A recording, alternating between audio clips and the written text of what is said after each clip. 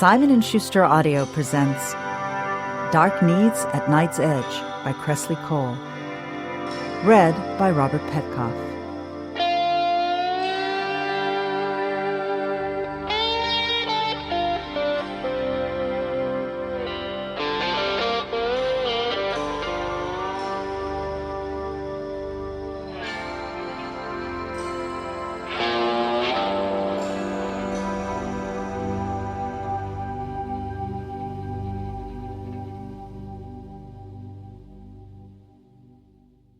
A femme fatale?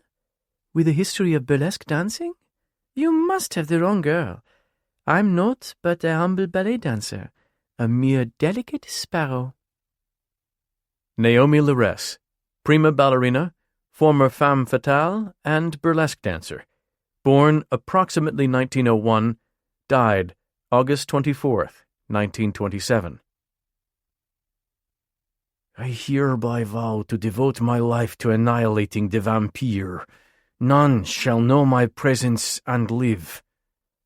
Conrad Wroth, age 13, upon being inducted into the Order of Kopfschläger Ur in the year 1609. Prologue. New Orleans, August 24th, 1927. I'll kill you for spurning me. Struggling to block out memories of Louis Robichaud's latest threat, Néomi Laress stood at the top of her grand staircase and gazed out over the packed ballroom. As she might cradle a babe, she held bouquets of roses swathed in silk. They were gifts from some of the men in the crowd of partygoers below, a motley mix of her rollicking set, rich patrons, and newspaper reporters. A sultry bayou breeze slid throughout the space, carrying strains of music from the 12-piece orchestra outside. You will beg for my mercy. She stifled a shiver. Her ex-fiancé's behavior had become more chilling of late, his atonement gifts more extravagant. Naomi's long-standing refusal to sleep with Louis had frustrated and angered him, but breaking off their relationship had enraged him. The look in his pale eyes earlier tonight. She gave herself an inward shake. She'd hired guards for this event. Louis couldn't get to her. One admirer, a handsome banker from Boston, noticed her aloft and began to clap. The throng joined in, and in her mind she envisioned a curtain going up. With a slow, gracious smile, she said, "Bienvenue to you all," then began descending her stairs. No one would ever sense her anxiety. She was a trained ballerina, but above all things, she was an entertainer. She would work this room, dispensing teasing nibbles of sarcasm and softly spoken bon mots, charming any of her critics and coaxing laughter from even the most staid. Though her arms already ached from cradling so many bouquets and flashbulbs went off in glaring succession, her smile remained fixed. Another gliding step down. She'd be damned before she'd let Louis ruin her night of triumph. 3 hours ago, she'd given the performance of a lifetime to a sold-out house. For tonight's soirée celebrating her newly renovated estate, Elancourt, the Gothic manor house was resplendent with the glow of 1,000 candles. Through her dancing, she'd paid for the painstaking restoration of her new home and all the sumptuous furnishings inside it. Every detail for the party was perfect, and outside, a sliver moon clung to the sky. A lucky moon. Her dress for this evening was a more risque version of the costume she'd worn earlier, the satin as black as her jet hair. It had a tight bodice that she laced up the front like a bygone corset and a slit in the skirt that almost reached up to where her garter belt snapped to her stockings. Her makeup was styled after the Hollywood vamps. She'd kohled her eyes with a smoky hue, donned lipstick of oxblood red, and painted her short nails a dark crimson. With her jeweled choker and dangling earrings, the ensemble had cost a small fortune, but tonight was worth it. tonight, all her dreams had finally come true. Only Louis could ruin it. She willed herself to ignore her apprehension, inwardly cursing him in English and in French, which helped ease her tension. Until she nearly stumbled on the stairs. He was there, standing at the periphery, staring up at her. Usually so perfect and kempt, he had his tie loosened, his blonde hair disheveled. How had he gotten past the guards? Louis was filthy rich. Had the bastard bribed them? His bloodshot eyes were burning with a maniacal light, but she assured herself that he wouldn't dare harm her in front of so many. After all, there were hundreds of people in her home, including reporters and photographers. Yet she wouldn't put it past him to make a scene or expose her scandalous history to everyone. Her uptown patrons winked at her and her friends' colorful antics, but they had no idea what she was, much less of her past occupation. Chin raised and shoulders back, she continued down, but her hands were clenching the roses. Resentment warred with her fear. So help her God, she'd scratch his eyes out if he ruined this for her. Just before she reached the bottom step, he began elbowing his way toward her. She tried to signal the burly guard at the opened patio door, but the crowd enveloped her, effectively trapping her. She attempted to make her way to the man, yet everyone wanted to be the first to congratulate her. When she heard Louis pushing people behind her, Naomi's soft-spoken apologies, "Pardonnez-moi, I'll just be a moment," turned to, "Let me pass." He neared. Out of the corner of her eye, she spied his hand fiddling with something in his jacket pocket. Not another gift. This will be so embarrassing. When that hand shot out, she whirled around, dropping her bouquets.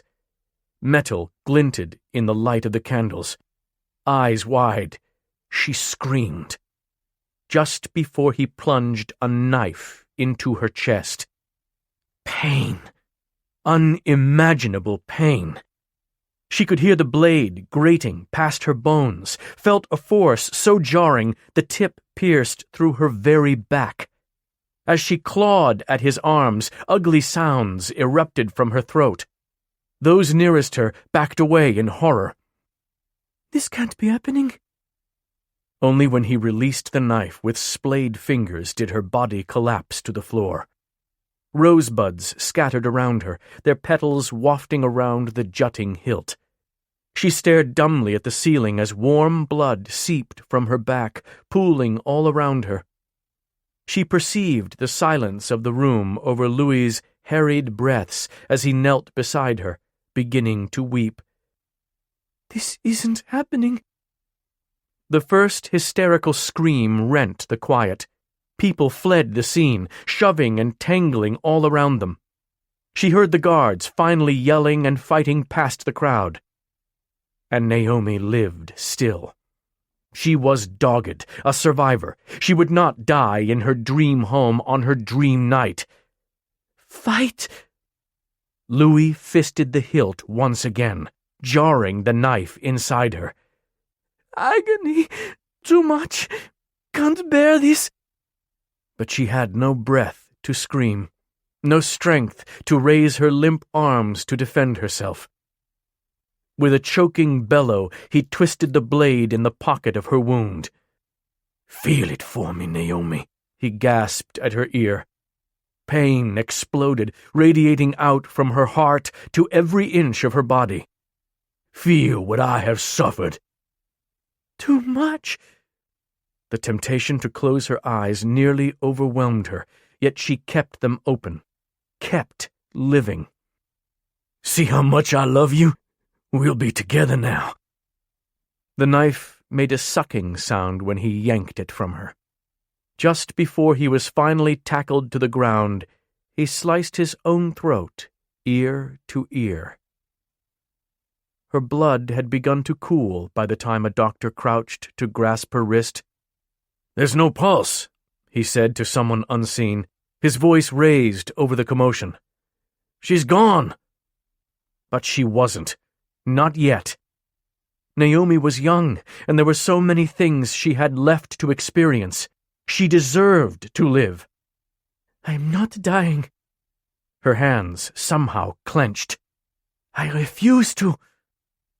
Yet, as the breeze picked up once more, Naomi's vision guttered out like a candle. "No, no, still living. Can't see, can't see. So scared." Rose petals caught on the wind and tumbled over her face. She could feel each cool kiss of them. Then, nothingness.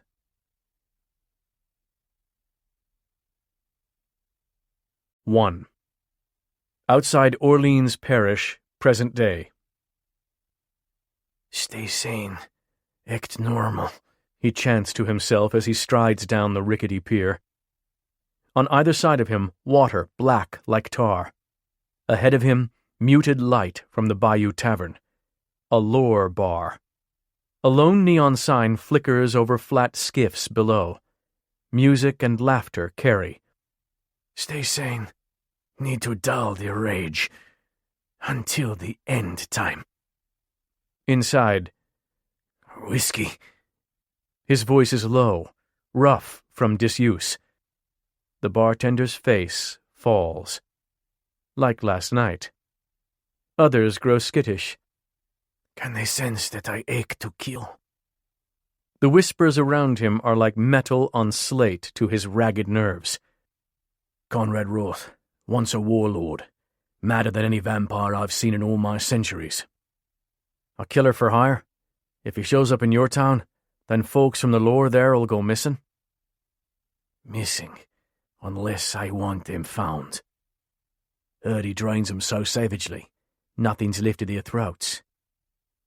So I'm not fastidious." "I heard he eats them." Distorted rumors. "Or is that one true?"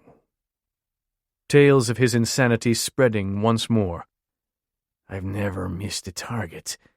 How insane can I be?" He answers himself, "Very fucking much so."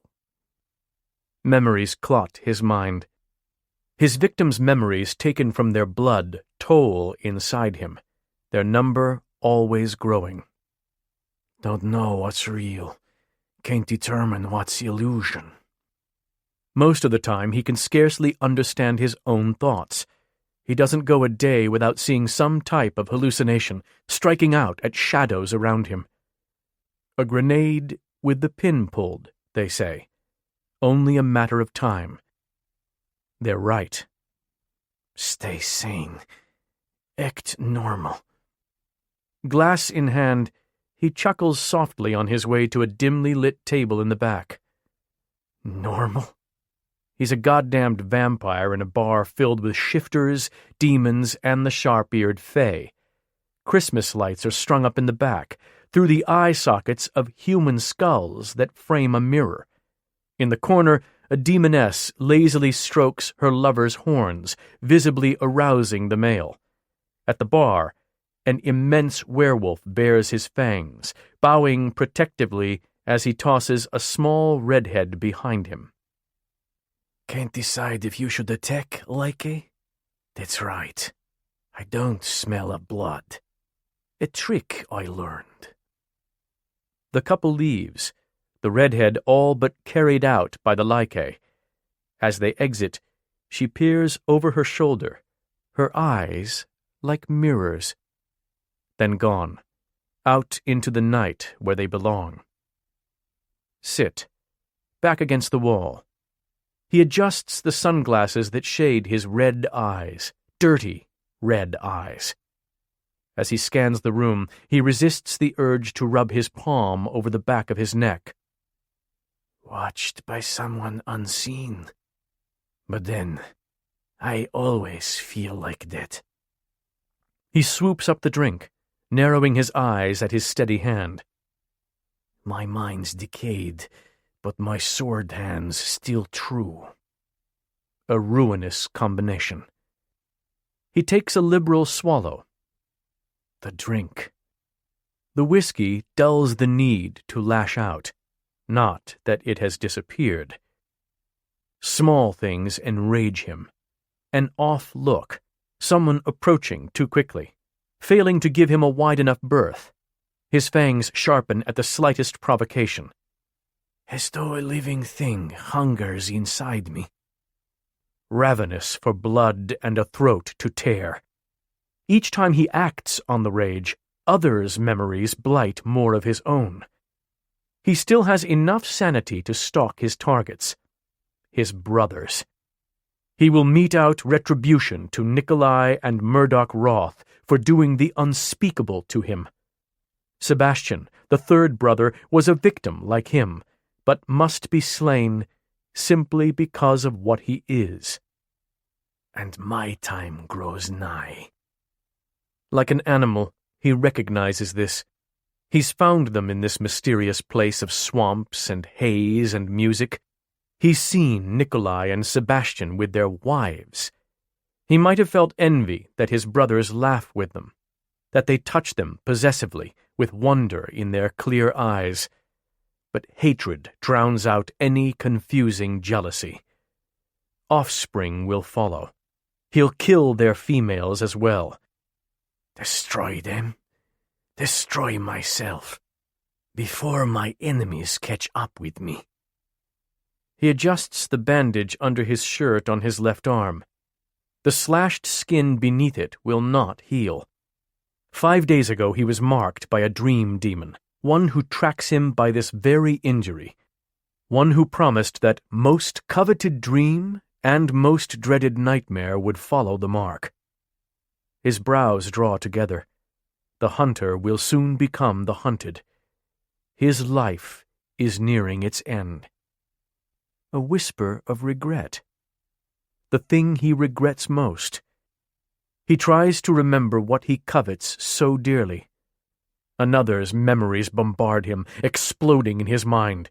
His hand shoots up to clasp his forehead. Nikolai enters the bar, Murdoch behind him.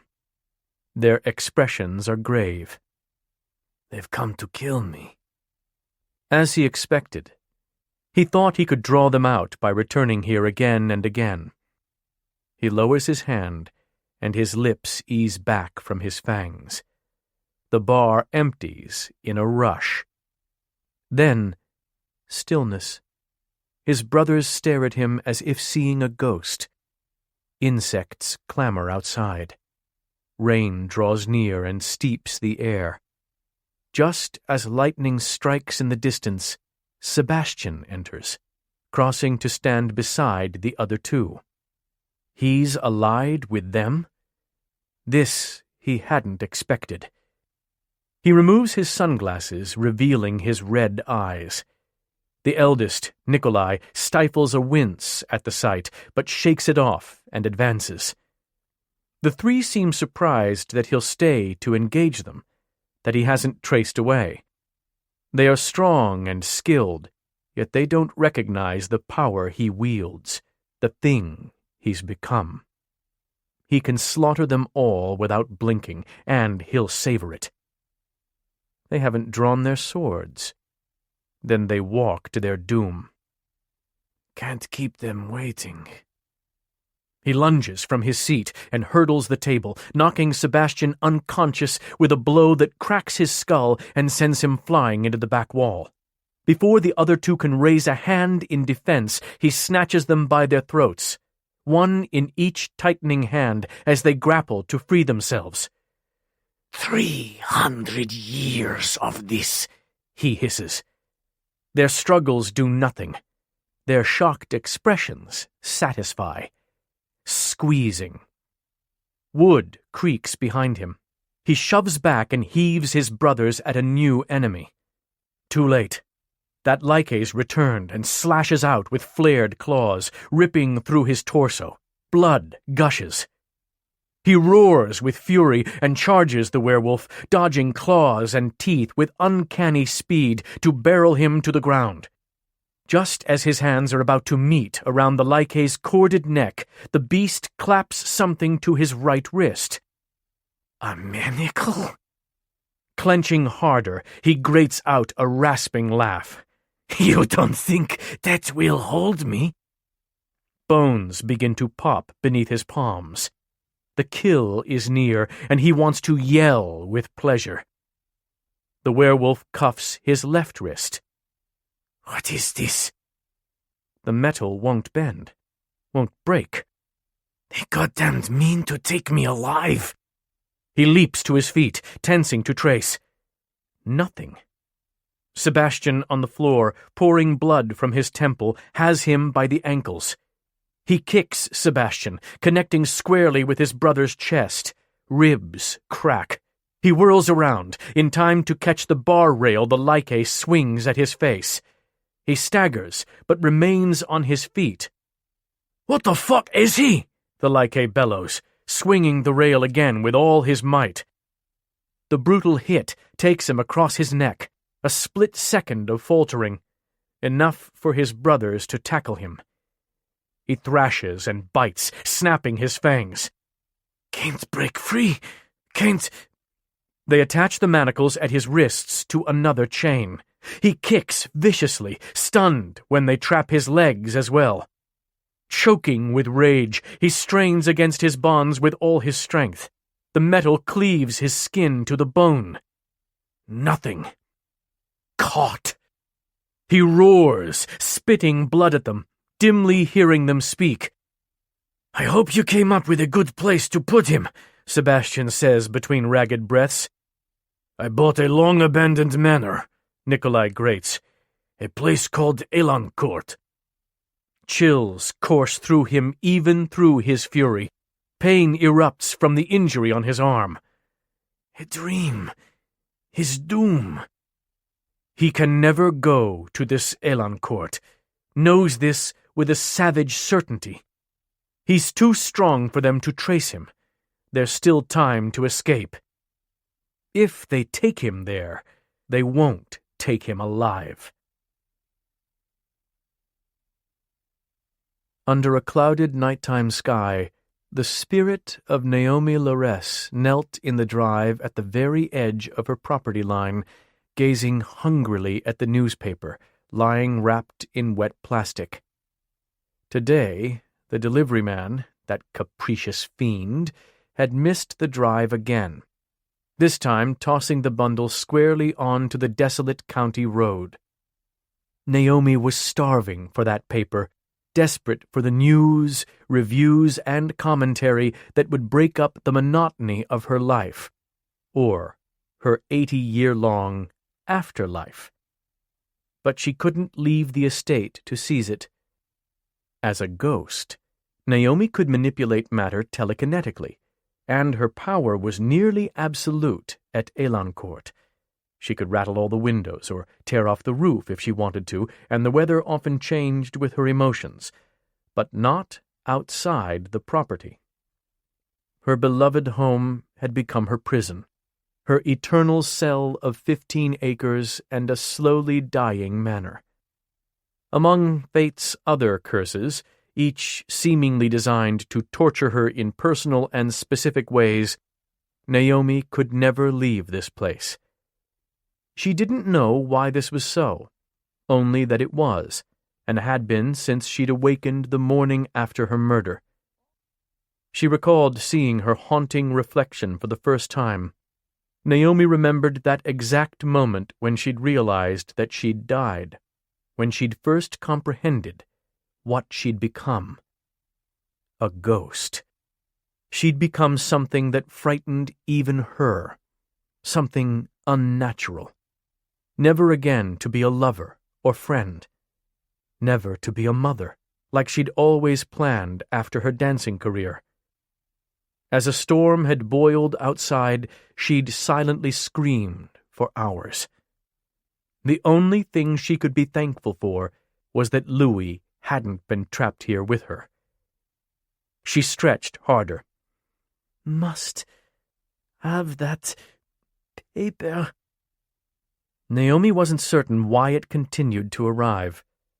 A past article had recounted the problems inherent with recurrent billing of credit cards, and she supposed she was the benefactress of her last tenant's credit card negligence. The delivery could end at any time. Every one was precious. Eventually she gave up, defeated, sitting back in the weed-ridden drive. Out of habit, she made movements as if she was rubbing her thighs, yet felt nothing. Néomi could never feel. Never again. She was incorporeal, as substantial as the mist rolling in from the bayou. "Thanks, Louis. Oh, and may you rot in hell, because surely that's where you went." Usually, at this point in the newspaper struggle, she'd be battling the urge to tear her hair out, wondering how much longer she could endure this existence, speculating what she'd done to deserve it. Yes, on the night of her death she'd refused to die, but this was ridiculous. But even as desperate as she was for the words, she wasn't as badly off as usual. Because last night, a man had come into her home. A towering, handsome man with grave eyes. He might return this night. He might even move in. She shouldn't get too excited about the stranger, to have her hopes crushed yet again. Lights blinded her. The shriek of squealing tires ripped through the quiet of the night. As a car shot forward onto the gravel, she futilely raised her arms to protect her face and gave a silent cry. It drove straight through her, the engine reverberating like an earthquake when it passed through her head. The vehicle never slowed as it prowled down the oak-lined drive to Elancourt.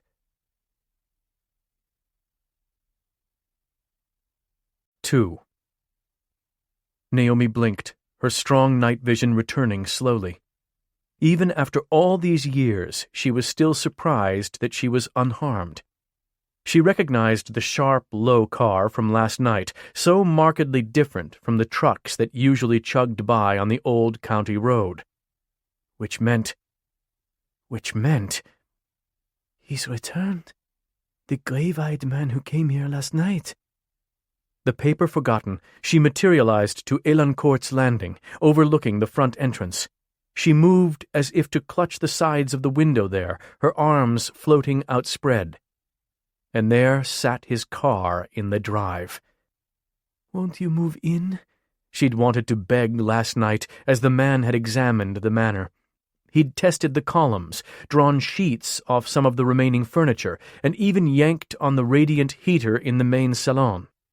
Appearing satisfied that it was solid, he'd followed the contraption's underfloor pipes by stomping on the marble tiles. "The heater will work," she'd inwardly cried. 10 years ago, the manor had been modernized by a young couple who'd stayed for a time. Yet she couldn't relate the merits of Elancourt to this mysterious stranger, because she was a ghost. The act of speaking, or at least talking in a way that others could hear, had proved impossible for her, as had making herself visible to others, which was probably for the best. Her reflection was haunting even to her. Though Néomi's appearance was a close facsimile of how she'd looked the night she died, with the same dress and jewelry, now her skin and lips were as pale as rice paper. Her hair flowed wildly with rose petals tangled in it, and the skin under her eyes was darkened, making her irises seem freakishly blue in contrast. She focused on the car again. Deep, masculine voices sounded from within it. Was there more than one man? Maybe there'd be 2 more confirmed bachelors, like the handsome couple who had lived here during the 50s. Whoever was within the car needed to hurry inside. Autumn rains had been tentatively falling all night, and lightning had begun flaring in a building rhythm. She hoped the men didn't catch the front facade lit by the glow of lightning. With its arches and overhangs and stained glass, the manor could appear forbidding. The very Gothic traits she'd admired seemed to drive others away. The vehicle began to rock from side to side on its wide wheels, and the voices grew louder. Then came a man's bellow. Her lips parted when two large boots kicked through the back window, shattering it, glass spraying out into the gravel. Someone unseen hauled the booted man back inside, but then a rear door began to bulge outward. Were cars so weak in this age that a man could kick it out of shape? No. She'd dutifully read the crash test reports, and they said... The door shot off its hinges all the way to the front porch. She gasped as a wild-eyed, crazed man lunged out of the vehicle. He was manacled at his wrists and ankles and covered in blood.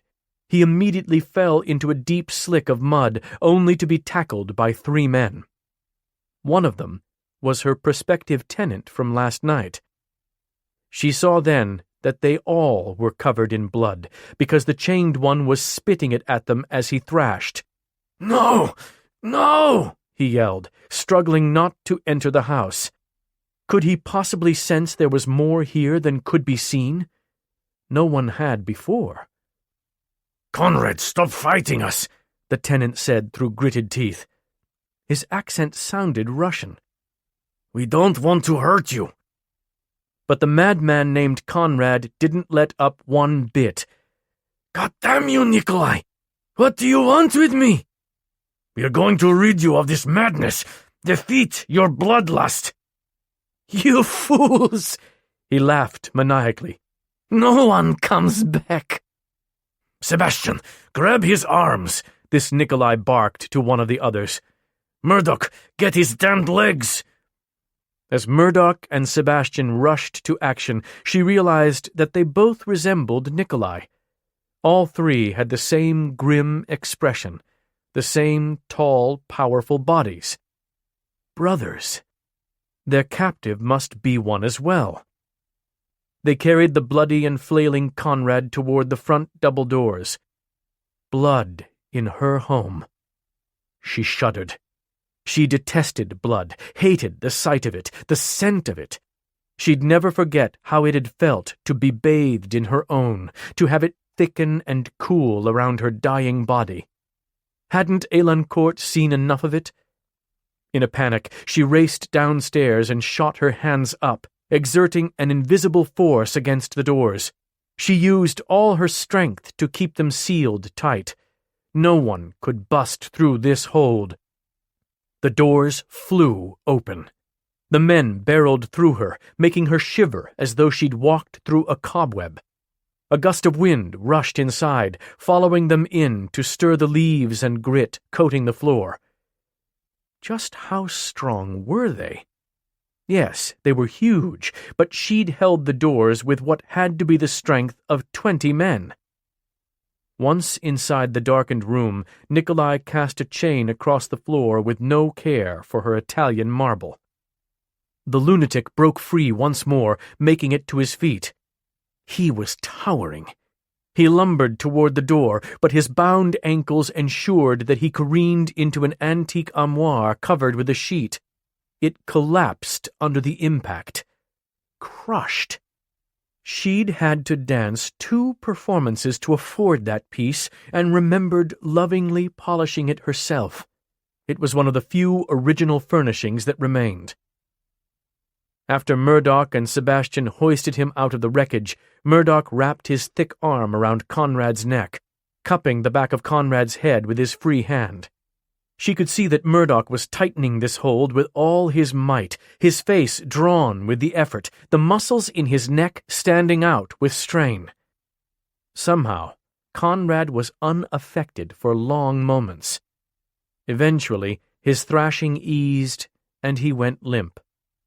While Murdoch laid him on the ground, Nikolai hastily affixed the chain to the same radiator he'd tested last night, then attached the other end to Conrad's handcuffs. That's why Nikolai had been inspecting it? Because he intended to jail this lunatic here? Why here? "Could you have found an eerier place to keep him?" Sebastian said between breaths as they all stood.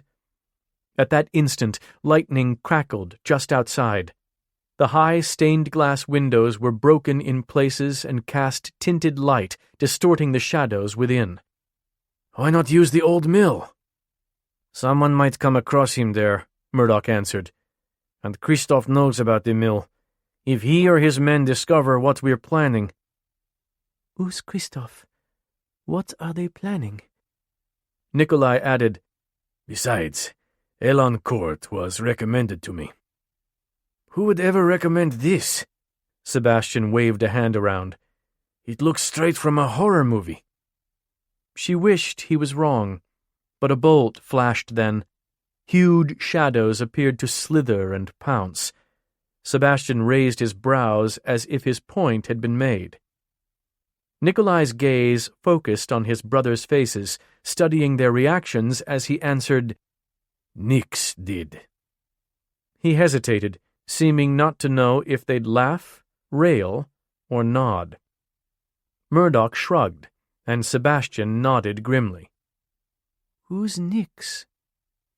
Sebastian glanced around. "Raises my hackles, though." Another flash of lightning.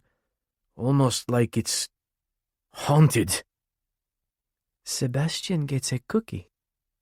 "And you know that's something for me to say. It's spooked Conrad as well." "Yes, because otherwise he clearly would be fine." "The weather makes it seem worse." Nikolai ran his hand through his wet hair, then wiped his face with his shirt-tail. "And if there are spirits lingering about, you forget what we are. Any ghosts would do well to fear us." Fear them? No living thing could touch her. "It's actually ideal because the place scares people away," Nikolai continued over another bout of thunder. "And the Valkyrie compound isn't far from here. Not many from the lore will venture anywhere near their home." Valkyrie? Lore? She remembered a newspaper article a few years back on gang speak. These men were speaking gang. They had to be. Murdoch said, "Perhaps the Valkyrie won't appreciate vampires so close to Val Hall." Vampires? Not gang? They're all mad. Mon Dieu, I need a bourbon. "Is it even habitable?" Sebastian asked in a scoffing tone. Nikolai nodded. "The structure and the roof are solid." As rock. "And once we do some modifications, it'll be suitable for our purposes. We'll fix just what we need. A couple of bedrooms, a shower, the kitchen. I already had the witches come around today to do an enclosure spell along the perimeter of the estate. As long as Conrad's wearing those chains, he can't escape the boundary." Witches? Oh, come now. Naomi moved to rub her temple, felt nothing, but was somewhat soothed by the familiar act. In the lull, Murdoch cased the main salon, plucking at cobwebs. "Conrad knew we were going to be at the tavern." "No doubt of it," Nikolai answered, crossing to a dirt-caked window to glance outside. "He was awaiting us, to kill us." "Obviously he's gotten good at it." Sebastian patted his ribs in an assessing manner and winced. Looking more closely, she could see that they all seemed injured in some way. Even Conrad appeared to have been clawed across the chest by some beast. "He likes it." "Likes to kill? A murderer in my home?" Again. Was he the same kind of man as Louis? One who would stab a defenseless woman through the heart? Tamp it down, Naomi. The wind picked up. Control the emotion. Murdoch said, "I suppose he'd have to, if the word about his occupation is true." A professional killer? "Finding him now, it couldn't come at a worse time," Sebastian said. "How are we going to manage this?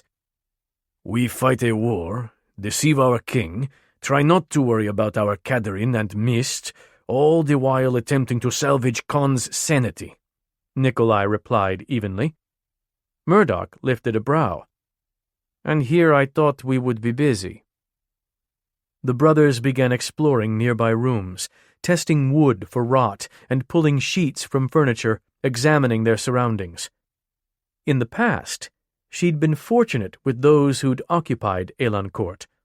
Nice families had come and gone, a few harmless vagrants.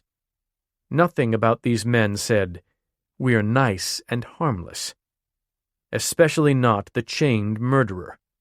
He lay on the floor, blood collecting at the corner of his parted lips to drip down. Drip, drip.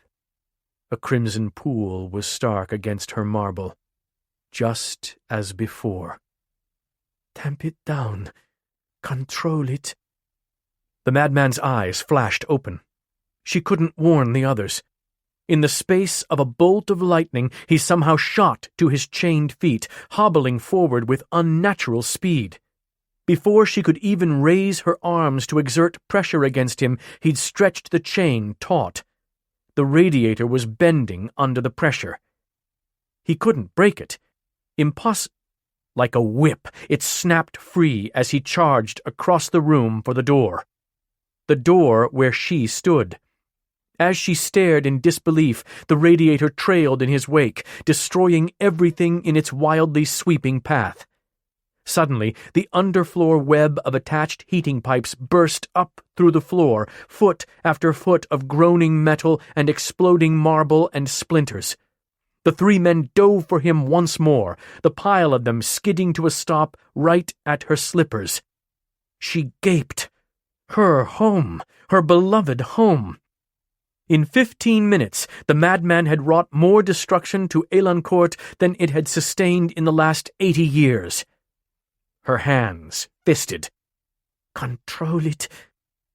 But her hair had already begun to swirl about her face, rose petals floating in a tempest around her body. Outside, the wind kicked up, streaming through the holes in the high windows, sweeping the grit and dust until she was able to see all the destruction. The marble! When her eyes watered with frustration, rain poured outside. "Tamp it down." Too late. Lightning bombarded the house, illuminating the night like successive bomb blasts. From under the pile of men, Conrad yanked his head up at her. In a flash, Néomi twisted around, sweeping her hair over her face as she dissipated. Re-emerging on the landing, she gazed down at him. Conrad continued to stare at the spot where she'd stood, blinking and easing his struggles as if dumbfounded. Had he possibly seen her? No one ever had before. Ever. She'd been so uniformly ignored for so long that she'd begun to wonder if she truly existed. Up close, she'd been able to see that the whites of his eyes were red. She'd thought he'd been injured, with burst blood vessels shooting across, but in fact, they were wholly glazed with red. What were these beings? Could they truly be vampires? Even in light of what she'd become, she still struggled to believe in anything supernatural. With a shake of his head, Conrad frenziedly renewed his flight for the door, gaining inches, even as the three wrestled with him. "I didn't want to have to do this, Conrad," Nikolai said, digging into his jacket pocket. As the others pinned Conrad, he bit the end off what appeared to be a syringe and injected its contents into Conrad's arm. Whatever it was slowed him, making him blink his red eyes again and again. "What did you give him?" Sebastian asked. "It's a concoction from the witches, part medical, part mystical. It should knock him out." For how long would it knock Conrad out? How long were they expecting him to stay here? To spit across her floor and roar within her halls? She'd be damned if she allowed another of Louis's ilk to taint her home once more. This Conrad was an animal. He should be put down, or at the very least, put out. She'd show these trespassers power like they'd never seen, sweeping them into the yard like trash. She'd toss them by their feet all the way to the bayou. Néomi would demonstrate what happened when a ghost went poltergeist. Where is she? Conrad grated between heaving breaths. Néomi froze. He couldn't be talking about her. Couldn't have seen her. Who, Conrad? Nikolai demanded. Just before the shot knocked him unconscious, he rasped, Female. Beautiful.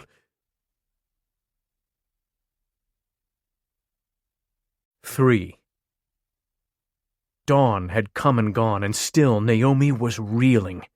Because apparently Elancourt was filled to the rafters with real vampires.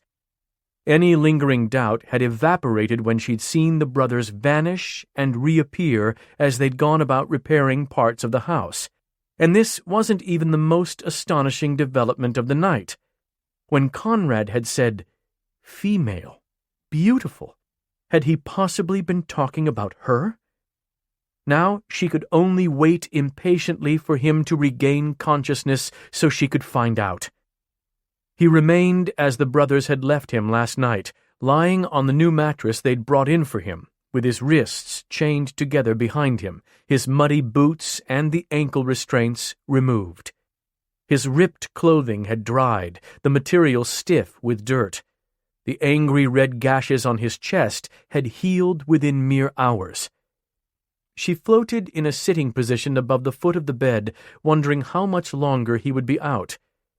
She'd thought all vampires would be comatose during the day, but his brothers were in and out downstairs, busily teleporting goods into the manor. This waiting was unbearable. Because he possibly saw me. Yes, no one ever had before, and yes, this development was based solely on the idea that he'd deemed her beautiful.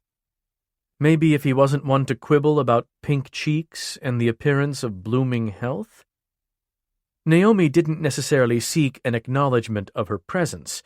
She could float a sheet spray-painted with "Bonjour" from Le Spectre if she wanted bad attention, or a possible exorcism. No, she wanted to be seen. She yearned to converse. The possibility of this meant that all her grand plans to evict them had evaporated, her rancor over the damage to Elancourt temporarily soothed. Now she wanted to keep them close, especially Conrad. Curiosity ruled her. Why, after 80 years of sporadic tenants, had the blood-spitting vampire been able to see her? Why not his brothers? When they'd been chaining up Conrad for the day, she'd waved her hands, yelling as loud as she could. She'd even thrown herself through their torsos, to no effect. Was Conrad able to see her because he alone had red eyes? She stood to float from one peeling blue wall to the other. The brothers had unerringly chosen for Conrad the blue room, the most masculine of all the guest rooms.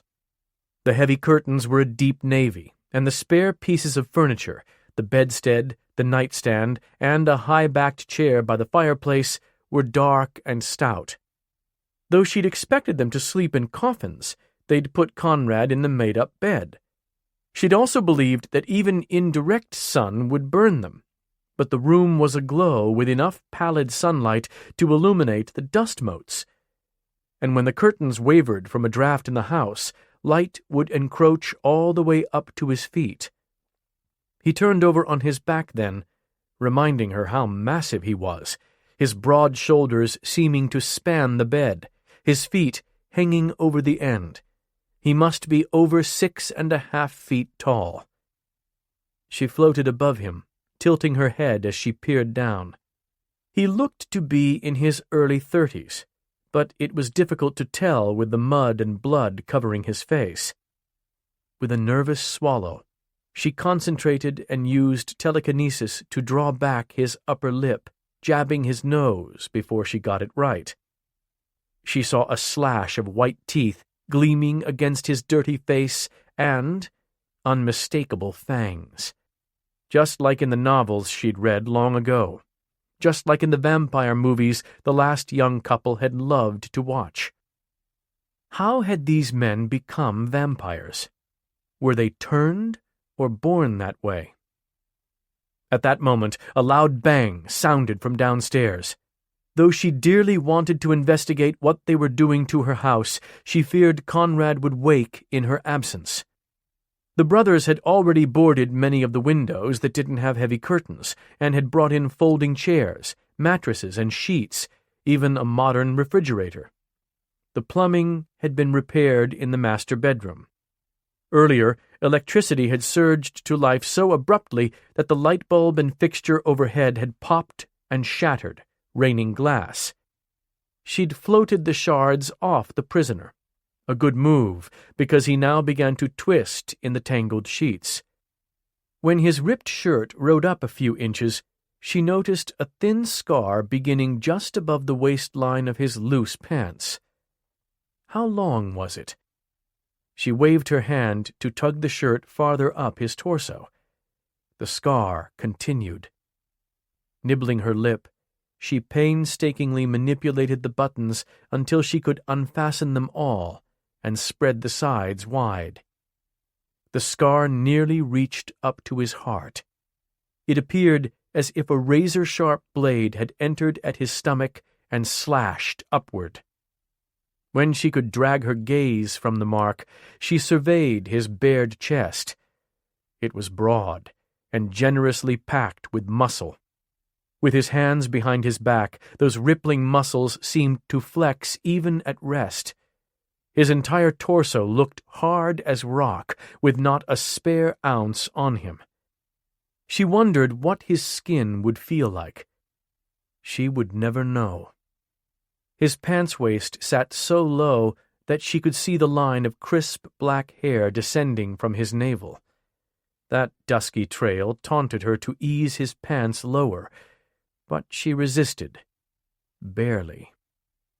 The men Naomi had been attracted to in the past had been older and handsome in a soft, cultured way. In contrast, this male was all hardness and sharp edges. So why did she find his battle-scarred body so attractive? "Oh, wake up, Conrad," she said with difficulty. Speaking was an arduous undertaking for her. She often felt like she was trying to shove elephant-sized sounds through a pinhole. To her, the words came out echoing and extended. "Just wake up." She wanted to jump on the bed or scream in his ear. If she'd had a bucket of water... Conrad's eyes shot wide open. He comes to. The light is murder on his sensitive eyes. Pain shoots through him. He grits his teeth against waves of it. Get free. He fights his bonds. Limbs feel leaden. Drugged. Rage stabs him. The need to kill strangles him like clenched hands around his own throat. How long have I been out? He remembers where he is. The manor. As forbidding as he'd sensed it would be. When he'd been in the car, the sight of it had made him sweat and thrash. The feeling of being watched is multiplied here, the tingle on the back of his neck unrelenting. He tenses. Had he seen a spill of shining black hair as some female twirled round?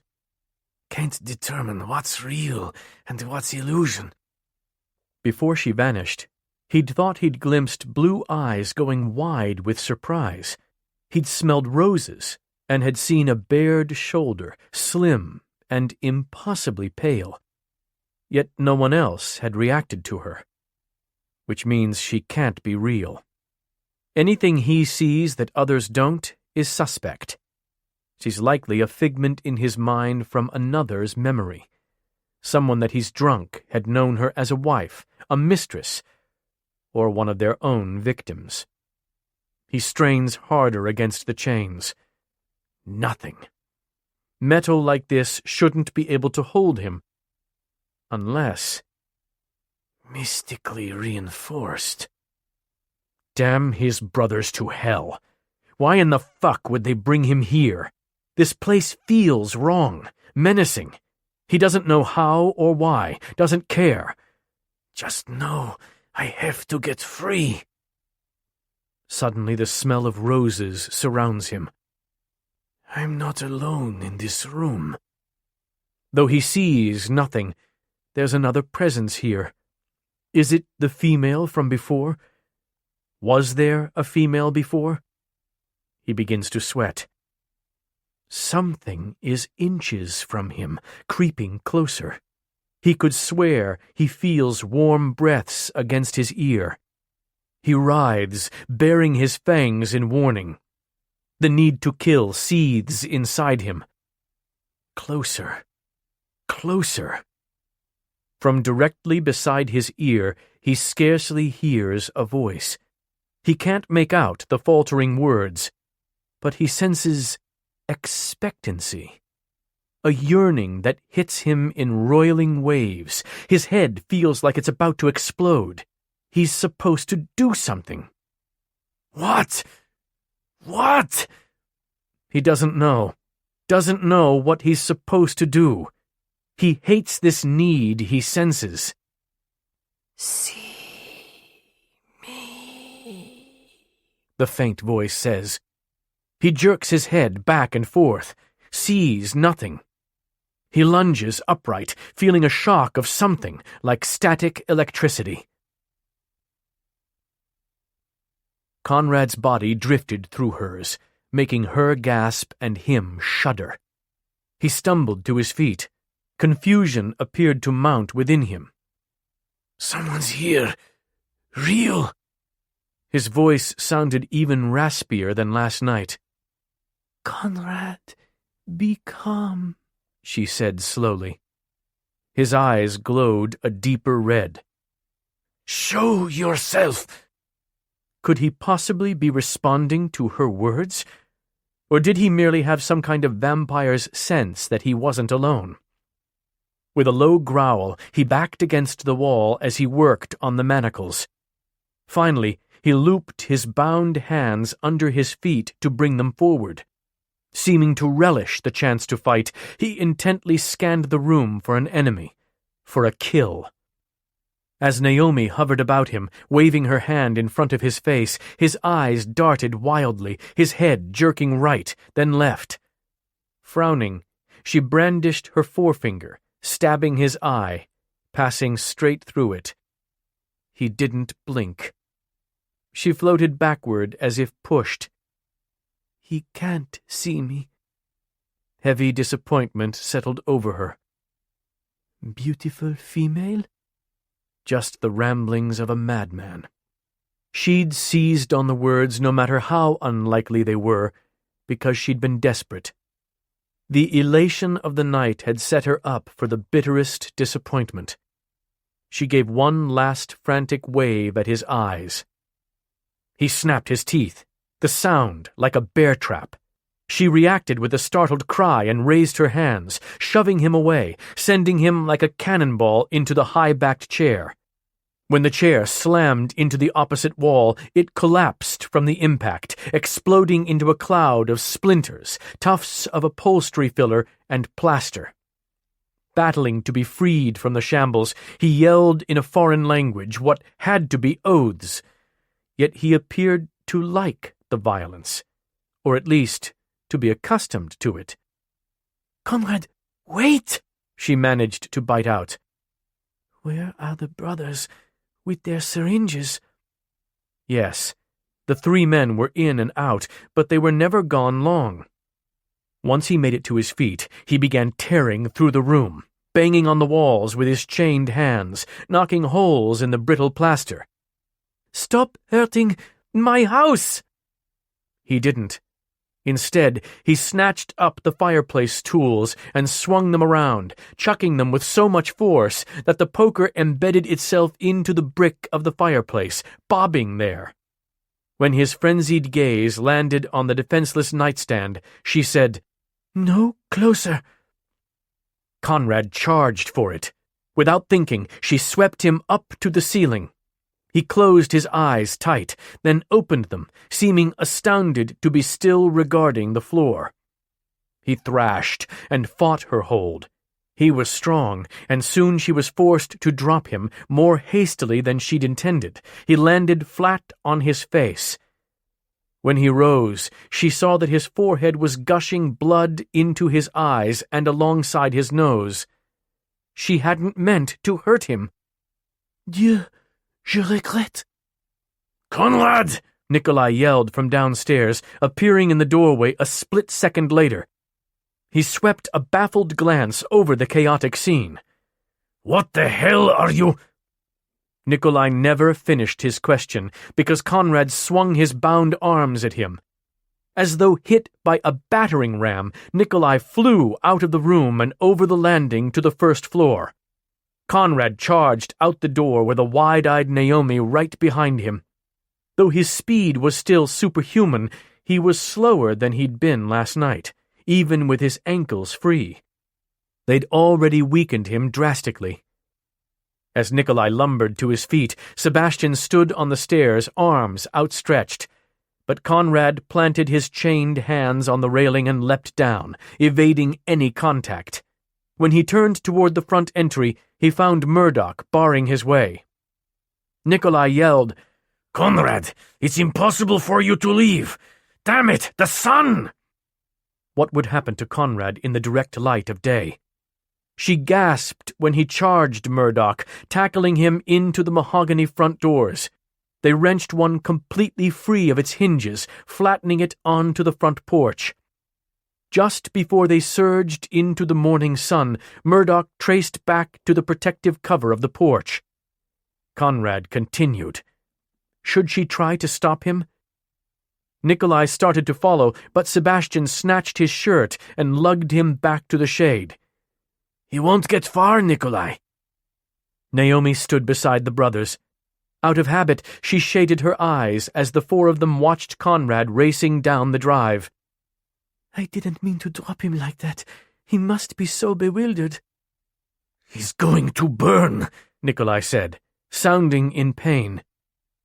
Just as Néomi had, Murdoch put his hand to his forehead. And then he's going to learn. The sun sears his eyes as if they've been doused with acid. Fight on!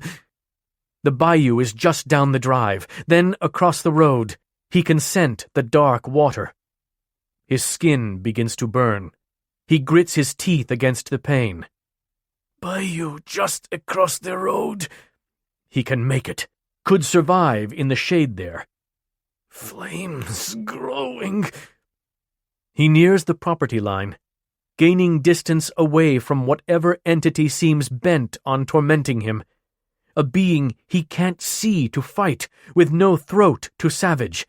A disembodied voice had echoed all around him. Almost there. Burning. Burning. Suddenly, his sight goes black. A force shoves him back on his ass. Once his vision clears, his eyes widen. Crumbling blue walls surround him. He yells in disbelief. Confusion wells. The same bedroom. He's in the same goddamned room. Crouched on the floor, he knocks his head against the wall again and again until the needle pierces his arm. 4. Something is happening to the patient. Over the last week, Néomi had begun noticing an eerie awareness in those red eyes that wasn't there before, the blankness in his gaze receding with each day. And she would know. She'd done little else but study him since his bizarre return, seldom retiring to her own room, her secret studio hidden downstairs. Even now, as Conrad lay in the bed once more sleeping, she floated above the end of his mattress, continuing her vigil. When he'd returned that first morning, he'd been raging, banging his head against the wall as if to blunt whatever was inside his mind. Plaster had snowed down on him and stuck to his bloody cheeks. Once the brothers had rechained him, tethering him to the bed this time, Conrad had been unreachable, drugged and muttering foreign words in his low, harsh voice. To be fair, she would have been addled too. One moment she'd been watching him running, the next she'd heard his unholy roar just upstairs. No longer was Néomi the only one trapped here. Apparently, witches truly had put a boundary spell on Elancourt. As long as Conrad wore those chains, he couldn't cross the property line. The chains also rendered it impossible for him to teleport, or trace, as they called it. Néomi couldn't put her finger on exactly when she'd first sensed a change in him. Whenever his brothers had spoken to him, Conrad had muttered incoherently, and yet she'd begun to get the feeling that he was coherent, at least intermittently. Sometimes it seemed as if he was trying to filter a million thoughts in order to speak only one, and that was why he had difficulty talking normally. On occasion, even his accent changed. He began twisting then, his head thrashing, no doubt caught in the grip of a horrific nightmare. Conrad routinely suffered them. With his fangs seeming to sharpen at intervals, he writhed, muscles straining, the chains cutting into his skin. She frowned. She didn't like to see that. Even though everything about him should repel her, she found herself striving to be impassive. He'd destroyed parts of her house. He was a killer. He continued to have flashes of violent aggression. And he was filthy. His face was still coated with mud, blood, and caked-on plaster, his hair tangled in thick knots. Burn marks radiated over his skin and blackened his ratty clothes. When Sebastian had tried to wipe clean his charred face, Conrad had snapped his teeth at him so fast, Sebastian had almost lost his fingers. Néomi should hate Conrad. So why did she find herself so drawn to this big male, with his terrifying dreams? Because, like her, he knew the horror of being murdered? He might be reliving it even now. Was Conrad merely a lost soul to be pitied? Or a man worthy of rescue? Néomi had never been very interested in men who needed saving. There were women enough out there for them. At that moment, he jerked awake, his eyes darting yet blank.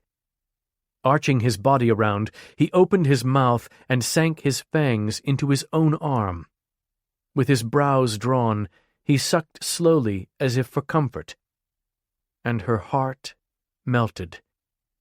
"Merde," she whispered.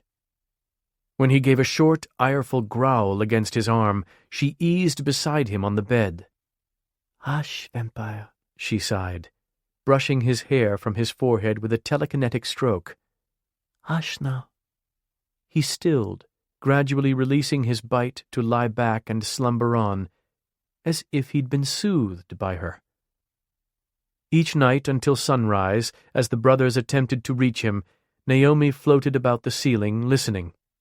Though she simply enjoyed hearing the rhythms of the men's conversations, she had also been learning much about these people.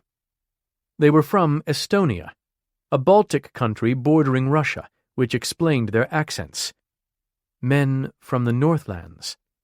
They'd been turned into vampires 300 years ago. Before then, they'd fought in the Great Northern War against Russia as nobleman officers, though eventually they'd wrested control of Estonia's floundering army. Each brother had become a warlord, leading the defense of a section of their country under the ultimate command of Nikolai, the eldest. At first, she'd remained in Conrad's room because she'd been hopeful about him seeing her. Now she stayed because she was intrigued by the crazed vampire. His history was like an incomplete puzzle, and with each piece of it she received, the whole grew more riveting. He'd been highborn, but ultimately had used his military experience and his vampiric strength to become an assassin. He'd planned to kill his own brothers in retaliation for some deed she hadn't yet learned. He'd been alone and friendless for centuries. His past was so different from hers, with all the dancing and laughter and letting the good times roll. They were poles apart. Yet with each revelation came more questions. He was obviously a powerful man, so what could have broken his mind like this? And how could he remain in bed day after day? Did vampires have no bodily functions? Each night they'd brought a thermos from the new refrigerator to Conrad, and Néomi was fairly certain she knew what was in it. But exactly where did they get it? And since Conrad was refusing to drink the contents, how long would it be before he starved? She'd watched him sleeping for more hours than she could count. Why had he never once grown hard, as men unwittingly did in sleep? When dusk approached, and the brothers returned downstairs, Conrad's eyes flashed open instantly. She crossed to the door, floating in it, so that half of her remained outside the room and half was inside.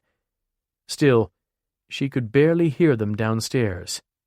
But she could see Conrad's reaction and realized that he could hear them, even with the heavy door closed. "After seeing him in this condition," Sebastian said, "I'm beginning to understand why none of the fallen have ever come back from bloodlust." "No one before has had the tools we do," Nikolai answered. "We've agreed to spend a month trying to rehabilitate him. If he shows no signs of improvement, then we'll do what must be done." Conrad's listening to them, intently. She wondered what he must be thinking. "That was before I saw him, Nikolai. Maybe we need to put him out of his misery." Is he in misery? Conrad's jaw clenched, and his expression grew deadly. Yet then his brows drew together as if he was considering the possibility right at that moment. When he frowned and closed his eyes, she felt a twist in her chest. The vampire is in misery, and he's sane enough to know it. Misery? What the fuck do they know of it?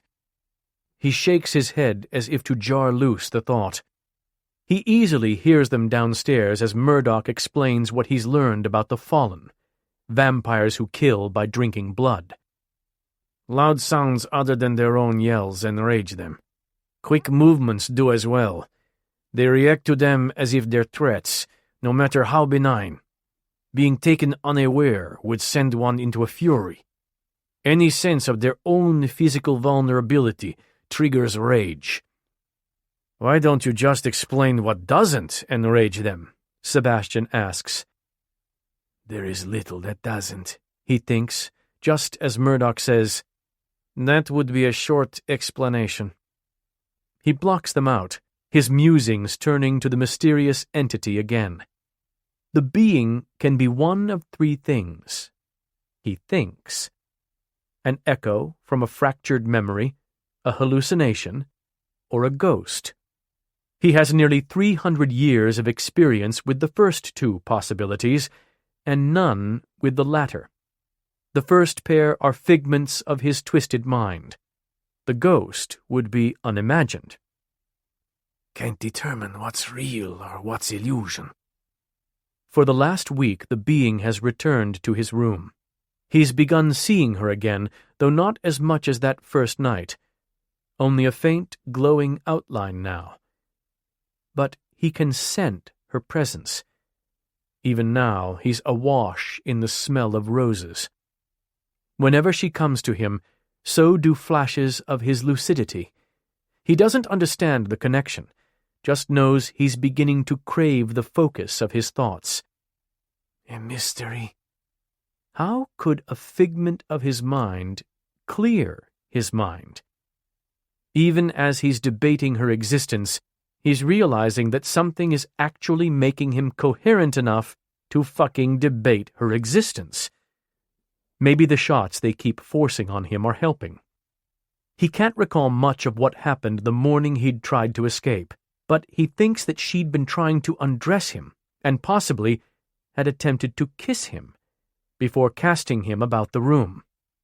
Yet the being never attacked him again.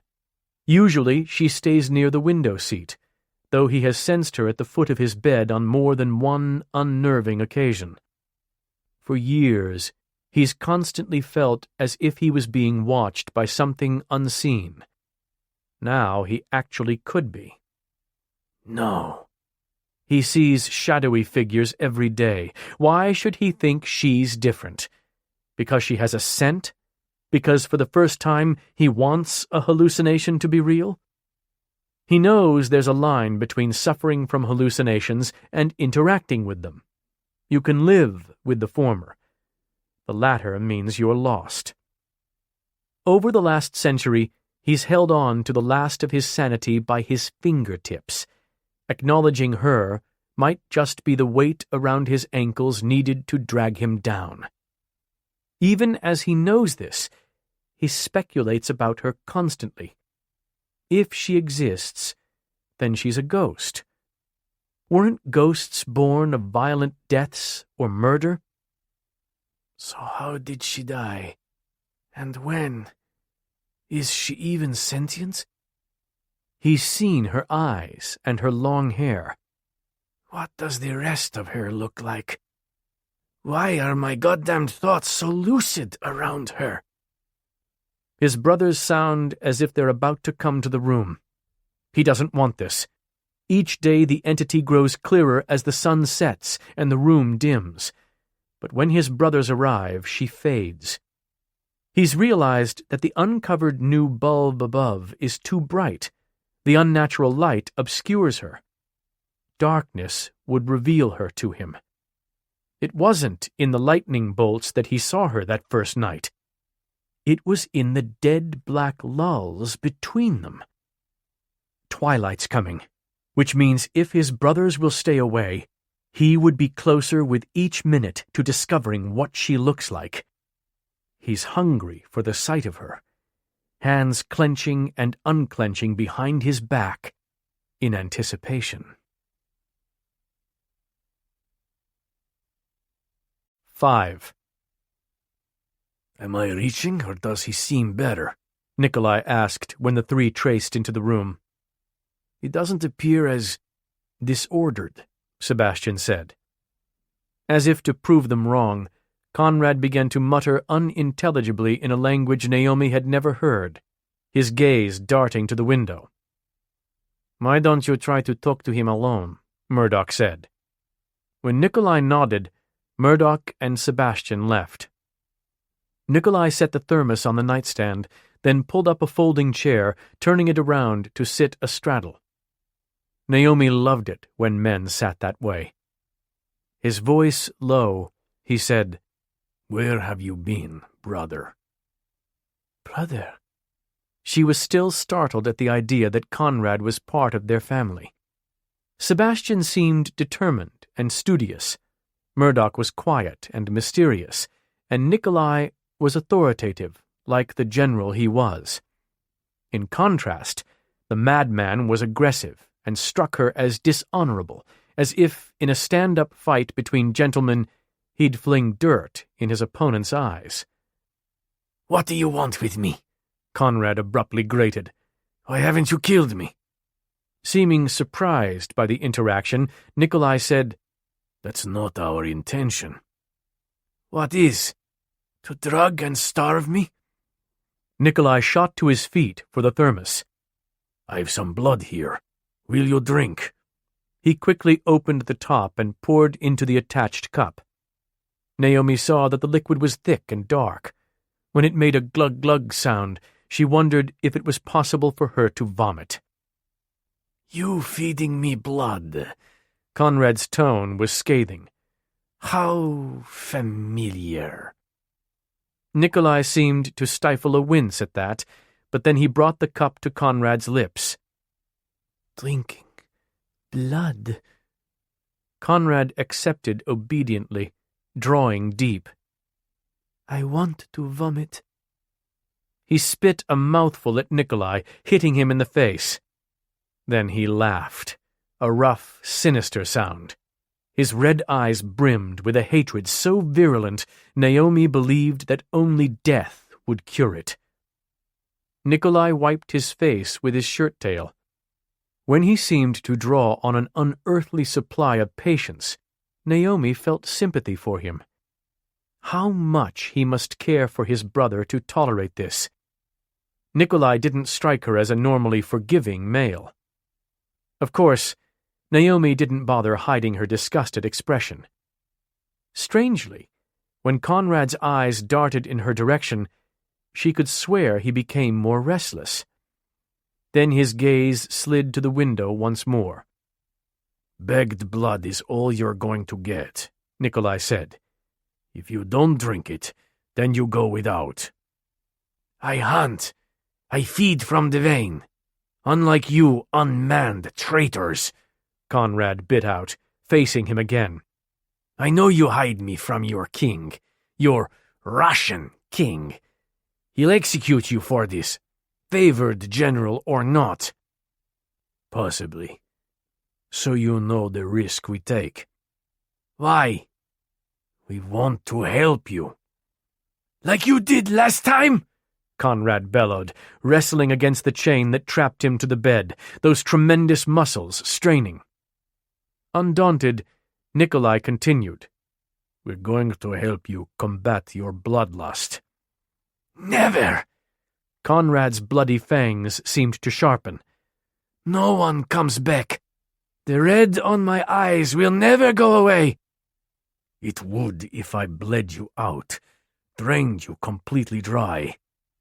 But you'd only want to return to that state, killing even more than before, and you'd lose all the power you'd amassed." "I know this." "Then did you know you can learn to control the memories if you're not constantly adding new ones?" At Conrad's mildly surprised look, Nikolai said, "We're aware of the memories. They're a sickness. You can't differentiate between those of your victims and your own. They make you hallucinate constantly, and your head feels like it will explode from them." What did they mean? Conrad was sick? Was there an actual medical reason behind his madness? What if you could turn them on and off, accessing them at will?" Nikolai asked. "How much better do you think your life would be without them tormenting you? If we can get you stable, you can learn to hold them at bay." Conrad shook his head sharply. "I want blood from the vein. Only from the vein." "That's why we are going to help you find your bride. Because there's one drive that's strong enough to compete with bloodlust." His bride? Did Nikolai mean the need for sex? "And the need to kill?" Conrad bit out. "I savor it. Ache to end you right now." "Just as there's one drive that can overcome bloodlust, there's one need that's stronger than the need to kill." "And what's that?" Conrad sneered. Nikolai said only, "You'll know when it hits you." Conrad glanced at the window yet again. "What are you injecting me with?" Sometimes when he spoke, he would hesitate as if even he couldn't believe he'd just sounded sane. He must have been mad for a very long time. "A soothsayer got it from the witches for us. It's a sedative of sorts. It'll continue to weaken you physically, but after a few days, it shouldn't put you in a stupor." Attention back to his brother, Conrad snapped, "You've no right to drug me." "We'll do whatever it takes," Nikolai said with steel in his tone. "You were a good man, and can be again." "Not a man. No longer." He ground his teeth. "I am a killer. That's all." "Most in the lore believe you're lost. That the red automatically means we have no choice but to destroy you. I do not agree. Mark me, Conrad. One way or another, you will be cured of this," Nikolai vowed. his voice fierce, his gray eyes turning black as if with emotion. No matter what had occurred, she knew that Nikolai indeed loved his younger brother. We have resources at our disposal that you can't begin to comprehend. Nikolai's answer seemed to be just cryptic and confident enough to intrigue Conrad. And exactly how long am I to be jailed and drugged? A month. We are going to keep you from killing for a month. If there's no change by then, we will re-evaluate. Any interest in Conrad's expression dimmed. I don't have that long. Why? What do you mean? Conrad didn't answer, seeming to go adrift in his own thoughts, his red eyes skittering in her direction again. She could have sworn he began following her movements, so she floated to the window seat. But he continued staring at the spot where she'd just been. She saw the exact moment Nikolai knew he'd get no further, because he looked whipped with disappointment. With a grave nod to Conrad, he traced out, and seconds later Murdoch appeared. He turned the folding chair around and sat, leaning forward, elbows to his knees.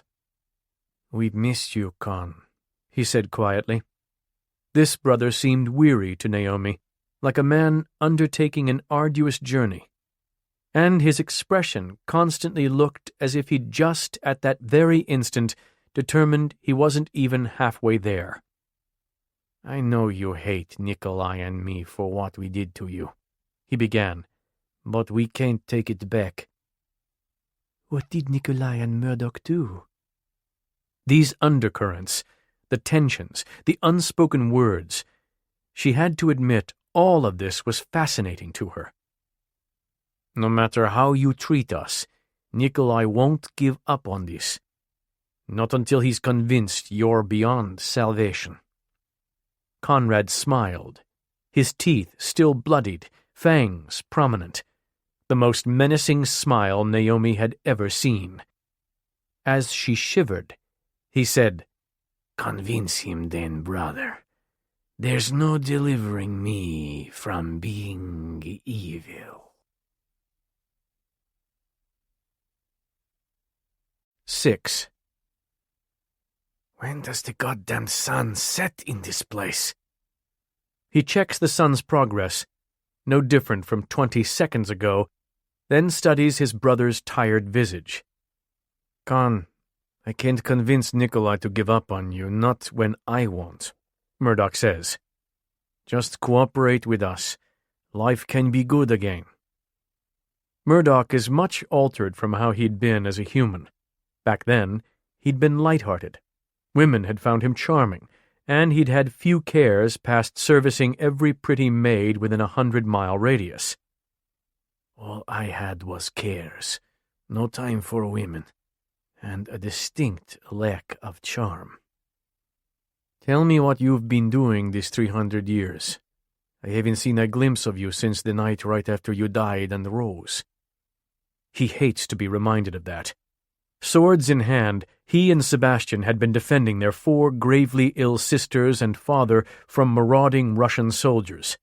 2 against battalions. They'd had no chance.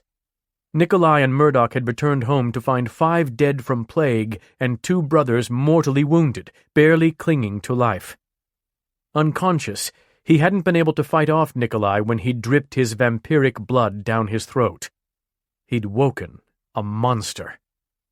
Neither Sebastian nor he had wanted to be turned, but then he'd had quite a bit more reason to resent the betrayal.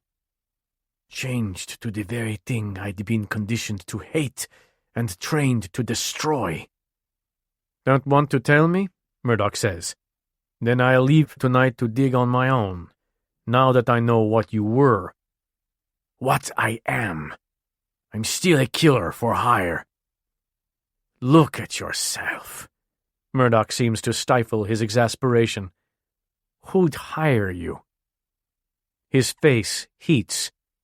"Fuck off, Murdoch."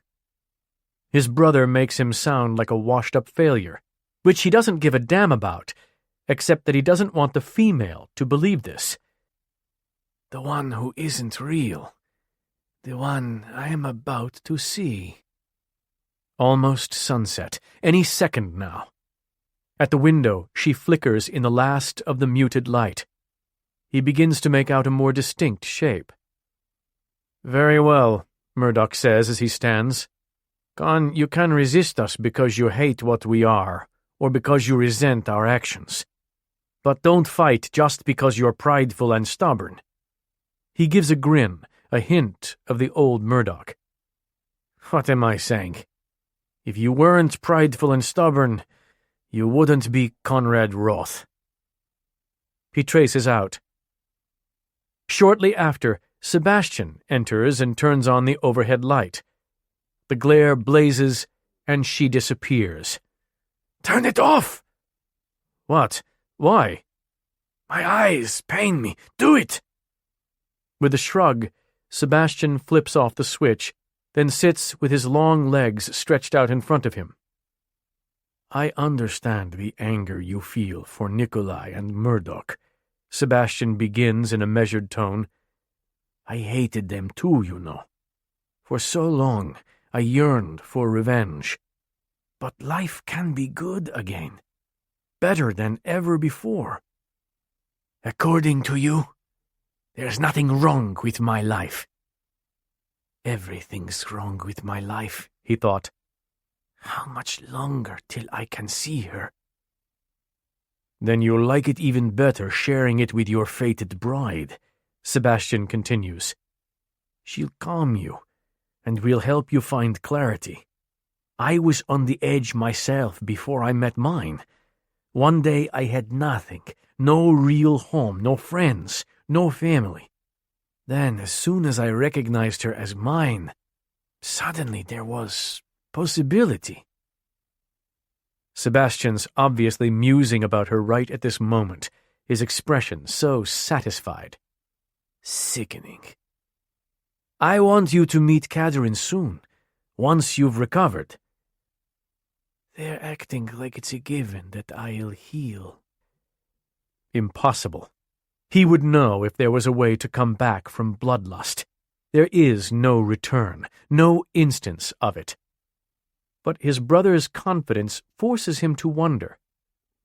Catherine's had, well, her history with fallen vampires is extensive, even for a Valkyrie. "Catherine the Cold-Hearted?" he asks with a slow nod. "An assassin like me. Rumored she snaps vampires' fangs from their decapitated heads, strings them together for her collection.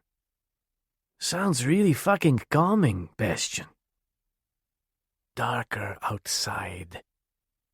The female appears backlit by an iridescent source.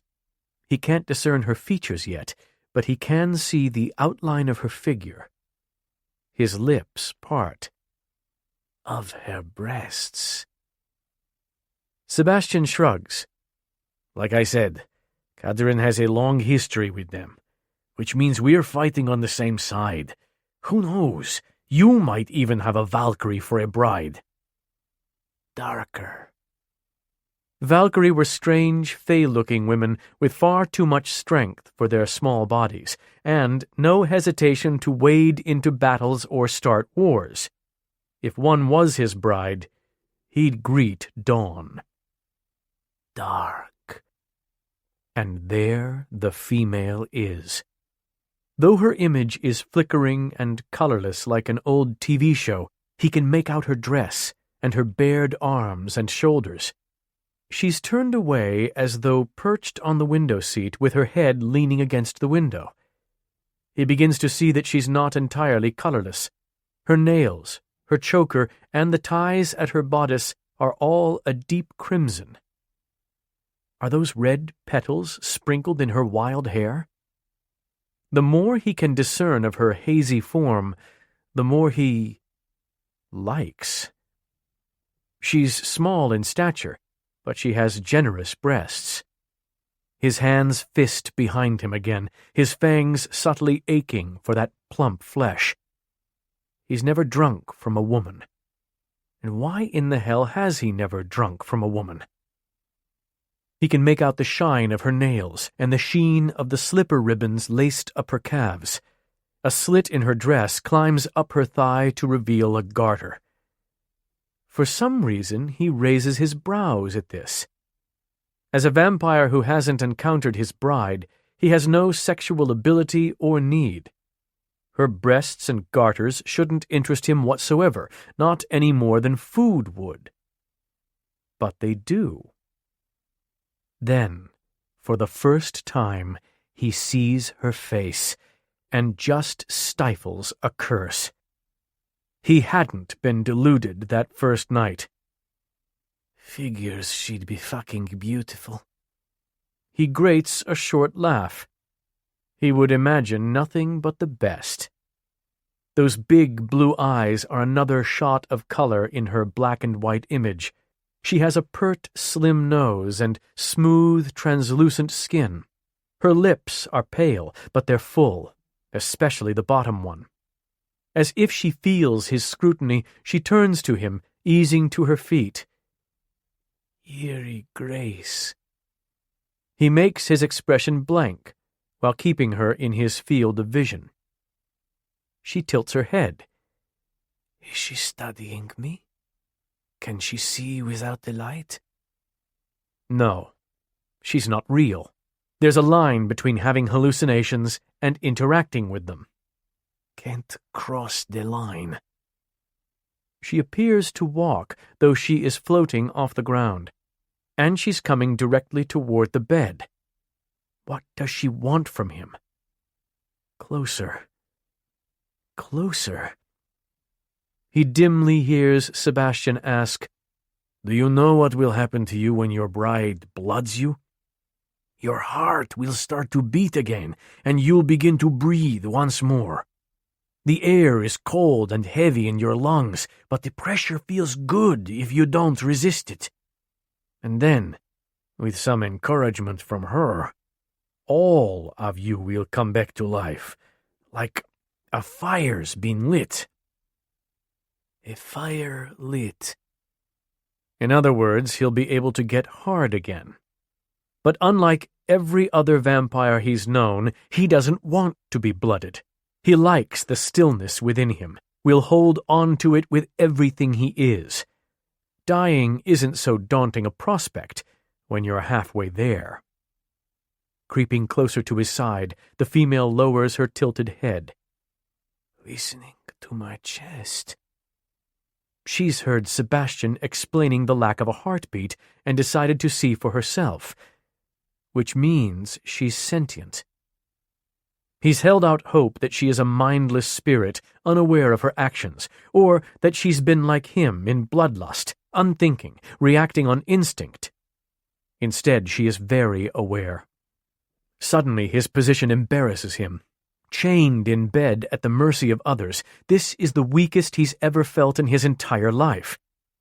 No, there was another time.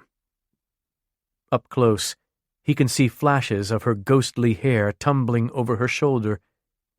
He swallows, closing his eyes as he waits to feel her hair across his skin.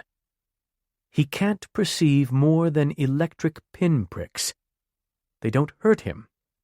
They're not unpleasant. When she flits away, he cracks open his lids. Her lips are parted in surprise. How strange, Démon. Your heart's truly still.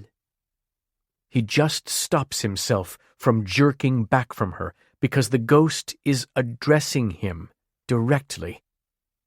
That's it. He's lost his fucking mind. Her echoing words come slowly, as if they've traveled from miles away. He can scarcely hear them, which means no one else would be able to. His hearing is 10 times more acute than even his brother's, 100 times more than a human's. He knows she's not speaking to him in the hope of a response. Seems to be just testing speech. She looks like she's tasting the words, determining how they feel rolling on her tongue. Wait. Did she call me Démon? It means madman in French. He feels the heat on the back of his neck. Though most times he reacts just like an animal, sometimes, very rarely, he suffers the emotions he thought he'd lost. Like shame. There's a line. But is that how she sees me? You know all this, don't you? Sebastian asks, exhaling. Aren't you even curious about being blooded? We were forced to do without so much. There is a lot that your bride could make up for. This yanks his attention from the ghost. Don't you dare, Sebastian. Don't bring this up. 7. Sebastian lowered his voice to say, Wouldn't you want to bed a female once more? It isn't like you were a man of experience glutted on women, Conrad. If you're anything like me, you can count the number of times on one hand. Conrad didn't deny his brother's words, instead grinding his teeth, his jaws bulging. The number of times on one hand? How awful, Néomi thought, floating to the foot of his bed to hover there in a sitting position. Though she herself hadn't taken as many lovers as she would have liked, the specter of pregnancy for a working ballerina was too daunting. The ones she'd had, she'd enjoyed to the fullest. Even with the filth covering Conrad's face and the scars on his body, she could tell he had pleasing features. Women would find him attractive, at least enough that he could bed one when he wanted to. And Sebastian was handsome, yet he'd said they'd been forced to go without. She'd heard them talking about their small country having been decimated by plague, embattled for decades. Were there no women to take succor from? Le démon isn't a man of experience, she murmured in her weird, ghostly voice. Intéressant. Though it was still difficult to speak, she marveled at how much more readily her words came with each try. The more she talked, the easier it was becoming, like training oneself to run through knee-high water. Too bad no one would answer, just when she was getting good at it. Yet even if no one responded, talking made her feel more real. Sometimes she felt like the proverbial falling tree in the forest. It could be argued that because no one had seen her or heard her since she'd died, she didn't exist. She sighed and drew her legs to her chest. When the slit in her dress rode up, she had the strange impulse to cover her legs in front of the vampire. But why? She couldn't be seen, and she'd certainly never been modest when living. Indeed, she was just the opposite. Any inhibitions had been drummed out of her when she'd been young. She'd been raised in tiny lodgings above a burlesque bar, with her dear maman even becoming one of its best draws. From an early age, Néomi had flitted in and out of the performers' dressing rooms, fascinated with the silks, makeup, and exotic perfumes, enthralled by the sensual strains of music that compelled her to sway to them. Yet she could have sworn there had been a lustful aspect to the vampire's gaze. No. It was time to face the facts. Either he found her spectral appearance beautiful, had mastered his blink reflex, and simply refused to acknowledge her, or he was just like every other person who'd set foot in this house over the last 8 decades. She gave a humorless laugh. "If I thought you could see me," she began slowly, "I'd show far more than a garter." Besides, Conrad wouldn't be interested in her like that. Never once in the past week had he grown erect. Was it impossible for him? Was that the fire that would be lit by his bride? Of all the subjects the men discussed, this bride concept intrigued her most. Earlier, she'd heard Sebastian on the phone with his, earnestly assuring her that she didn't need to be here, that she should keep working with her sisters, and that he would be home soon. Even the mere phone conversation with this Caterin had seemed to consume him. Nikolai had also phoned his bride, another Valkyrie named Mist, and was equally attentive. But with her, he'd sounded less confident about Conrad's recovery than he'd been with his brothers. In a low tone, he'd said, "We might have to use Riora's gift." "Who is Riora? Another mystery." The two men's devotion to their wives brought on Naomi's own longings, because nothing was sexier to her than a thoroughly smitten male. She called her desire longings, since it was different from the physical symptoms of lust she'd felt while living. She suffered from what she remembered of desire, still hungering to touch and be touched, but now the need was more akin to an electrical stimulation, a charge that built and built. It was like having pinpricks and itching all over her, but no way to scratch. Naomi had 80 years of those pent-up longings. As it was impossible for her to alleviate them, sometimes she felt like a ticking bomb set to go off, an aching, hungry, Naomi-shaped bomb. In the face of her never-ending frustration, she tended to behave badly. And when the brothers all returned to the room, the temptation was too much to resist. When she rises from the bed, he waits a moment, then casts her another glance, and nearly coughs. Sebastian's money clip is floating from his coat pocket into her outstretched palm. Then she deposits a pebble in exchange. Sebastian doesn't notice, even when she transports the clip away. "Telekinesis, yes, and well controlled." After a cagey glance at him, he swiftly makes his gaze blank. The female prowls for her next mark. She maneuvers around them, yet even with her speed, sometimes they pass a hand or an elbow through her. Each time she grows still, then quivers as though shuddering. Nikolai is next. With a wave of her hand, a cell phone floats out of his jacket. Again, the entity drops a pebble before floating the phone over to the corner. This cat-and-mouse game entertains him, and he wants her to fleece the bastards. She's far more interesting than Sebastian's patronizing speech about family and honor and forgiveness. He wonders where the little being takes her spoils. Why does she take them? Is she playing now? Or is it a compulsion, like his need to kill? For Murdoch's turn, she plucks a woman's jeweled hair comb right out of his pocket. Just who is Murdoch buying combs for? She smiles delightedly at her prize. That smile. Her eyes glitter, her lips curving. She might as well have been carrying a weapon. As she glides toward the corner, she raises her slender, bared arms above her and does a flawless pirouette. Then another.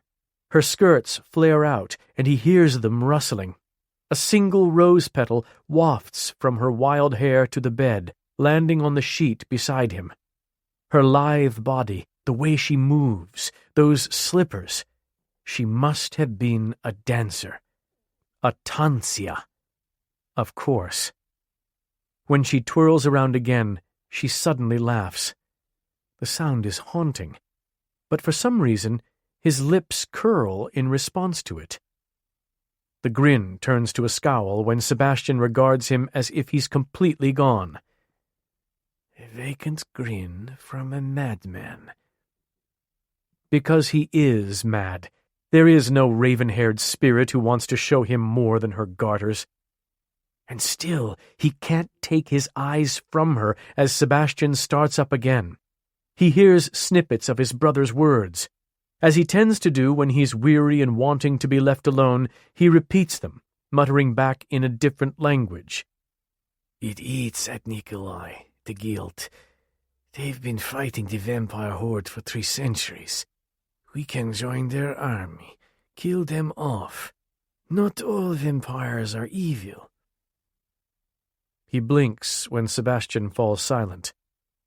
With a narrowed gaze, Sebastian says, You haven't been talking to yourself. You're repeating all of our words, this time in Greek. You weren't hallucinating. You were listening. Sebastian nods as if he's encouraged by this. I wonder what else you can do that we don't know about. I can see ghosts, he thinks. In Estonian, he asks Sebastian, To your right, you see nothing strange? No female in the room? Sebastian glances around.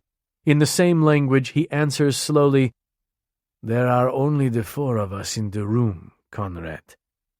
His tone is one he'd use to explain, Actually, brother, the sky isn't green, it's blue. The female seems to have concluded her stealing, and appears slower, fainter. Is she tired? Conrad, do you see someone else? Sebastian asks. Your kind is supposed to suffer from severe delusions. His delusion is now listening in on Murdoch and Nikolai's murmured conversation at the edge of the room. He reeks of blood and mud, Nikolai says.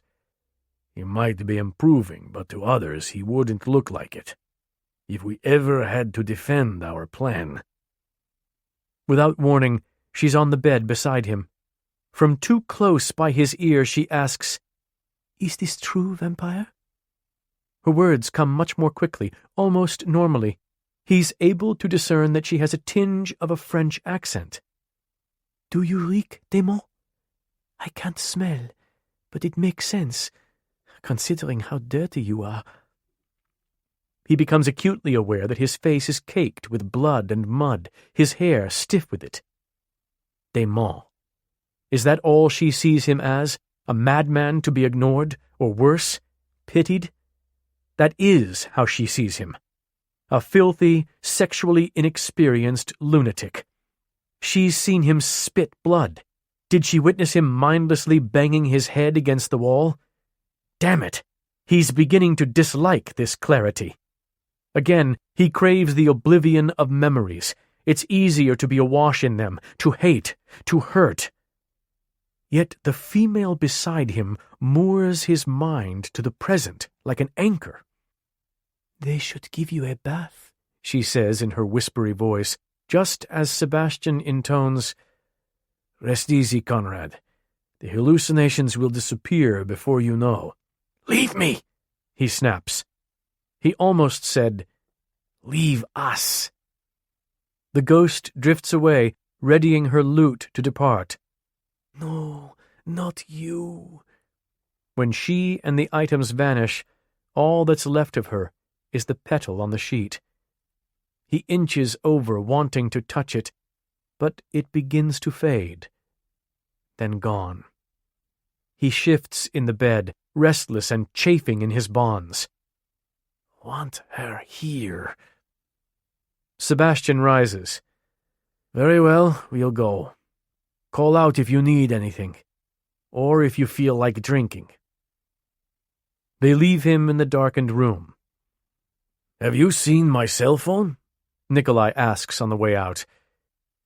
Before he has time to analyze why her absence could possibly disappoint him to this degree, others' memories bubble up in his mind as though from a wellspring. Over the years, he hasn't killed honorable men.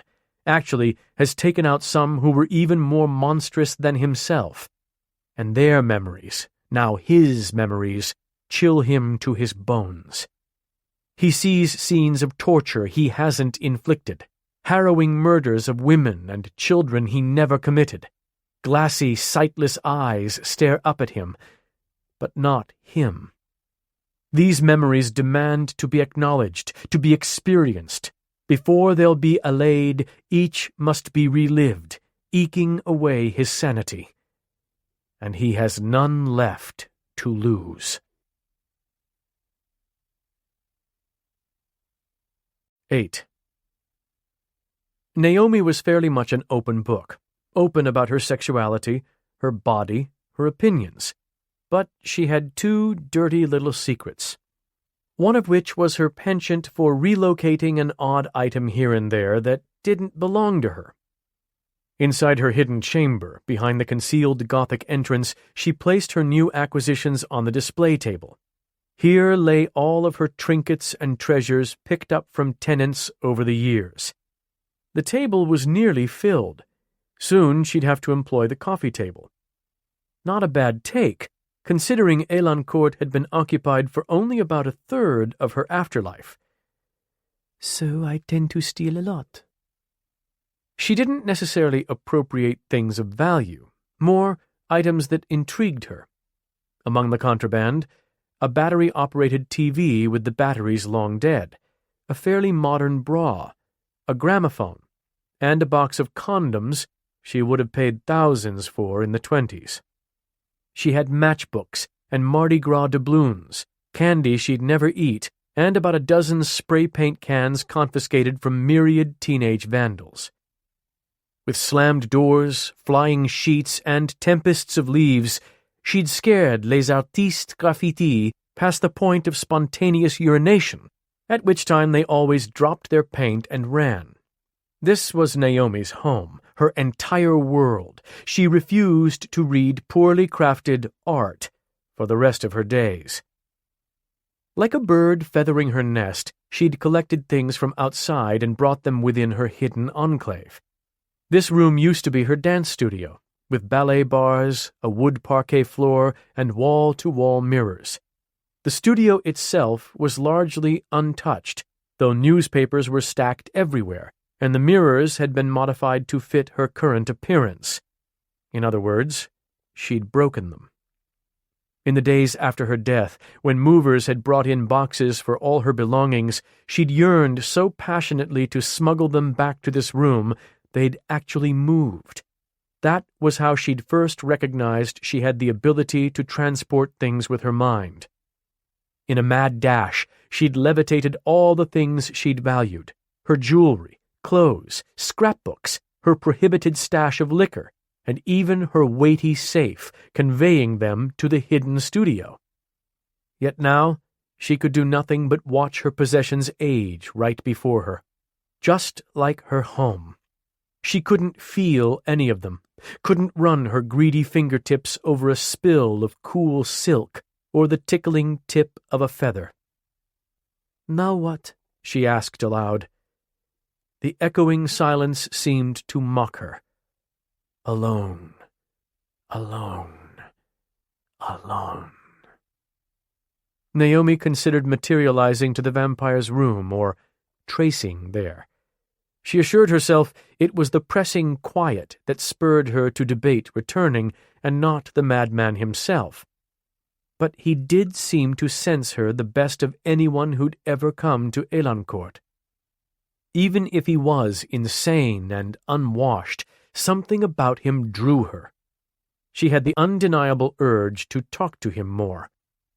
Yet in the end she was too exhausted to return. Her essence depleted from all the energy she used for her concentrated telekinesis. Needing to rest, she floated to her cot. Long ago she'd brought it into the studio. Though she couldn't feel it or the blankets she'd strewn over it, she slept there almost every night. As much as possible, she liked to behave as she had when alive. Except for drifting through walls and tracing, of course.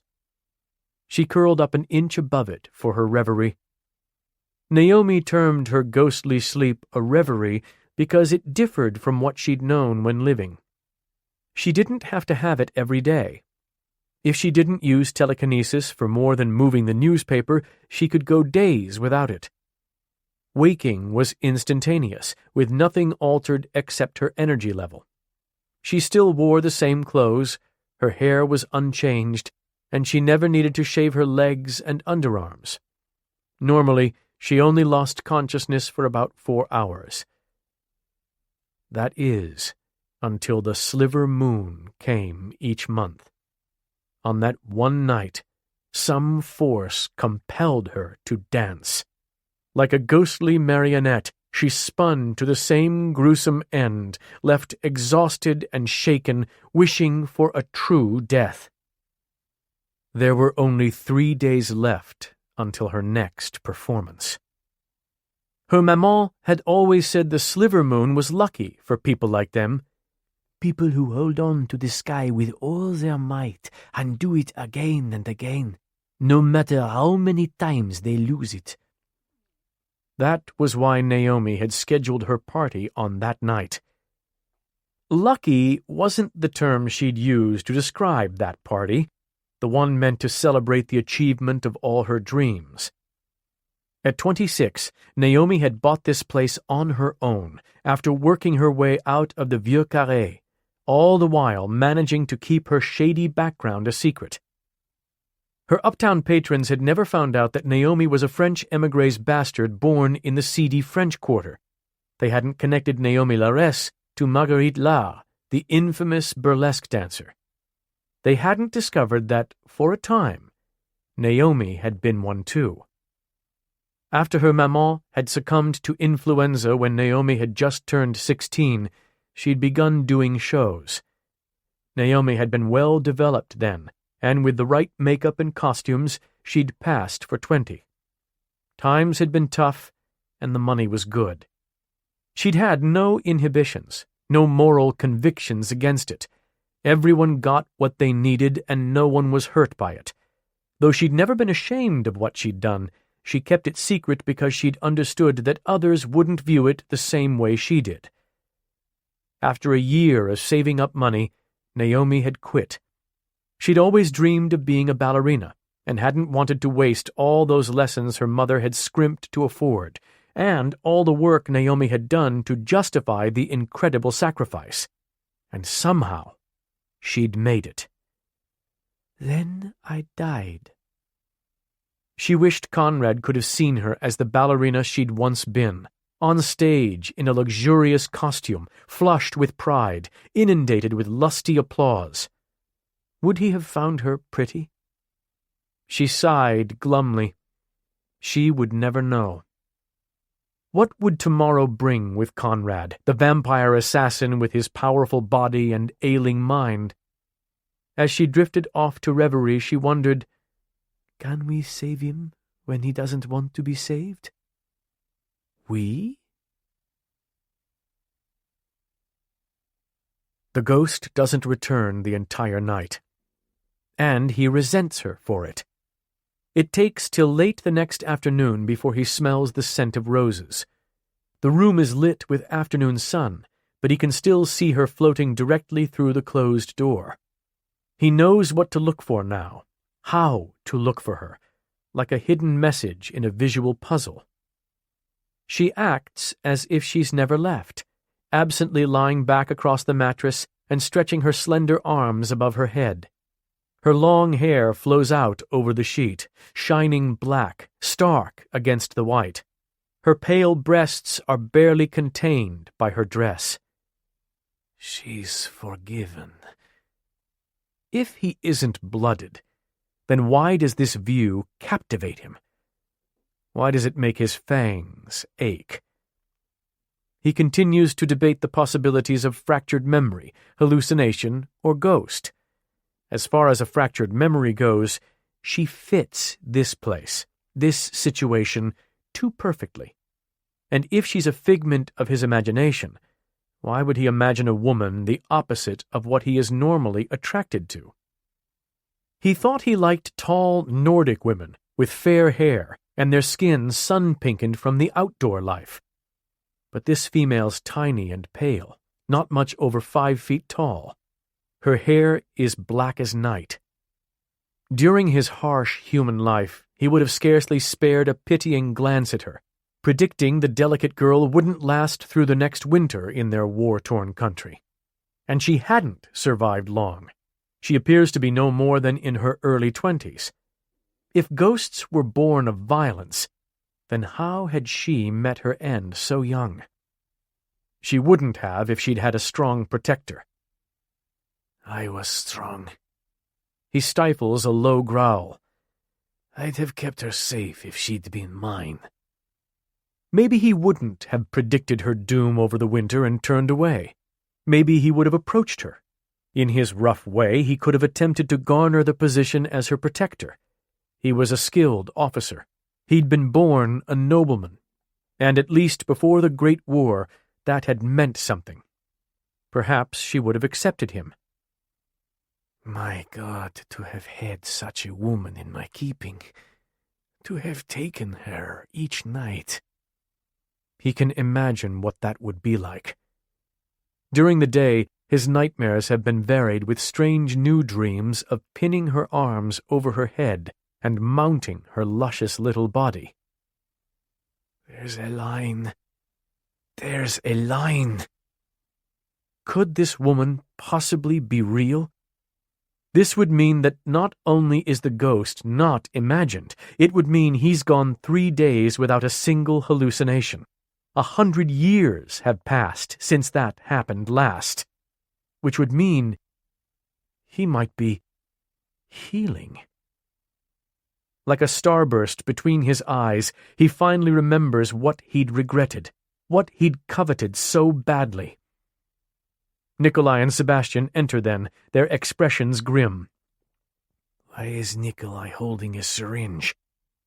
In a tone low with warning, he says, What's the goddamn shot for? I haven't done anything.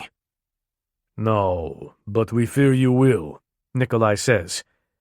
We need to take you from the room, and this will keep you from getting hurt. When Nikolai nears, he yells, Get the fucking thing away from me, Nikolai! He doesn't want to be mindless, can't have that happen again. No! I don't want her to see me like that. Damn you, I said no!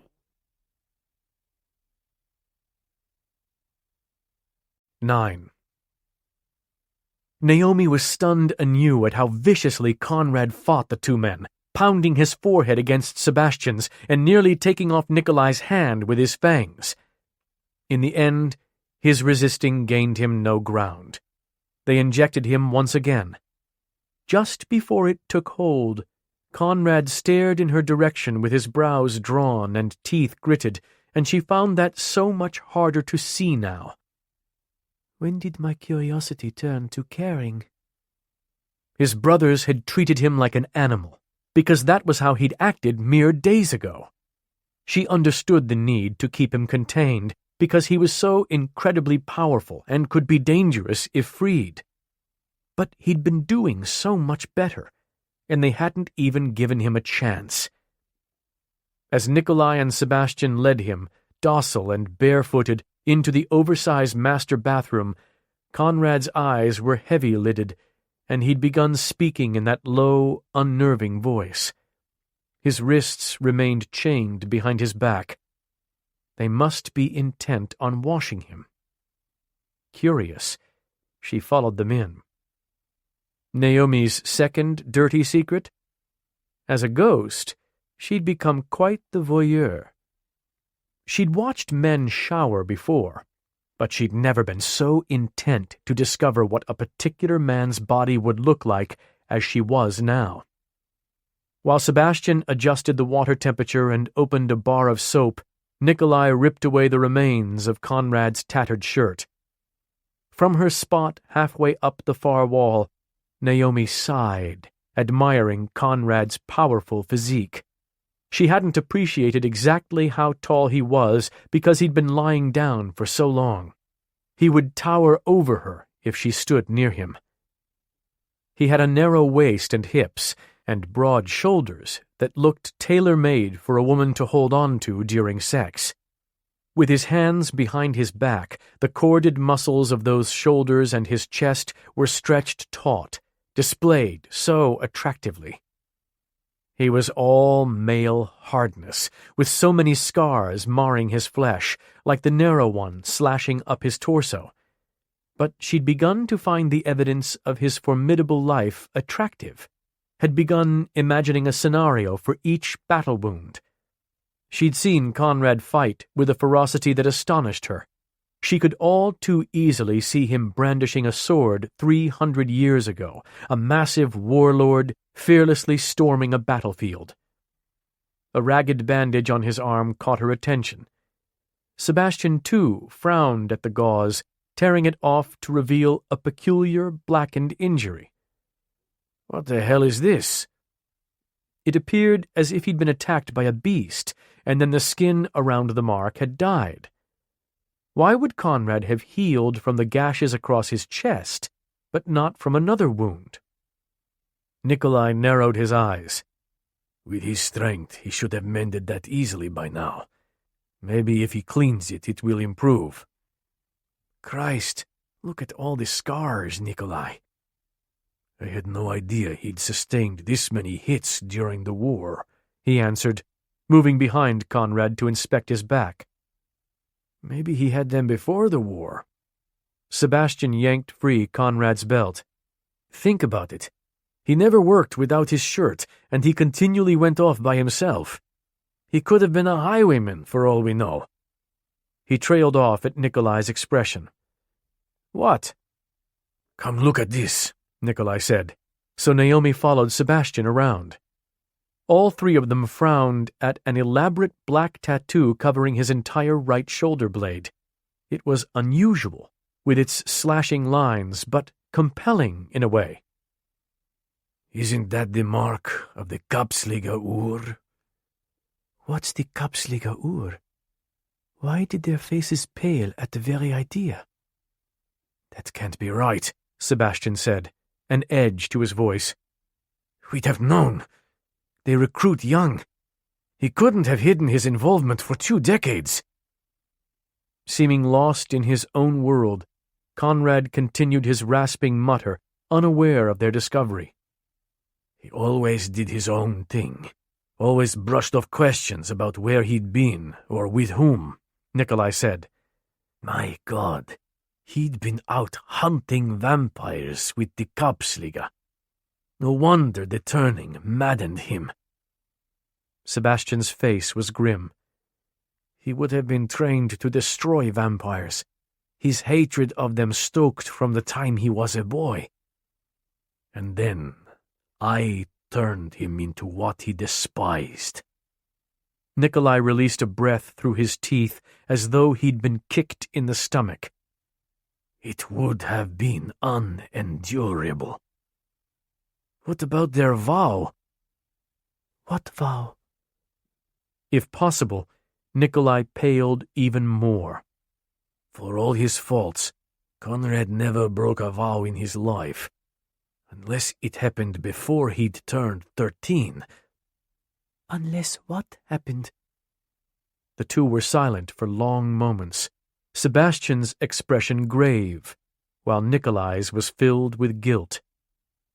His life had been given over to a cause greater than himself.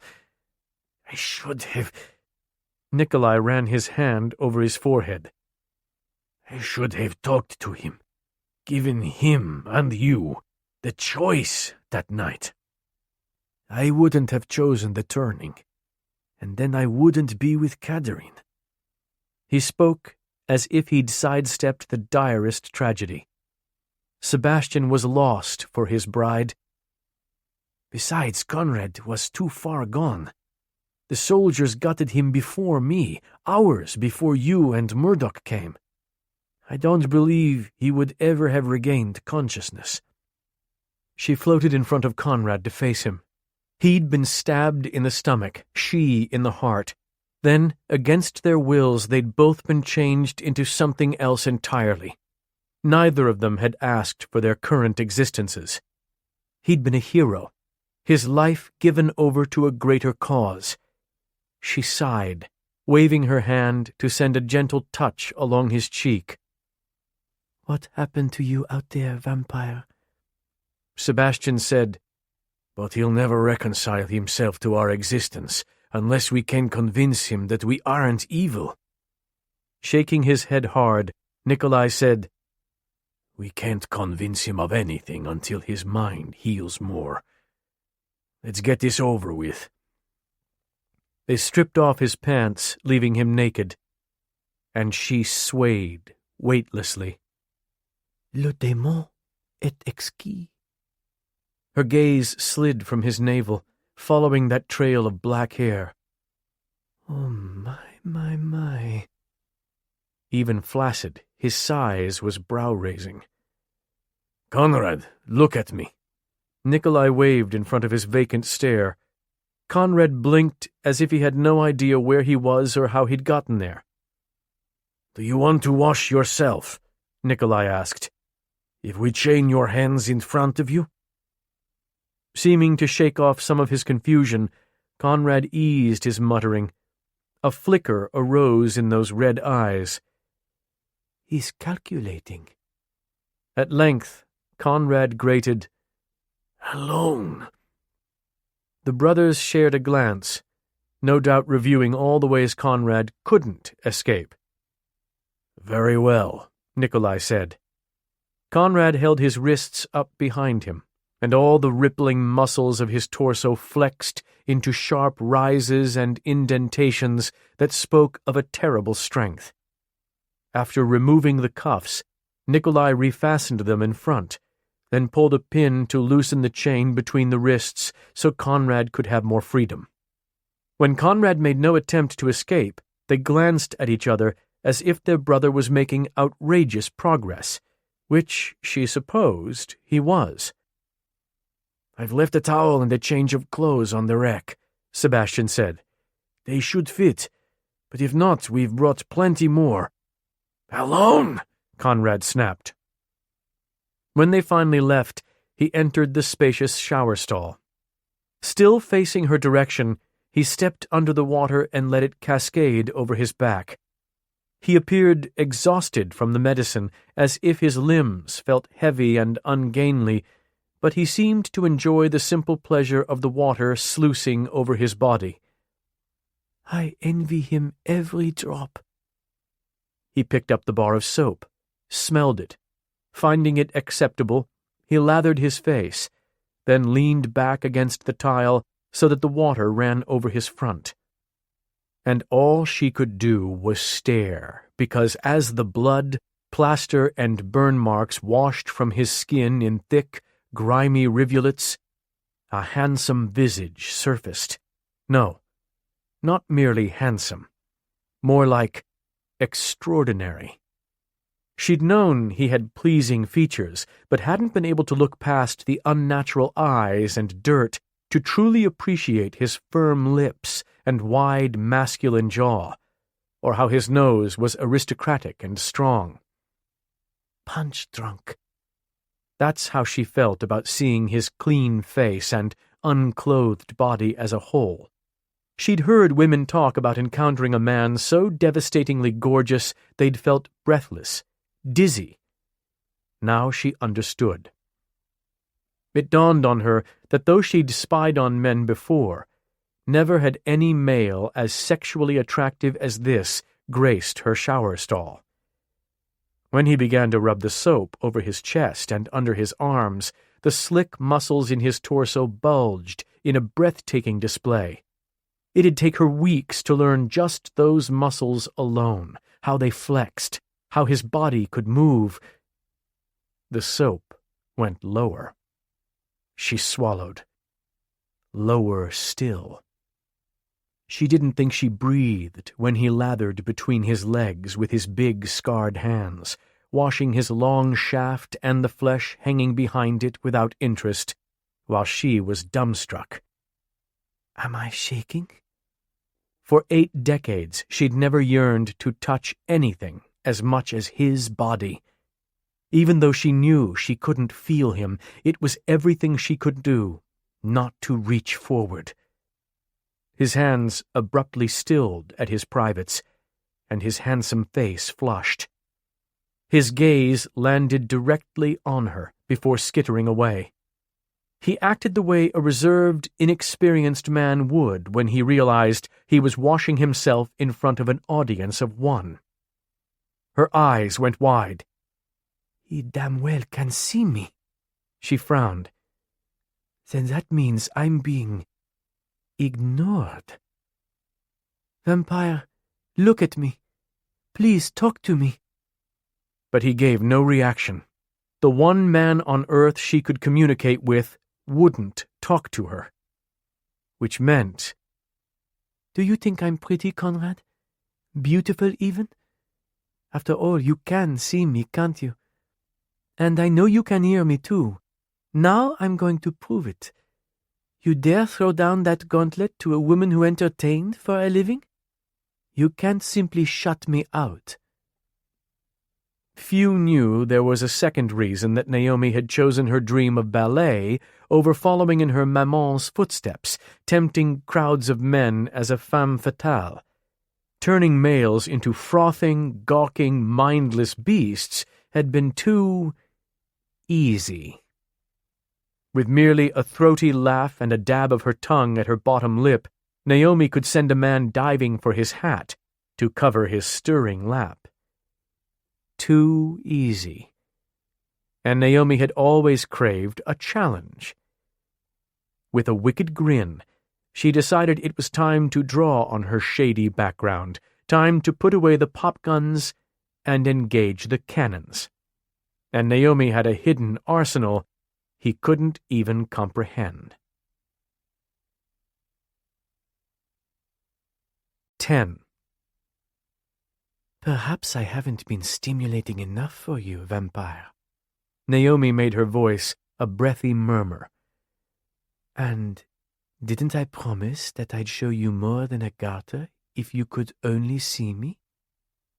She tugged her skirt up slowly, making the fabric appear to bunch in her hands. "I have a bit of experience with what men like to be shown." When she'd bared the tops of her thigh-high hose, she asked, "Still not stimulating enough? Maybe Conrad wants to see my panties instead." Just before she revealed them, she floated into the corner, the one that was farthest from his vision. He'd have to turn fully to see her there. The line, he muttered urgently. He must be talking about some line with her that shouldn't be crossed. "Yes, Conrad, the line. Let's cross it. Or am I going to have to up the ante?" "Very well," she sighed. "You drive a hard bargain. But I feel overdressed anyway. And since you're so deliciously naked—" His body shot upright with tension, muscles bunching in his neck and shoulders. "Here I am, in the corner, unlacing my dress." She made her voice drip with sensuality and her dress rustle as she removed it. "I'm doing it slowly for my vampire. Oh, so slowly." Did he just growl? She moved forward to dangle her dress in his line of vision. Like a lure for an animal, she eased it back toward the corner. He gave a groan as if defeated and turned. His jaw slackened. She stood with her back to him, peering over her shoulder, wearing only her garter belt, hose, and her tight black panties. "I knew it, vampire," she said with delight. His riveted gaze lingered over her face, descending to her back, her ass and her legs, then slowly back up again. His voice broke when he rasped, "Turn around for me." Had his accent ever sounded so heavy? He was talking to her, the first person to address her in 8 decades. She was trembling with happiness and gratitude, elated by the interaction, and helpless not to be excited by his heated looks. She faced him with her arms crossed over her breasts, not shyly, but provocatively. He ran a palm over his mouth. Your arms now." Standing against the wall, she removed one arm, then the other, raising them above her, appearing to rest them against the wall. With his gaze locked on her breasts, he clenched and unclenched his hands as if he was imagining squeezing them. She felt a thrill when he subtly rubbed his tongue over a fang, those red eyes smoldering like embers. "Did you think I was bluffing?" Never glancing up, he gave her a sharp nod, as if he didn't trust himself to speak. "I never bluff. If it took baring my body to prove you can see me, then look your fill, Conrad." When he finally raised his eyes to meet hers, she tilted her head and cast him a flirtatious smile. "But why have you ignored me?" He said, "Because you weren't real," then winced, as if he found his comment idiotic. He'd thought she was a hallucination. Poor vampire. He hadn't ignored her for any reason other than the need for self-preservation. "Do you want me to be real?" Drifting away from the wall, she sauntered toward him, her eyes holding his. He didn't seem to realize that he was easing toward her, leaving the spray of the water. "I'm Néomi," she purred. "Néomi," he repeated absently. "Does nothing abash you?" She shook her head, and her hair bounced over her shoulders and lower. When the locks swayed across her nipples, his gaze dipped once more. "And it's difficult for me to regret undressing, when my vampire's giving me a look that makes my toes curl." He swallowed hard, his Adam's apple working. "I make your toes curl?" She nodded. "Would you like me to come in with you?" His brows drew together. "Why would you want to?" She told him honestly. "Because right now, you are my favorite man in the entire world." A half-naked ghost with high, plump breasts wants to get into the shower with him, and he has no idea how to go about processing this. He starts sweating, his teeth grinding. He has no experience like this to draw from. He was born and raised in a conservative culture. As an adult, he's never been wholly unclothed in front of a woman, certainly has never washed himself in front of one. Yet this female is standing before him, clad in only her hose, garters, and a pair of wicked panties. They're black and lined with a tight band of jet lace that cuts up across the generous curves of her ass. Her breasts are proudly bared. She's acting as natural as if he and she were wed. "I don't even know her last name." Unable to help himself, he rakes another hungry gaze over her body. She's surprisingly defined, her legs taut and strong. The lines of her form are lithe, a dancer's body, with softly flaring hips and a tiny waist he can span with his hands. And those breasts. He shakes his head. She's too pretty. A half-naked beauty dropped into his shower, into his life? This simply isn't in keeping with his fortunes over the centuries. "You're probably not real." When she grins, he curses his clumsiness with this. He wishes for Murdoch's ease with women. He never has before, even when he'd recognized at a young age that he lacked charm. "Do you often see things that aren't real?" "Daily." But if she is real... "Come in, if you wish to." Her gaze holds his as she drifts toward him. She has sultry blue eyes, knowing eyes. Hypnotic. He finds his body arching toward her of its own will. She floats into the stall with him.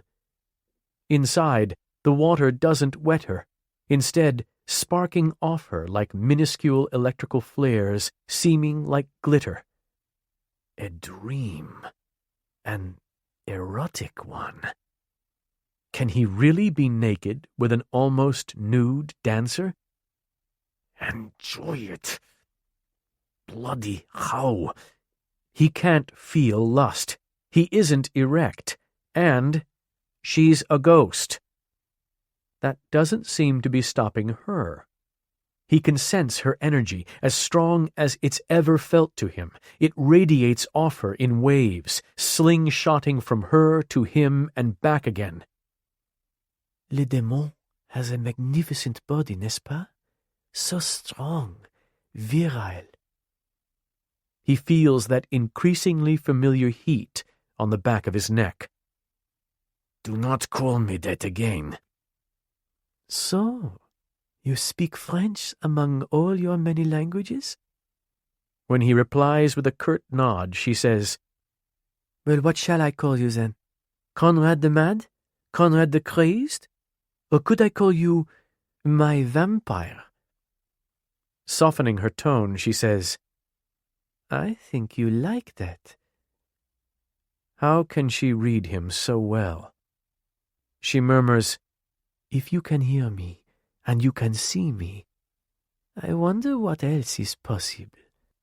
Perhaps I can... Maybe I can try to feel you. The yearning in her voice staggers him. I feel nothing, you see. My hands pass through everything.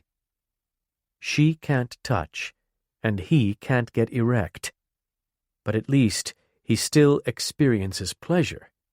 The tang of blood on his tongue, the exhilaration of a bracing wind. Maybe if I concentrate very hard, maybe with you, I could feel. Before him appears a fragile, pale hand with shining dark nails. A petal lies starkly on the back of her wrist, then tumbles away to vanish. Can I try to touch you? At least she asks this time. His voice a rasp. He says, Do as you will. Her hand begins to tremble as she inches it closer to him. Electricity pricks his skin as she nears. Can she feel him? Does he truly want this? Yes. Christ, yes, he does. But it glides right through his chest. His skin tingles at the spot, making the muscles tense, but he has no perception of pressure. She seems to sag with disappointment. Once more she attempts it, running her hand down his torso. He experiences the same electrical feel, which isn't unpleasurable. I suppose it's not meant to be. Her tone is wistful, and this bothers him. He feels as if he's disappointed her. After coughing into his fist, he says, I could try to touch you. In an instant, her expression brightens again. He's effected that. So easily? Where would you like to, Conrad? Before he can stop himself, he's peering hard at her breasts. Then touch them, she murmurs, each sultry word like a stroke. Her energy begins to make him restless. Strange urges rack him. He wants not only to touch her there, but also to kiss her flesh until she clings to him, to drag his tongue over her jutting nipples. Would she like that? Could he make her moan? He needs to cage her in with his body, to keep her from getting away from him, and finds himself backing her against the shower wall. She could have floated through it, but she lets him surround her. He raises his knee beside her and his chained hands over her head. Positioned like this, he gazes down into the loveliest eyes he's ever seen. As if a breeze has swept a path through the fog of memories and confusion, he feels clearer as he beholds her face. He feels centered, feels felt. He felt clearer. Conrad felt centered. His very thoughts seemed to arise differently. They were more focused, each one distinct in his mind. And Conrad wanted to understand why. Was it her or the drugs? What exactly was she to him? A suspicion prodded at his consciousness, but he pushed it away. Her lids grew heavy, her breathing faster, as if she was losing herself in the moment. She was small and perfect. Yet even with his red eyes and scarred, hulking body, she looked at him hungrily. Could ghosts feel desire? Not only was she a ghost, a creature he had no experience with, she was a sensual female. Again, a creature he had no experience with. Conrad wanted to try to touch her because she was both. With an audible swallow, he eased his hands toward her mouth-watering breasts. Had she arched to him? He covered their outline with his big palms, but he only experienced the same electricity. He saw her lower her gaze, as though to see if he'd reacted. He dropped his hands, shamed that he wasn't hard. At that instant, he wished he could be. You can't get me aroused. He backed away from her, standing under the water. I haven't been in 300 years. Do you not wish to be? Do you want me to be? Yes, she began with a smile in her voice. I was thinking that might be nice to see. He'd once been so proud. Now a creature who didn't even have a body made him feel shame. If he was blooded, his shaft thick with lust, what would she think then? It takes a special female to tempt me back to life. I'm thinking one with flesh and blood. So you're not her. You're speaking of your bride? Be glad you're not, he said. But with this new clarity, he began to wonder. Tonight, Conrad had recalled what he'd once coveted, what he'd been filled with regret never to possess. I'd wanted a woman of my own. One to claim and protect, one to pleasure. As a mortal, he'd longed for this constantly. What if this female was his? His arm injury ached under the spray of the water. If the curse of that mark was true, was this little ghost the one his life had been leading toward? He recalled the chills he'd felt when Nikolai had merely uttered the name of her home. Conrad had been forced here, sensing it was the first step on a doomed path. His dream, her doom. You need to stay away from me. I have to escape this place, he thought. For your own good. Her brows drew together. Vampire, I don't know if I can. Nikolai walked in then, Sebastian behind him. What's going on in here? Conrad lunged in front of her, snapping his teeth at his brothers. Fury churned at the idea of her undressed and in the same room with them. His fangs sharpened with his aggression. To her, he gave a half-growl, half-hiss over his shoulder. Leave. Now.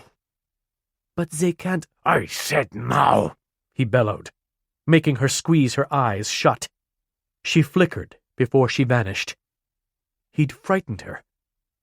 He should frighten her. What the hell's going on, Conrad? Nikolai had another syringe at the ready. Can't have another. He needed to process what had just happened with the female. Clutching his forehead, he struggled to beat back the rage, to stifle the memories that accompanied the fury. Nikolai hesitated with the shot. He was the one who'd said mastering the memories was possible. Conrad endeavored to do it now. Time ticked by. Control it. He must have been succeeding, because Nikolai ultimately pocketed the syringe. "You brought it back, Conrad," Sebastian said proudly. "That's the first step." Nikolai was more cautious. "Who were you talking to?" "Just leave me to dress." Conrad's tone was weary now, his body fatigued from the battle in his mind. "You wouldn't believe me if I told you." Now that the female was gone and her scent had faded, Conrad had doubts about what had just happened as well. His brothers didn't pursue it, because they probably knew they wouldn't believe him. Hesitantly, they left to wait outside. After turning off the water, he dried himself. For the first time in perhaps 300 years, he decided to study his reflection. Stubble, eyes blood red, hair too long and cut unevenly. His appearance was disturbing even to him, and this was an improvement over the last several days.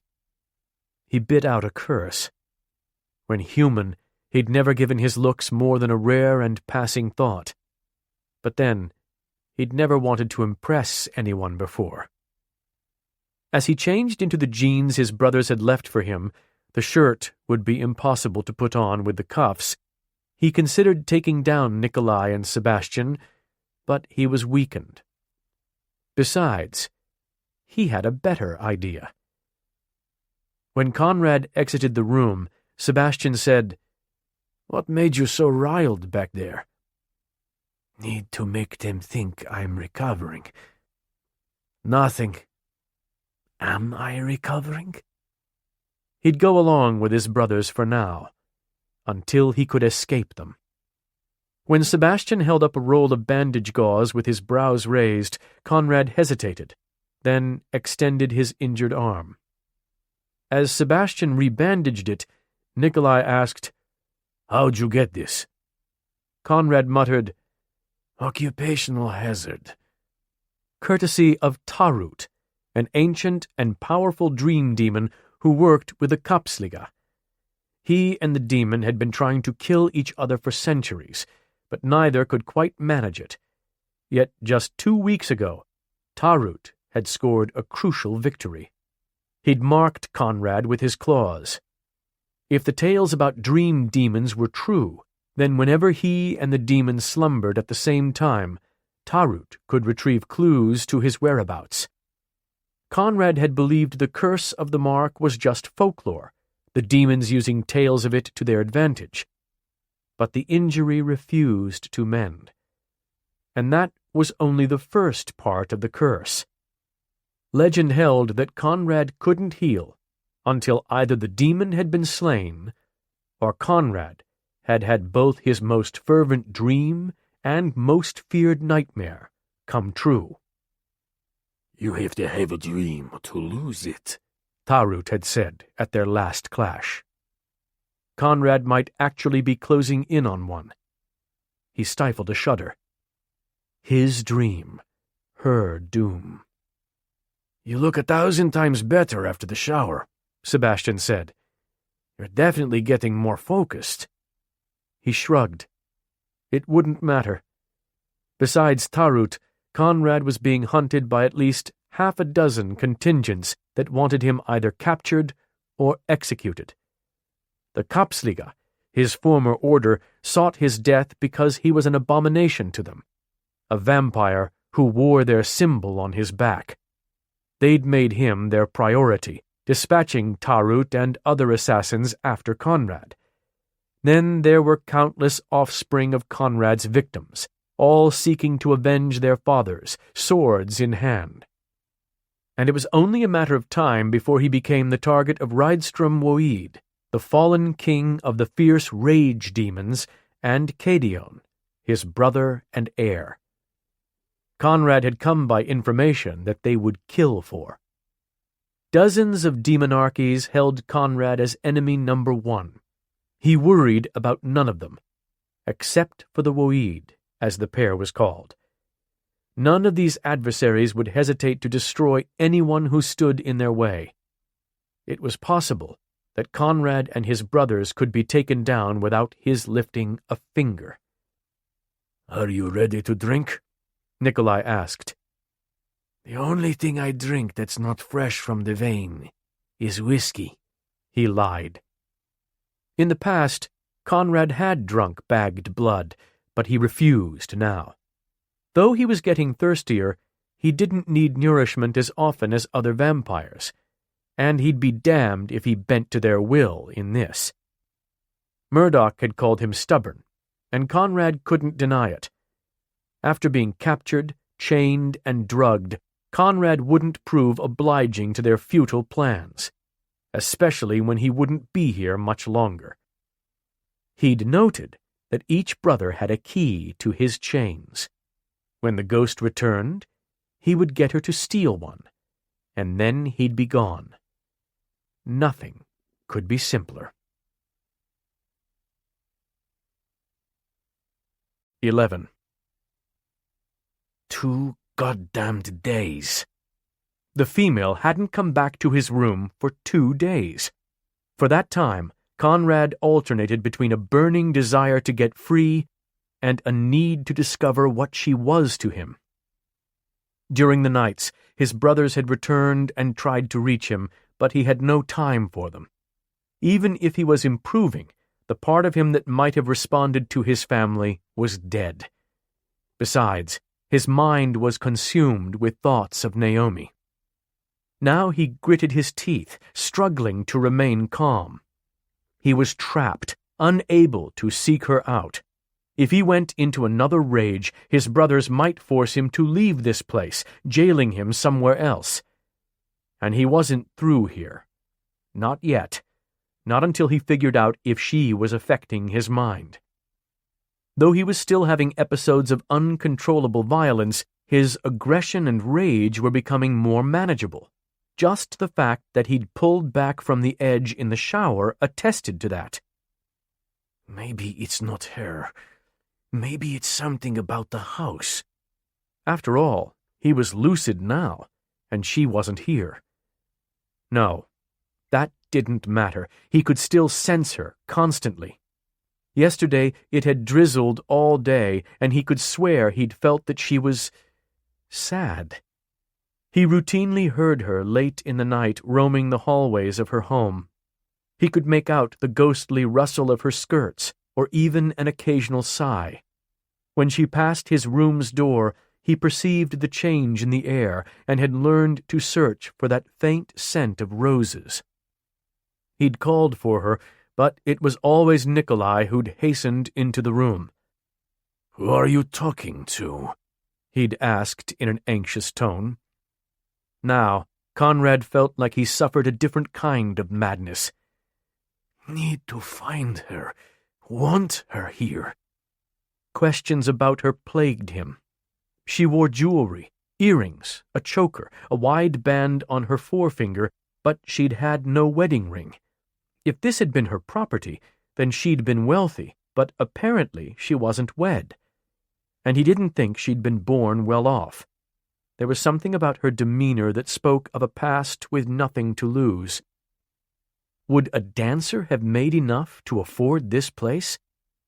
Hell, with her sensuality and complete lack of inhibitions, she could have been a courtesan. She'd have made a fortune.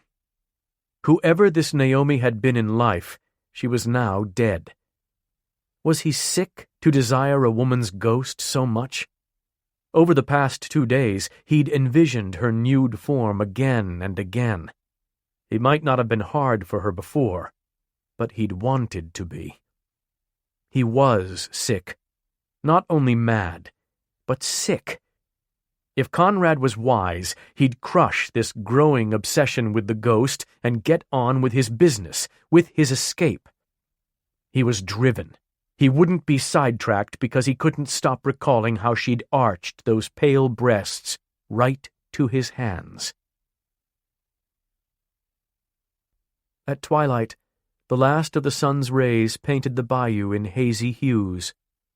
Along the cypress-cluttered banks, moss dripped from limbs. A rickety folly persisted near the water's edge. Decades ago, this little inlet of Elancourt's had been navigable, but over the years, debris and grasses had choked the cove until the area looked more like a swamp. Wildlife teemed. Snakes, alligators, and mink made their home here. Nutrias, large aquatic rodents, frolicked among the lily pads, flashing their orange teeth.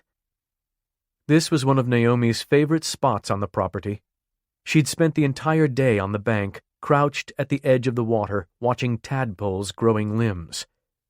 It was the best she could come up with to occupy her so she wouldn't return to the vampire's room. "Stay away from me," he'd warned. Bonne idée, Naomi had decided, because she was attracted to him. Softened by the knowledge of his heroism in the past, and awed by the sight of his naked body, she'd begun feeling a strong pull toward him. Their interaction had been heady and addictive for Naomi. Even his fearsome bellowing hadn't dampened it. And it would only get worse. So what would happen when he left? Again, she'd be all alone in her empty house, enduring her empty life, with no mad but sexy vampire to distract her from her existence. For someone as sociable as Naomi, getting used to the loneliness and the interminable days after her death had been grueling. It was even more devastating when the tenants left. They always left.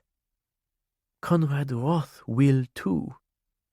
The idea so depressed her, she'd vowed to stay away from them all. I'd best not get accustomed to them being around.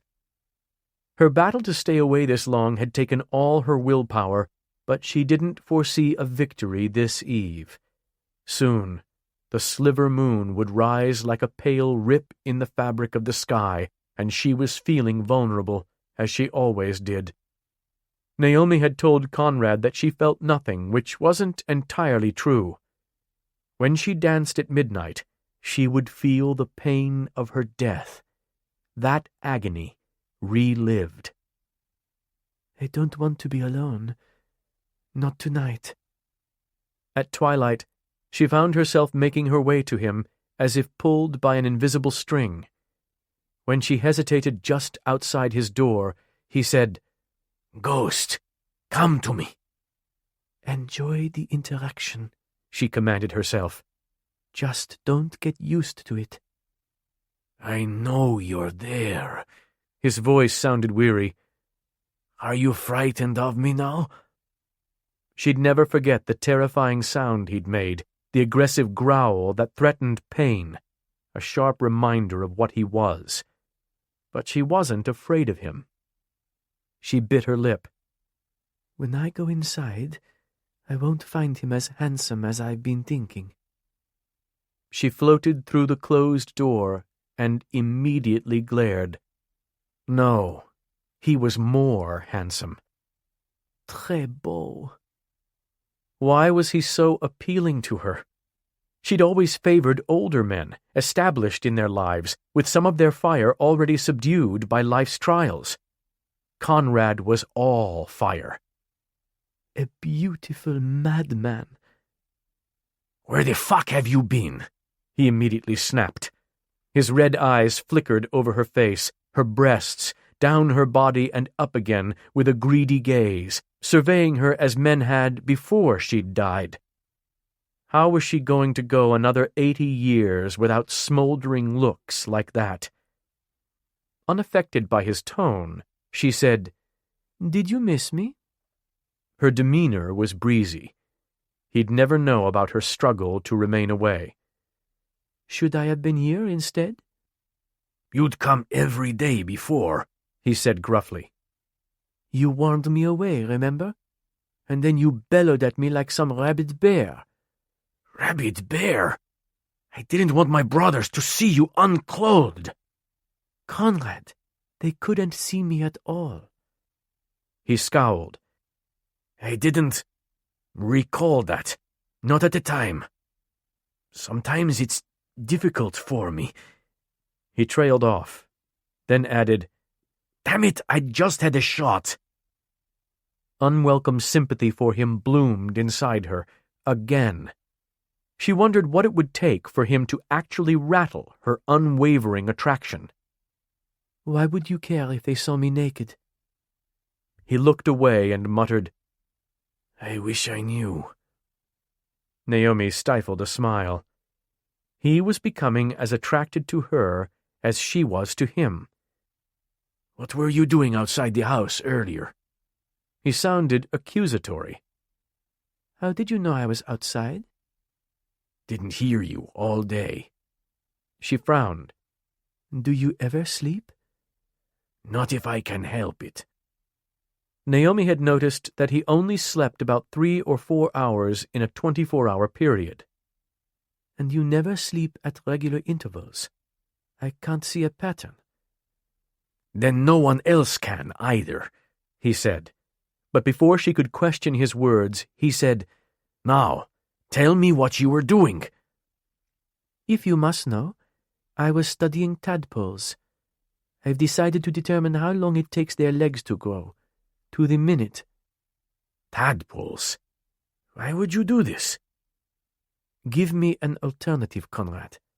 What should I do? He was clearly at a loss. The one newspaper I was able to snare on the drive has been read. The house is empty of insatiable newlyweds or teenage thrill-seekers with spray paint cans, so I've no one to ogle or to frighten away. But I'm here now. So what did you want? Seeming not to know what to say for several moments, he opened and closed his mouth twice. Nothing? She asked airily, waving him away. Very well. Have a good— Stay, he bit out. I want you to stay. Why? Because you find me more stimulating than watching the paint peeling above the bed? He shook his head. Want to talk to you. With her chin up, she nonchalantly crossed to the window seat and floated atop it. Perhaps I'll stay, if you agree to answer some of my questions. Like what? I overhear your brothers talking, but a lot of times I have no idea what they mean. You could explain some things. As though put out, he gave a short nod. What do they mean about your memories? If a vampire takes blood straight from the vein, it's live, laden with a lifetime of memories. The memories have accumulated until I can't control them. I can't tell them from my own. Every night Murdoch returns with more information about you. He said you have all kinds of people who want you dead. True. He also said he suspects you played with your victims before you killed them. I did only what I was paid to do. Did you get paid to behead people while you drank them to death? He narrowed his eyes. Drinking another gives you his memories. Drinking another as you kill him also gives you much of his strength, even some of his mystical abilities.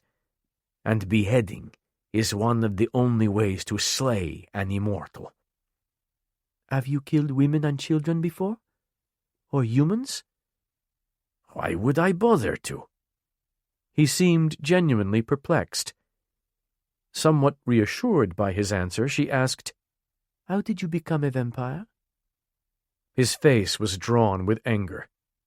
Nikolai decided to drip his tainted blood down my throat just before I died. He didn't have to bite you? That's only in the movies, Conrad said. Blood is the agent of the transformation, and death is the catalyst. It's this way for any species to be turned in the lore. It's that easy to become a vampire? Easy? It doesn't always work. And if it doesn't, you die. Who did it to them? Christoph, a natural-born vampire, and someone I have no intention of speaking about. Ask something else. Very well. Can you still eat food? Yes, but I have as much interest in eating food as you would have in drinking blood. When her expression screwed up with distaste, he said, Exactly. Though I do enjoy a good whiskey. So had she. She had a stash of it in her studio. What about your teleportation, your tracing? How far can you go? We can cross the world, not just the living room of a haunted manor. She pursed her lips at that. But we can only travel to places we've previously been, or that we can see. And the accession? Phenomenon in the lore, every 5 centuries or so. Families get seeded, and immortals get sowed. Fights break out and factions war. Lots of immortals get to die. Naomi had heard these uncanny men speak of the lore as if it were a separate sphere of beings. She'd heard them talk about Valkyrie, witches, ghouls, and the noble fae. There were werewolves and wraiths, and apparently all these beings interacted. Are mermaids real? She asked. Yes. She gave a wide-eyed gasp, unable to hide her excitement. Have you seen one? Do they have big tails with scales? And what about Nessie? Is she real? Does she bite? And is she actually a Neddy? How old were you when you died, ghost? He interrupted with a patronizing mien. Did you reach any level of maturity? She straightened her shoulders. I was 26. Brows drawn, he murmured, How did you die so young? How to answer? She couldn't very well admit that she'd been murdered without going into details, and the details made her sound weak.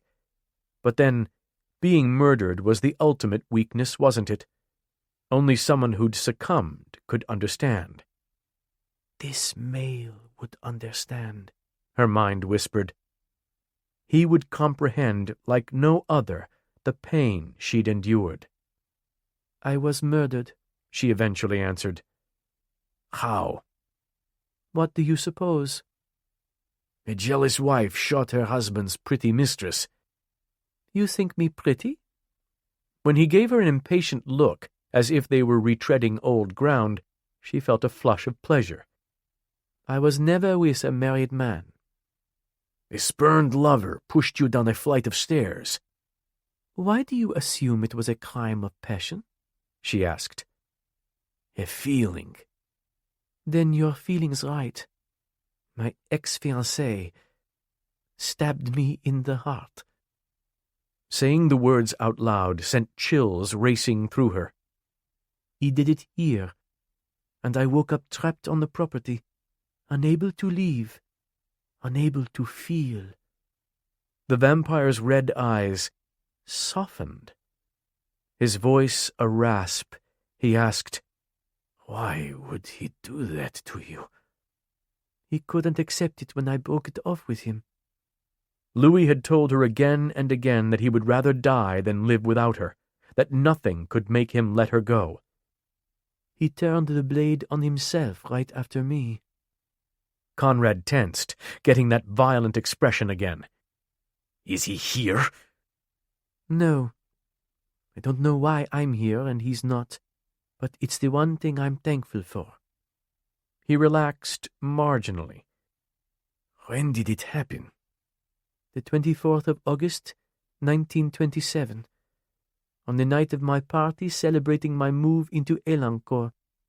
I'd just finished restoring it. The run-down estate had called to her very soul. She'd lovingly overseen every tiny detail of its restoration, slowly bringing the manor and gardens back to life. She'd had no idea it would be her eternal home. Enough about him, she said, shaking off the pall of Louis. Now that she was here with Conrad, she was determined to enjoy this conversation. The second-ever conversation of her afterlife. Why do you think you became a ghost? He asked.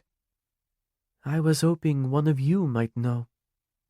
I haven't heard the subject talked about much in the lore.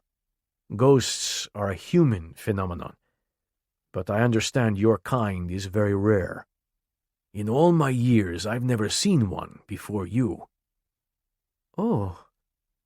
She hadn't expected him to impart the secrets to all ghostly life, but a tad more trivia might have been nice. Are you buried at Elancourt? How strange that question sounds, no? Well, unless something went horribly wrong, I was buried in the city, in the old French society's above-ground tomb. Naomi's remains were in a coffin amidst that towering vault. There were at least 30 other bodies within. But then crypt robbers might have stolen my body for voodoo rituals. He frowned at her. Are you jesting about this? Tell me, Conrad, what's the etiquette when speaking of one's own dead body? No jesting about one's bones? Am I gauche? He gave her a look that said he would never understand her, and might not bother trying to. How did you come by this property? I bought it, all by my female self. And how would you afford it? His tone was tinged with disbelief. Typical. I worked, she said, unable to disguise her satisfaction. I was a ballerina. A ballerina, and now a ghost. A warlord, and now a vampire. She couldn't help but chuckle at the disparity. What a pair we make! He studied her. Your laughter seems out of place. Why? Aren't ghosts supposed to be steeped in misery? Right now, I'm enjoying talking to you, so I'm happy. I have plenty of time to be unhappy later. Are you usually unhappy? He asked. It's not my nature to be, but my present circumstances are hardly ideal. Then we have that in common. Naomi, when my brothers return, I want you to steal a key to my chains. She breathed. Steal? Moi? Never. I saw you taking things from them already, he said. She gazed up at the ceiling, resisting the urge to whistle with guilt. Why did you exchange pebbles for your thefts? Well, it's one thing to take something from the living, another to give. I wanted to hear someone say, "Now where'd this pebble come from?" well after the fact. It would be like a record of my existence. I thought it would prove me real. And now, because I interact with you, you know you're real?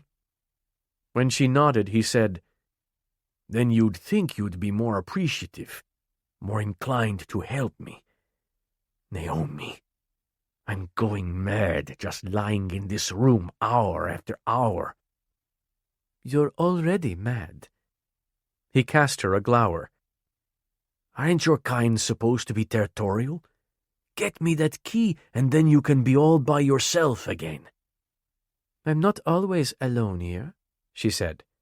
Families live here at times, and contrary to most ghost stories, I adore having people here. Even if they can't see or hear me, they at least entertain. When were the last ones here? 10 years ago. A charming young couple moved in. The husband and wife had been dazzled by the incredible bargain they'd gotten on Elancourt, having no idea it was the scene of a grisly murder-suicide, as the papers had called it. The two had worked diligently to restore and modernize as much as they could themselves.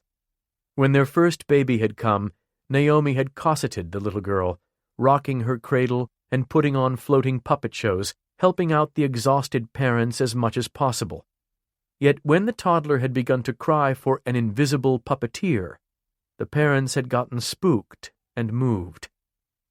Naomi had been heartbroken and alone for the next 10 years, until Conrad and his brothers had come. You've never frightened anyone away? He asked, as if that was precisely what he would have been doing in her position. In truth, I do get very territorial with vandals. I scare them off, and they never return, she said proudly. I've already done much more damage to your home than some vandals. Yet you won't help me leave?" If she gave him a key, he would be gone before the chains hit the ground, and she knew she would never see him again. Merde, that pang hurt. She inwardly shook herself. Even if I could get it, why would I give it to you? So you could make good on your threats against your brothers? You would give it to me because if you don't, then I'm as much your prisoner as theirs. Why are you so keen to get away from them, Conrad? They're only trying to do what's best for you. You know nothing. Then tell me why you hate them so much. Because they turned you? He gave a bitter laugh. That's not enough? It was a long time ago, and they're doing so much for you now. They aren't sleeping. They trace across the ocean, warring against evil vampires when it's night over there, and then they rush back here to try to help you. His expression inscrutable, he asked, Do you hate? Pardon? As in, hate a person? He nodded. Picture who you hate most in the world. That's easy. Louis, the man who stabbed me. Imagine dying and then waking, only to be bound to that miserable fuck for eternity. Would you not resent whoever put you in that situation? Oh, Lord, he has a point. They took me from my mission, my comrades, my life as I knew it and wanted it. Would you rather be dead? Without question. She could see there was no convincing him of anything different in this matter. You've heard that I have all kinds of factions gunning for my head, he said. It's only a matter of time before they find me here. I need that key, Ghost. My name's not Ghost. Mine's not Démon. Touché, Démon, she said blandly. Damn it! I've told you not to call me that! Murdoch suddenly appeared in the room. 12. "Call you what?" Murdoch asked, but Conrad only shrugged. "Even with your one-sided conversations, you still seem 100 times better already." Murdoch wasn't nearly as surprised as he should be about his progress. They had an ace in their pocket. Conrad narrowed his eyes. They know something I don't about the bloodlust. If I'm so much better, then free me. Can't do that. You could relapse. It's not even an option until you're drinking bagged blood and you go at least 2 weeks without a rage. Barely reining in his temper, Conrad said, Am I to stay here the entire time? No, of course not. At the end of the next week, we're tracing you to a meeting about the accession. A huge crowd is expected, with lore kind from all over the world attending. Thousands of females will be there. Valkyrie, sirens, nymphs. You might find your bride among them, especially now on the cusp of the accession. We are also going to search for Nyx, a Valkyrie soothsayer. She's been aiding us with you. When we can find her. Conrad had heard of Nyx the ever-knowing. She was powerful and supposedly as mad as he was. But whereas his mind was clotted with memories, hers was filled with visions of the future. Why would she help you? Just because Sebastian and Nikolai had married Valkyrie didn't mean the rest of their kind accepted vampires. Leeches were universally hated in the lore, even the clear-eyed ones. We're not entirely sure, Murdoch admitted, but she could help locate your bride. And what about your bride, Murdoch? Your heart beats. Sebastian and Nikolai know it. You can't hide it. When Murdoch stood and crossed to the window, Naomi relocated from her window seat to the spot beside Conrad in the bed. The first female ever to move away from Murdoch in favor of another Wroth. He felt a surge of satisfaction. I've made a vow to my bride that I would tell no one, and the Wroths keep their word. Murdoch ran his hand over the back of his neck. I ask you not to bring it up to them. It's none of my concern, just as my bride isn't yours, Conrad said. But we believe finding your female could help you recover fully. Fully recovered still means I'm a vampire. That's true, Murdoch said. Everything we're doing will be wasted if we can't convince you that some vampires aren't evil.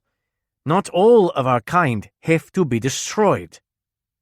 What did Nikolai mean about controlling the memories, pulling them up at will? You can learn to do it, but you have to be stable first. Stable? When was the last time he'd been stable? What have you been injecting me with? A sedative and muscle relaxant concocted by the witches. They also put some element in it that's supposed to make you more susceptible to your bride's influence, if we can help you find her. Son of a bitch, he thought. You don't say. His gaze landed on Néomi. She tilted her head at him. Was she his? Was this why she affected him so strongly? Then why hadn't she blooded him? Especially if he was more susceptible to her from the shots. He inwardly shook himself. No, it wasn't possible. She wasn't truly alive. What witches? Conrad asked. Mariquetta the Awaited? How did you know about the witch in the glass? He didn't remember Mariquetta from his own experience, but from the memories of one of his victims. Someone I drank must have. Conrad's casual tone had Murdoch raising his brows. We couldn't ask Mariquetta for assistance with this. Her male is Bowen McReeve, the Lycae who helped us capture you. It happens that he wants you put down. At the tavern he told us he'd give us 2 weeks to get you straight, or he'd come destroy you himself. Why would he wait? Why assist you? Sebastian saved McReeve's life recently. He also spared the Lycae from what he considers a fate 1,000 times worse than death. Then why come after me at all? You're a fallen vampire who showed up not only in his town, but in a place he and his mate patronize. A little too close for his comfort. So McReeve is sympathetic, but only to a point. And the Lycae's witch could easily scry and find Conrad. Yet another enemy bent on destroying him. The line begins here, gentlemen. Conrad, the 3 of us have vowed to bring you back from the brink, even with you spitting and bellowing if we have to. I'm asking you, as your brother, to just try. How far are they willing to go? Conrad shook his head. What am I thinking? Imagining a recovery from this. He'd made his choices. He'd suffer the consequences. Even if there was a way, he wouldn't have time. Pain shot through his arm as if to punctuate his thoughts. If the curse of the mark was true, then the fact that Conrad had begun dreaming of Néomi could mean far more than he'd imagined. He needed to get free and hunt that bastard. If he could defeat Tarut and take the demon's blood, Conrad would truly be the most powerful male in the lore. He would be unstoppable. Which would help him defeat his next set of opponents, the Woid. Months ago, Conrad had unwittingly drained a warlock who'd known a critical secret, the only way to defeat Rydstrom's usurper. Now, Conrad was the last living being with that information, not that he consciously knew what it was, or even how to find it. Rydstrom would kill for what was in Conrad's mind. So would his brother, Cadion the Kingmaker. As a mercenary, that demon had seated 5 kings, but he couldn't quite reclaim his own brother's crown. Conrad said, "You risk much taking me to the gathering." "It will be wild there, so we'll stay on the periphery of the crowd and see if any female catches your fancy." Conrad was to skulk in the bushes at some field party, looking for a woman. My degradation is complete. He willed himself not to look at Néomi. I have no interest in having to care for and protect a female that I don't get to choose for myself. Even as he said the words, he lost himself musing what it would mean if fate had chosen Néomi for him. Could Conrad find a way to bridge their existences, to make it so he could claim her? He'd dreamed about taking her. If it was a fraction as good as his dreams... "Conrad!" Murdoch snapped his fingers. He blinked. "What?" "I said that we know about your involvement in the Kapsliga, and we know the vows involved." Conrad's eyes shot wide. "Don't!" "We know you've never been with a woman." 13. Cadion Woeed of the Rage Demons would rather have had his black claws pulled from his fingers or his horns filed than come to this bar, a grungy biker dive patronized almost entirely by male demons. But if Cade hadn't accompanied his brother and crew here, he would have gone to stalk her, and Rydstrom was already getting suspicious about his late-night activities. Besides, they had a business meeting with a soothsayer this eve. "And here's the dove of the hour," Cade muttered when Nyx and another Valkyrie entered the bar. They'd been searching for Nyx for days now, and a mutual friend had arranged the meeting. Rydstrom twisted around in time to see the 2 small females accosted by a pathos demon. The pathos was a brawny biker, but he looked young. Too young to tangle with the much older Valkyrie. "Step aside," Nyx told him, already glancing past him. When he didn't, her companion tensed. "Move!" The female was wearing a low-hanging cowboy hat. Good Money said that the hat was shading the glowing face of Regan the Radiant, a combat-loving Valkyrie. Or hurt. "My friend here has been spoiling for a brawl for weeks now," Nyx said. "At this point, she'll smack down unwary kindergartners over sandbox toys. I suggest you get out of our way." "None doing, lovelies," the pathos said in a 19th century Cockney accent. "Pretty little things like ye come in a place like this. Methinks you're keen for a demon twixt your thighs." Nyx rolled her eyes. "Only about, always," she said in an exasperated tone. "As long as they don't resemble you in any way." The pathos put his arm in front of Nyx, blocking her. "Now, that's not nice." Cade shook his head. The fuckwit has no idea what he's provoking. "Now," Regan began, "making you wear your bulbous horns out of your ass wouldn't be nice." Rydstrom asked, "Should we warn that demon?" "Let them sort out the tosser," Cade answered. "The Valkyrie'll be in a good mood after violence." And the spectacle would be something to take Cade's mind off his obsession. In a flash, Nyx snared the pathos's hand and smiled, baring her small fangs. His eyes widened with belated recognition, just as she squeezed his hand in her own, pulverizing the bones. He yelled, alerting a kinsman who unwisely decided to join in.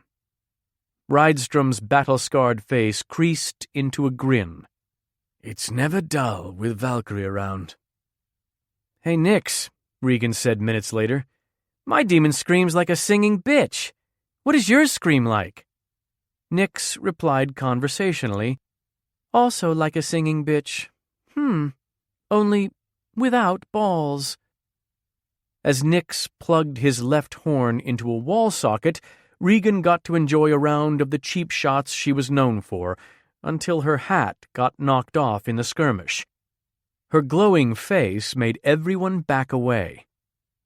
Though Nix was older and therefore stronger, Regan had a notorious vicious streak. The crowd quieted as a whole, but more than one creature cursed under his breath, "Not Regan." A drunk, hunched over the bar, muttered, "That glowing one made me eat a transistor radio once." In the lull, the Valkyrie's two battered opponents fled. With a shrug, Regan collected and dusted off her hat, then cast Nix a blazing smile. "Nixie, you were on fuego!" Nix tucked her black hair behind her pointed Valkyrie ears. "And your waif Fu is as diabolical as ever." As predicted, the chits are in a great mood now. Seeing the show was over, Rydstrom rose to go collect the pair, which meant Cade rose as well. "Nix?" As Rydstrom strode to her, even hardened denizens of the bar dived out of his way. Nix and Regan had to crane their heads up to look into his face. "King Rydstrom," she said with a smile, "and behind you as usual is your guard, Cadion the Kingmaker." Why don't you have a seat with us? Rydstrom led Nix to their back table, with Regan and Cade following. Excuse Cade's mercenaries. Not bothering to hide his disapproval, Rydstrom indicated Cade's crew. Some of them are in town indefinitely. Rydstrom could be just as ruthless as Cade and his men, but he never wavered from his personal code. Cade wondered where Rydstrom had gotten that code because his own was missing. Nix gave them an exaggerated howdy wave, yet they all scowled. She seemed to recognize two of the five, the smoke demon Rook, a fugitive in 2 dimensions living under a terminate with extreme prejudice order, and Grimslade, who sat in the chair closest to the darkened corner. Grim, one among a warrior breed of demons raised underground in the most hellish conditions, looked to have a heart attack when Regan sat beside him. She was unaware that Grim had only 2 aversions, one to bright things and one to beautiful things. Regan was both.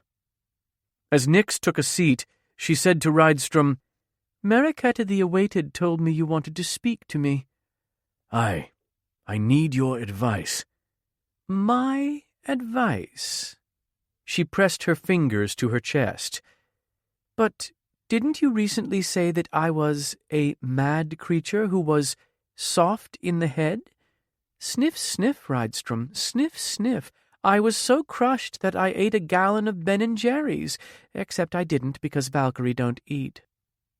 Rydstrom narrowed his eyes. "Bowen told you I said that?" "Ever knowing here."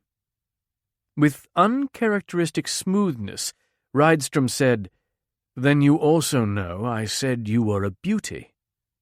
She was a comely bit, but then, was there ever a Valkyrie who was hard to look at? Cade had seen his first one when he'd just turned 9. He'd been fascinated with them ever since. Nix fluffed her long hair. "Though you merely observed the obvious with your aggressive flirting, you're still forgiven." Exhaling as if in resignation, she said, "I suppose that now you want to sleep with me." Over Rydstrom's sputtering, she added, "Alas, big guy, I am taken." "No, you're not," Regan said. "Am too," Nix said. "Mike Rowe, the star of Dirty Jobs, is soon to realize I'm his beloved." She sighed dreamily. "He even got his lawyers to contact me on the pretext of a," she made air quotes, "restraining order." Returning her attention to a bemused Rydstrom, she said, "So, about this advice, do you want to find your fated female, or defeat your usurper, Omort the Deathless. Which would you prefer to have, your queen, or the crown that your brother lost for you?" Cade slammed his drink to the sticky table. He'd fucked up. He knew it, was reminded of it hourly. He did his damnedest to rectify the situation and always fell short. "Am I never living that down?" he snapped, his lower-class demon accent standing out sharply. He usually masked it better than this. He wanted to be like his older brother. He truly did. He often imagined what it would be like to be respected and sought out for his wisdom and even-handedness. Instead, he was violent, impulsive, and misguided, according to Rydstrom. Cade's crew made money doing the things the bad guys would wince at. He just didn't have those moral checks on his personality. But it isn't like Rydstrom doesn't have his secrets. And Cade was inadvertently privy to several. There were certain things that made King Rydstrom lose his cool in a catastrophic way. "No, I checked. You're not going to live it down," Nick said, with all the authority of a soothsayer who'd never been proven wrong, not once in at least 3,000 years. The other demons smirked, except for Grimm, who was casting tense looks at Regan and absently puncturing claw marks into the table. Rydstrom freely blamed Cade for losing his crown, and Cade had never apologized. Cade figured most brothers would have had an exchange of "sorry," followed by "we'll work it out." Not he and his brother. They were prone to break out in fistfights just walking together. Yet they'd rarely separated for centuries. "Why make me choose?" Rydstrom asked. "You could tell me how to obtain both." She blinked at him. "Because that wouldn't be fun?" After casting an inquisitive glance at Cade, she focused on Rydstrom, seeming to will him toward an answer. "I want my crown." Nyx glared. "Well, there went that decision tree. 4 words, and both of your fates just altered utterly." She turned to Cade. "What about you? What would you do to restore your brother's kingdom?" He grated, "Bloody anything." She sighed as if she disapproved of his answer, but wasn't surprised by it. "Would you relinquish your life for it?" "I would," Cade said easily. "Life's too long anyway." He was millennial in age, had no family other than Rydstrom and their sisters. At least with his death, Cade could atone. If anyone got to die to save their kingdom, it better be him. "Would you give up your own fated female?" she asked. The demons at the table grew quiet. Not so easy to relinquish. "Answer the bloody question." Cade couldn't have her anyway. She was forever forbidden to him. "Rydstrom's scrutinizing me." Did he know? "Answer it." "Yes, I would." "Very well." She faced Rydstrom. "Your crown. You and Cade's gang have been searching for months for a particularly nasty warlock who's the only one with the knowledge of how Omort the Deathless can be vanquished." Rydstrom narrowed his gaze. "We've told no one that." She waved away his words. "Don't worry. I've been telling everybody." When he scowled, Nick said, "Problem, though." "Which is?" "The warlock's been murdered." She cupped her ear. "Wow, I can hear your hopes plummeting." Cade ran his hand down his face. "How?" "Sucked dry by a red-eyed vampire." Both Cade and Rydstrom tensed. "This leech, he lives still?" Cade inched forward in his seat, already envisioning how to torture the vampire to retrieve the warlock's stolen memories. The Woeed had no love lost for vampires. "He does," Nix said. "And I even know where he is." With a kingly motion of his hand, Rydstrom waved her on. Nix grew still. Cade drank deeply. Rydstrom, you just fucked up. "You dare wave me about?" Nix's eyes flickered silver with anger. "Like I'm your court seer? Or the seer's coffee-fetching intern?" She lowered her voice. "I'm more than twice your age, and 2 of my 3 parents are gods." Rydstrom had to know he'd botched this, but he plowed on.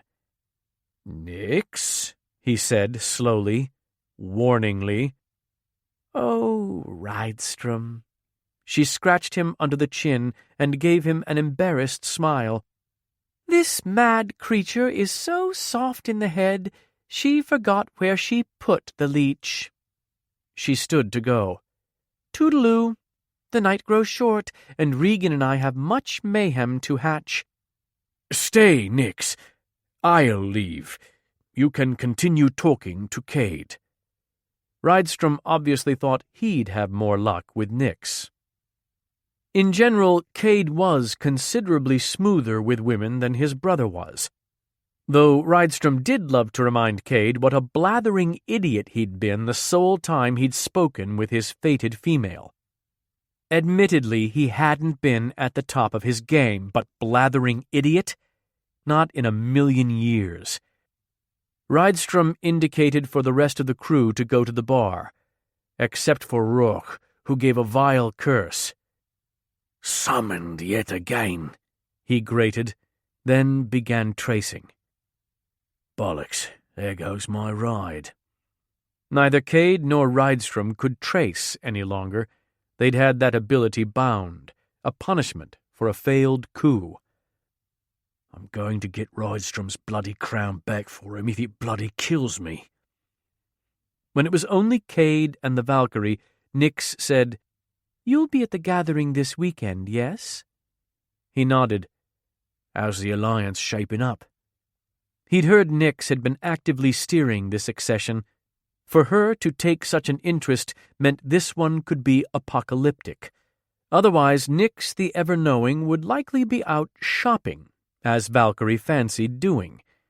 She said, "So far on our team we have the Lycae, the Forbearers, the Furii, the Wraiths, the Noble Fae, myriad demonarchies, the House of Witches, possibly the CIA, and probably a Colombian drug lord. The nymphs are straddling the fence." Regan opened her mouth, but Nix cut her off. "That one's too easy, Reg." The Valkyrie shrugged, her attention returning to an arm-wrestling match. In a nonchalant tone, he asked Nix, "So, you want to tell me about the leech?" "I don't know if you can defeat this one," Nix said. "He's unspeakably powerful." Cade gritted his teeth. "Then I only wish you'd seen what I did to my last enemy, and that was piss easy for me." Nix peered at the ceiling, then down again with an expression of surprise. "Very nice, but I can't see what you did with his spine." She could view the past as well. There'd been rumors. Made him try to crawl for it before I beheaded him. He immediately frowned. "What do you do when you pluck a spine?" "The same. You can't improve on a classic. Oh, and speaking of getting a spine, how are things with your lady love, Cade?" He drank, studying her over the rim of his mug. "Nix can tell how I feel. She knows." Cade was notoriously brutal, a feared mercenary. Yet at times he found himself gut-sick with wanting his female, one who was too young and too human, the sole species forbidden to him, because the mortal wouldn't survive the initial claiming when he went demonic. Cade no longer tried to deny that she was his, no longer bothered with his half-hearted pursuits of other females. Every time he saw her from the shadows, the certainty grew. He wondered if Nix knew about the picture he kept beside his bed. Nix smiled at that very moment. Cade swore. "Ever knowing, Cade," she said softly. Cade hiked his shoulders, pretending nonchalance. "Tell me about the vampire or not, Dove. But none of us really wants to be here." "I'll tell you," Nix said, her gaze rapt on his horns. "But only if you let me lick your rock-hard horns." "Nix!" Regan's attention snapped back to this conversation. Eyes wide, Nix cried, "Who said that? I didn't say that." "Oh, very well. The vampire's named Conrad Wroth. Best be careful with that one. He single-handedly took down Bothrops the Lich." "That was Wroth." He'd heard of the assassin before. Cade grudgingly admitted that the leech did nice work, dealing deaths with a unique, gruesome signature to them, which was important in their line of business. "Where is he?" "To find him, you need to trail the one who seeks him in sleep." "Soothsayerese? I don't speak it," he said, but she didn't elaborate. "That's all you're going to divvy?" "Want to know more?" Nix raised her brows. "Then you should have let me lick your horns." 14. When Conrad's eyes slid shut, the muscles in his jaw tightening, Néomi realized he wasn't going to deny his brother's words. Her lips parted. "Never been with a woman?" If Conrad had been attractive to her before, he'd just become irresistible. This man, with his tremendous body made for pleasing and protecting a woman, was a virgin. Oh, but this revelation was a problem. Conrad, so secretive and proud, was plainly burning with embarrassment, restless in his chains. His arms were bulging so much it was clear he was clenching his fists behind him. Her knowing this would be humiliating for him. And his pride had already been taking a beating. She knew men, and she knew that any show of vulnerability in front of a woman they found attractive was crushing to them. Her heart was breaking for him. Murdoch frowned at Conrad's reaction. "Just think, if you found your bride at the gathering within a single week, you could be bedding her. Aren't you even curious about what it's like?" His tone incensed. Conrad said, "Leave me. Things are heating up overseas. None of us will be back until late tomorrow. Do you want to drink before I go?" Conrad began straining against his bonds, the muscles in his neck standing out with the effort. "Get out of my sight!" As he rocked to the side, she saw blood on the sheets from where the manacles were cutting into his wrists. "Conrad, calm yourself." Murdoch stood. "I'm leaving." When Murdoch disappeared, Néomi took a breath, then sidled closer to Conrad. Making her tone casual, she said, "You seem discomfited by this, but you shouldn't be. Et alors, ce n'est pas grand-chose. It's not a big—" "Get out!" "Conrad, your brother seems to believe you could soon find your bride and bed her, but I think he's glossing over a major component. She needs to want you, too. I could teach you what women like. I could show you how to seduce her." That just made him more furious. She hurriedly said, "Listen, this is your room, and I'll respect your privacy, but maybe tonight I could just sit with you. I won't say a word. I just don't want to be alone." "And you know what I want." She'd noticed that his fangs seemed to sharpen with aggression. They did now. "So be a good girl and promise me," he began in a low tone before yelling, "that you'll get me a goddamned key." You said you wanted to kill your brothers.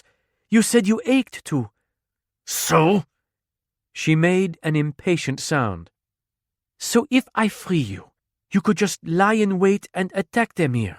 I'd be an accessory to murder. Looking as if he could happily throttle her, he said, I wouldn't do it here. She shook her head.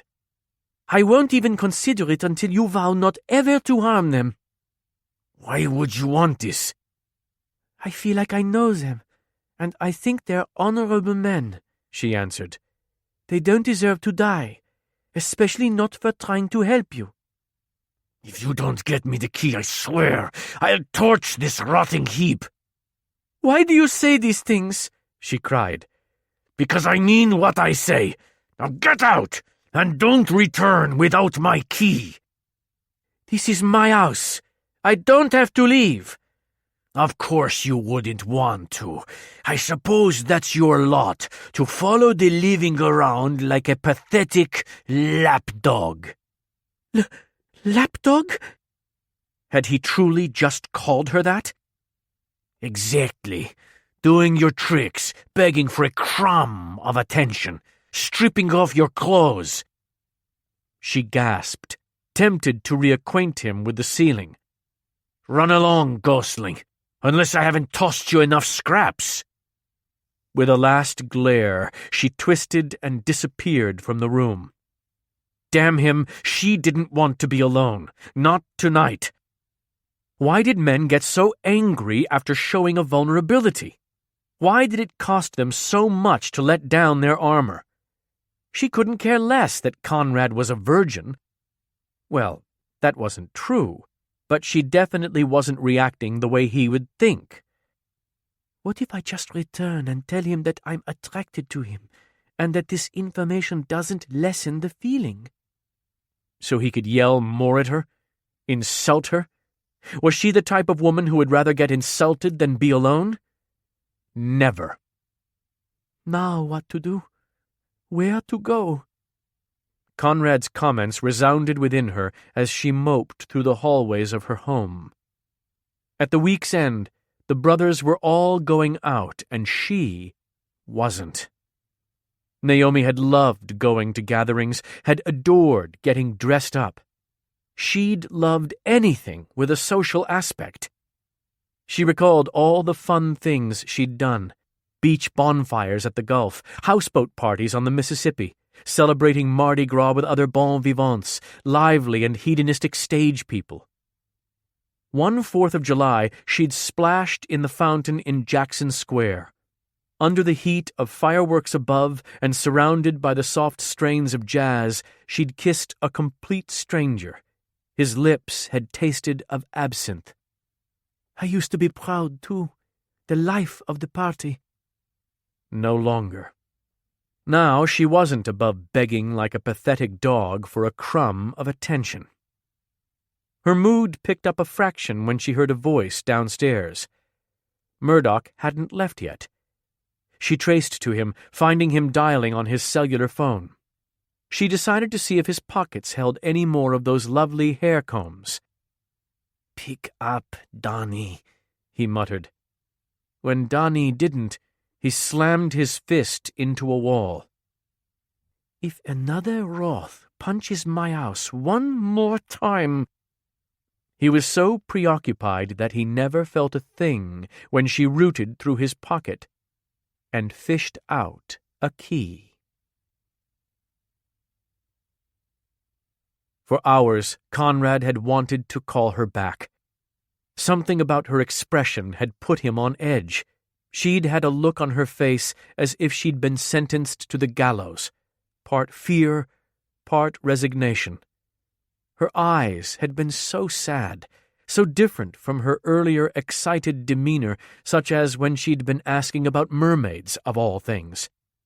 It wasn't her fault she'd overheard Conrad's shaming secret, but he'd treated her as if it were, because he was sick of feeling powerless and impotent, sick of being both. He was just about to swallow his pride and call for her when he smelled lit candles and starch. His hackles rose. Something was happening. Something she'd known was awaiting her. All she'd wanted to do was stay with him during the day because she'd been afraid. Of what? And he'd cruelly sent her away to be on her own. A bewildering type of panic welled inside him, so strong it left him shaken. He began sweating. Néomi should never be afraid, not while he had strength in his body. His eyes widened when he heard music downstairs. Not right. This isn't right. He grew frenzied, rocking back and forth, yanking against his chains, leveraging all his strength against one arm. Again and again he heaved, until he dislocated his shoulder with a pop.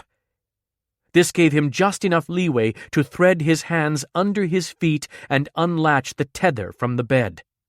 He stood, pounding his shoulder into the doorframe to force it back in place, then charged downstairs. Searching for the scent of roses, he came to the ballroom. This area had been wrecked by age and by Conrad. Yet now it appeared as it must have been 80 years ago. The marble floor was an unbroken gleam under the light of what seemed like 1,000 candles. The interior was filled with fresh-cut roses, starched tablecloths, and obviously expensive furniture. That ghostly music sounded from no apparent source. Surreal. This situation had all the makings of a hallucination, but he didn't believe it was. Then he saw her enter the room, looking as though she were in a trance. "Néomi." She didn't answer, just began to dance. She started slowly, somehow keeping her chest, head, and arms perfectly still while her leg unfolded and she pivoted round. When the pace quickened, she began to sweep her arms, the movements precise yet fluid. The way she moved was like silk, as though her arms were boneless. Stunned, he muttered, "Tansia." Even he recognized certain steps from classical ballet, but she infused them with sensuality. There was something suggestive about the way she danced, as if she did it to attract a man. It was working. When she moved, he felt. Néomi appeared spectral at certain angles, but he'd still never seen anything so beautiful. Her skin was glowing, her pale lips like a bow. The smoky outlines around her eyes just made the blue irises stand out. Her cheeks only seemed sharper because of the shadows under them. Her face was suffused with contentment, what looked like a nearly mindless joy. He was calmed watching her, his earlier frustrations soothed. Others' memories couldn't overcome his captivation with what he was seeing. They grew quieter with each second, and then, for the first time in centuries, they receded altogether. A dead dancer with joy on her face made him feel expectation. He had a sense of looking forward to something more with her, to watching her dance again, to talking with her. Before, he'd been accepting of the fact that he would die soon, had believed he deserved it. He was a vampire, a being he'd been taught to hate all his life. Now, he wasn't at all ready for the end. As he watched her, he thought, "I might not be able to miss out on her." He narrowed his eyes. "I want the dancer." In the shower with her, he'd recognized she was special to him in some way.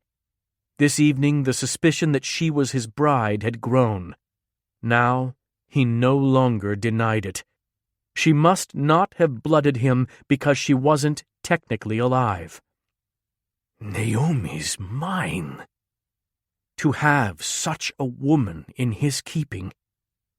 For a chance with her, Could he put away his plans for revenge and his certainty that he would soon die? She effortlessly twirled up on her toes, her black skirts and her long hair whipping around. So lovely his chest ached. Yes, he could. She's mine, and I'll have her. There were obstacles, but he excelled at eliminating anything that stood in the way of what he wanted. Soon her pace increased. She spun faster and faster. Not right. Outside, yellow lightning began to flash in front of the crescent moon, and the wind soon roared through the trees, raining leaves. The room slowly aged, decaying right before him. The music abruptly ended. Rose petals littered the floor. Conrad charged for her, unable to trace because of the chains. Before he could reach her, the pace quickened even more. Néomi! The air grew heavier. Her expression changed, going from dreamy and seductive to terrified. Once he reached her, he yelled, "Néomi, stop this!"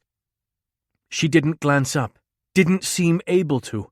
Her eyes were stark, her breaths ragged. When he tried to stay her, she passed right through him, making him shudder from a surge of electricity.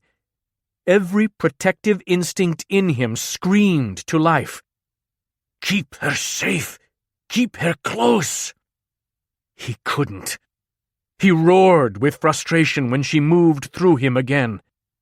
How long could she sustain this pace? Faster, twirling away from him until she vanished. Turning in a slow circle, he bellowed, "Néomi!" But the sounds continued, sounds that he didn't want to identify. The wet scraping of bone. Her scream interrupted. Suddenly blood pooled out over the floor, soaking the petals, until they too disappeared. 15. He'd seen it. Somehow the vampire had gotten free. When Conrad had begun yelling for her from all over the house, she'd evacuated from her studio to the Bayou Folly. She planned to sleep out here, away from all the commotion. The crickets and owls were lulling, and a breeze blew. She couldn't feel it, but the cypress needles above her combed the wind, the sound sublime. She was just about to fall into reverie when he came upon her. He stopped in his tracks, and his eyes briefly slid shut. "What do you want?" Néomi murmured. He wound around jutting cypress knees to reach her. "Are you injured?" he asked, crouching beside her, surveying her. As much as she hated to admit it, his presence was comforting. "Don't be ridiculous, vampire. I can't be injured." Yet her essence was depleted. It always was. And she was shaken from the relived pain. Being stabbed in the heart tended to do that to a person. "Much less when the knife twists." She shuddered. "How much longer can I continue to endure this?" "What the hell was that back there?" When she shrugged, he said, "You're even paler than before. Fainter." "Am I to expect more insults, Conrad? You should know that I'm not one of those women who will take disdain over nothing." Had she sounded as if she was trying to convince herself? "I'd rather not converse with you." "I don't want to insult you." He couldn't take his gaze from her, as if fearing she'd disappear again. "You didn't want to be around me earlier. Perhaps now I don't want your company." He studied her face. I think that you do." "Cocky now. Le Démon reveals a brand new personality." She didn't like that he was right, or that he knew he was right. Maybe she was as pathetic as he'd deemed her.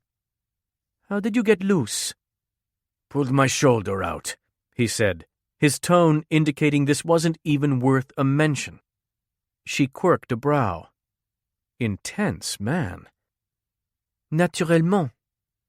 Come inside with me. You're ready to let the lapdog inside? And here I didn't even beg at the door. Why do you even care what happens with me? I just do.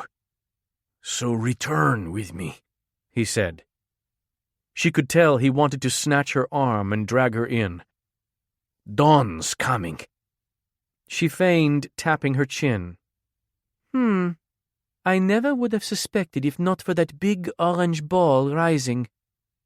If you won't come inside, then I have no choice but to stay with you here. What about the sun? Are you crazed? Strike that. Are you a fool? Tell me what happened tonight, or come inside. One of the two. Allez au diable! Then I'm staying with you. He sank beside her, flaunting that stubborn mien. Then I leave. And go where? He asked. Is this where you usually go when you're not with me? No. I'm out here because you wouldn't stop shouting in my house, she snapped, at the end of her patience. I don't know why this happens.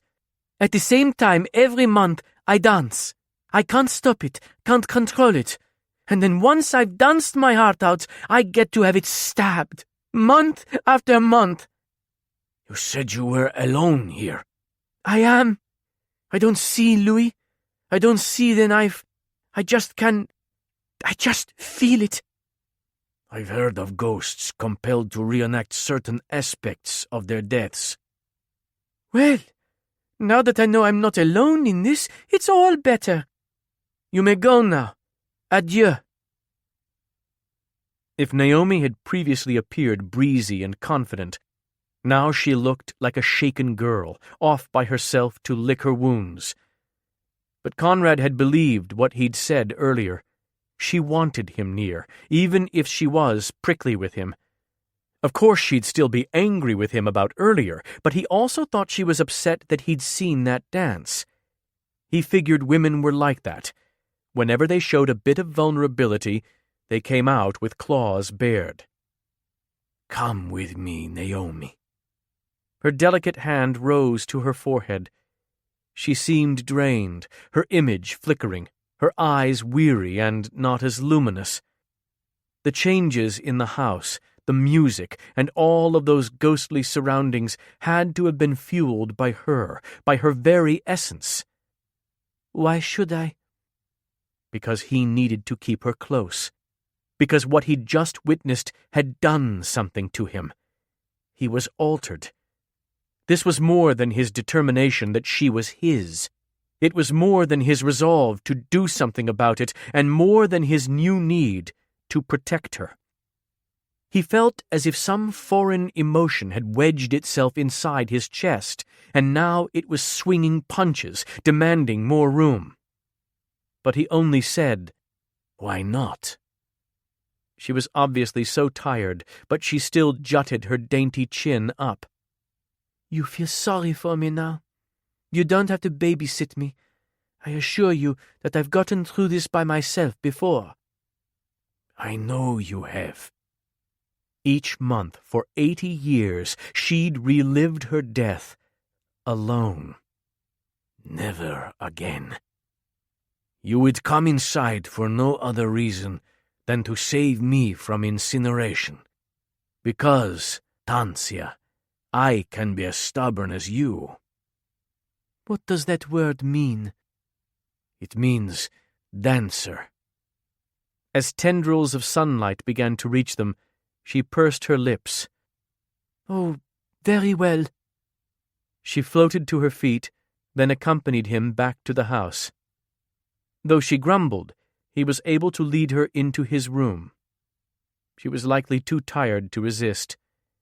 Inside, she drifted straight to the bed, then curled on her side, hovering just above the mattress.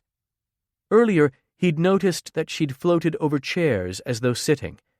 Now he knew she slept on beds as well. In seconds, she was asleep. During the long day as he watched over her, her image grew stronger, which satisfied him more than anything in recent memory. He experienced needs unknown before, inexplicable urges. He wanted to lie behind her, wanted to tuck her small body into him. Again and again, he ran his hands over the outline of her hair, imagining what the glossy curls would feel like. He had the overwhelming urge to buy this place, fix it, and keep her safe within it, but only if he could prevent her from having to dance as she had last night. His hands clenched as he thought of her, cursed to feel that pain over and over. Conrad had the knowledge necessary to do some spells, mostly crude protection or camouflaging spells, but could rarely access it on demand. Whenever he wanted a certain memory, it proved infuriatingly elusive. If he was able to utilize at will all the knowledge he'd acquired, could he figure out how to protect her? What if the answer was there, already within him, waiting to be retrieved? Nikolai had said Conrad could learn to do it. He'd also said that there was only one thing that could compete with bloodlust: sex. And that there was only one thing that could compete with the overwhelming need to kill. Now Conrad knew.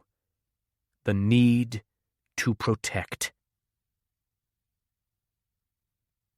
By dint of will, effort, and a rake he'd found in a ramshackle tool shed, Conrad had retrieved several of the newspapers on the drive that she'd been unable to reach.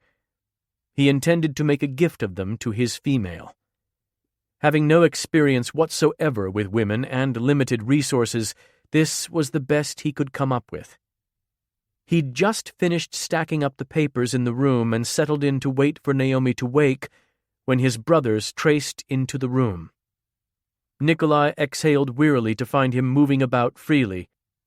"How did you get loose?" "Dislocated my shoulder."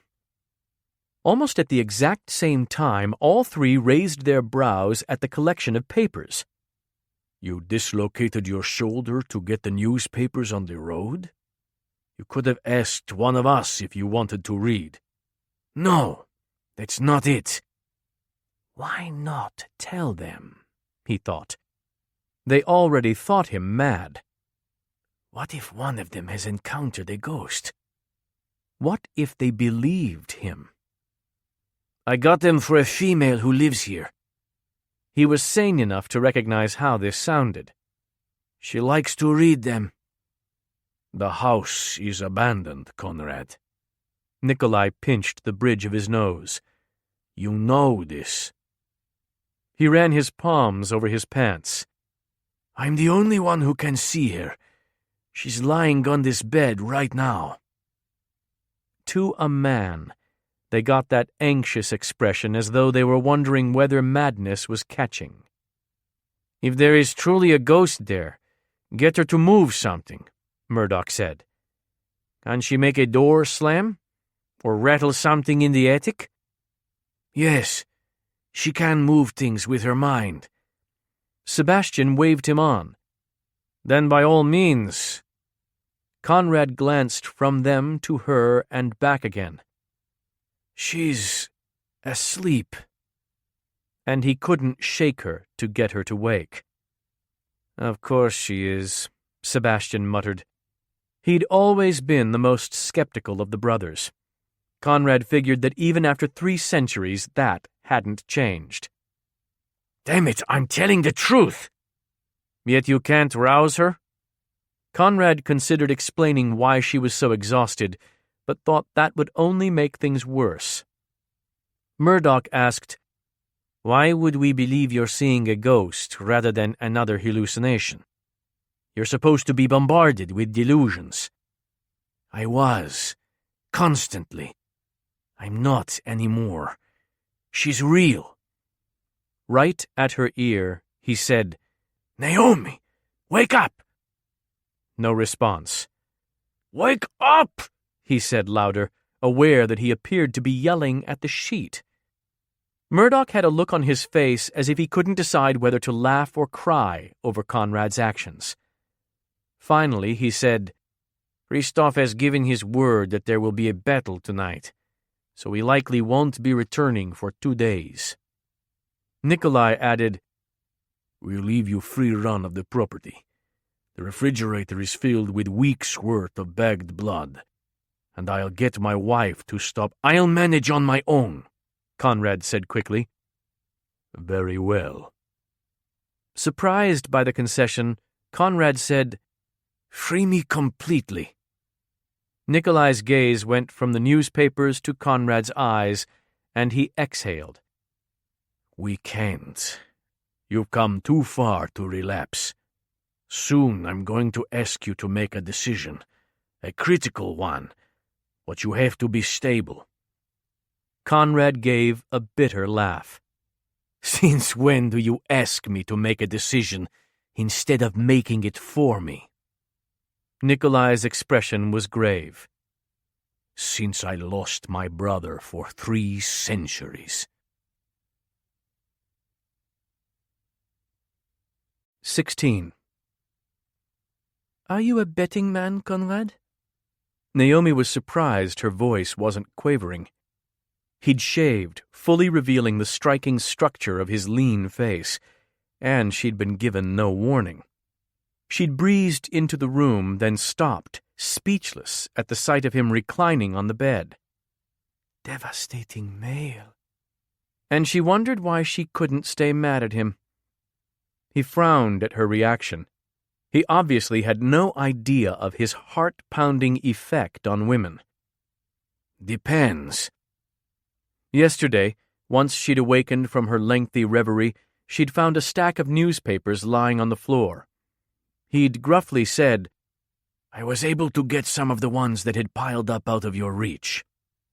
She thought that for a man like Conrad, this had been on a level with picking flowers for her.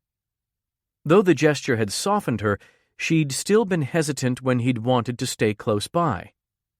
"Why should I choose to be around you?" she'd asked.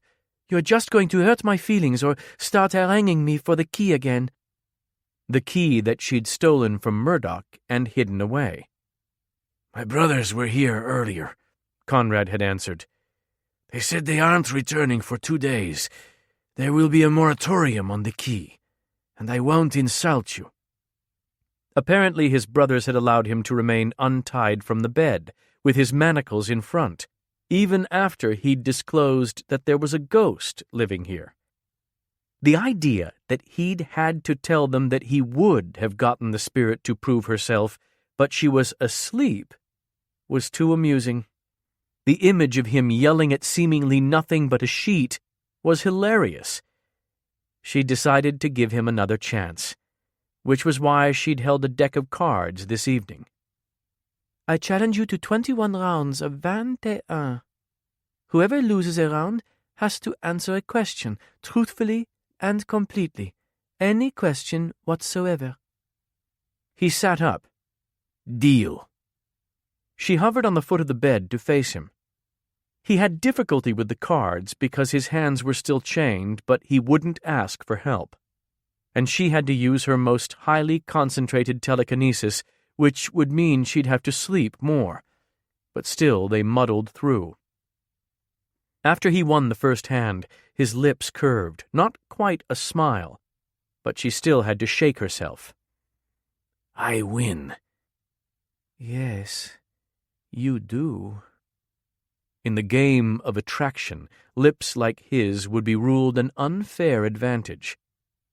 What were the women of his time thinking to allow him to go unscathed? She wanted to fan herself with the cards she appeared to hold. "So, ask your question," she absently said. "Were you survived by any of your family?" "No. I never knew my father. Maman died when I'd just turned 16. I was an only child." She dealt again. He had an ace showing, and she had 17. "Dealer holds." "Merde," she snapped when he flipped a 10 of clubs. He asked, "Why didn't you know your father?" When she hesitated, he repeated her words. "Any question whatsoever, truthfully and completely." I didn't know him because he was a scoundrel. He was rich, a scion of Nîmes, France, and my mother had been a young servant in his home. He was married, but he still seduced her. When she revealed to him she was expecting his child, he told her, "Take the voyage to America, and I'll follow right after my divorce. We'll raise the baby there as a family." But he never came. She waited for him, stranded here, pregnant, and without enough money to return. Maybe he died on the crossing. Who knows what could have happened to him?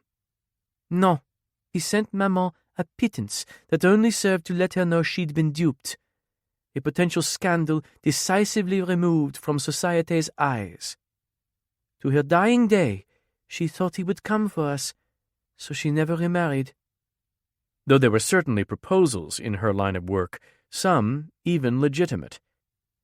Naomi had been unable to comprehend how Marguerite could turn away opportunities for a better life when they were offered to her.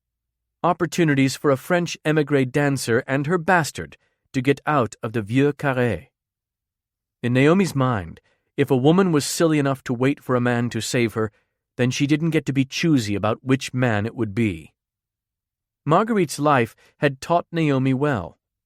She'd vowed never to be in that situation, dependent on a man. She dealt once more. She had 19, while he had a jack of hearts showing. "Hit," he said. She did. "Hit again. And once more."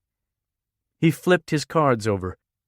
Jack, 2, 3, 6. Her lips thinned.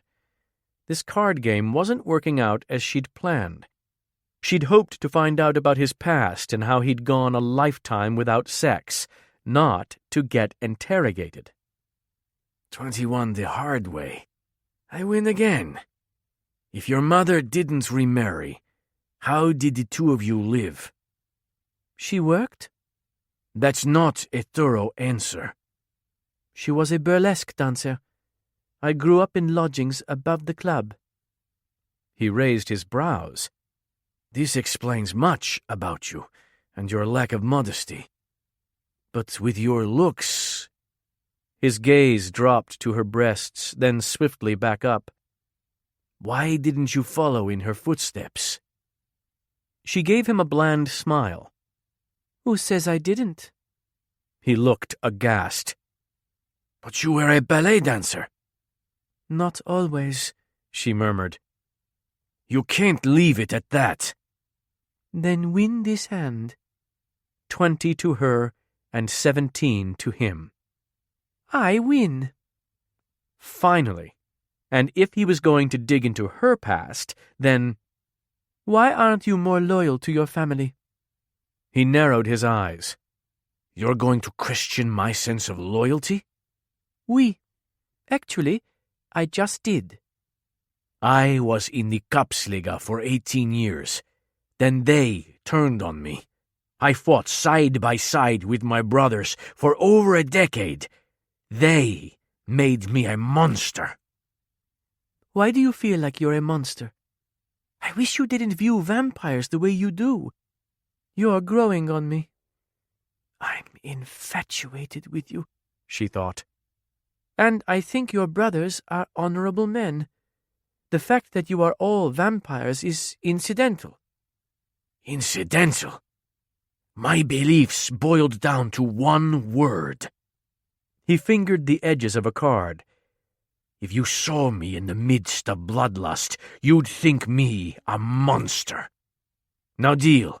I'm keen to get to my questions. She dealt. Ha! I win. Why are your 3 brothers different from you? Why did they never drink from the vein? Sebastian prevented himself by becoming a hermit, staying away from any temptation. The oldest 2 joined an order, an army called the Forbearers. Their first law is never to take blood straight from the flesh. Though now I've heard they're allowed to drink from their immortal brides. The forbearers are King Christoph's army, n'est-ce pas?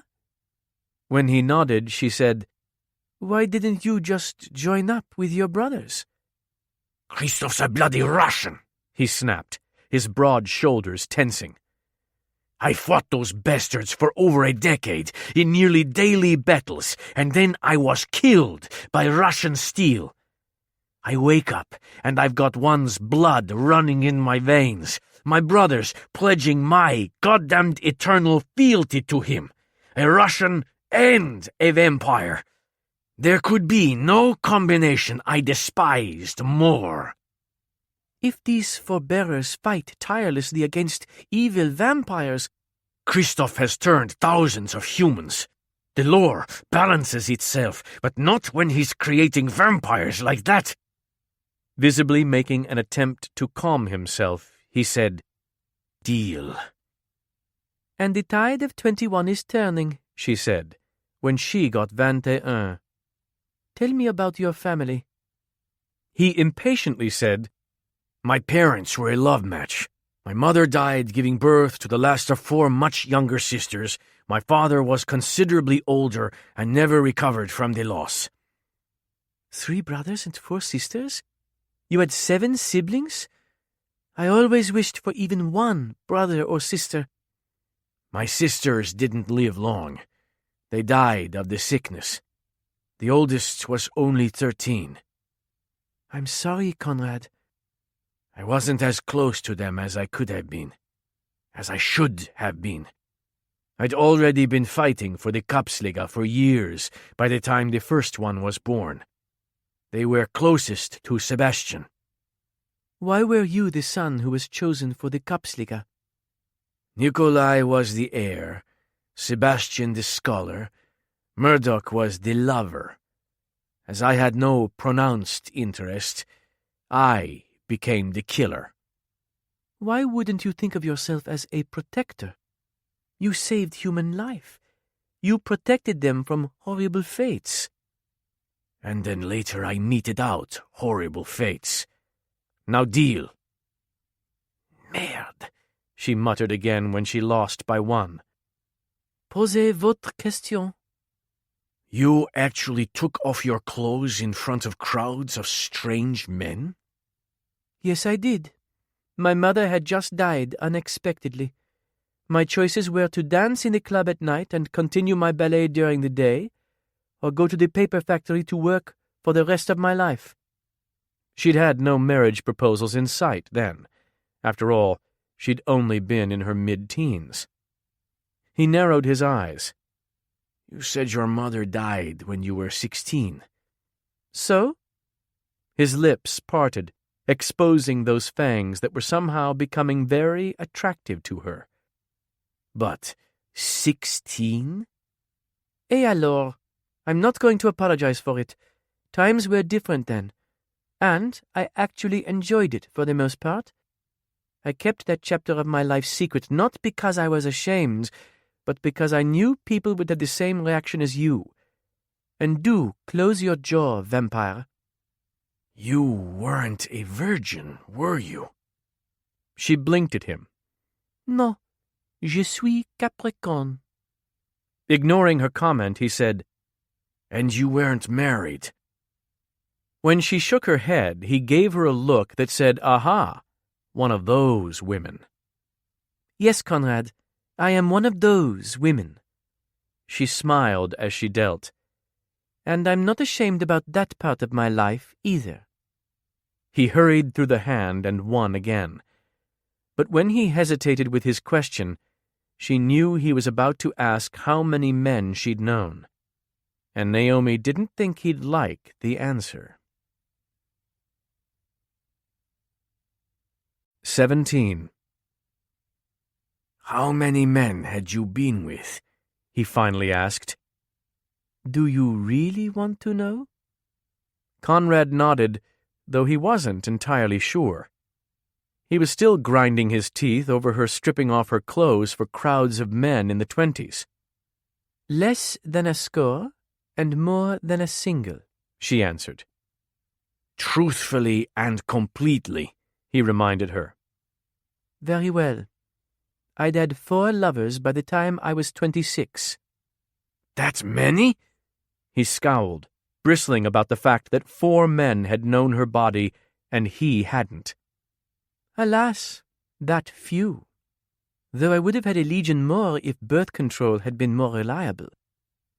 She was so open about this subject, even seeming proud of her experience.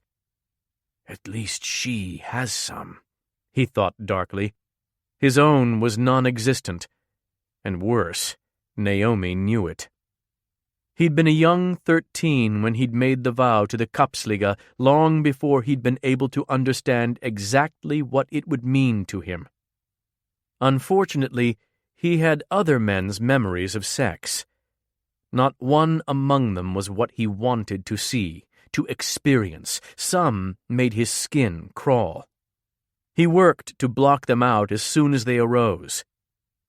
Is that why you broke it off with your fiancé? Because you didn't only want one lover? She shook her head. I was tediously monogamous. Then why? He hadn't done one thing specifically, but I always had a sense of disquiet about him. Regrettably, the only thing stronger than that was my need to have the very best. If there was another way to aim, except for the best, the most enviable, I didn't know of it. And Louis was the most eligible bachelor in the parish. He was extremely handsome, and the man had money. Oil money. A spike of some unfamiliar feeling hit his gut, settling there to burn. So, what happened with the oil man? I knew I'd ignored my instincts about him for too long, and I'd realized that I didn't have to be married. Not to him, not to anyone. I was having too much fun on my own, and doing just fine financially. So after half a year of tempting him to marry me, I changed my mind. For Louis, that proved unforgivable. And how would a woman tempt a man to marry her? Conrad asked, striving not to sound as intrigued as he was. He imagined her using her wiles on himself to get something, and the idea excited him. He'd withhold whatever it was she wanted for as long as possible. I teased him, and then I didn't give him the milk for free. Milk? Ah, I see. At least she hadn't slept with the oil man. 21. I win, she said. Now, tell me about the injury on your arm. When he hesitated, she added, Any question whatsoever, truthfully and completely. Tarut, a Kappsliga demon, clawed me. It won't heal until he's dead. Conrad had been thinking that Tarut might be at that gathering. If Conrad could get free of these cuffs, he could go on the offensive and take the demon out. Why did he do that to you? She asked. He thinks I should be dead. I disagree. Now, he thought. How could he escape you? He must have been very strong. Tarut has a gang. Many demon species instinctively hunted in packs. Conrad would have to watch for them at the gathering as well. Overall, demons are one of the strongest species in the lore, and Tarut is older and powerful. How did you become an assassin? She asked, the card game forgotten. I wanted the pay. Greed, Conrad? She asked softly. That doesn't seem like you. How would you know? When she shrugged, he bit out, I needed the pay. After the Kappsliga turned on me, I didn't know where to go or how to feed myself. Go on. They hunted me like a goddamned rabid wolf when I had no idea even how to survive as a vampire. Never had he been so weak, so bewildered. Half of his family had just died. The other half had become his enemies, and he was forever changed. I was starving, and blood was everywhere I turned. Each night I struggled not to drag a human down and feed. Then what happened? Blood drawn from donors could be bought, but it was expensive. I stumbled upon a lucrative bounty for a shapeshifter, one that no one else would hunt. Why? Because defeating a shapeshifter is a tricky thing. By the time you figure out how to contend with one form, they shift to another. I was exhausted from thirst, and the bastard roundly kicked my ass. Just when I was about to die, this new, overwhelming instinct took over. His fangs had sunk into the shifter's neck, and blood rushed before his eyes and slid down his throat. Lost. Conrad? Stay with me. Conrad! When he finally faced her, she said, You were talking about the instinct. It was a vampire's instinct. It ruled me. I returned for the bounty with not only the shifter's head in a burlap bag, but also his memories in my head. Suddenly I was in high demand. She bit her bottom lip. How many have you killed? Countless. And then there were the targets I took out when I was human. I killed my first vampire when I was 13. So young? What was your life like as a human? Most of it was horrifying, cold and desperate. If the marauders didn't get you, the plague would. You didn't want to embrace a loved one who returned home because you didn't know if they'd brought death with them. We'd been rich, but there was no food or goods to buy. I'm sorry it was so hard for you and your family. That part's done with, at least. What was yours like? The opposite. For me, life was sensual, sultry, and passionate. Her eyes went dreamy. I remember the throbbing heat of the French Quarter in summer. On every street, haunting music played. I frolicked in fountains and went jazz-mad, which incidentally could be used as a successful legal defense in my time. She tilted her head at him, and her hair swayed over her pale shoulder. I wonder what you would have thought about that time and place. It would have been alien to me. My culture worshipped the military and discipline. Mine worshipped jazz, hooch, and the relentless pursuit of pleasure. The warlord and the ballerina, as different as we can be. What did being a ballerina entail? Performance after performance. Though I did like to play when not on tour, I also trained 6 days a week without fail. I could tell when I saw you dance. Ah, that's right. You witnessed it. The day before yesterday cracked up to be a bad day for Néomi, the lapdog. He scowled, but still asked, Why are you so patient with me after the things I said? Because I know you didn't mean them, and because I don't believe you're as bad as everyone thinks. She had no idea. It would be best to end her flirting and playful looks of interest now. Néomi, you have an idealized image of me in your mind. Let me make this plain for you. Less than 2 weeks ago, I killed a being, and I drank blood from his neck like a beast drinks from a gutter. Wide-eyed, she said, Well, that image certainly does dampen your attractiveness. But luckily you have a deep voice which I like more than I should, so that neutralizes all that beast and gutter business. He alternately liked and hated when she played as if she was attracted to him. You make it sound so easy to dismiss. What's past is past, Conrad. Now you must learn from it and move on. If I'd had your mentality, I would always have been a burlesque dancer. I never would have aspired to being a ballerina, a profession that brought me great joy. Imagine all the things you're missing out on. Your bride, a family, contentment. Unlike me, you can have a future.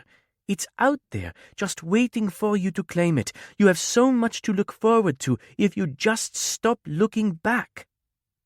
This was exactly what made her so dangerous to him. She did make him imagine all the things that could be, such as having her as his bride. His dream, her doom. He shook his head hard. The curse couldn't touch her, even if it was real. She couldn't physically be harmed. But he still wanted to go on the offensive with Tarut. Néomi, when my brothers come back, you have to get the key. She gave him a mysterious shrug that said everything and nothing. I'm tired, mon grand. I'm going to sleep. He spoke French fluently. Mon grand meant my big man, a teasing term of affection. Where do you go? When he'd searched the house for her, he'd seen that the master bedroom had a few spare pieces of furniture, but that wasn't where she went when she wasn't with him. She had to have a secret hiding place. Oh, here and there. Will you come back tomorrow? She sauntered over to him. Honestly, vampire. With a wave of her hand, she brushed his hair from his forehead. If you stay charming like this, how will I ever be able to stay away? With that, she disappeared. But she was coming back, because she couldn't help herself. Suddenly, Conrad found his lips curling. 18. And we'd been doing so well, Néomi muttered, which only angered Conrad more. Over the last 3 days, Conrad's road to recovery hadn't been straight and even, more curving, filled with hairpin turns and many doublebacks.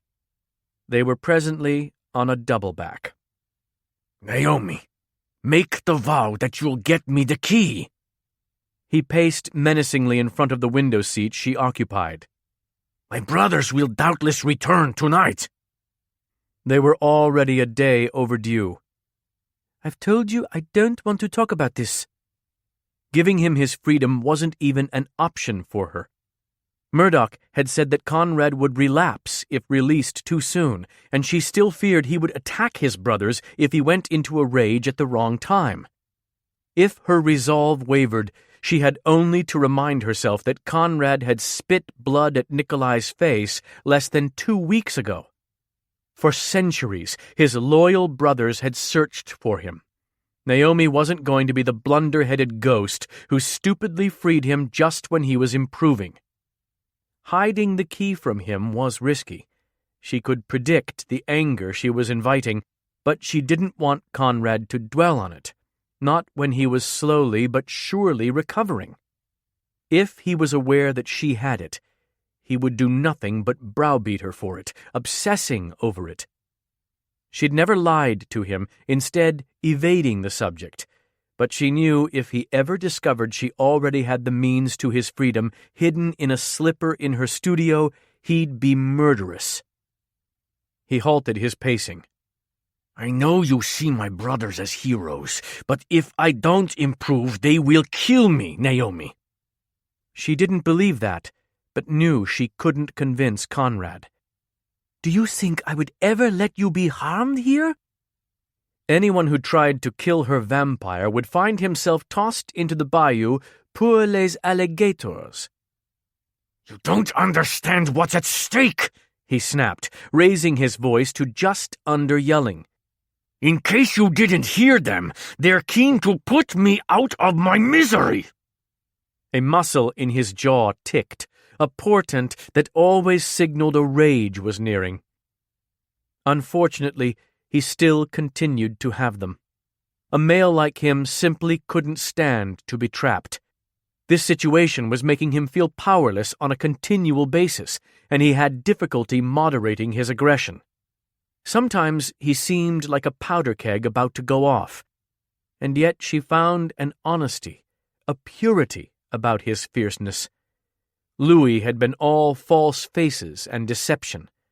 Conrad's ferocity was raw and bare. You knew exactly what you were getting.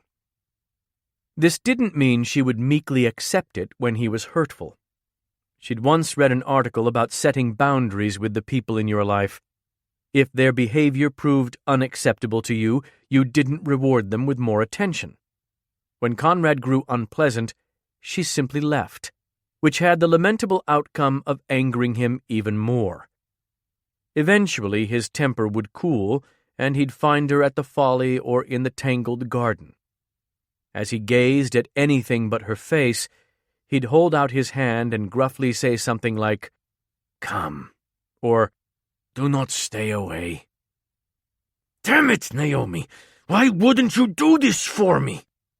When he punched her wall, she reached her limit. "I've asked you over and over not to damage my house, Conrad," she said in as calm a tone as she could manage. "My home might not look like much, but it's all I have. If you can't respect my wishes, then I don't want to be around you." So he couldn't follow, she traced outside into the late afternoon sun, starting at the overgrown gardens. From there, she floated along the buckling, overgrown path to the Folly. As she approached, she heard unseen creatures slipping beneath the water. They sensed her easily enough. Why couldn't others?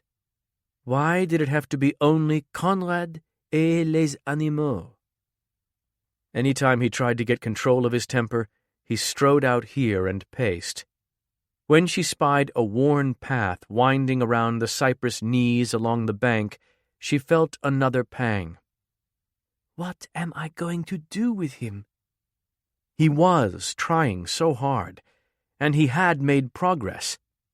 She'd seen him take a rag to his dirty boots, cleaning them as best he could, like the soldier he'd once been. He showered every day, brushed his teeth, and shaved.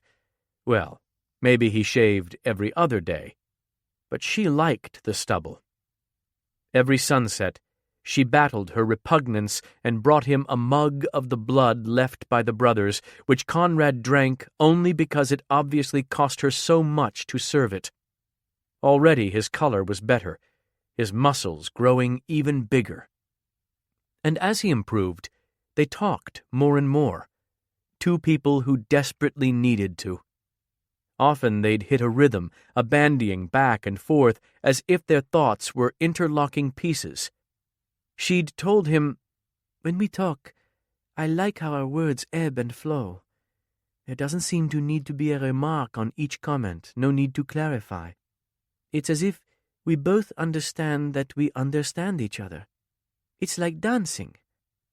"Or sex?" She'd smiled. "Only if it's great." He'd given her a confident nod. "Then we would have great sex." "Lord, we would," she thought. They seemed to fit in every way. Yes, he was half mad, but as a Prohibition-era ghost with a penchant for stealing condoms, moon pies, and bras, she wasn't exactly in touch with reality herself. Conrad could see her. Her presence seemed to be the only thing that calmed his mind. He was healing, and she was happier than she'd been in 80 years. Two broken souls together in this broken place had found a kind of contentment. Maybe his being here wasn't the accident she'd thought it. She couldn't believe this was all random. Maybe he was supposed to save her from this cursed afterlife. And maybe she hadn't learned her lessons from Marguerite Laress. If anyone was going to save Naomi, it'd be herself. At dusk, Conrad came to her. Somehow, looking both proud and contrite, he said, "I won't damage your house any more." "Merci d'avance." He held out his hand. I want you to come inside with me. No, Conrad. Not tonight, she said, making him grind his teeth. She knew her refusal frustrated him not only because he wanted to be near her. She believed he had a deep-seated need to protect her, as if she might actually need him to, as if he felt that it was his right to. Whenever he looked at her now, his eyes would darken in color and were becoming more and more possessive. I might have damaged things, but I've repaired parts as well, he pointed out. C'est vrai? After finding some tools in the old shed by the drive, he'd fortified the manor, patching up or covering window openings and reattaching the front door he'd leveled. Then, seeming to obey some undeniable instinct to keep her warm and safe, he'd set about rendering the master suite livable for her. He'd transferred the new mattress to the suite's bedstead, adding any available furniture to the area. In the attic, he'd unearthed an antique dresser and a chair that even she hadn't known were up there. Once he'd miraculously cleared the chimney flue and was able to make a fire, though he didn't seem to be cold and she certainly wasn't, he'd informed her that she would sleep with him in that room from now on. His tone had reminded her that he'd been born an aristocrat and had become a warlord in the 17th century. Conrad Wroth was well used to having his will obeyed. He'd seemed perplexed when she'd just laughed and deemed his domineering ways très charmants, and then he'd been angered when she'd reminded him that she already had a place to stay. The fact that she had a hideaway she adjourned to every day annoyed him to no end. So you will come? When she made no move to, she could tell how badly he itched to force her inside. If she'd been corporeal, she had no doubt she'd be bouncing along over his shoulder as he hauled her away. This mountain of a man was learning that his considerable might, which he'd clearly relied on for everything, was futile with her. For once, her incorporeality was proving to be an advantage. If he desired to be with her, then he either had to persuade her to come back or prevent her from leaving in the first place. I said not tonight. Willingly separating from him was just as miserable for Néomi, but she couldn't let him get accustomed to taking his anger out on her house, or her. Do as you will, he said in a seething tone, leaving her, but not before she spied that muscle tick in his jaw. Late in the night, she'd just been dozing off in the studio when she heard his yell. Before Néomi had even decided to, she'd traced to him. The second she arrived, he shot up in bed with another yell at the top of his lungs, so loud it rattled the windows. When she hastened beside him, he swung his legs over to sit on the side of the bed. Conrad, it's all right. It was just a dream. He held his head with his bound hands, elbows to his knees as he rocked. My head, too full. He was squeezing it so hard she feared he would crack his skull. Shh, mon cœur. She gave a telekinetic stroke down his back. It's over. I don't want to be like this anymore. His tone was anguished. You're getting so much better, she murmured.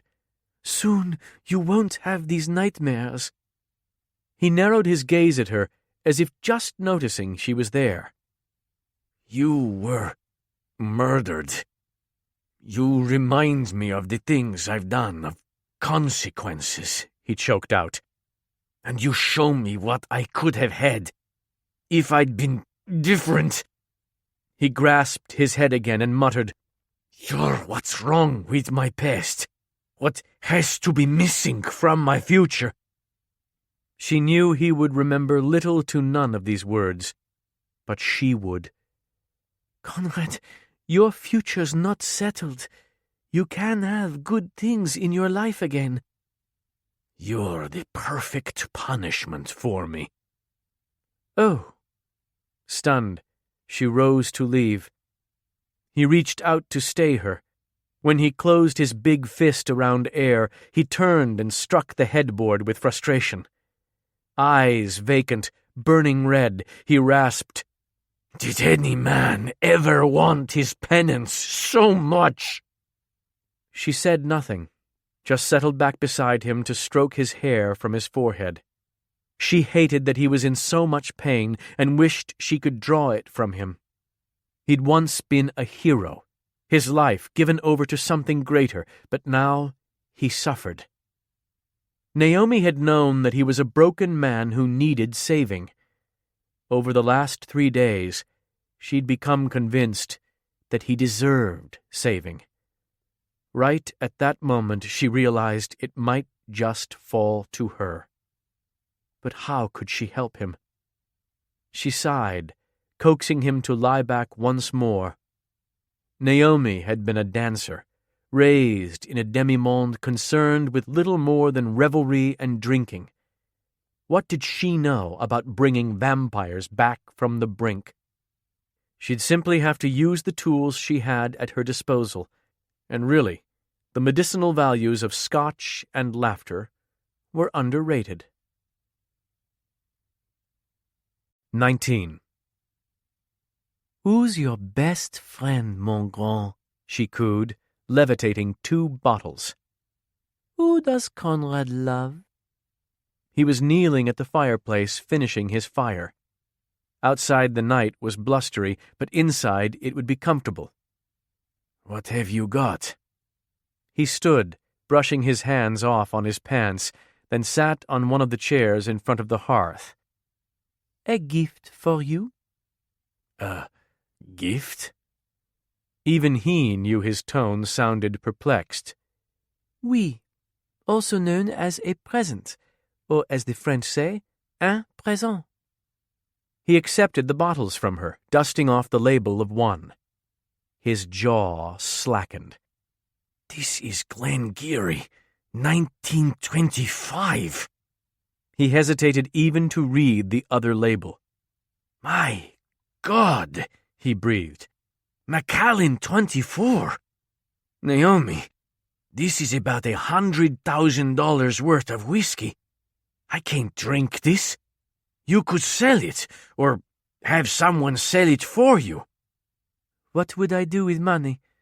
I have plenty in my safe. Besides, I'd get much more pleasure out of seeing you drink it. She hovered just behind him, peering over his shoulder, which put her soft words right at his ear. And then you must describe it to me very slowly, in that deep, rumbly voice of yours. Is it smoky or earthy like peat? How does it unfold on your tongue? How long does it take for the heat to stroke through you inside? She could read the phone book and make it sound erotic. You're sure? Cheers. She gave him an odd little smile as she said, À votre santé. To your health. Then I want to drink this and watch you dance. She looked delighted with him. He'd never get enough of that look. I want to dance and watch my vampire drink. My vampire. Damn, he liked it when she called him that. He knew it was flirting at best, but he couldn't stem the flush of pleasure. He opened the Macallan, letting it breathe. The scent of it hit him, and his lips curled. This would not be whiskey that he would use as he had in the past. For one thing, he didn't need it to dull his rage as much as he had before. More importantly, a bottle like this demanded to be savored. I'll be back, she said, then vanished. He tensed, anxious whenever she left, but she returned in minutes, bearing a wind-up gramophone over one hand and a crystal tumbler over the other. She handed him the glass, then positioned the gramophone on the floor. Once she'd wound it and set the record needle in place, scratchy music began to play, a slow jazz ballad. Making her voice like an announcer's, she said, "And now, for the matinee, the supremely talented Miss Laress will perform for a lucky audience of one." She smiled coyly. "I've remembered an old dance I used to do when I was younger. I think you'll like it." As his rare whiskey breathed, Conrad leaned back in the chair in front of the fire, watching the most beautiful female he'd ever seen dance solely for him. Though Néomi wasn't blushing with color, she was still lovely to him, especially when she moved. Hypnotic. This dance was so effortless for her. She would turn to him in the middle of pirouettes or standing splits to smile or wink at him. Néomi lived in the moment, laughed easily, flirted constantly. Her natural state was happiness, which both mystified and attracted him. Over his long life, that state had continually eluded him. But she had a theory why. "People think happiness will simply fall into their laps. You have to aspire to it. And sometimes you have to seize it when it's kicking and screaming." Néomi had been murdered, possessed no body, and was still seizing all the pleasure she could. Conrad respected that. Now she danced as if she knew by instinct precisely how to attract him alone, how to be irresistible to him. So why try to resist? Why struggle against his attraction? Because even if she returned his feelings, he would only end up disappointing her. He was improving here, but he wasn't right in the mind by any means, still suffering from occasional rages and grueling nightmares. How would he do once freed into the real world? Would he be able to keep from drinking his foes when he was addicted to harvesting their power? For centuries, his adversaries had been determined to discover anything he cared for. But then, that was an unspoken rule in the lore. Immortals could be blasé about death after living so long. The best bargaining chip was revenge against family or loved ones. Yet for all those years, he'd had no liabilities. Conrad had acquired his first, was running headlong to her. He shook his head. No, his enemies couldn't hurt Néomi, could never abduct or wound her. Maybe that was part of the reason he'd found such an unusual feeling of ease with her, because he knew he couldn't harm her either. Even when he got free, he wouldn't be able to accidentally injure her if he lost control. But how to get free? Not one of his brothers had returned since that day he tried to convince them of Néomi's existence, the day they'd left for Mount Oblak, the Forbearer Castle. Conrad knew that meant one of two things had happened. Christoph had possibly discovered that they were keeping Conrad alive. The second law of the Forbearer Order: kill the fallen without measure. Just by keeping Conrad alive, they'd been committing treason. Christoph had likely imprisoned them at Mount Oblak, vowing to free them as soon as they gave up Conrad's location, which they would never do. For all their faults, they were as loyal as men came. The other possibility? They'd fallen in battle, and Conrad didn't know how he felt about that. Over the last week, he'd become keenly aware that if not for his brothers, he would never have known Néomi. Now that he was somewhat more rational, able to quell the worst of his rage, the thought of losing all three of them left him unaccountably troubled. Revealing details of his past to her had forced his mind back to better times. He'd recalled how Nikolai had bailed him out of scrape after scrape. He'd thought back to the day the four brothers had made the fateful decision to take control of their country's defense. No one else is getting the job done. Conrad remembered being proud because not one of them had hesitated. If his brothers lived, he would not be able to destroy them as planned. He didn't want to have anything to do with them, but he couldn't kill them. "Don't you want to try the whiskey?" she asked, pausing her dance. What? Yes. He'd planned to let it breathe a minute for every year of its age, but she looked so expectant. He supposed more than half an hour would be sufficient, and the taste would only grow increasingly complex with time.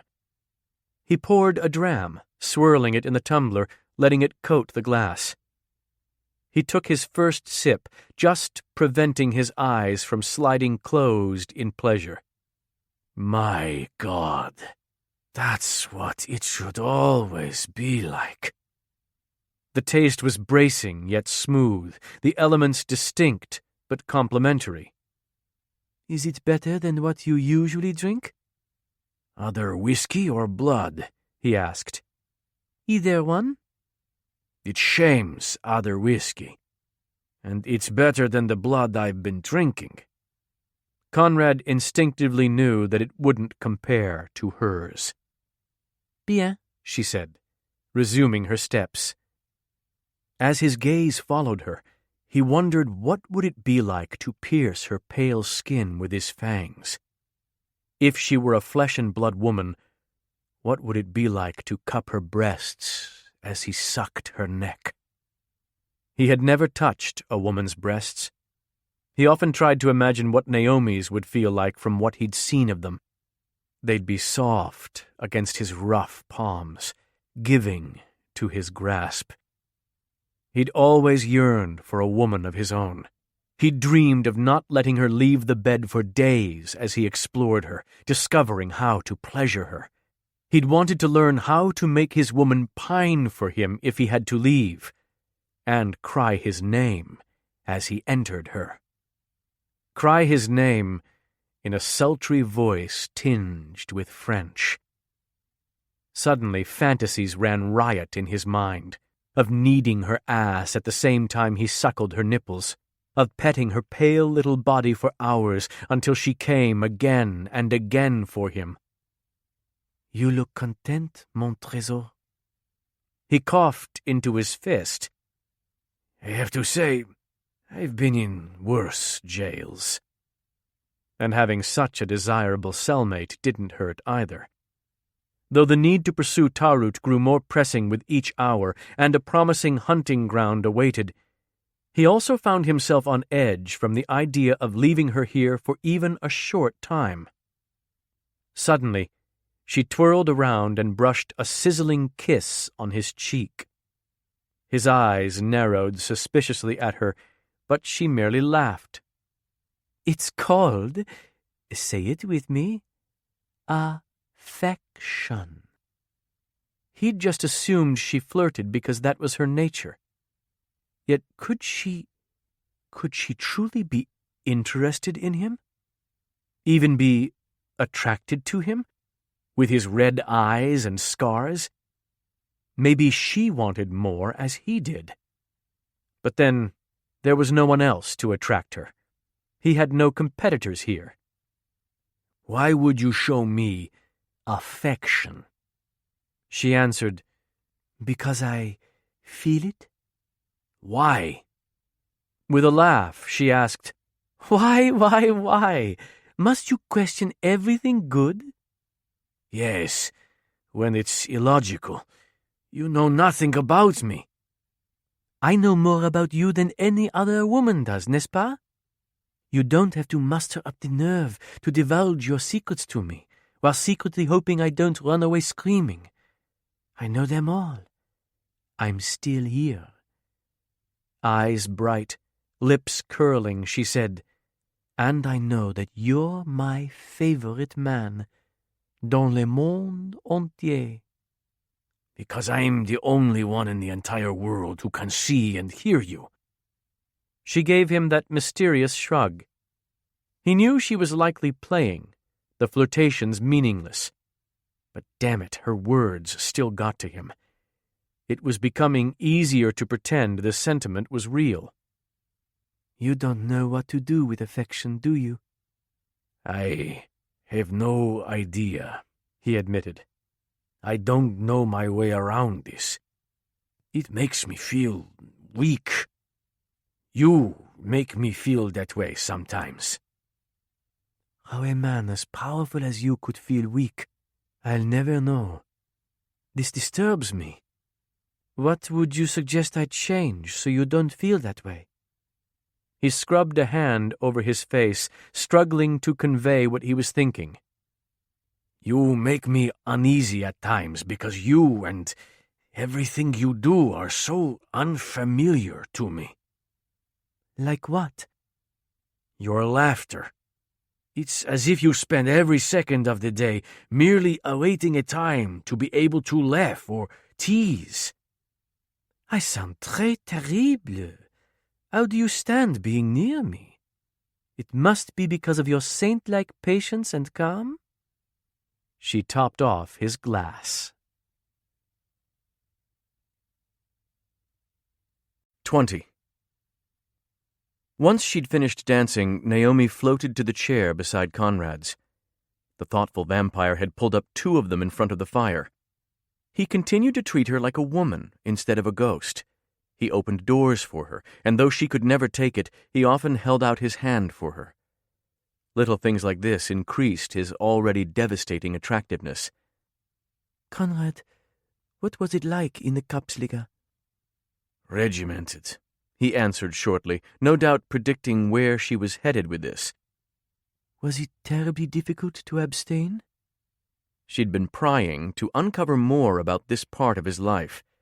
She was probably as tenacious at this as he was about the key, or as he had been. No longer did he ask her to retrieve it, because his brothers had stopped coming. She suspected Conrad felt let down that they still hadn't returned.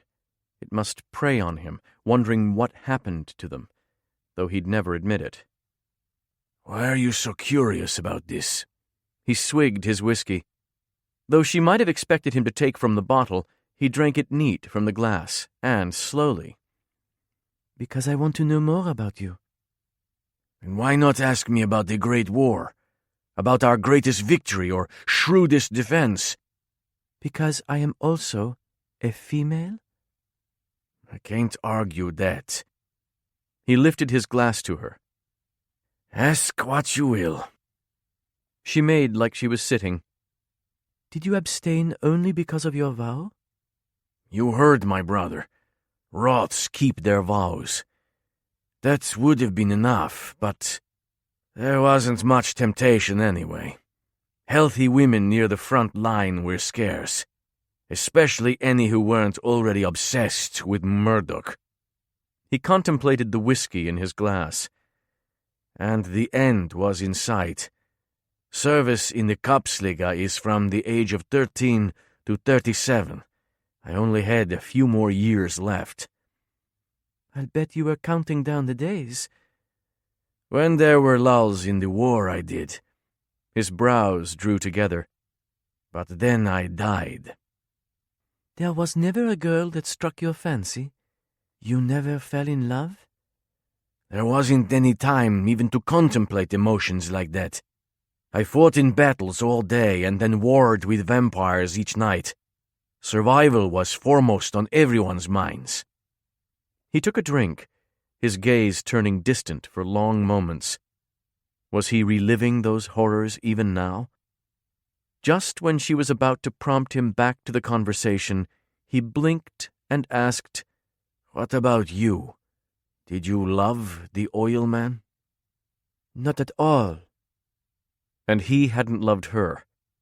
That night when Louis had wielded his blade, Néomi had understood him better than she ever had. Louis had been frenzied not because he'd needed to be with her, but because he'd wanted to punish her. No matter what sentiments he'd spouted over her body, he'd murdered her out of spite. The men you were with, did you love any of them? I had great affection for them, but no abiding love for them. Why couldn't they win you? He leaned forward, as if her answer was very significant to him.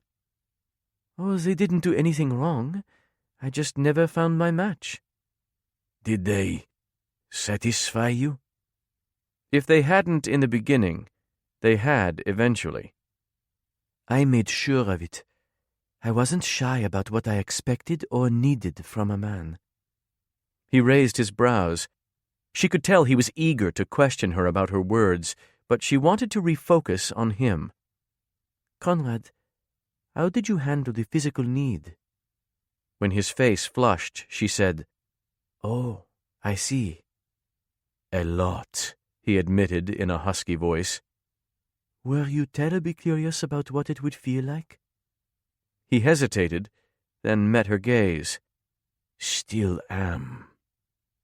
She exhaled a slow breath, for once thinking she might be in over her head with a man.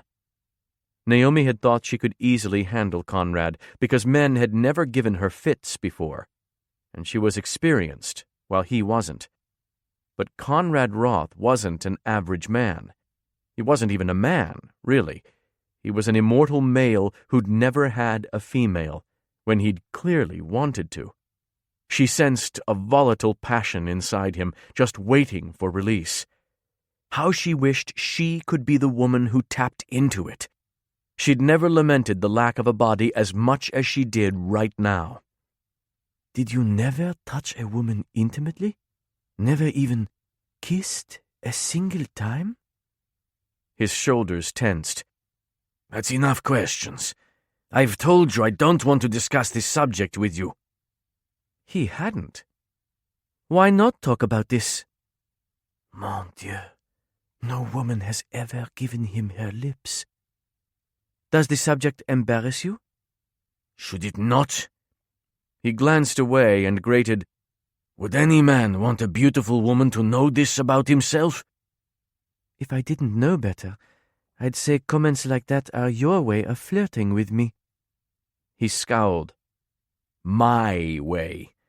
As opposed to the regular way a man with more experience would go about it? I think you seek to keep me on edge about this. You like that I'm never able to settle in with you. Conrad, that's ridiculous. Is it? Mais oui.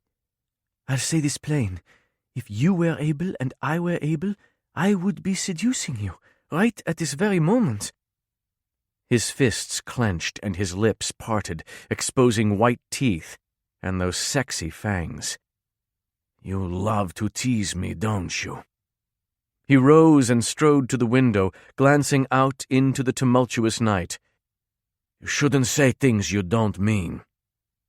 I never do. This male was a sexually untutored, 6.5-foot-tall, gorgeous immortal, and she was desperate to have him. There was nothing but truth to that. Then you're attracted to me because I'm all that's here. That's not so. She rose, crossing to him. Isn't it? Then am I similar to the man you used to bed? Not in the least. Then why would you want to seduce me? She hadn't expected that question. It's because I've never been with a man like you that I desire you. His scowl deepened. A red-eyed vampire? A strong, virile male with large muscles I long to sink my fingers into. He turned to set his glass on the windowsill, but she saw him swallow. Then he faced her, advancing, looming over her.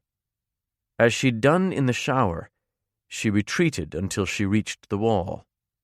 Raising his bound hands over her head, he again surrounded her with his body. What if I wanted to do the seducing? He would. He was so deliciously domineering. Why are you always caging me in?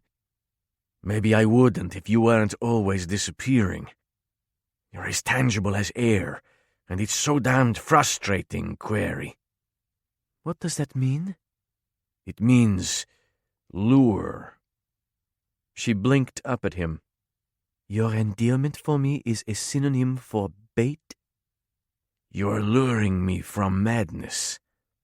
Lowering his voice, he said, The only thing that could possibly tempt me from it. She nibbled her bottom lip. Would you follow me anywhere? Into the sun. Conrad was all intensity.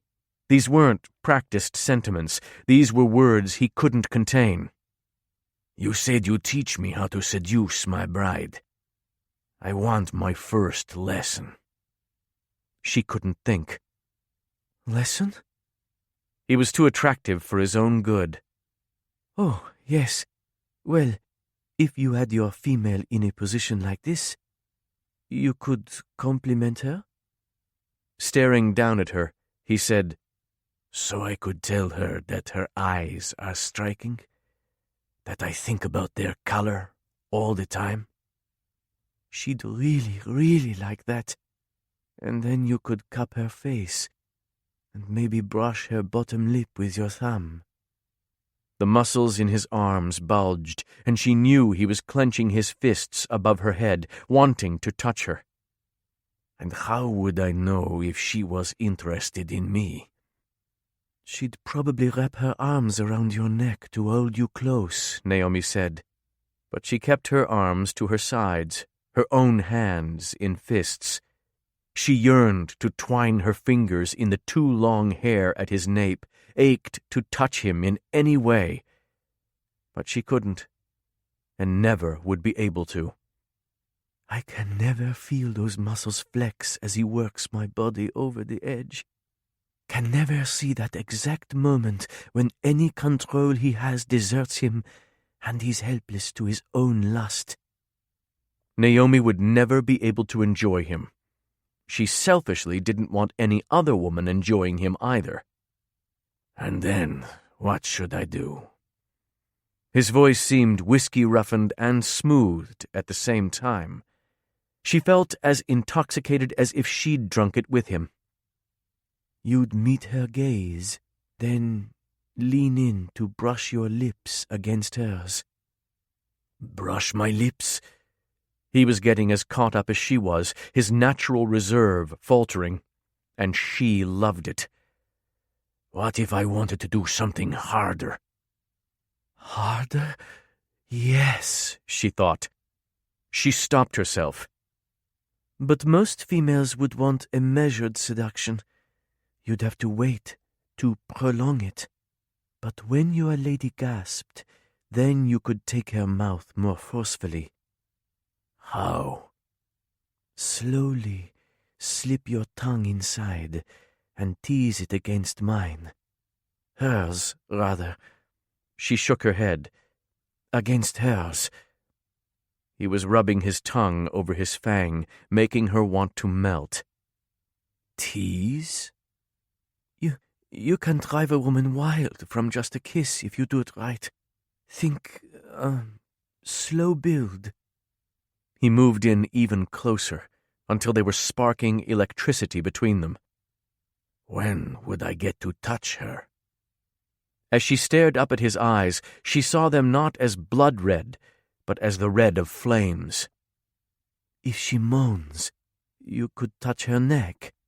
Maybe run the backs of your fingers from her ear down past her collarbone, then lower to the beginning swell of her breast.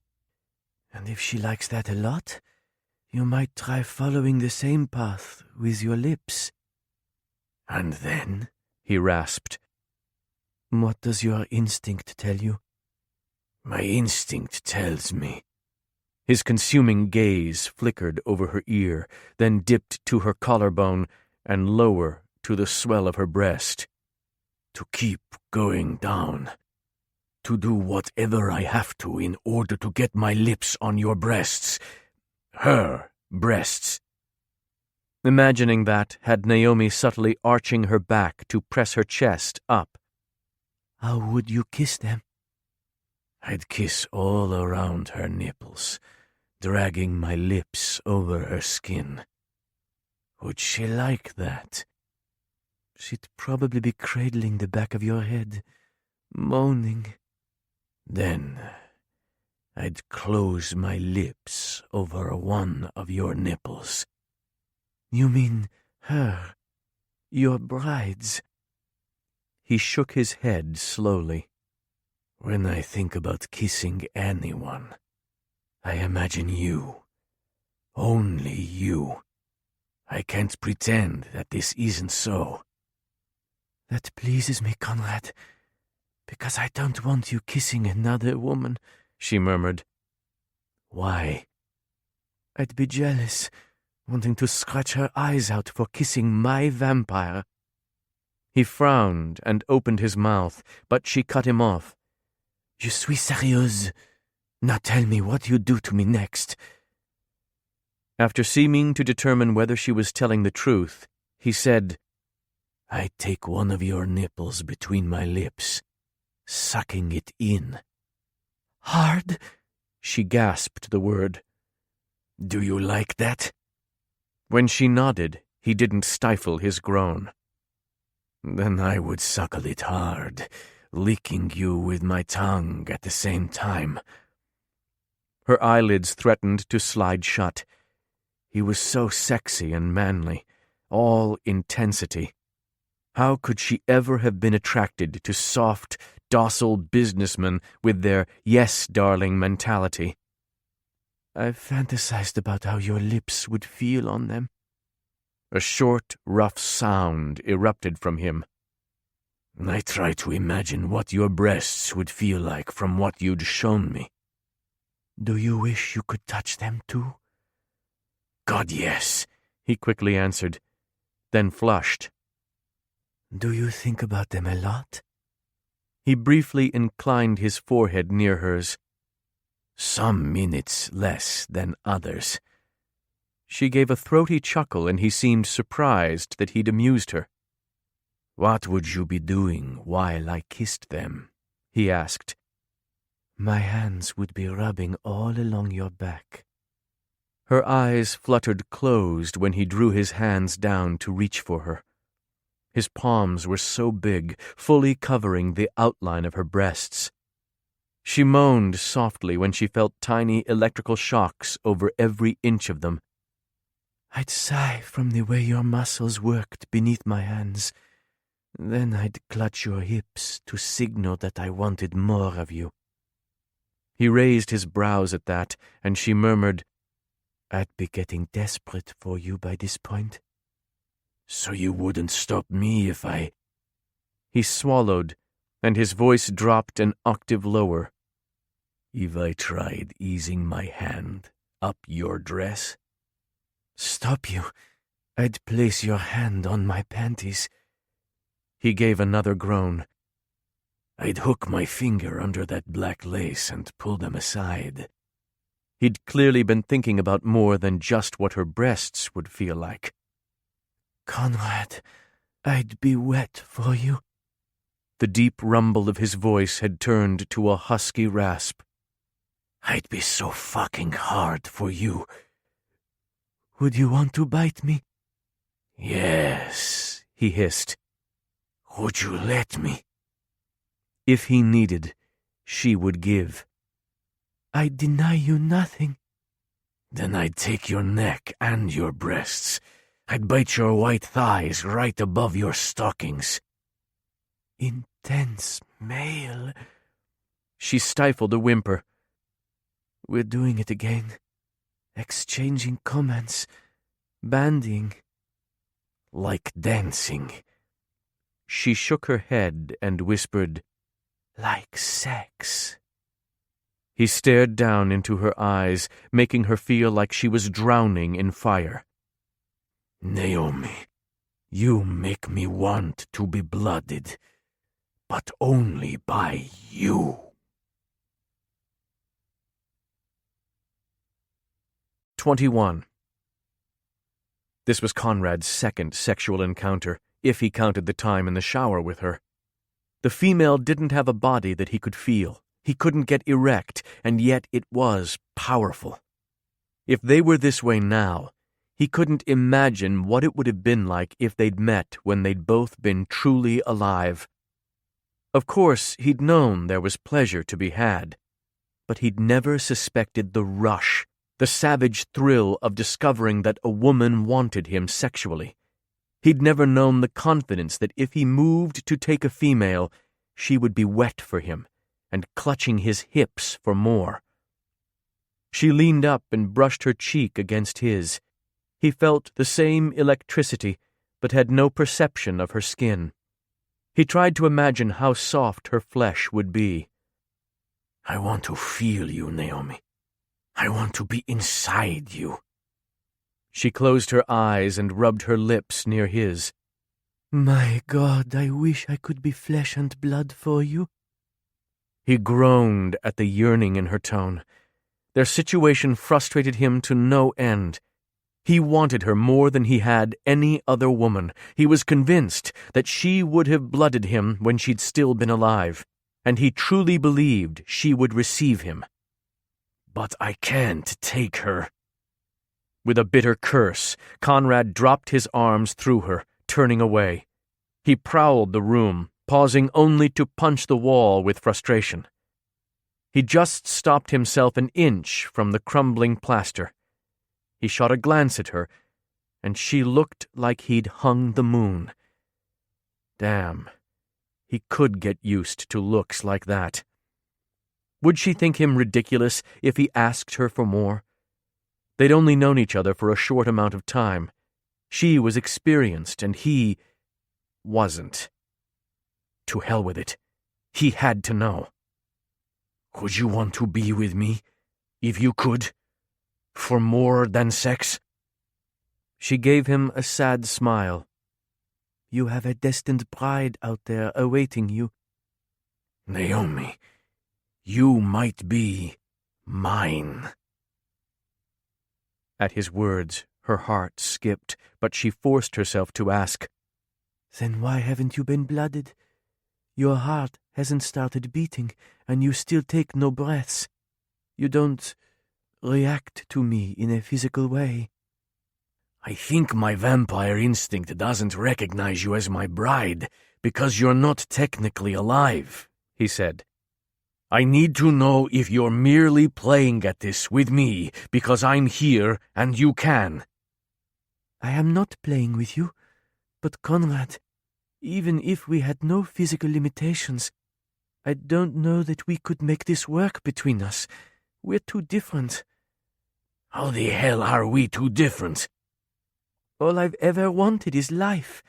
I covet it so much I feel like I'll scream.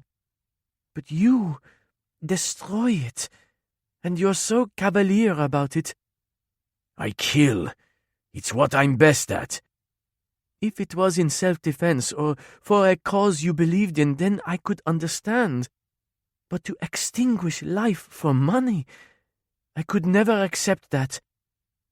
What if I stopped? What if I told you that when I'm near you, I want to be a better man? Does that count for nothing? It counts for everything. She raised her hand to her forehead. This is a moot point anyway, unless you know of a way to resurrect ghosts. No, I don't. But that doesn't mean there isn't a way. I'd search for centuries if I had to. Centuries? Hundreds of years more of sliver moons and monthly torture. And understand this, Néomi. I'll do it, whether you want more with me or not.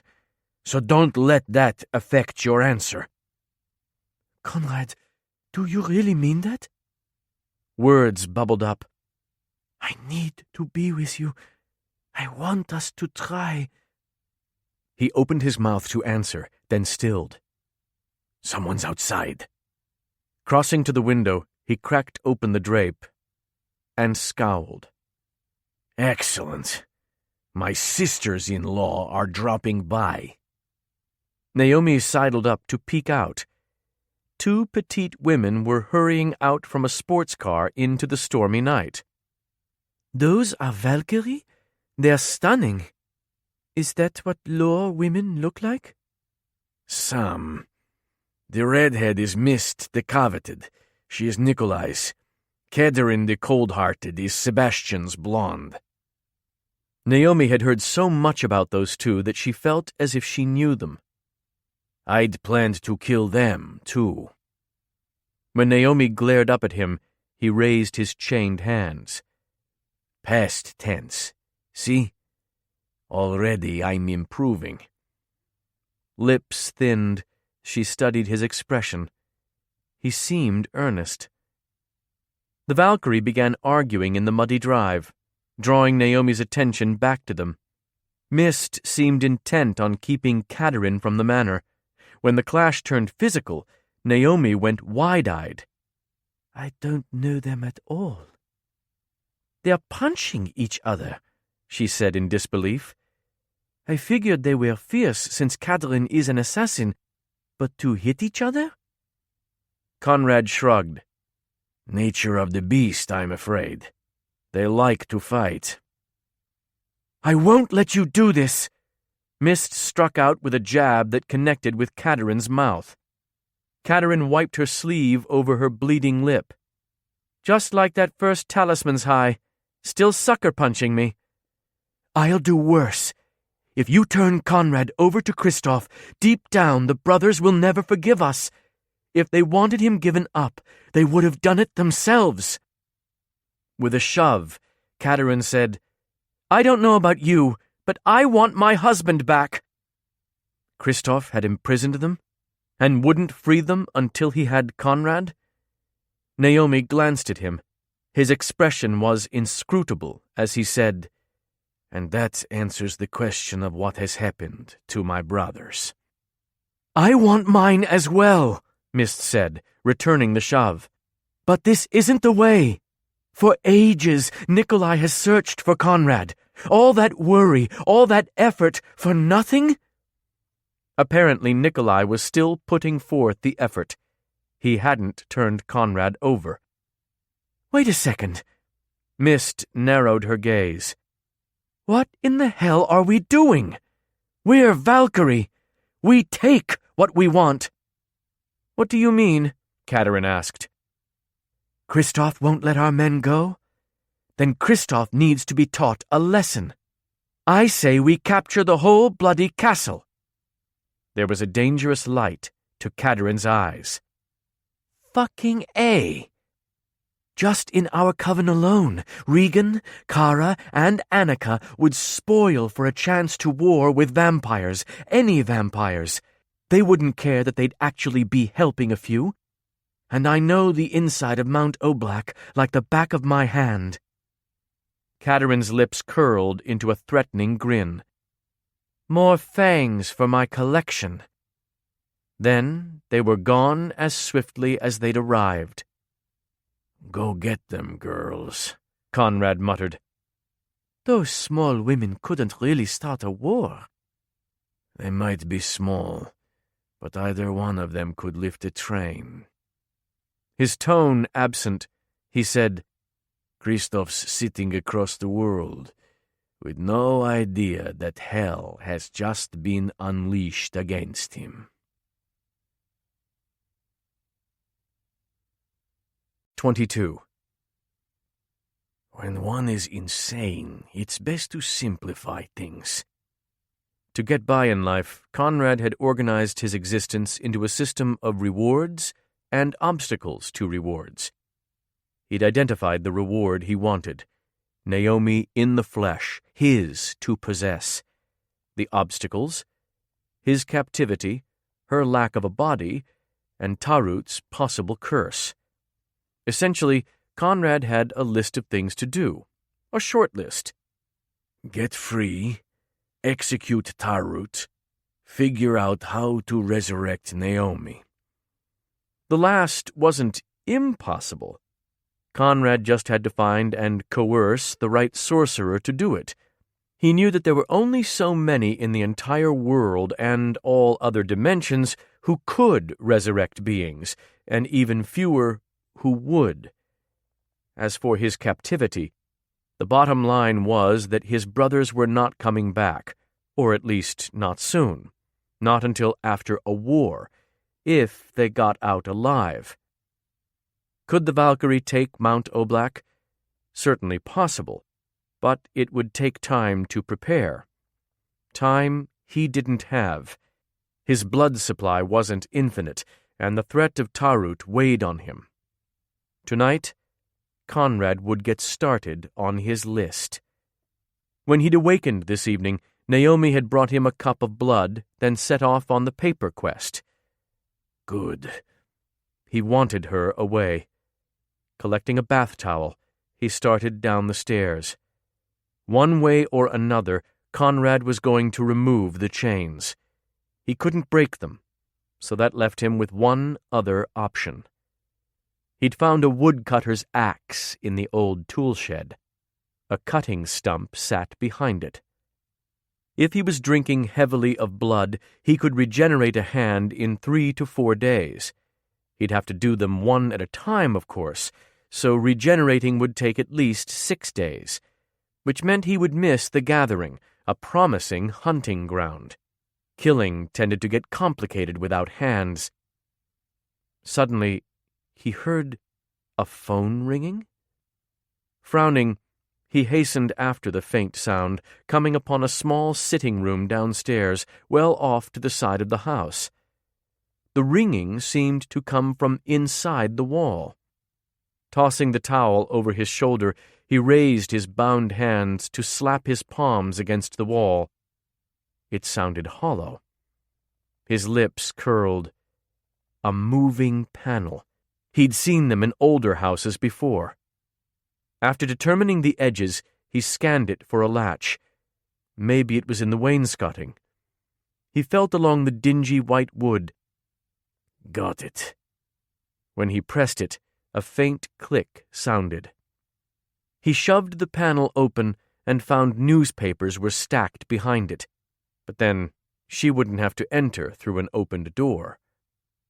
Inside, he narrowed his eyes. The room was a studio. Her dance studio, with attached bars and mirror-covered walls.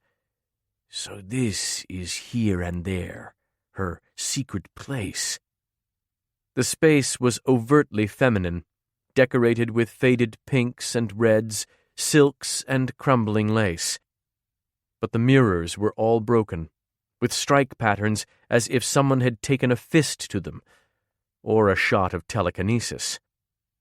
Against a far wall was a small cot, padded with blankets that would never warm her. An unused pair of ballet slippers was tossed casually atop them.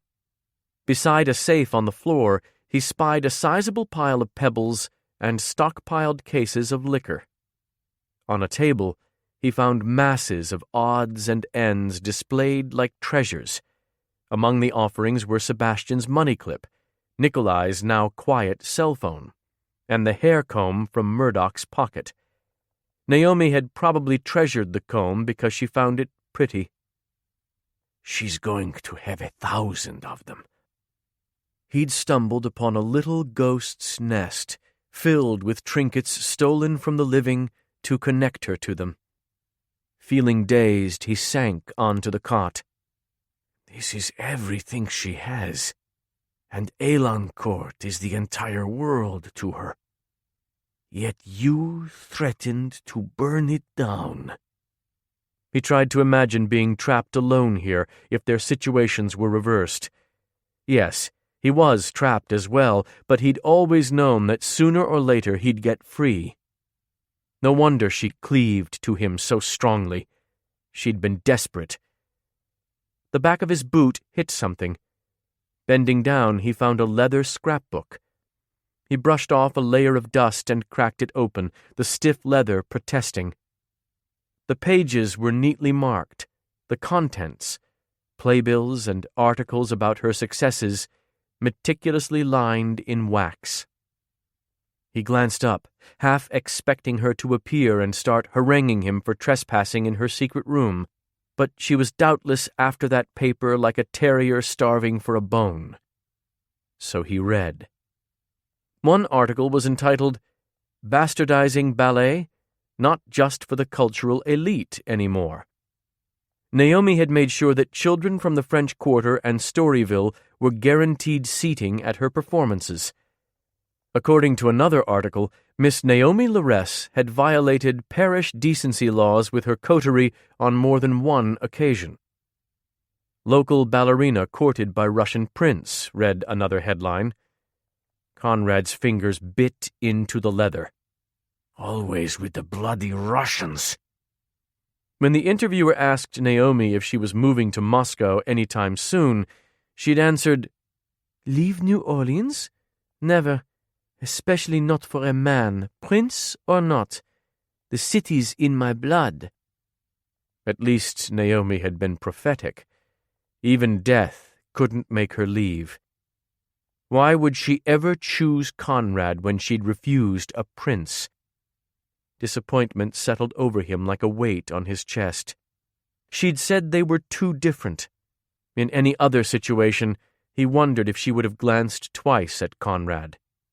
But then, everyone was a prince in Russia.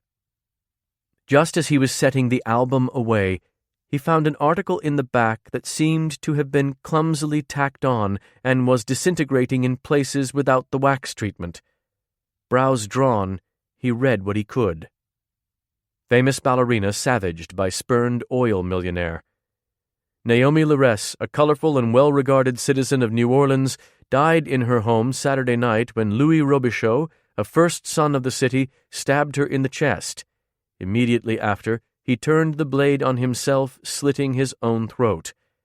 From a past shrouded in mystery, Laress rose in the ranks of professional dancers, gaining national recognition as a prima ballerina. "It was so awful," one witness said, on the condition of anonymity due to the illegal alcohol served at the party. "She was still breathing when he twisted the knife in her chest and told her to feel it for him. There was blood everywhere, all over her. I thought I would faint."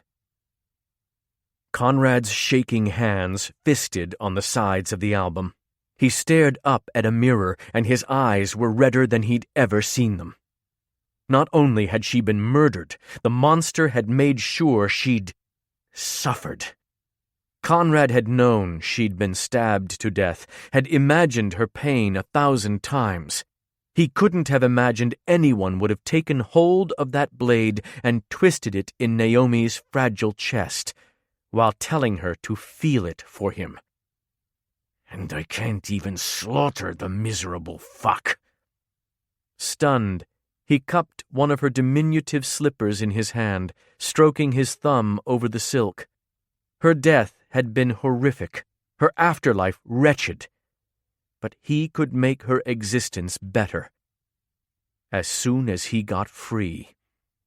Even if she didn't want him as he wanted her, she was good and deserved more, certainly more kindness than he'd given her.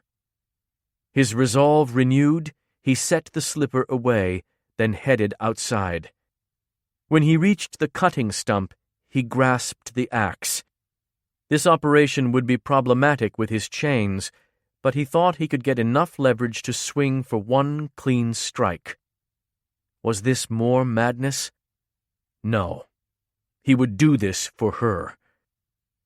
"Then what are you waiting for?" Raising the axe, he regarded his hand pitilessly.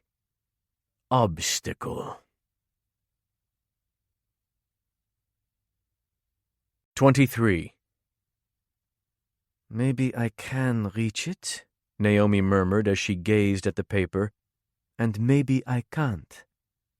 In the end, she decided it wasn't worth the trouble. She was turning her back on a possible paper, and she didn't care. As she floated down the drive, a placid breeze blew, and the stars were out in a cloudless night sky, and she couldn't stop smiling over last night. She'd decided that she was going to give Conrad the key this eve, because she believed that he would make the vow never to harm his brothers. And that look in his eyes. She thought he truly wanted a future with her, impossible though that might seem. Just as she wanted more with her fascinating vampire. Would he be angry about the key at first? Without a doubt. But after a rage, he'd soon calm. And if his brothers were trapped somewhere else, there really was no other option. As she closed in on the manor, she spied movement near the tool shed. She frowned to see Conrad. What was he doing out there? She blinked for focus, because it looked like he was holding an axe at the cutting stump. What the devil is he doing? Why would he... The horrific answer dawned on her. The axe dropped. Everything began to spin. The sound of the strike was still echoing as the blood spurted. He staggered silently. Silent. Doesn't want to alert me with a yell. Doesn't want me to stumble upon him quietly removing his own hand in the dark. Mère de Dieu! Her energy flared and dimmed. He shoved a towel to the wound. The white cloth was red and dripping with blood in seconds. Madness! A storm soon boiled overhead. Too much! Just as the rain began to fall, she finally had enough air to scream. His head jerked up and his big body lurched. He was gritting his teeth against the pain as they made their way to each other. "Don't be upset, Query," he bit out, his eyes rapt on her face. His expression was drawn in agony, but not over his own pain. "It will regenerate." She could barely hear him over the roaring in her ears. But... I did this for us." Oh, God! The pain he must be suffering. His face was wet from the growing storm. His black hair lashed over his cheeks. Do you think you can help me with the other one?" Conrad, no! "You can do this, Néomi. It will save days of healing time. Have to get these goddamned things off me." Why? She began weeping in earnest. "This is the first step. I made a conscious decision. You're looking at me like I've gone completely mad again." His voice faltering, he asked, "Have I?" That's not why I'm so upset." Rose petals swirled around her body. Her hair began whipping, yet not in time with the strengthening wind. "Then why are you looking at me like this?" He narrowed his eyes, realizing her reaction was more than horror. "What is happening to you? To the sky?" She gazed up at him, her eyes awash in tears. Conrad, come inside so I can tend to you. I have to tell you something. D'accord? Lightning struck close by. "No. Tell me now." Even after what he'd just done, he got that stubborn look on his face. S'il te plaît, let me just tend to you. "No, Néomi." I'll be back." She unsteadily traced to her studio. It took 3 tries before she could get hold of the key. When she returned, fear for him sat cold and heavy inside her. I was giving it to you tonight," she whispered, offering the key. His brows drew together as if he couldn't comprehend what it was. Then his eyes went wild. He threw back his head. His unholy roar of fury echoed in the night. She gasped, energy funneling out of her. "What is this? Néomi, what the fuck is this?" She focused on his face, trying to keep the world from spinning. Just let me help you." "Don't come near me." "Conrad, please, listen. I was going to give it—" "Bullshit! Cease your lies!" he bellowed. She squeezed her eyes shut, only opening them once she heard the rattle of chains. He flung the manacles to the ground in front of her. And then she learned what rage truly was. "Can't comprehend what I've just learned." Fury threaded through his veins, drowning out the pain. She'd willfully kept him here, lied about the key again and again. "Not her. I didn't want her ever to betray me." He could hear himself beginning to speak, but didn't register the words, just had this rage he had to unleash before it seared him inside. As the rain fell harder, the sparks glittering off her grew more intense. With each word, her face paled, her image flickering even more. Her lips parted as if she was horrified, as if she didn't recognize him at all. He dimly heard her say, You're going to say something you regret, something you can never take back. And then he must have. Oh, she murmured, looking like he'd struck her. Tears spilled from her eyes. Just before she disappeared, she whispered, Goodbye, vampire.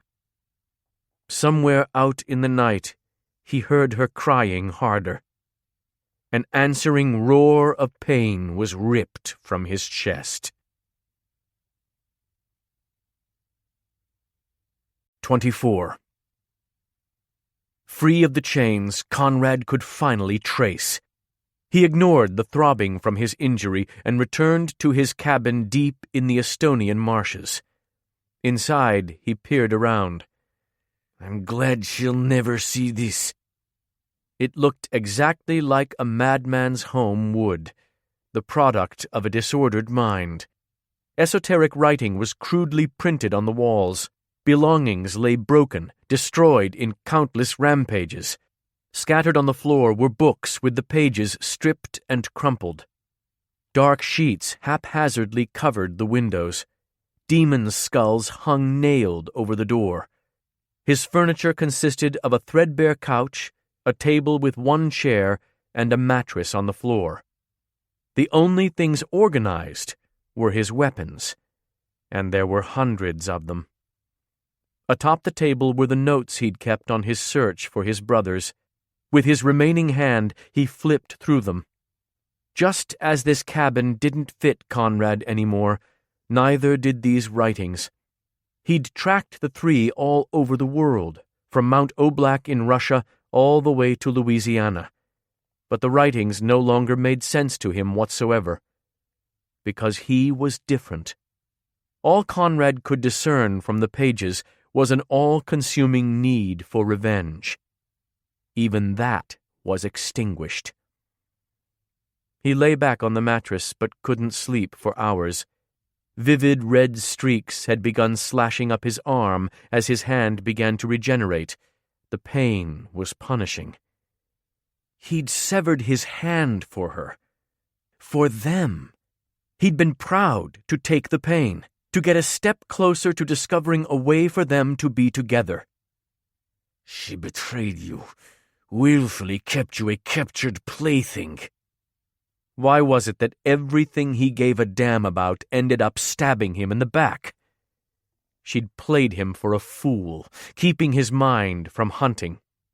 He'd walked around that mausoleum high on her, complacent. Charmed by her every move, he'd been blinded to what was really happening. Hours toiled by before he finally passed out. Sometime in the night, he jerked awake with a yell, cradling his arm, his body slicked with sweat. He'd seen Néomi screaming in terror, trapped in darkness where he couldn't reach her. She wasn't here with him as she always had been. Shh, mon cœur, she'd soothed. Goodbye, vampire, she'd said last night. His brows drew together. Stop thinking about her. She'd calmed him, surrounded him with laughter. She'd challenged him to rethink his blind hatred. You'll never see her again. Once his trust was lost, he didn't give it again. He was disgusted with himself. Even after her betrayal, he missed her presence more than he missed his hand. The silence within her home seeped into Néomi like a damp chill until she thought she'd lose her mind. Just as she'd known it would. For the last 3 days, she'd aimlessly roamed her halls, a lonely, despairing ghost filled with regret. And always, she wondered where Conrad had gone, where in the world he was at that moment. Was he safe? Healing? Was he drinking from a glass? Or from victims? Is he thinking of me? She hadn't known it was possible to miss another this much. He would never return, and she could do nothing but await. Await the years to pass, hoping for the arrival of someone, anyone. Néomi was helpless, powerless to alleviate her own misery. She was as pitiful as he'd accused that night. With a sigh, she exited the house into the drizzling rain, bent on getting the paper. Having long since read the ones he'd collected, she pined for something to take her mind from this. She had no other escape. She couldn't unburden herself to a good friend or change her scenery. She couldn't drink. There was no television show or good book to absorb her. At the property line once more, her hopes sank. Tears began to fall for the paper that was well out of her reach. I'm in the driveway, crying over a newspaper. This was the low point of her afterlife. She was as weak and pathetic as Conrad had deemed her with his crazed, yelling words. Next thing she knew, she'd be moaning, "Woo, woo." To hell with this. She would not mope like a damned ghost. Her sadness boiled to anger. She refused to feel guilt for what she'd done. She'd been trying to protect him and his brothers. For ages, they'd wanted to save Conrad. He was the one who'd gone and lopped off his hand without so much as a mention of his plans to her. With her new anger came realization. Had she actually thought she needed a man to actualize her? To save her from this cursed afterlife? Would she wait forever for his return, as Marguerite Larre had done for Néomi's contemptible father? Conrad called me pitiful, and he was right. How much she'd changed. In life, she'd always been bold, taking her destiny into her own hands. After that year of burlesque, Néomi had told everyone at the club, "I want to be a ballerina," and they'd laughed. Maybe you could make the leap from burlesque to vaudeville, they'd said. There are a few who have made that climb. But burlesque dancer to ballerina was supposedly an impassable divide, which was why Néomi had had to make it. How do I get from point A to point B? She'd thought hour after hour, day after day. She had figured it out, and though it had taken her years, she'd done it. Néomi had danced her way from the quarter to worldwide fame. I want to be the old me. She had to do something. Think. But in the last 80 years, she hadn't been able to come up with any way to alter her existence. Wait. Néomi possessed two things she never had before. One was a tool, Nikolai's cell phone. The other was the knowledge that at least one person on Earth had been able to hear her. What if someone else could?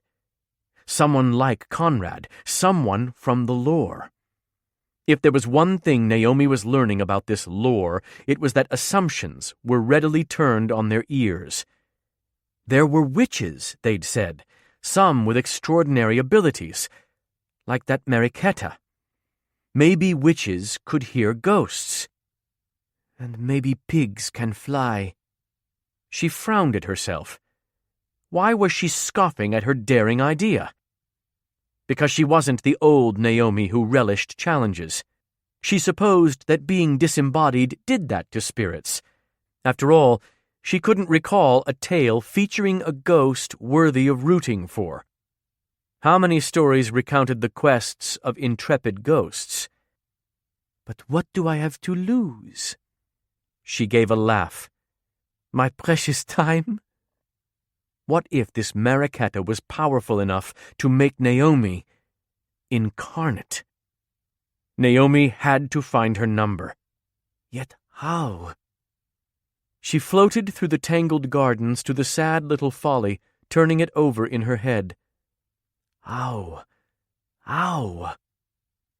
Nikolai had used their services. It made sense that their number would still be in his phone. In a flash, she traced back to her studio and raised the phone in front of her face. When the rain outside faded and the night cleared to match her change in mood, she reminded herself, "Don't get too excited." Even if she could divine how to operate the phone, the telekinesis to work it would be complicated and tiring. "Surely I can figure it out." In 1927, telephoning had been difficult. Today, it wasn't. Besides, a cell phone wasn't a totally alien object to her. She'd seen the brothers using theirs, pressing buttons without even glancing at them. And she'd read the reviews in the paper for all the newest products, learning about their features. She squinted at the screen. Yes, she knew enough to recognize a battery graphic. This one's was an angry red. Merde! No, don't lose power. Not yet. Manipulating small touches to dial wasn't easy, much less while being panicked. Brows drawn in concentration, she painstakingly scrolled until she reached the address book. Within it were business cards that looked like actual paper cards that had somehow been copied into the phone. Searching under W, she found The House of Witches, established 937. First-class curses, hexes, spells, and potions. We won't be undersold. Phone 504-WITCHES. info@houseofwitches.com. Member LBBB. Swallowing, she selected the card and pressed the green call button. Mon Dieu, we're ringing. The phone made an ominous beep. Hold on, battery. 2 rings. Was no one there? Ringing. It was long after 5 o'clock. Businesses probably closed, even in the lore. The red battery picture had begun flashing. Just as she was about to hang up to save the power, a woman answered in a creepy tone. Hello, Clarice. Naomi's jaw dropped. This worked. I made a call. Who's Clarice? In the background, it sounded as if a dozen females were singing, drunkenly howling the high notes of some song. First they'd mumble, da-da-dun-da-da. Then they'd yell, everlastin' love. Hello? Hello? Is this a crank call? The woman said, sounding normal now. 'Cause let me tell you, you dialed the wrong coven. I can convince your dialing finger to make its legal residence where the sun don't shine. Got me? Throwing caution to the wind, Naomi silently begged, Please be able to hear me. Then said, This isn't Clarice. Can I speak with Miss Mariquetta? My name is...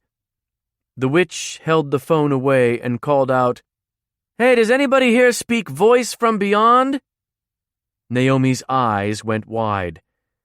My God, I love the lore. Back on the phone, the witch cried, I'm kidding. I'm Mari. Hey, how do you spirits keep getting on the cell lines? It's because you're all electrically and everything, right? Naomi could barely move her lips. Electrically? She mumbled dumbly. I keep telling everyone our conversations are not private. Hold up, I've got to do this. She held the phone away again. Hey, Regan! Firstly, stop peeking at my friggin' cards. Secondly, get your own cigars. And C, check this. I've got a ghost on the line, and she's coming over the phone wire to see us right now. Ah! A woman screamed. Naomi heard running footsteps, then a slammed door. Mariquetta chuckled. Reed isn't scared of basilisks or 20-foot-long centipedes, but ghosts make her freak balls. We just made one of the most fearsome Valkyrie on Earth run for her life. Classic. The music grew louder as a manic tempo song played. The only lyric was the word tequila. Sweet Pandemonium. Néomi wanted to be there so badly it hurt. The phone beeped again. "So what's your name, Spirit?" Néomi Laress. "Oh, man, I've heard of you. Dancer, right? From the old-timey days? You refused to get hitched and got shanked in the ticker. We studied you in my local feminists 205 class." People actually study me? She thought. In a chiding tone, she added, "Which, Néomi, I might have passed if you'd called 2 years ago. So, what do you want with me?" This is so bizarre. I would be very grateful to be corporeal and thought you might be able to help me." "Do you have any money?" Mariquetta asked. Her tone instantly turned shrewd. "I don't do gratis." "I have a drawer full of antique jewelry." The phone was beeping more insistently. "Meh. It's my one girl's night out for the week, and I'm kicking ass at 5 cards to— There are more than 50 diamonds. One alone is 4 carats. You can have all of them." "We're getting warmer, Spirit." Beep. "In the safe there are stock certificates from before I died. They were worth $20,000 or $30,000 80 years ago. They'd have to be worth a fortune today, since the companies are still in business." "Which companies?" This Mariquetta was certainly no nonsense when it came to money. There's General Electric and International Business Machines. I think it's called just IBM today." "Okay, I have cartoon dollar signs in my bulging cartoon eyes. I'll be right over. Knock on the mirror closest to you while I'm on the phone." Did Mariquetta need the mirrors for her spells? Naomi's heart fell. "But they are all broken." "Doesn't matter. Just need a sliver." Néomi dutifully knocked, and Mariquetta said, "And I've got it. All right, when a witch of superlative gorgeousableness climbs out of your mirror, don't ghost out on me." "Climbs out of my mirror?" "Oh, I assure you—" The phone was now emitting a long, unbroken tone. "Please hurry, Miss Mariquetta." "Hey, just call me Mari." In a feigned, somber tone, she sighed, "And I shall call you Spirit Friend." Smiling stupidly, Néomi turned off the phone and tossed it to the bed. She was giddy. She was hopeful. She began to pace, anticipating Mari's arrival. With their singing, music, and cards, those females were like the bon vivants she'd adored. And one was coming to visit. Life was suddenly new and different and full of promise. It couldn't be this easy. But what if?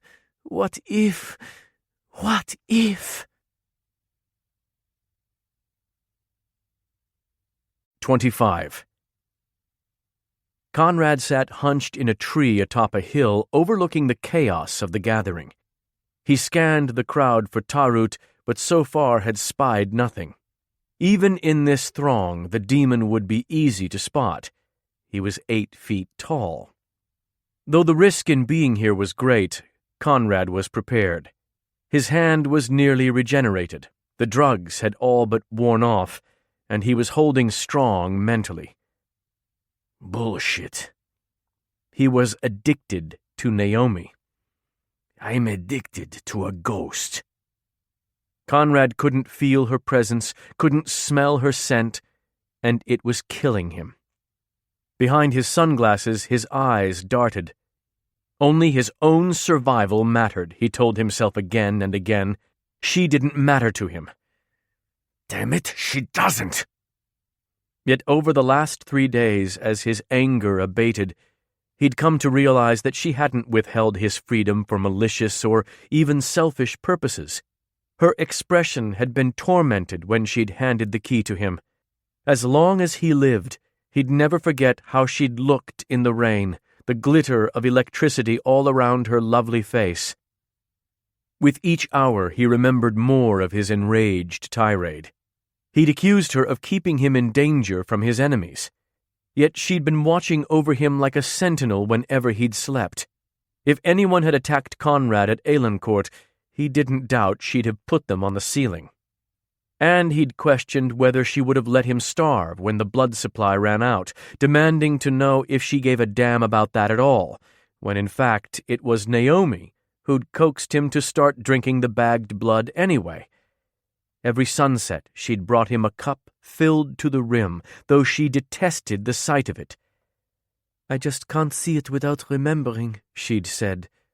"When I died, I was bathed in it, in Louis." Conrad had known that. He'd seen it spilling out over her floor the night of her dance. Exasperated, he'd said, "Then why do you keep bringing it?" She'd blinked at him. "Because you need it."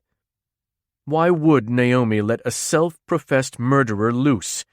She'd been tortured by one. "Go back for her," his mind whispered. And do what with her?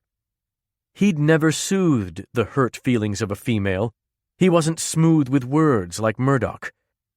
Why would she want to have anything to do with him after the things he'd said? He'd been so damned hard on her. He remembered telling her to rot in hell. She'd whispered that she already was. He grasped his forehead. What is wrong with me? She'd endured 80 years of that hell, only to have a vampire destroying her home, punching her walls. And even before those years, Néomi had suffered. The bastard who killed her had made sure of it. Robichaud hadn't plunged the knife and then looked on in horror at what he'd done. He'd taken hold of that blade and sadistically twisted it. And Conrad couldn't even torture and slaughter the one who had done this to her. His eyes widened. But he could desecrate the bastard's grave for her. Now I'm thinking. And of course, Néomi would want to know about Conrad's gesture because it would please her. He would have to return, if just to tell her. The idea heartened him, made being here a fraction more bearable. When her mirror bulged out, somehow becoming pliable, Néomi gasped. A briefcase flew out of the glass, landing with a thud on her studio floor. Then came hands, parting the mirror like a curtain. From the opening, a comely redhead crawled out, her face alight with a smile. Following her was an eerily pretty black-haired woman with arresting golden eyes and pointed ears. The glass closed seamlessly behind them. "I'm Mari McReeve," the redhead said. She hiked a thumb at her friend. "This is Nyx the Ever-Knowing. She's a Valkyrie." Shaking off her astonishment, Néomi said, "It's such a pleasure to meet both of you." Turning to the black-haired woman, she said, "Nyx, I know some people who are searching for you." "They always are, dearling," Nyx sighed, then fogged and buffed her nails, which looked more like small, elegant claws. She asked Mari, "How are you doing with all these mirrors?" Mari let out a breath. "Hanging in there." "She's a captromancer," Nyx explained. "She uses mirrors for her spells and for travel." "But," Mari said, "I've got this foreign, greedy power inside me that makes me get all entranced in mirrors if I'm not careful. So I can't live with 'em, can't live without 'em." Mari turned in circles. "Wow, what a place!" Néomi noticed that she had a piece of paper taped on her back that read, "I do ghouls." "Oh, dear," Néomi said, pointing delicately. "Mari, you have a—" Mari patted behind her until she snagged the page. Damn Regan. After reading it, she crumpled the paper, then glared at Nyx. "When is Lucia getting back? I can't handle Reg by myself anymore." Nyx shrugged. "Don't worry. I've got Regan taken care of. Folly, a rogue Valkyrie, and Regan's arch-nemesis arrives next Friday at 4:15. Mari exhaled with relief. Ah, your foresight is a beautiful thing. I wish mine was a fraction as strong as yours. No foresight needed. I bought Folly a ticket. I'm flying her in from New Zealand first class. Regan will be furious at the betrayal, but sometimes you have to be cruel to be kind. You are wise, Mari said, then returned her attention to a bemused Naomi. How is it that you both can see ghosts? Naomi asked. Mari answered, because I'm a witch, and because she's damn old and powerful. Old as carbon, Nix agreed, and so powerful I'm working on my demigoddess badges. Naomi didn't think Nix looked a day older than Mari, but what did she know? Can either of you tell me how I became a ghost? Mari shook her head. No one really knows for certain, but I've heard it has to do with a soul being too strong, even after death, to pass on. Oh, and usually you have to have a sturdy spirit anchor. Spirit anchor? Yeah, if you die in a place that you loved or that had meaning for you, it can anchor your spirit there. Naomi had loved Elancourt. The property had been all she'd had that was permanent and lasting. She'd wanted to plant roots, to watch children play in the gardens and the folly, to grow old here with someone she loved. Why did Conrad's face flash in her mind when she imagined that?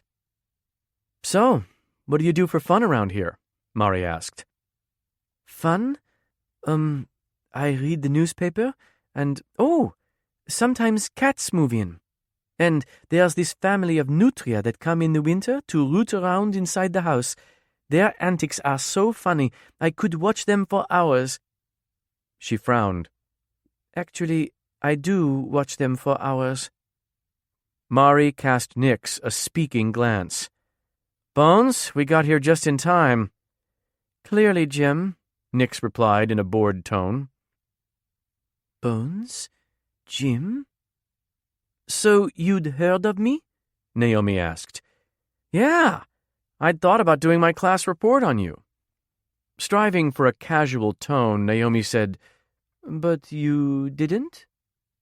An older witch had already written a paper on a suffragist from Baton Rouge. I wasn't above using it. But I remember you were a burlesque dancer turned ballerina. Burlesque? That got out? But people never understand, Naomi said, wondering what these women would think of her. Conrad had been appalled. What if they wouldn't take her seriously about what she was seeking? I only did that for 3 months, 4, possibly, a year at the most. I was never entirely naked, she added. Not many times at all. Back then it was called a striptease, not a strip, you understand? There were usually fans or big feathers. But that's one thing people loved about you, Mari said. These days burlesque is way cool. After your secret got out, people called you the ballerina with burlesque soul. You fit New Orleans. Oh, then, Naomi said on a breath. At last, people were seeing it as they should. I'm actually mollified. Great. So, let's get down to business. Would you like to have a seat? Having her own guests here was so surreal.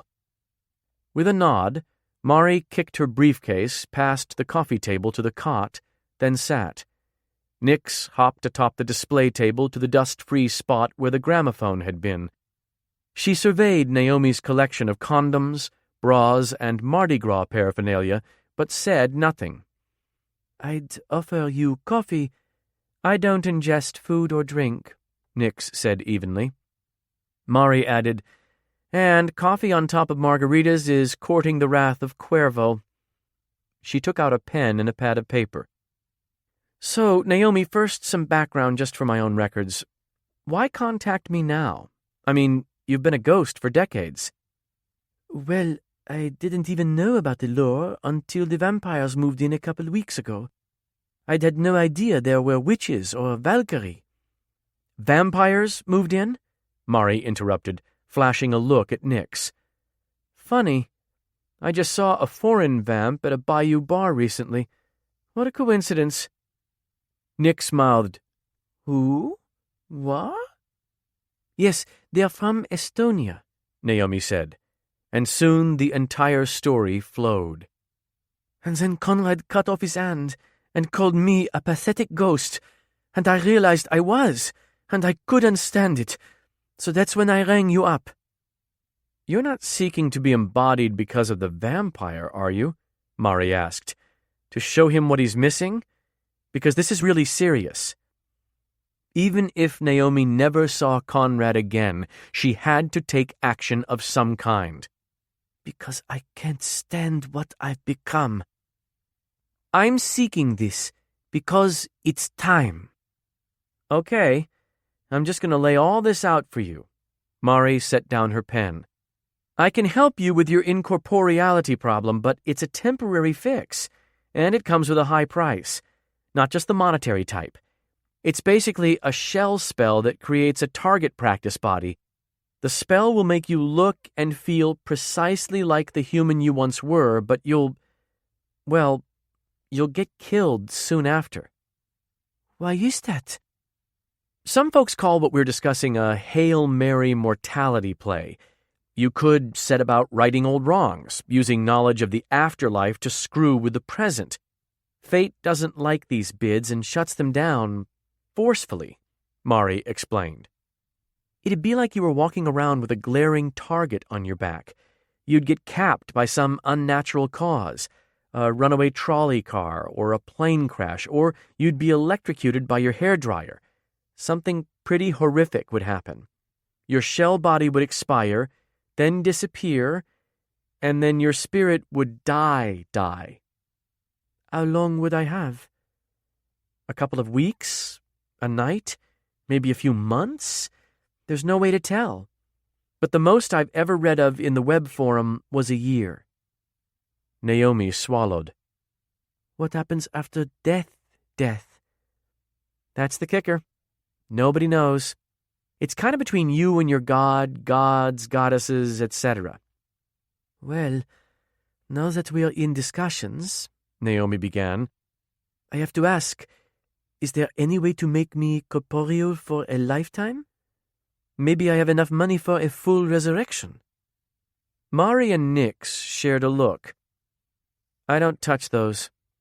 But what you're asking for isn't a resurrection. Your spirit's here and available. No need to suck it back to this plane. What you need is an embodying, which is highly dangerous in itself, and there are about a dozen different conditions that would have to be met. But even if everything were ideal, I'm just not skilled enough to try it. Not yet." "You've never attempted it?" "On a human? Not outside a simulator." After a hesitation, she admitted, "I did recently attempt it on my ghost cat." And did you ever see Pet Cemetery?" Néomi shook her head. "No? Well, my Tigger came back wrong," she cried, biting her knuckle. Nix rose to sit beside Mari, patting her back. There, favorite Wiccan-type person." Mari dabbed at her eyes, muttering, "Got some, dust in my eye." To Néomi, the Valkyrie said, "Mari's got oodles of power, but this would be a skill level of, She frowned. "What level?" "A 5, Mari answered, regaining her composure. "Out of 5. "Why not practice on me?" Néomi said, making her tone bright. "I'm game." Nix shook her head. "For Mari to do a 5, she'd have to commune with the mirror to unleash her full power. It's likely she would get entranced in her own reflection, unable to break away from it, possibly forever." Mari nodded. "But I'm going to face my reflection in 50 years when I'm stronger and more skilled. We've already got it marked on the calendar. If you can wait that long, I'll put you at the top of the list for a nominal one-time fee." "No, merci, but no." 50 more years of loneliness and sliver moons? Her death relived another 600 times? Or possibly a year of life? There wasn't even a question of which she'd choose. I'm sorry, Néomi.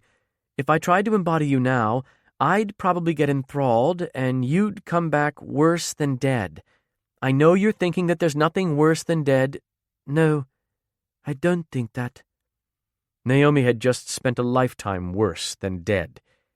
She understood the concept, and why it'd be wise to avoid it.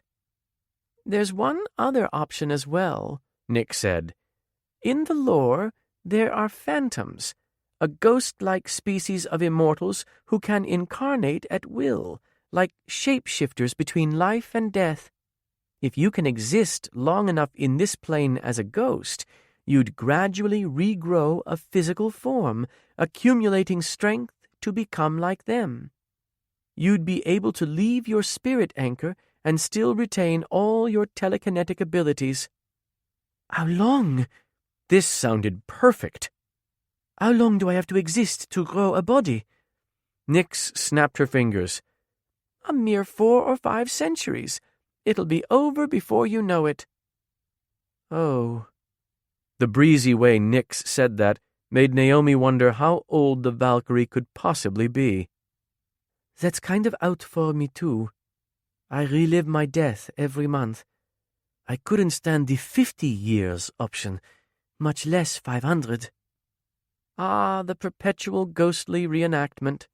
Nyx nodded in commiseration.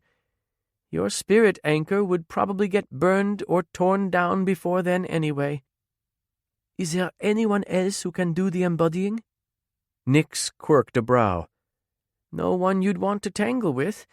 There are a handful of sorcerers who can do this, but they'll make outrageous demands, like your firstborn, or something equally unfun.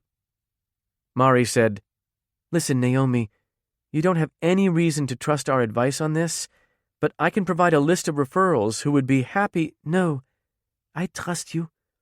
How soon could you do the target practice body? Néomi asked. Mari seemed surprised that she was still interested. Tonight. But really, this whole thing is probably not something you'd want to consider. I mean, how bad could it be here? Pinning Mari's gaze with her own, Néomi said, I'm trapped in an interminable hell that I can't even kill myself to escape. I perceive nothing, not until the one night a month when I have a knife plunged into my heart, then twisted in my chest.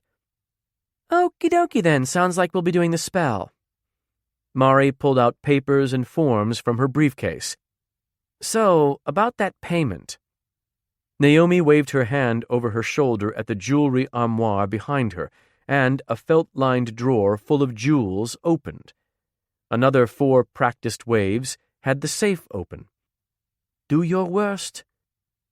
With a discerning air, Mari picked out a few diamonds and certificates and placed them in an inner compartment in her bag.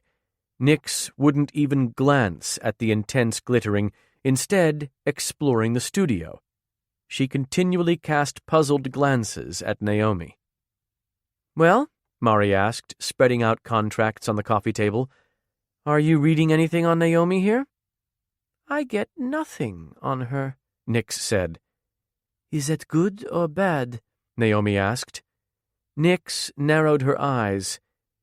It's rare. Mari offered a pen to Néomi. Can I get you to sign here and here? Just an X will do. Néomi used telekinesis to craft a sloppy X. Okay, and here. Nyx, would you witness? Nyx scrawled her signature, Nyx the ever-knowing, proto-Valkyrie and soothsayer without equal. Do I need to do anything to get ready? Néomi asked. Why the urgency? I usually make clients wait 48 hours to mull their decision when the magic is irrevocable. I really like the lore and want to see more of it. And there's this gathering tonight. Ah, the Live der Lanking, the life of Lanking, a raucous party. We call it the liver spanking. Nix here planned it. Nix nodded sunnily. It's BYOS. Bring your own sacrifice. Now, why do my spider senses tell me that Conrad Wroth might be there? Mari asked. What? Will he indeed? Néomi said in a breezy tone. Nix added, Naturally, you'll want him to see you flirt with other males and regret his words. Néomi was uncertain what she planned to do if she saw him there. Part of her was dying to know if she could blood him. Part of her wanted to see if he'd held steady after 3 nights away. And yes, another part of her wanted to show Conrad that she wasn't pathetic, languishing away in her haunted manor. You can go with us, Mari offered.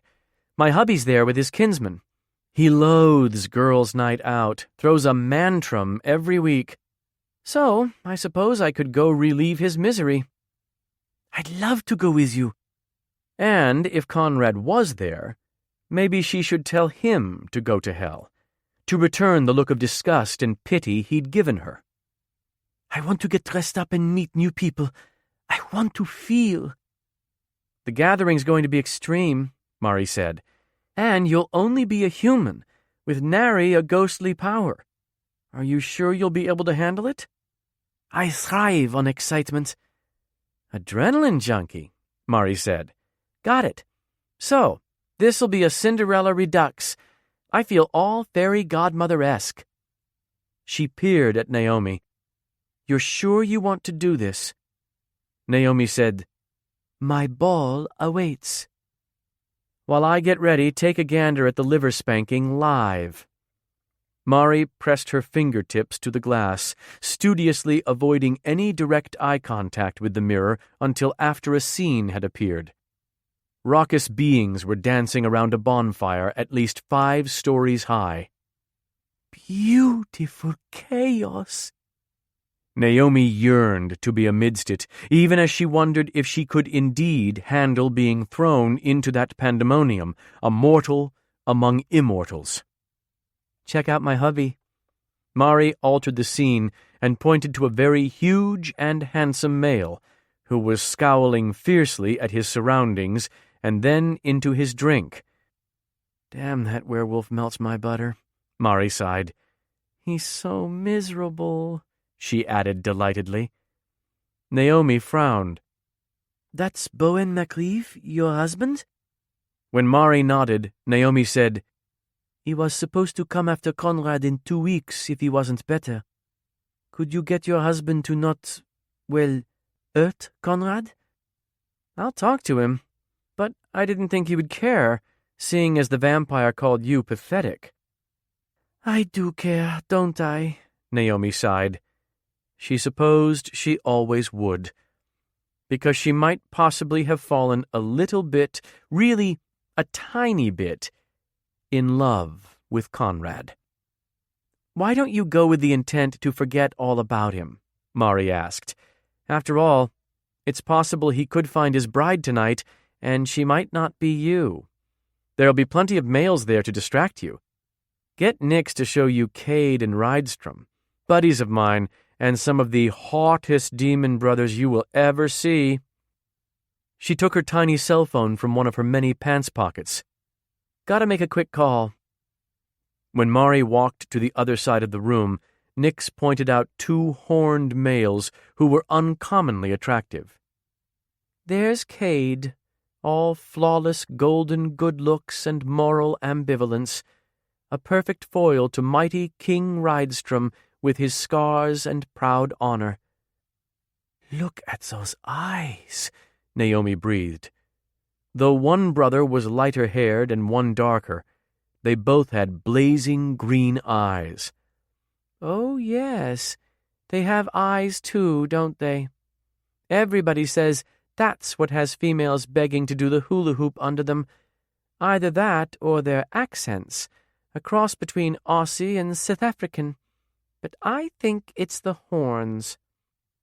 Shell-colored and pleasingly turned, their horns started just above their ears, curving back along their heads. Their shape and direction reminded Néomi of the laurel wreath crowns men wore in antiquity, though Rydstrom's horns were as battle-scarred as the rest of him. Yes, Nix continued, those sleek, rock-hard, lickable horns. Had Nix just growled? It sounds like you want one of them, or, both. Oh, no. I'm Mike Rose, beloved. Is this Mike down there? No, Mikey's playing hard to get at present. Her eyes going vacant, she murmured, But it will do you no good, you naughty little scamp. Just then Naomi overheard Mari say, Hey, Eliana! No, I don't need bail. I was wondering about that shell spell for ghosts. Is it corpus carnate or carnate corpus? Merde! The witch was having to get instructions? Mari paused, then said, I am too up for this. Uh-huh. And that's why I won't get entranced now, isn't it? Naomi was about to express concerns when Nick said, I put that vampire in your house, and I still don't know why. She leaned in, appearing genuinely puzzled. Especially since you're going to die. Naomi swallowed. How do you know Conrad? I know his brothers. Her voice took on a dreamy tone. And I suppose I have an affinity for Conrad. I have squatters in my mind, too. So, I'm back, Mari said. Have you seen anything on Naomi? What course she should take? Seeming to come back to the present, Nix told Naomi, I see very little on you. I'm called ever-knowing, not all-knowing.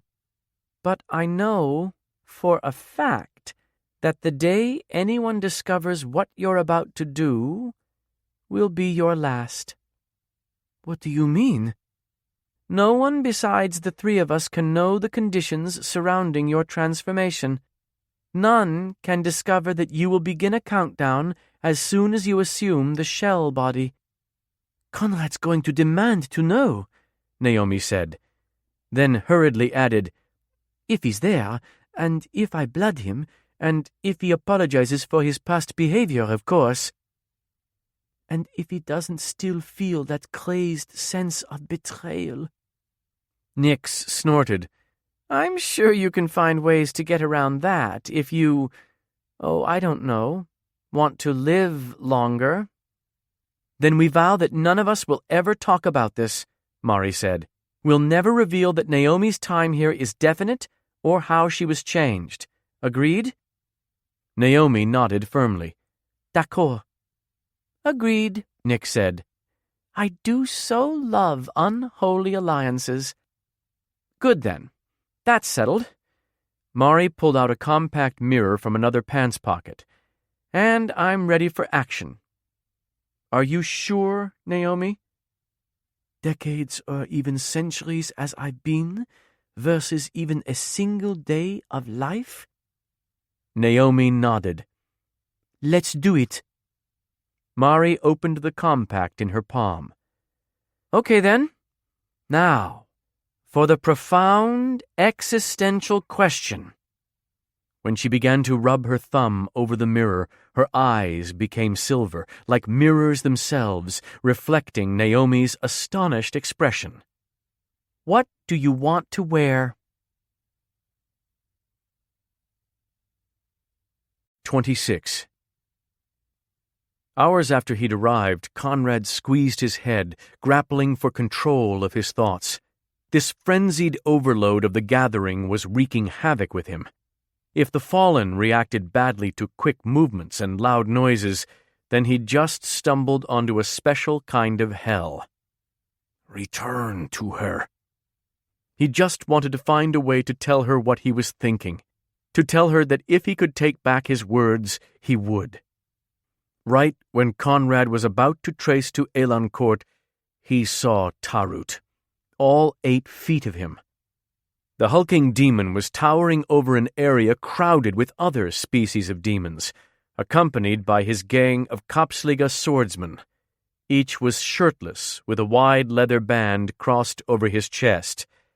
Conrad had once proudly worn the same. His eyes narrowed when a haze of smoke suddenly appeared in the same area. A group of 7 demons stepped from it, the Woeed among them. Conrad had heard they'd somehow lost their ability to trace. Wroth, the infamous fugitive, must be teleporting them.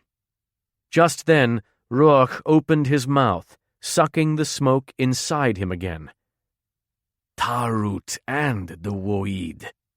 All 3 targets here for the taking, and more easily than normal. When Conrad engaged the Woeed, they wouldn't hit their rage state completely, not without risking Conrad's life and the information he held.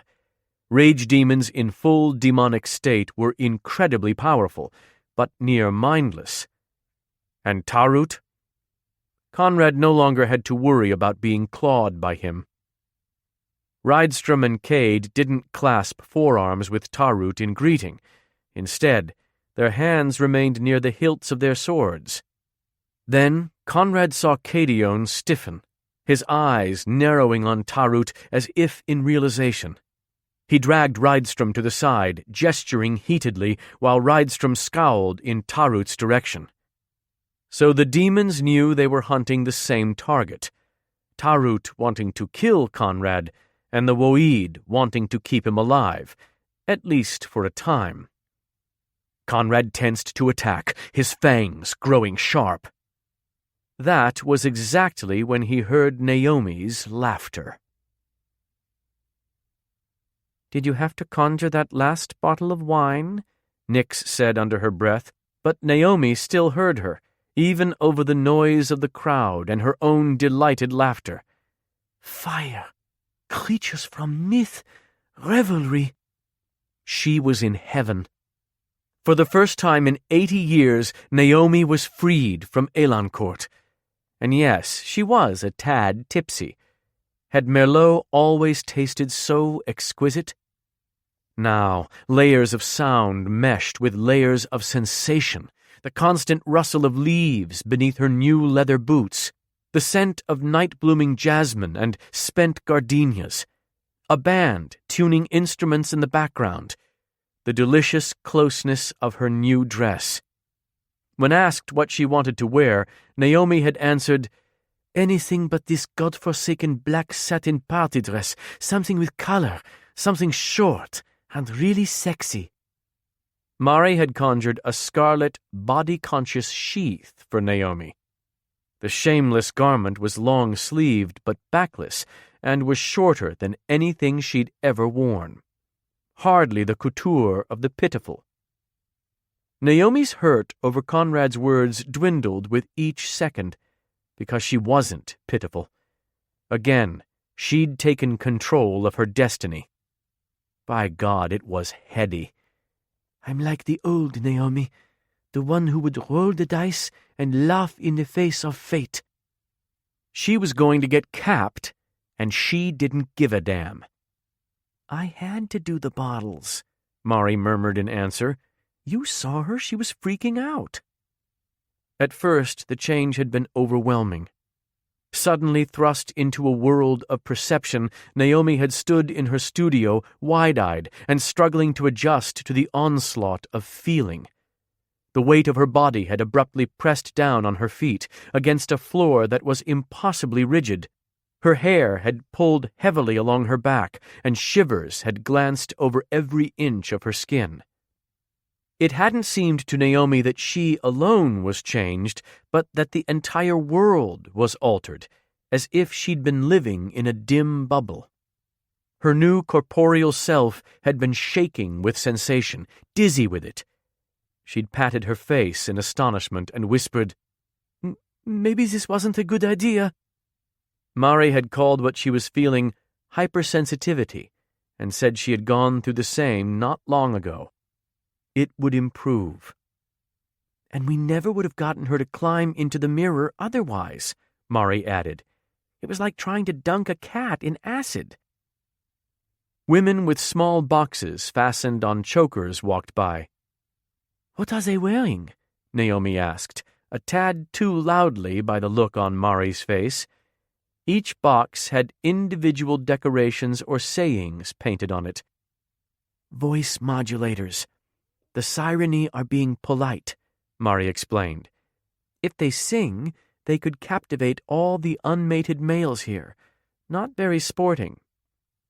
One box read, "Yeah, you're welcome." Another read, "Boom, I got your boyfriend." Néomi laughed with delight. Sirens, of course. A group of elven-looking women strolled by wearing nothing but gauzy skirts. Their chests were bare except for body paint styled in intricate leafy designs. "Goody," Nyx muttered. "The dendrophiles." "The dendro what?" Néomi said. "Tree lovers. The tree nymphs." Their obvious leader said, "Well, if it isn't Knucking Fut's Nyx and the Hex Hack." "Well, if it isn't the hookers," Nyx replied blandly. "Oh, I'm sorry, nymphettes. This isn't the orgy. That's down the road." "Nixie, every party is an orgy waiting to happen." Nyx opened her mouth, then closed it, dragging Néomi and Mari away. "Well, you can't argue with reason, can you?" "And nymphs!" Almost at once, Naomi's excitement was tinged by a tug of disappointment. Murdoch had said that nymphs would be in attendance. These startlingly lovely women reminded her that Conrad might have one like them for his bride. Luckily, there were gorgeous males, too, and soon Néomi, Nyx, and Mari were surrounded by a number. They were all huge. A couple were even taller than Conrad. Néomi felt dwarfed, but they seemed to be making every attempt not to startle her, especially since Nyx had introduced her as Néomi the Mortal. Néomi smiled in greeting, while furtively peering around them for a glimpse of the vampire. "This is Ulium and Monroe," Nyx said, indicating a pair of Scottish twins who were roguishly handsome. "We just call them Hot and Hotter, or is it Hotter and Hot?" She shrugged. "They're Lycae.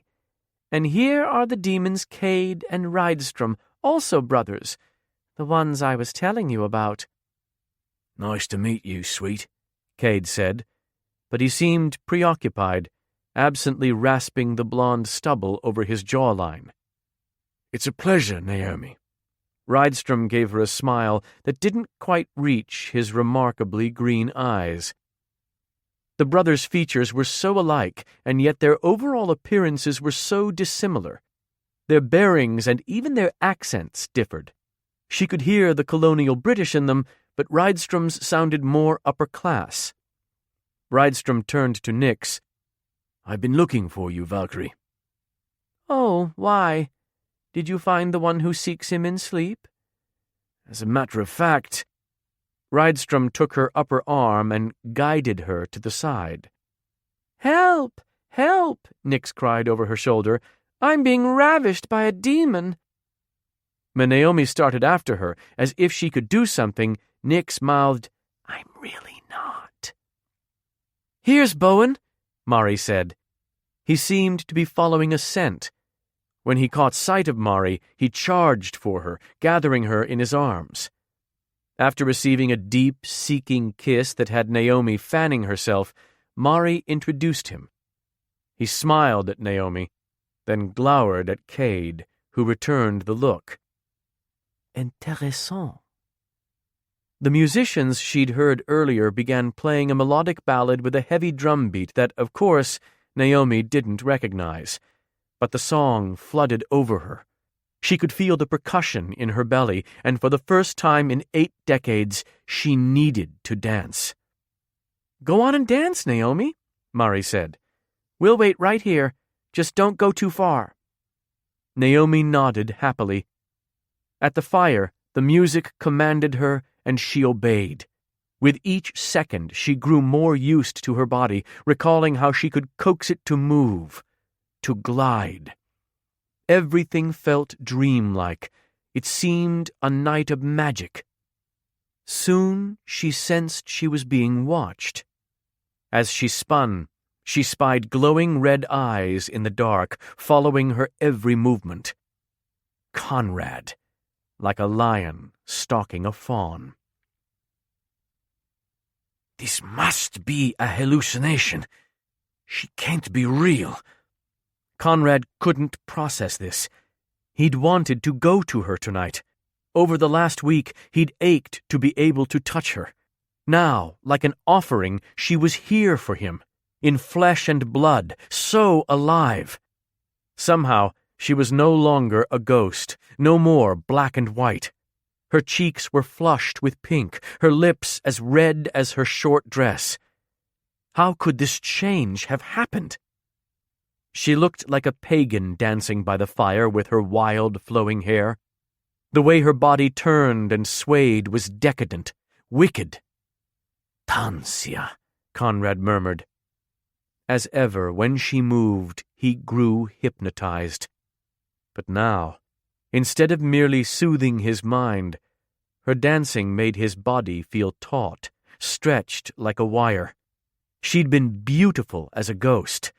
Like this, she was beyond compare. He could actually take that kiss that he'd burned for, could touch her full breasts. No, he couldn't. She surely hated him now. Even across the distance, he could hear her heart pumping with excitement, which meant that she could bleed, which meant that he could hurt her, or kill her. He'd fantasized about sucking at her neck. Would I ever be able to stop once I'd started? The ease he'd felt with her because he couldn't harm her disappeared, replaced by dread. And now his enemies could target her. Tarut had just escaped him moments ago. Conrad bit out a vile curse when his arm began to ache under his bandage. Because my most fervent dream just materialized. What he'd coveted most was dancing right before him.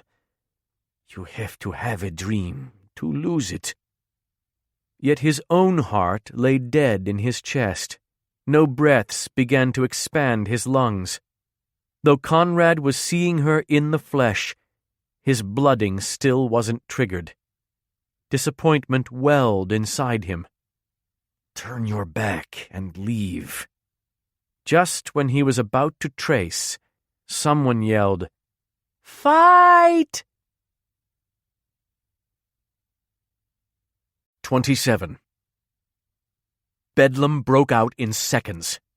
The fight spread like a wildfire on parched grass. Beings began to change, eyes turning color, demeanors altering utterly, weapons appearing from seemingly nowhere. The delicate nymphs had somehow concealed daggers beneath those gauze-like skirts and brandished them with battle cries. In the distance, she saw Cade and Rydstrom wielding broadswords. The Sirene fiddled with something on their voice boxes that allowed them to dispatch concentrated shrieks, dropping their foes to the ground with bleeding ears. Néomi caught sight of Mari and Bowen hastening to her. "Stay there!" Mari cried. "Oui," she said faintly. She was too shocked to move. But then Mari got hit by a stray elbow, sending her flying. Bowen went savage, beginning to turn to his werewolf form. Néomi gasped. "Terrifying." She was glad she'd been forgotten by the Lycae, until the frenzied crowd engulfed her. How had she thought she could handle this? An accidental jab of an elbow wouldn't kill the immortal Mari, but Néomi might not survive it. Was this how she'd get capped? So soon? She tried to duck and run, but kept getting caught back up in the current of beings. Each surge pressed her ever closer to the fire. The band played on, seeming as oblivious as the Titanics. Then she saw him. He was hard to miss as he charged for her, towering over others. He had dark sunglasses on, but she knew his eyes were fixed on her. Without ever turning from her, he dropped any being in his direct path to her. She'd never seen anyone who could fight like him, so methodical but vicious, so practiced. His fangs were razor-sharp, his neck and chest muscles straining. If warriors fought back, he twisted necks and backhanded them, sending them flying. Thank God his hand has regenerated. A fist struck him in the face with crushing force. His sunglasses went flying, but he didn't even pause in his pursuit. Fierce immortal, with his jet-black hair whipping over his cheek, she felt an untimely surge of pride that a male like him was coming for her. He wants me. Those burning, blood-filled irises were locked on her. He was looking at her as if she was his, only his. He'd talked of having new vampire instincts, animal-like instincts. There was no mistaking what his eyes said. Anyone who kept him from what was his would die. Conrad couldn't risk tracing to her. She was a moving target in the fray. Can't take my eyes from her for a split second. Sprinting faster, fighting harder. He suddenly stumbled, feeling as if a mine had just gone off under his feet. Righting himself, chin down, he charged for her once more. Another explosion. He tripped forward, losing sight of her for a moment. What the fuck is happening? His lips parted as he comprehended. Thunderous bomb blasts again and again. Néomi, it's her. A rhythm to the echoing boom. His heartbeat. Conrad was hearing his heartbeat for the first time in 300 years. Mine. Even as he ran, Conrad felt a savage triumph. His lungs began to expand, waking. She was bringing him back to life. Just 10 feet away from her. One more obstacle. His body was tackled to the ground with the force of a freight train. Strong hands gripped him, hauling him to his feet. 2 demons had him. Néomi was watching agape. Safe for now. Weak. Can't shake them off. Vulnerable for precious seconds while he transitioned. Can't break free.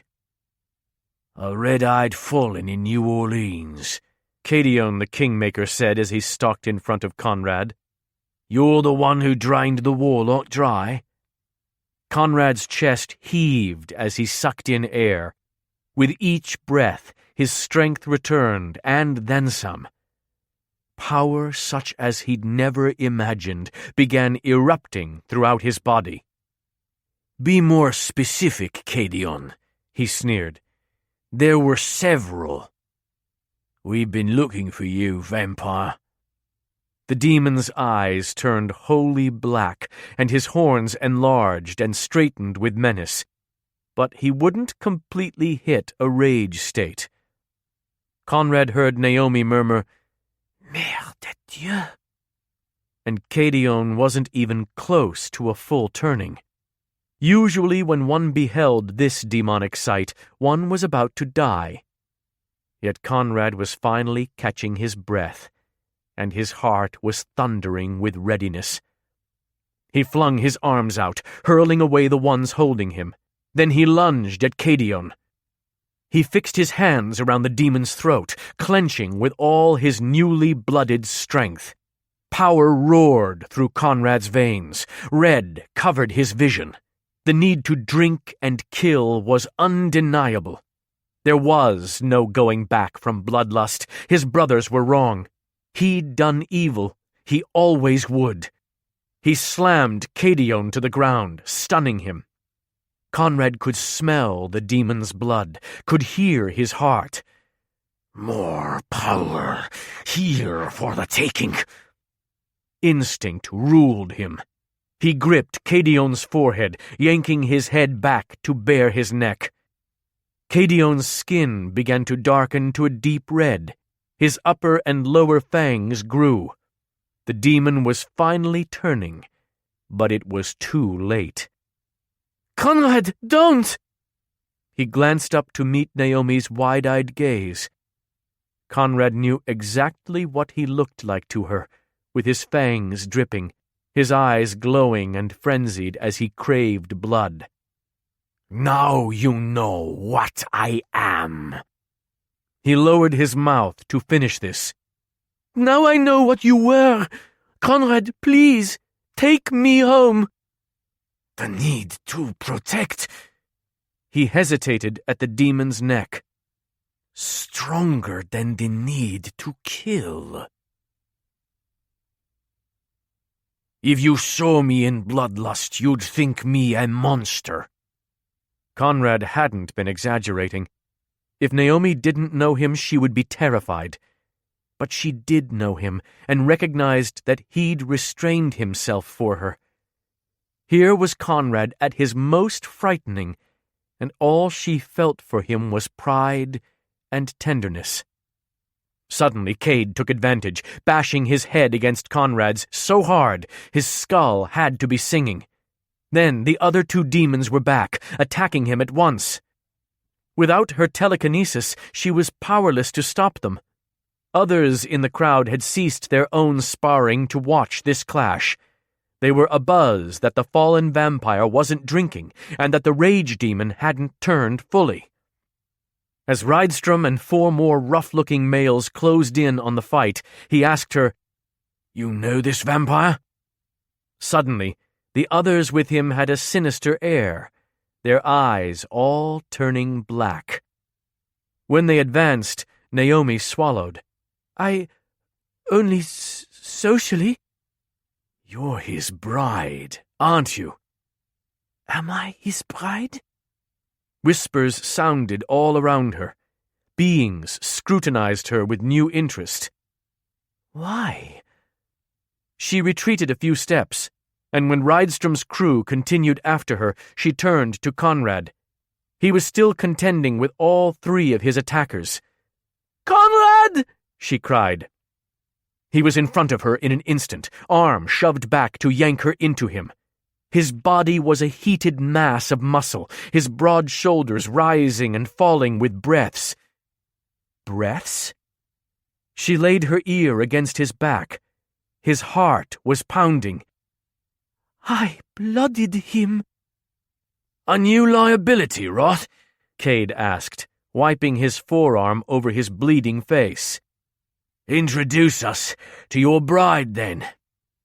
"If you think to harm her," Conrad grated, "then you invite your own end." He grasped her upper arm, pulling her beside him. Naomi swallowed when some of the females gave her sympathetic looks. "What do they know that I don't? What will he do to me?" This was an immortal assassin who'd just been denied a kill, denied because of her. She could see a feral, possessive light to his eyes, along with a deep rage, as if not slaying those demons had taken something from him.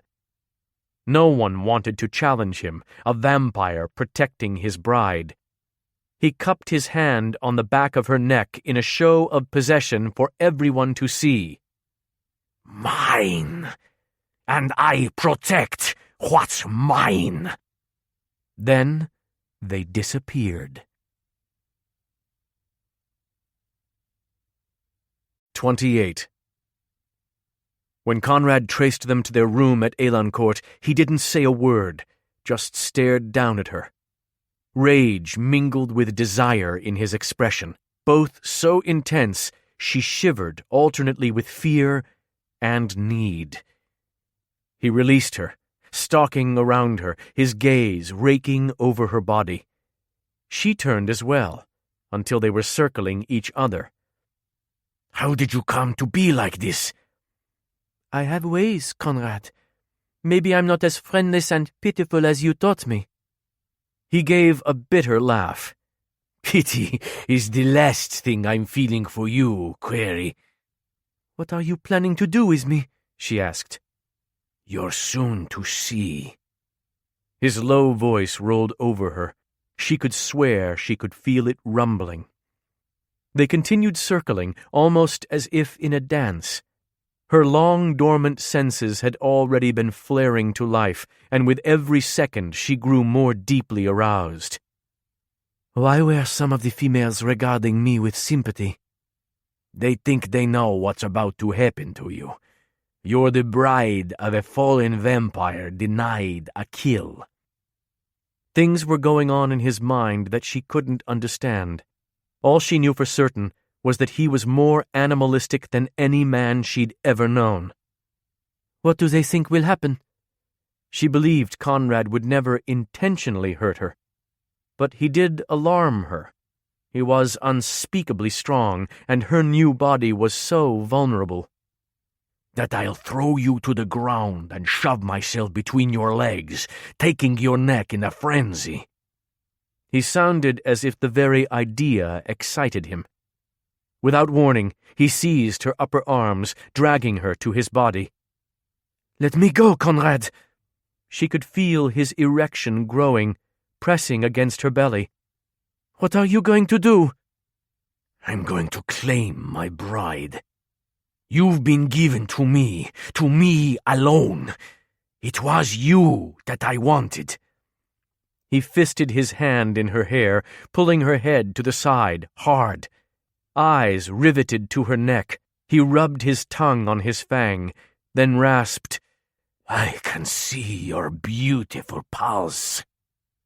Stifling a cry, she said, You're hurting me, Conrad. Try to sound calm. She intuitively knew she had one chance at this, one chance with him. She didn't believe he'd ever forgive himself for harming her. Do you intend to punish me over the key? Or are you losing control again?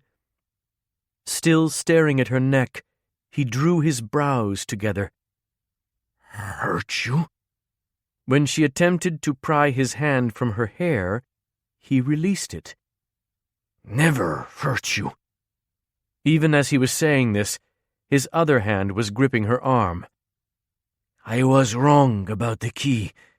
Have regret for my words. And just like that, with two simple, unmistakable sentiments, her anger dwindled. If you want more with me, then don't proceed like this when you're enraged and fresh from a fight. She twisted her arm from his fist. Don't hurt the body I was just given. He breathed in deeply, so clearly struggling for command of himself. If I can get control now. His head jerked to the side and back. You'll forgive me for losing it over the key. Say it! Yes, if you can do this for us. Naomi dared to reach up and stroke the backs of her fingers along his jawline. She experienced a jolt of surprise. This was the first time their skin had touched. And this vampire, so brutal and violent to others, leaned his handsome face into her touch. She laid her other hand over his thundering heart. Conrad, je crois en toi. I believe in you. Go to the folly. When he hesitated, she said, I promise I'll be right here when you return. He gave her a sharp nod before vanishing. Back to the foggy bayou, stalking his familiar path. His mind was in turmoil. Now his body was as well. He inhaled, shuddering as cool air continued to flood into his lungs. It felt just as his brother had said it would. Heavy. Good. 300 years he'd gone without this, but now Conrad had been blooded by the lush little dancer he'd wanted above all other females. God, she'd smelled like fire and wine and woman. Too good to be true. Maybe this was all another dream, more madness. He hadn't wanted to let her out of his sight, dreading she'd disappear, but if he hadn't left, he would have hurt her. The urge to rip away her clothes and plunge into her warm body had been nearly overwhelming. She was so delicate, so mortal. He could break her bones with an absent touch. And he would rather die than give her pain. He might be fallen and newly blooded, but this was Néomi, the woman he'd coveted for his bride and had been given in the flesh. Though he burned to know how she'd come to be like this, all he could think about was the unbearable drag of his pants across his engorged cock. With each heartbeat, his shaft grew thicker. This had to be truly happening. He grimaced from the pressure, unable to concentrate, to handle these shocking changes within himself. It felt like 3 centuries of lust was building, as if his shaft would explode, it throbbed so hard. Just when he believed the pressure couldn't possibly build more, it did. He should leave here for good. But could he give this night up? Néomi was actually in their room, waiting to be touched, to be taken. She believes I can do this. She'd said she'd wanted more with him. He could finally experience what this would be like. The only obstacle to his claiming her was the threat he posed to her. He had to make sure he didn't hurt her. But then he had to pleasure her as well. At least before, his anger and instinct had commanded him. Now he wondered how he could possibly satisfy her. He bit out a curse. He'd never even kissed a woman before. She's waiting for me. His eyes briefly widened. She'd told him exactly how to proceed with her, to make her want more, to make her desperate for him. As Conrad stalked toward her, she studied his face. He seemed less frenzied. Or maybe he was only disguising it better, turning it inward. Once he'd backed her to the wall, he raised his hand. "What will he do?" She swallowed with apprehension. Yet he only cupped her face. The gesture was gentle, tender. When he grated, "Put your arms around my neck," she realized what he planned, how hard he was trying for her. "And this is why I'm falling for you," she thought. At this exact spot in the room, they'd practiced their kiss, both of them imagining it. It felt so natural when her arms looped around his neck. She'd longed to be able to twine her fingers in the hair at his nape. Now she did, with delight. "My Néomi," he rasped, rubbing his thumb over her bottom lip. "So soft." Her eyelids fluttered. "More than I'd ever imagined." His hand was shaking. "He's never touched a woman before me." All this was new to him. She needed to remember that. "For 300 years my sword hand has been steady. If I'm to be overcome, I'd want it to be by a little dancer." His scent, his heat. God, he smelled so good. "Conrad, I want our kiss. Won't you brush your lips against mine?" "What if I wanted to do something harder?" "Think, slow build," she forced herself to say, because he still was barely in control. He stared down at her with eyes like fire, then leaned in to give her what she'd yearned for. When he slanted his lips over hers, a shock of heat rushed through her. She cried out, and he slipped his tongue in. but he allowed her to lead. She lapped at his tongue, teasing and licking, making him groan. Soon he began deepening the kiss, stroking his tongue against hers. She held on to his shoulders, reveling in the power she felt in his muscles, and whenever he did something she liked, she gave a little squeeze. He caught on handily, so much so that he became the one who teased her now, flicking his tongue and stoking her desire. Clever vampire. His kiss was ardent, erotic, demanding. When he glanced the backs of his fingers from her ear down past her collarbone, then lower to the beginning swell of her breast, she shivered. Simply experiencing contact was a delight to her starved senses, but Conrad's touch was mesmerizing. He broke away, leaving her breathless and dizzy.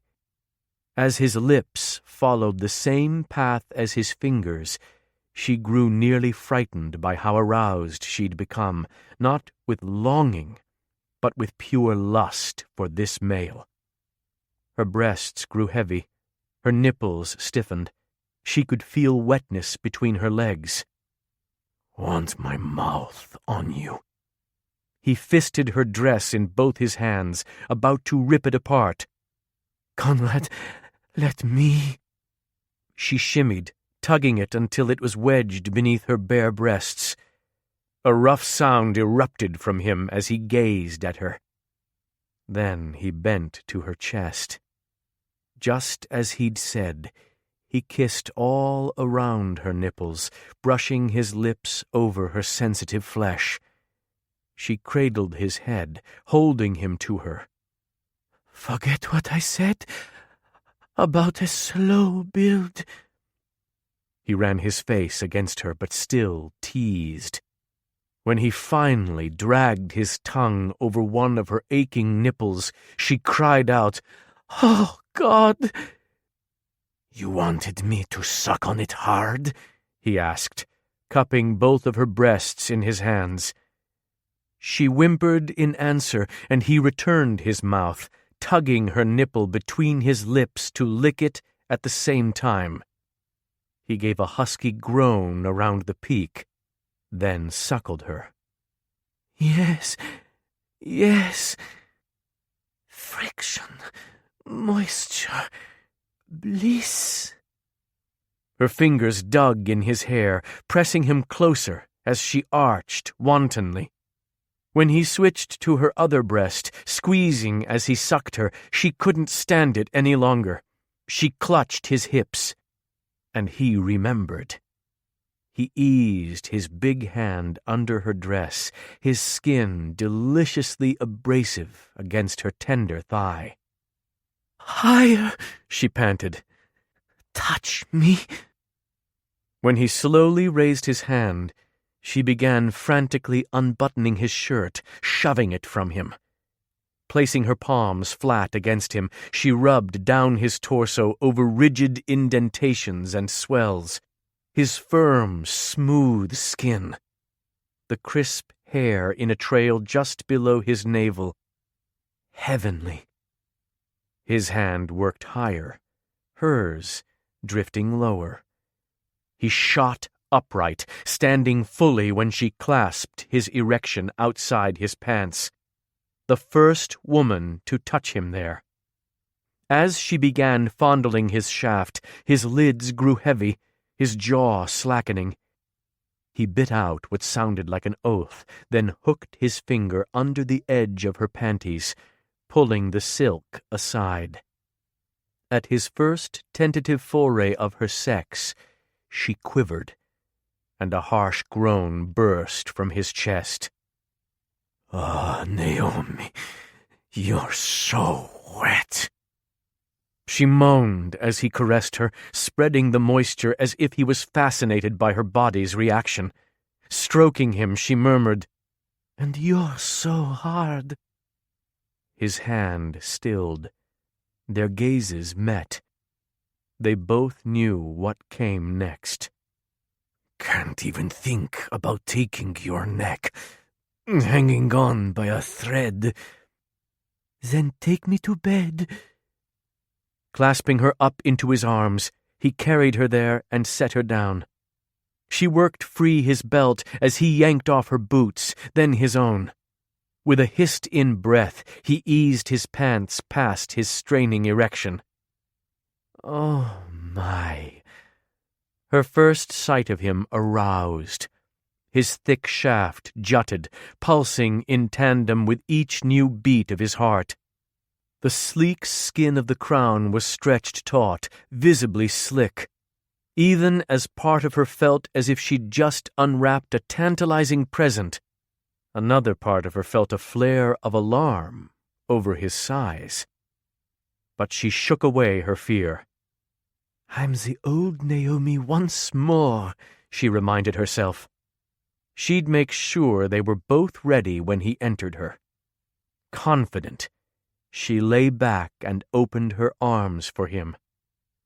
His brows drew together in an anguished expression as he followed her down. Christ, I hope this is real.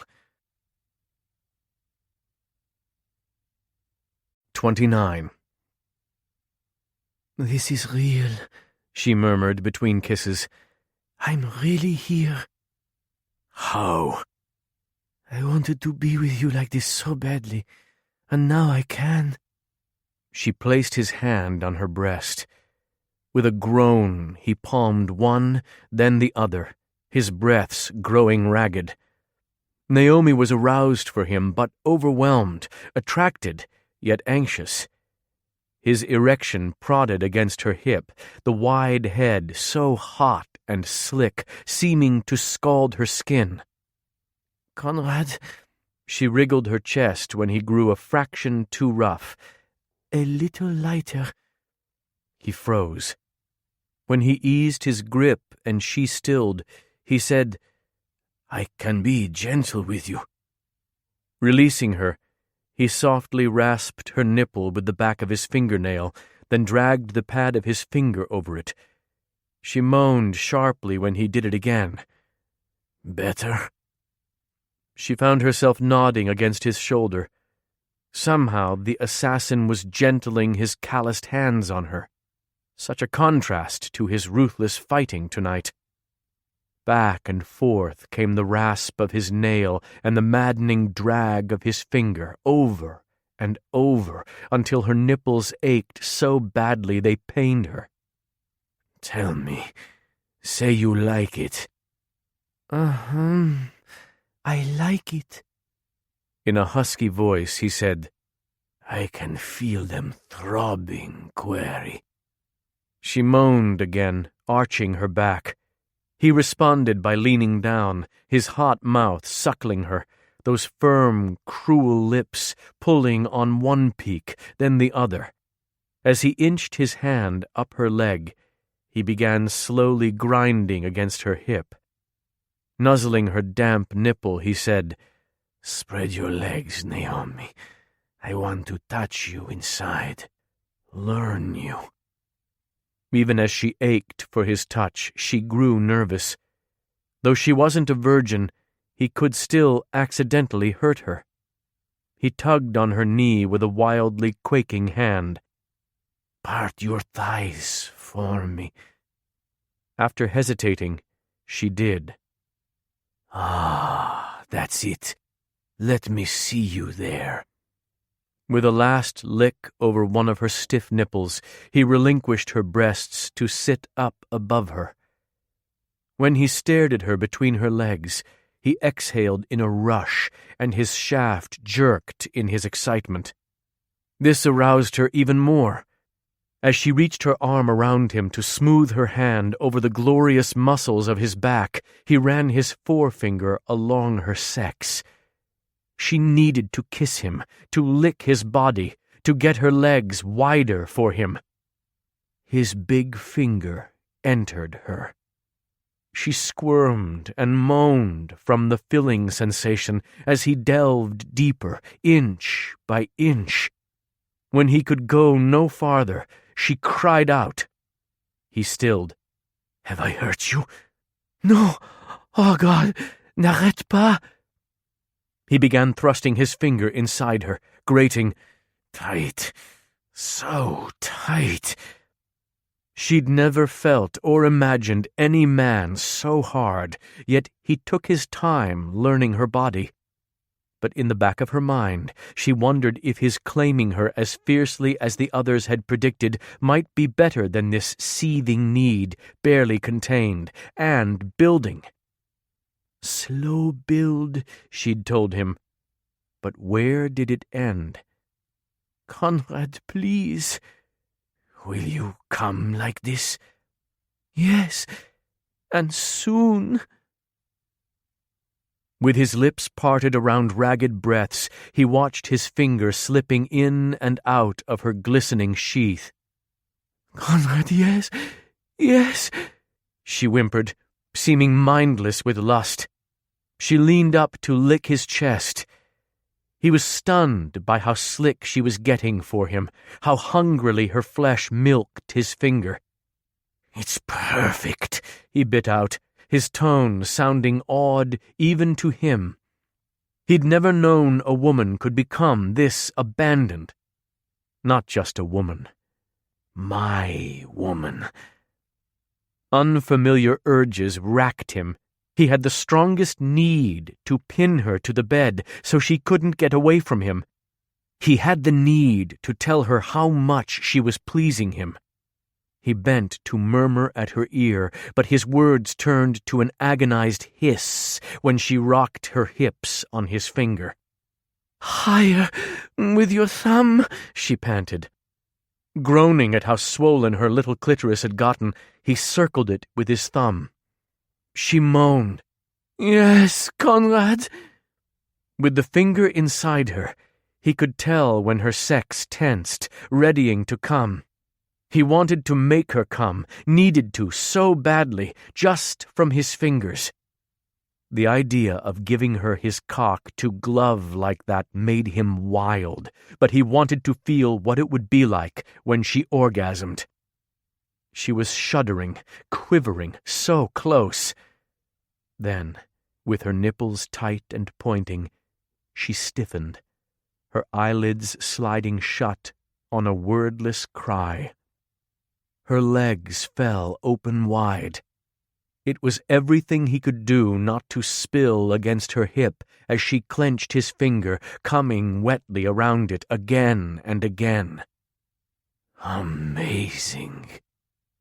Now he was dying for her to do that around his shaft.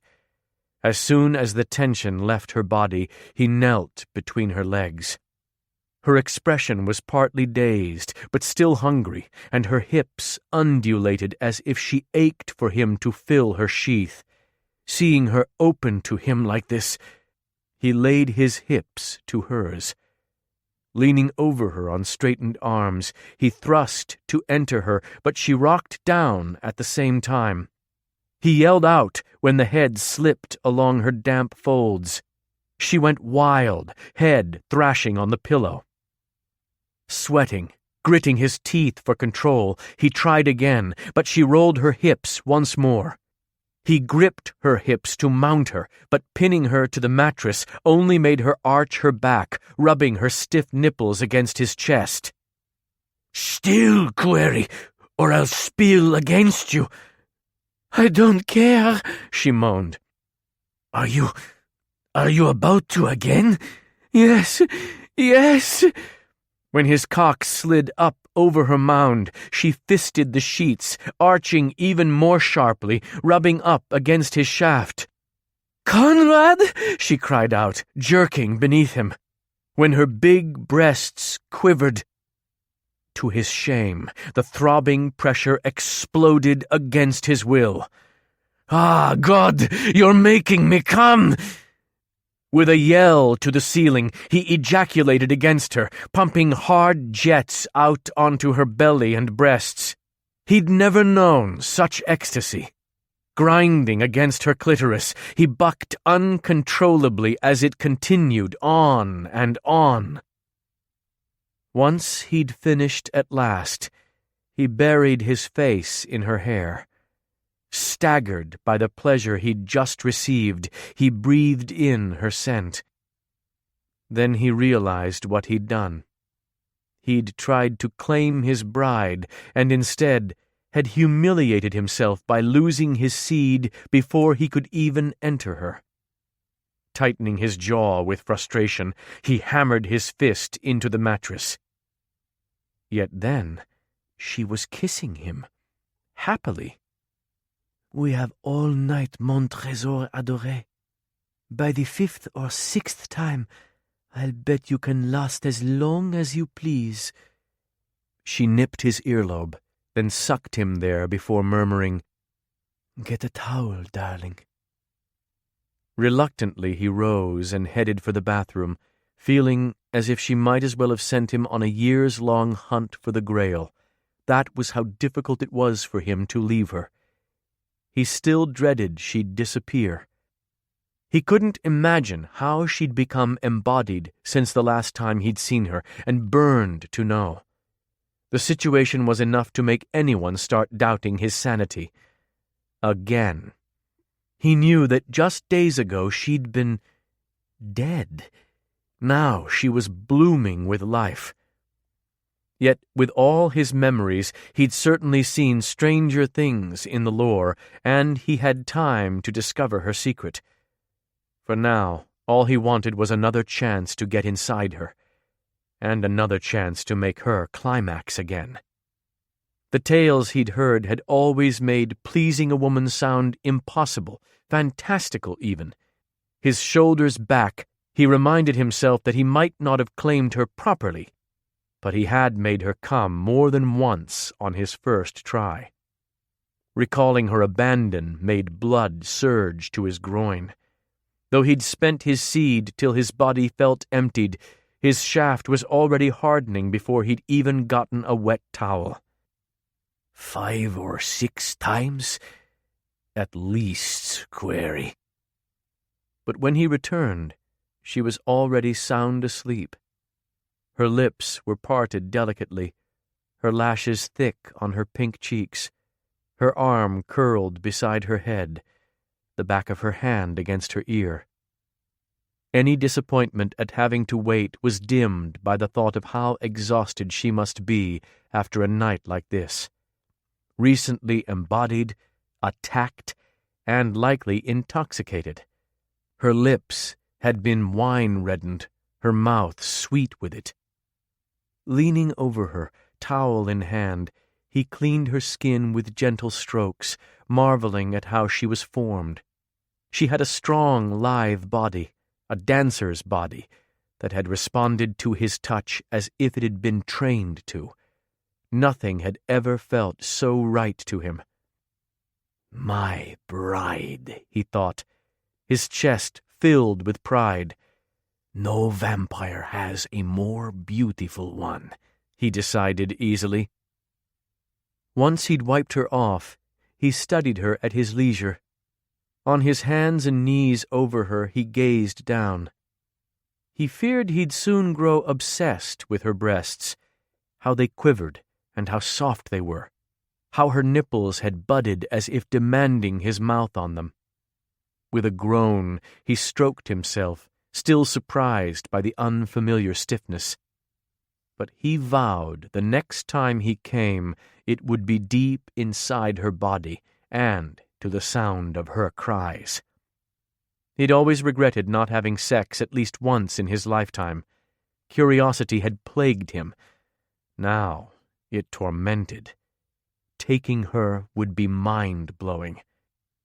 Yet he was still too new to sex to predict how he'd react. Mind-blowing. He didn't know if that would work out well for the insane vampire. And how could he keep from hurting her little body when he did it? Tonight, he'd felt her inside, had discovered how tight she was. There was no way he could fit into her without causing her pain. He tried to push aside the doubts. Ignoring the ache in his shaft, he lay back and dragged her warm body to him. He exhaled with pleasure when she slid her smooth leg up over his knees and draped her arm over his chest, exactly as he'd imagined them sharing this bed. He knew he would be unrelentingly aroused through the night, but he would savor it, relishing her touches, the way she was already squeezing his chest in sleep. All night he would get to enjoy the scent of her hair. He could feel her heart beating against him, and he eventually lost himself in the soothing rhythm. Near dawn, he shot upright in bed. Leaning over her side, he planted his hand across her body, caging her in protectively, eyes darting. No one was there, just the wind. She murmured in French and turned to him trustingly. His bride was now so fragile, so mortal. No longer was she invulnerable to harm. He would be endangering her just by keeping her with him. The Woid now knew he had a weakness. They would be relentless trying to capture her. In their minds, she equaled Rydstrom's crown. Conrad would gladly give them the damned information if he could pull it up, but they'd never believe he wasn't simply withholding it, not until they were threatening her. Before, Tarut's curse had constantly shadowed him. Now it had become 1,000 times more imperative to destroy the demon. Conrad had been given his dream. Was some force out there even now seeking to take it from him? If he even remotely believed in the power of the curse, then how fair was it to stay with her? Or was the damage already done? If he deserted her now, then he could be leaving her vulnerable to attack. In any case, Conrad wouldn't consider her safe until he was in possession of Tarut's head. Forcing himself to set her away, he traced downstairs. He knew a crude protection conjuring that would guard her at least while she was here.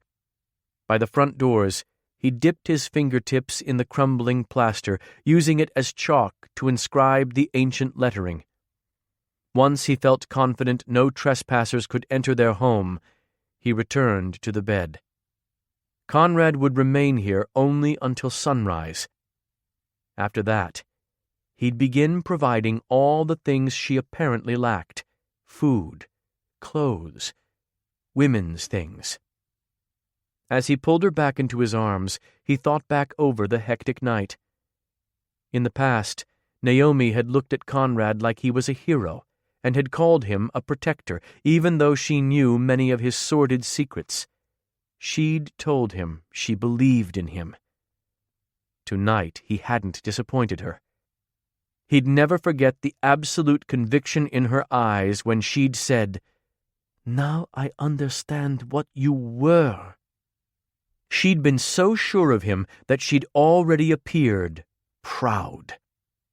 But she didn't know of his secret fantasies of taking her neck in a frenzy. "I'm the worst threat to her."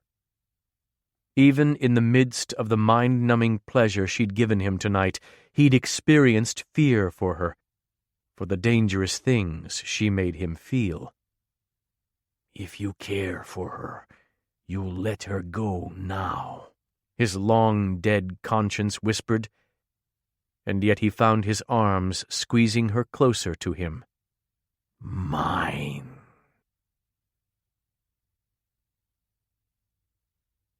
30. When he returned from errands that morning, Conrad heard the shower going. He made out her soft sighs under the sound of the water. Tossing away the bags of items he'd purchased for her, he postponed his plans to discuss how she'd been changed from ghost to mortal. In seconds, he had his clothes off, then silently traced into the tiled stall with her. Her eyes were closed, and she was leisurely exploring her body. Licking drips of water from her lips, she cupped her breasts as though relearning them. Making himself as quiet as if he were hunting, he stared, riveted. Her raven hair was pulled over her shoulder, draping her pale breast, her hard nipple peeking through it. He didn't think he breathed as her fingers skimmed down her flat belly and her legs parted for them. But he had to wonder if she would hear his heart slamming inside his chest. When her dark nails glinted in the light as she began delicately stroking her sex, he bit back a groan and fisted his suddenly aching cock. She focused on her clitoris, briefly slipping her finger inside as if to gather moisture for her rubbing. He marveled at the expression of building ecstasy on her face. He wanted to see her look up at him like that when he entered her. Abandon. Never in all his years had he seen anything as awing as this female pleasuring herself. But even as he realized that he could watch her and learn how she liked to be touched, he resented that she hadn't waited for him. He'd satisfied her last night, so why hadn't she? Perhaps he needed to remind her why she should have. When her moan turned nearly constant, he stopped her before she could come. Just before she climaxed, she heard Conrad rasp, "Ah." Her eyes flashed open. He was in here with her, and she'd never heard him? At once, her gaze was drawn downward to his jutting erection. The last time they'd been in the shower together, his manhood had been splendid. Erect, it was mouth-watering. She knew from last night that he'd grow so slick along that wide head. Yet when she reached to stroke his length, he seized her wrists behind her, yanking her body into his. They were both breathing heavily as the hardened peaks of her breasts rubbed against him and his stiff penis pressed against her belly. "Why didn't you wait for me?" He had that intense, dangerous air about him. "I woke. The sheets were rubbing over my nipples." She shivered. "If you have these needs, I want to satisfy them." "I didn't know when you were returning," she said. "But you're here now." She leaned up on her tiptoes to kiss him. What started as her gentle foray soon blazed into a searing kiss. He crushed her lips beneath his as their tongues twined again and again. When they broke apart, both out of breath, she murmured, "Conrad, I need you to make love to me." At her words, his shaft pulsed against her. "I think I'll die if you don't." Instead, he released her wrists and cupped her ass in his hands, lifting her. Before she could say a word, he'd turned his back to the water and raised her to his mouth as if she weighed no more than a doll. Cradling her with splayed fingers, he eased her back so she could lean her head against the tile. She buried her fingers in his thick hair as she held on to him. Running his face against her thighs, he abraded her with the stubble on his lean cheeks, and she loved it. Everything felt magnified. Each drop of water that splashed her skin heightened her pleasure. But would he enjoy taking her with his mouth? He'd never done this before, had never tasted a woman. When his tongue first dipped to her flesh, he gave a harsh groan against her. Pressing his mouth to her core, he thrust his tongue inside her, licking her deeply, thoroughly. "Yes!" With a cry, she jerked her legs, tightening them on his shoulders, but he held her fast. "I'll never get enough of this," he grated, settling back in to suck and lick. As his fingers clutched her ass almost painfully, his strong tongue snaked over her throbbing clitoris again and again. "There!" she cried, then moaned, "Conrad, right there." Flicking, suckling, hard. When she came with a scream, undulating to his mouth, he set in with a frenzy. He never allowed her to take a breath before he was making her moan for another orgasm, forcing her body to strain for release once again. Even more powerful than the first, this climax overwhelmed her. Her eyes flashed open in surprise as she melted against his greedy tongue, helplessly rubbing her flesh against it. Once it was over at last, she had to push at his head because he was still slowly laving her, lingering with low growls. When he finally let her slide down his body, he held her steady. She felt how hard he was, yet he still made no move to take her. His expression was inscrutable, his shaft visibly pulsing with need. "Don't you want to make love to me?" Naturally, she was all about living in the moment and was eager to fully experience this virile, compelling male. But now there was something more. She also wanted to join with him because, for the first time in her life, she wanted to give herself to a man she loved. "I'm in love with Conrad." Though she'd never fully admitted it before now, her feelings weren't new. They'd been growing since the first night she'd seen him in all his wildness. "Conrad, do you want to?" He shook his head. "Oh." Her face fell. "I see." Then she frowned. "No, I don't see." "I fear hurting you," he said, his breaths still ragged from what they'd just done, the way she'd rocked to his mouth to give him more. He stifled a groan. "I felt how tight you are. I've thought about this all morning and do not see how I can spare you pain. I can't give you pain." She tilted her head at him. "You'd forgo your chance to be inside a woman because of consideration for me?" He grated, "Of course." Her lips parted, and she laid her palm against the side of his face. "You're such a surprise, vampire. Such a wonderful surprise." Her hand trailed down his body. "Honestly, I've never been with a man as big as you." She cupped the underside of his shaft, making him buck to her hand. "In all respects. But if you make sure I'm prepared, everything will be fine." He ground his teeth. "I don't know how." He could do as he'd done last night, but would that be enough to prepare her? He'd barely fit his finger inside her, even when she was wet. She must have sensed his thoughts, because she licked a drop of water from his chest and said, "If you take me to bed, I'll show you exactly what I need." Conrad had swooped her up in his arms before she'd finished the sentence.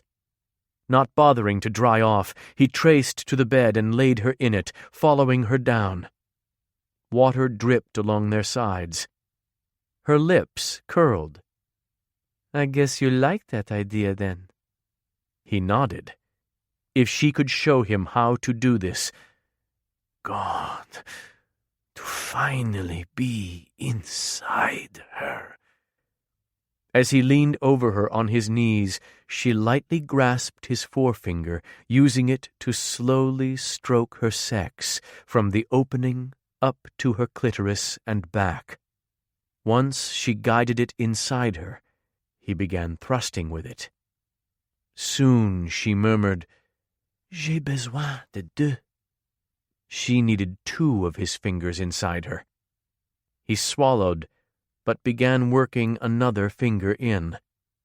Her knees fell wide open, her wetness growing. "Perfect, Conrad." With both of her small hands, she pressed his palm firmly against her until his fingers were seated deep. Eyes heavy-lidded, she whispered, "Spread them inside me." he did, shuddering with pleasure when her back arched. "Now, in and out." He thrust his spread fingers. "This way?" "Ah, yes, more." He gave her more. "Conrad, now." "Are you ready?" "I don't care. I need." As much as he wanted to replace his fingers with his cock, he had to be sure. He caressed and delved inside her until she grazed her teeth against his shoulder in frustration. "Are you still worried?" she asked, panting. "I still do not see that we can fit." "This is supposed to be enjoyable, darling. Let me show you how well we'll fit." She nudged his wrist and removed his fingers. Once she'd gotten him to turn to his back, she crawled over him, straddling his hips. As her breasts rose and fell with her quick breaths, her fingers dug into the muscles of his chest, just as she'd said she would do days ago. She appeared fascinated, her tender palms running all over him. He felt a savage thrill to see the way her gaze roamed over him. "My battle-scarred body is good for more than taking hits." It aroused her. When she curled her fingers around his shaft to guide it inside her, he hissed in a breath. "This is finally going to happen." The anticipation had him rolling his hips. He swallowed loudly, wondering if he'd last any longer than the time before. He was already struggling to hold on, his cock throbbing with seed. "Want this so much." When she began to mount him, his hands flew to her hips, gripping her. "Néomi, Her flesh was hot and slick as it met his. His eyes rolled back in his head.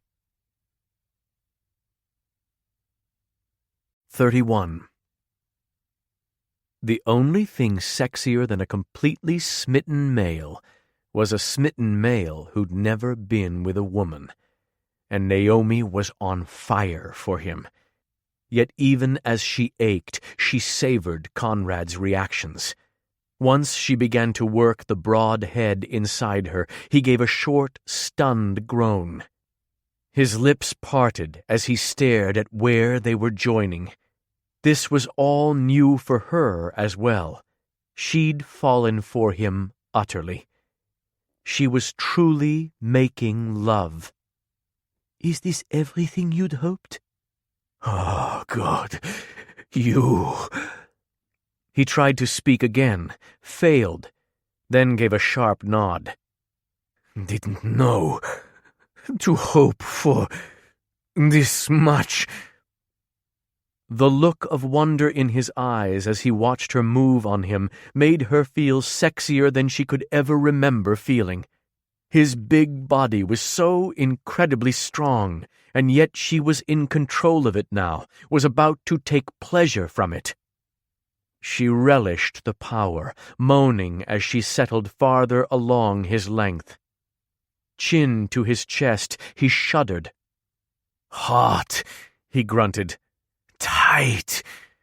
She knew he was beginning to lose control, his hands quaking on her hips. His muscles were already straining, from his corded neck all the way to the sharp indentations leading from his waist to his groin. "Take it deeper, Néomi." His accent was so thick. Biting her bottom lip, she rose up and eased down farther. She was aching for more, too, but his size was challenging. "Need more," he growled low in his throat, his knees falling open. "More." She rocked forward, then sank back harder, but her hips surged up at the same time. His shaft plunged deep in a searing thrust. "Oh, God, Néomi!" She winced, unable to bite back a cry. Your eyes are watering. You told me you wouldn't hurt, but I've hurt you. Just give me a second, Conrad, she whispered. The fit was so tight that she could perceive him throbbing inside her. Can you do that? He grated out the word, somehow. After long moments, she tentatively rocked up and back, then again. Each time she could take his length more readily, her body accommodating his. Soon, pleasure subdued the pain, and his heated reactions fueled her own arousal. When she began to ride him in long, steady strokes, he yelled out her name. Once she pried free his death grip from her hips and placed his palms over her breasts, he gave a desperate groan as he squeezed them. Dragging her nails up his inner thighs had him shuddering, drawing his knees up for more. By the time he was on the brink, she wasn't far behind. Néomi let herself go completely. This was what he'd missed out on. This was what he'd ached for. Inside his woman, he'd never known greater pleasure. He'd been waiting his entire life for this. She threw her head back, arching. Her long hair swept over his thighs. Clutching his legs behind her, she rode him faster. Her breasts quivered as his cock disappeared inside her again and again. Seeming lost in her own pleasure, she writhed on him, raising her slim arms, stretching and twining her hands over her head. She held her elbows as she whipped her hips. When she twisted her body at the end of the motion, he rasped, "My God, how you move!" With each snap of her hips, the pressure to come built within him, but he vowed she would first. "Want you to—" His words died in his throat when she lowered both of her hands, letting them graze down her body to her sex. He shuddered out a breath as she began masturbating atop him. "Néomi!" His control slipping, he drove up between her thighs hard, bouncing her on his shaft. But she gasped in delight. "Do that again!" He released her breasts to cup her plump ass, working her up and down his length as he thrust at the same time. "You like that?" "Yes," she cried, rubbing her clitoris faster. "Come on me, bride." "Oh, yes!" Her eyes fluttered. She licked her lips. Then she moaned loudly. In total abandon, she climaxed. All around his cock, he felt the tugging clench of her sex. Control slipping. Her sheath seemed greedy for his seed. He could barely resist the demand. Instinctive drives overwhelmed him. He wanted to obey them. Mark her, claim her, bite her. He needed his scent all over her, in her. He needed her blood on his tongue. Before he could stop himself, he turned her to her back, shoving her legs wide. Pinning her hands over her head, he began pumping his hips between her thighs. "I'm losing control! Néomi!" His eyes were wild. His massive body loomed over her, his muscles rippling with strain. He could do anything he wanted to. Néomi had feared she would never experience Conrad like this, her powerful warrior captive to his own fierce need. Now she could, if she believed in him, if she trusted him not to hurt her. She surrendered herself. As if he sensed her yielding to him, he rose to his knees to take her with more force. Gripping her shoulders to hold her in place, he plunged his shaft into her again and again. She'd never known anything like this, being taken without mercy, helpless to do anything more than accept the pleasure. With each buck of his hips, he gave a short, rough groan, each growing louder until he was yelling. Her head thrashed on the pillow. "Conrad!" she moaned, lost in another boundless orgasm. "I feel you coming on me." He clutched the back of her neck and rasped, "You're mine, Néomi." With his body tensing all around her, his eyes met hers as he began to ejaculate inside her. His expression turned to one of shock, then anguish. As soon as she felt his hot seed jetting so strongly within her, ecstasy lit his face. He held her gaze until his back bowed and his head shot back from the strength of his release. On and on he filled her. She dimly heard his husky murmur, "Nothing better, nothing." With a final shove, he collapsed atop her, his breaths harsh against her neck, his heart pounding over hers. Still semi-hard in their wetness, he continued to thrust over her slowly, as if he didn't want to relinquish his new discovery. He muttered, "My God, Néomi."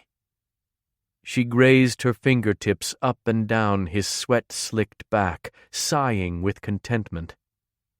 "I could die happy," she sighed, then frowned. "I will die happy," she thought. No, she wouldn't consider it dying. She was leaving, simply moving on to a new existence. And after sharing this body with Conrad, allowing them both to know this pleasure, she was even more confident with her decision. He never would have experienced this if he hadn't been blooded. "How could I have lived without that?" he grated. "I never knew." He'd demanded everything from her. She'd seen it in his eyes as he came. He'd wanted her to yield to him, to desire him, to love him. And she did love this vampire with all her heart. When he raised himself up, he gave her a sexy, cocky grin that made her breath hitch. "I was good, wasn't I?" She reached up and stroked his face. "The best I've ever had or imagined." When he went still, she said, "It's the truth. Some men are just instinctively better lovers." The grin returned. "Imagine when I practice on you 5 times a night." "I can't wait." At her murmured words, his shaft jerked inside her, hardening and thickening so fast, she gasped. "Time for practice, query." 32. "Where did you go this morning?" Néomi asked, once she'd finished savoring the most delectable croissant ever crafted in the history of mankind. After the second time they'd made love, he'd been ready and raring for another round, but she'd groaned, "Food, your mortal needs food." He'd asked her what she would like if she could have anything in the world. "A hot buttery croissant with café au lait and fresh squeezed orange juice." So, naturally, Conrad had traced to France and brought exactly that back to her. "I had errands to do," he answered. It was then that she noticed his hair was freshly cut, though it remained a tad too long as she liked it. The ends were still wet from his quick shower, and he was wearing crisp new clothes, understated, dark, but unmistakably moneyed. He was handsome as the devil, and with those fiery eyes he looked more than a little devilish. Forever the red would remind her of fire. "Errands? Like what?" I have brought things for you. He handed over shopping bags that said Harrods on them. Lots of bags. Apparently he'd been to London as well. You needed clothes, and there are gifts. He coughed into his fist, his voice gruff, and she knew with certainty that he'd never bought anything for a woman before. There was everything. Shoes, dresses, sweaters, slacks. She found a toiletry kit with shampoos, perfumes, and lotions. A saleswoman said this would have anything you could need. Naomi dug into more bags, savoring the different fabrics and the expensive designs, and not a black satin party gown among the offerings. "Vampire, you have excellent taste," she said in delight. He shrugged, but she could tell he was satisfied that he'd pleased her. She found a felt box with a jeweled hair comb inside. "Conrad, it's so lovely." Then she frowned at the facets of light in the stones. "These aren't real, are they?" Of course. "Are you rich, then?" Exceedingly. His shoulders shot back, his posture straightening. I don't look like I'd have money?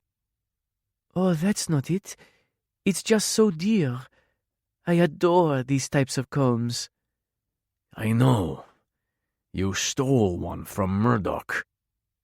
With a sheepish grin, she continued exploring.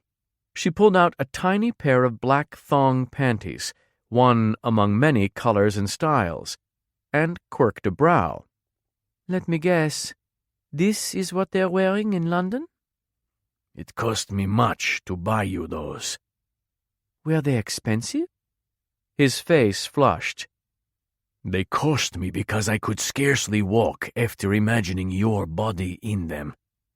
Women's undergarments have a whole new appeal now that I felt and kissed what goes into them. She nibbled her bottom lip. "You were aroused in the store?" He glanced away and nodded. She'd have loved to have seen that. "Next time you can take me with you, and I'll model them for you." Returning his gaze to her, he said, Naomi, tell me how this transformation happened. And just like that, it happened. The question she had been dreading. "The specifics are my secret, Conrad. I made a vow never to reveal them. I'm sorry, but that's how it must be." You won't confide in me? He asked, his tone astonished. "No," she said firmly. "If you insist, I still won't tell you, and then we'll quarrel." I'm to know nothing about how my bride went from ghost to mortal? I'm going to ask you to do this for me. I'm going to hope that you won't question why, and that you'll just accept when something good has happened for us. I can't simply ignore this. Making her demeanor businesslike, she said, "Then I'm going to have to make it one of the conditions of us to be together." One of the conditions? You have more? "Yes, as a matter of fact. You have to promise me that there won't be any killing while I'm with you, unless it's in self-defense." He narrowed his eyes. I can make that promise. "And I have a last one." This morning, when she'd awakened, she'd realized how close he'd come to taking her neck last night. If Conrad drank her blood, it wouldn't matter how guarded they all were about the secret. With her memories, he could discover everything. He would know her secret, and then that would be the end of her. Naomi's new existence was going to last as long as possible, just as long as Conrad didn't discover how short it was destined to be. "I know I told you in the past that I wouldn't deny you if you wanted to drink from me, but I've had a change of heart." Agreed, he hastily said. It will not happen. She frowned. This was the answer she'd hoped for, but his adamant tone confused her. "I'd thought you would want to. Do you fear getting my memories? Perhaps of other men?" A vampire never sees his bride's memories of other males. The way my kind fixates, it'd be impossible to get past that. I won't drink you because I could kill you. But don't your brothers drink from their wives? Their wives are immortal. They can't die like that. I could drain your body dry in seconds. Then you won't ever slip up? I can't slip up. She studied his face. So you agree to my terms for our liaison? Did you always spell out stipulations for the use of your body? Her lips thinned. Yes, I did. Since I intend to use yours as well, I'd be glad to hear your terms. He stood and paced. There will be times when I have to leave, but I'll do it when you sleep. I've put a protection on Elan Court against intruders, so you must vow to me that you'll stay inside the manor when I'm gone. Very well, but I won't be sleeping much. I can sleep when I'm dead, she thought. And why do you have to leave if you're not working again? When he hesitated, she said, I've witnessed your recovery, Conrad. I can't watch you succumb again. I have to track the demon who marked my arm and destroy him before he kills me. Then it's in self-defense? She asked. He gave a single nod. Will you drink from him? I will do everything I can to prevent that. And what about Cade and Rydstrom? They'd been searching for you? For Rydstrom to reclaim his lost throne, he needs information I acquired. They will be ruthless to get it.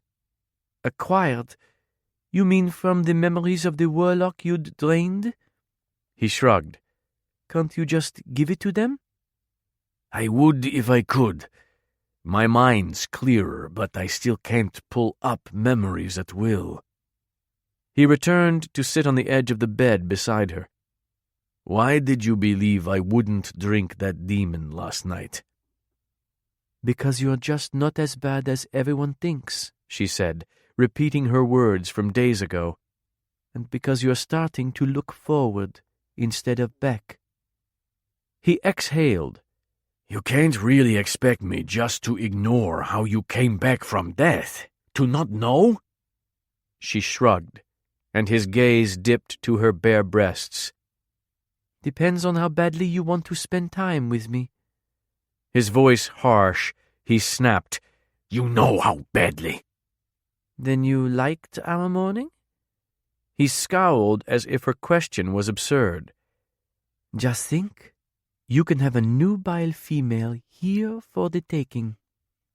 Making her voice a purr, she said, You can do anything to me anytime you like. You go from never having had sex to having it whenever the mood strikes you. If you just let this lie. This offer alone might take care of his curiosity, but if not, she was fully prepared to demonstrate more of what he'd be gaining. She grinned. It wouldn't be a chore. Just tell me who you were with at the gathering. Again, I won't say. She rose to her knees. Let's drop this, mon grand. Distracted by her hardening nipples, he absently said, I can't do that. He ran his hand over his mouth, finding it surprisingly erotic that he was completely dressed while she was naked in their bed. He shook himself. Néomi, I won't do that.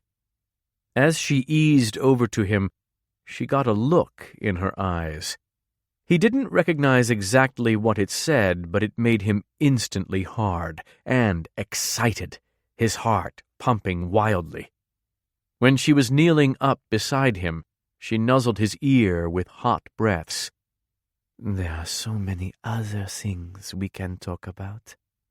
Her fingers were busily unbuttoning his shirt as she murmured, Like any secret fantasies you've harbored and want to experience? She brushed his shirt away. Or we can skip the talk and simply do them. Would you like that?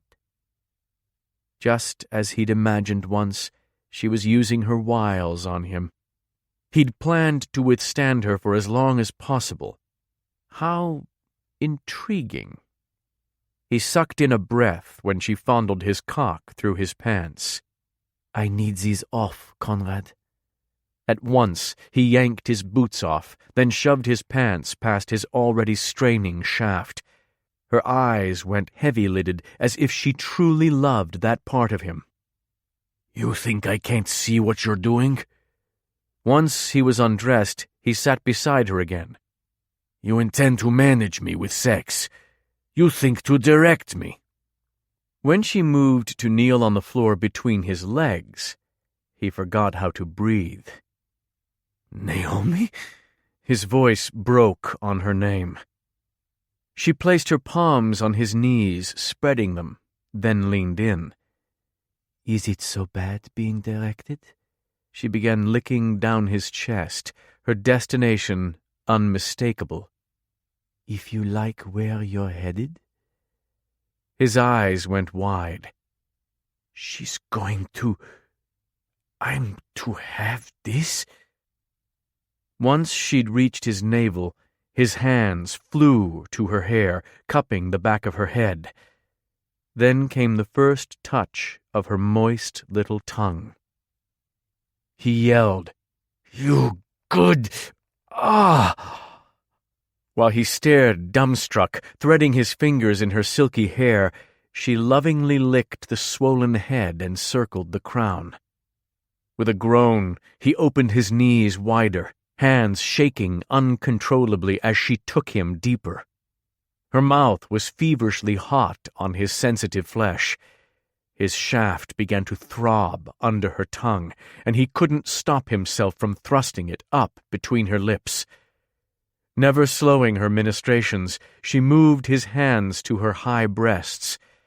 As he hefted them and thumbed the peaks, she sucked him even more hungrily. He wanted this never to end, but she began pumping the base of his cock with her soft palms at the same time, and the pressure to come intensified until it pained him. When she moaned around his length, he knew it was over for him. Have to warn her. On the verge, seconds from losing his seed, he bit out, About to come. His jaw slackened when she didn't draw away, instead taking him more greedily. Néomi! He rocked his hips up, releasing into her waiting mouth. Wicked! He groaned in bliss as he shot against her tongue. Afterward, he lifted her to her feet, clutching her against his chest. As Conrad held his female, he was staggered by the pleasure wrought from him in a way he'd only ever imagined before. Did he still need to know what had happened with her ghostly state? Of course. But when she placed his hand between her thighs to feel her damp arousal, the need faded. They were together. That was all that mattered for now. The rest was just details. 33. Within seconds of Naomi's tentative rap on the studio mirror, Mari appeared, diligently avoiding her own reflection on the other side. "Hold on, I've got to put you on screen. Okay, there you are." Naomi had known she couldn't go through the portal of the glass without Mari, but she'd figured she could knock at the door. "It's about time you contacted me." Mari held out her hand, breaching the surface of the mirror. "You want to come over?" "Conrad will be back soon, and I wouldn't be able to hear him. Maybe you can come here?" "Can't." Mari snapped her fingers to someone out of sight, and a teenage girl brought Mari an enormous cup that said Slurpee on the side. "We're hazing new witches at the Coven House today. The innocent lambs are vying for my old room." She plopped into a cushy chair. "We'll have to teleconference via mirror." Naomi dragged the cot closer to the glass and settled in. She was delighted to be able to talk to Mari, and not just for enjoyment. It would help take her mind off her worry over Conrad. Every time he left to hunt, she grew anxious. "I see how you're going to be. Use me for my spells, then I don't even get another nod for 5 whole days? It's been so busy." And the only times Conrad wasn't with her were when she slept. She'd happened to wake early this afternoon. "Are you all right from the gathering? I saw you get hit." "Oh yeah, just ducky. But you should see the other guy. He will never accidentally elbow another witch again, even after his elbows grow back." "That's good to know, I think. Was Nyx terribly disappointed that her gathering devolved into chaos?" "I asked her the same thing, but she just laughed. I eventually got her to admit that she'd started it. Apparently you and the vampire weren't the only couple thrown together in the melee." She curled her legs under her. "So, I take it you blooded the vamp?" When Néomi nodded happily, Mari tilted her head. "Wow, check you out. You look fantastic. A new haircut? And new duds." She flushed from the praise. "Conrad's been taking me shopping. A lot." In the first few nights, she'd hit Paris with a frenzy, frothing at all the new styles to be had.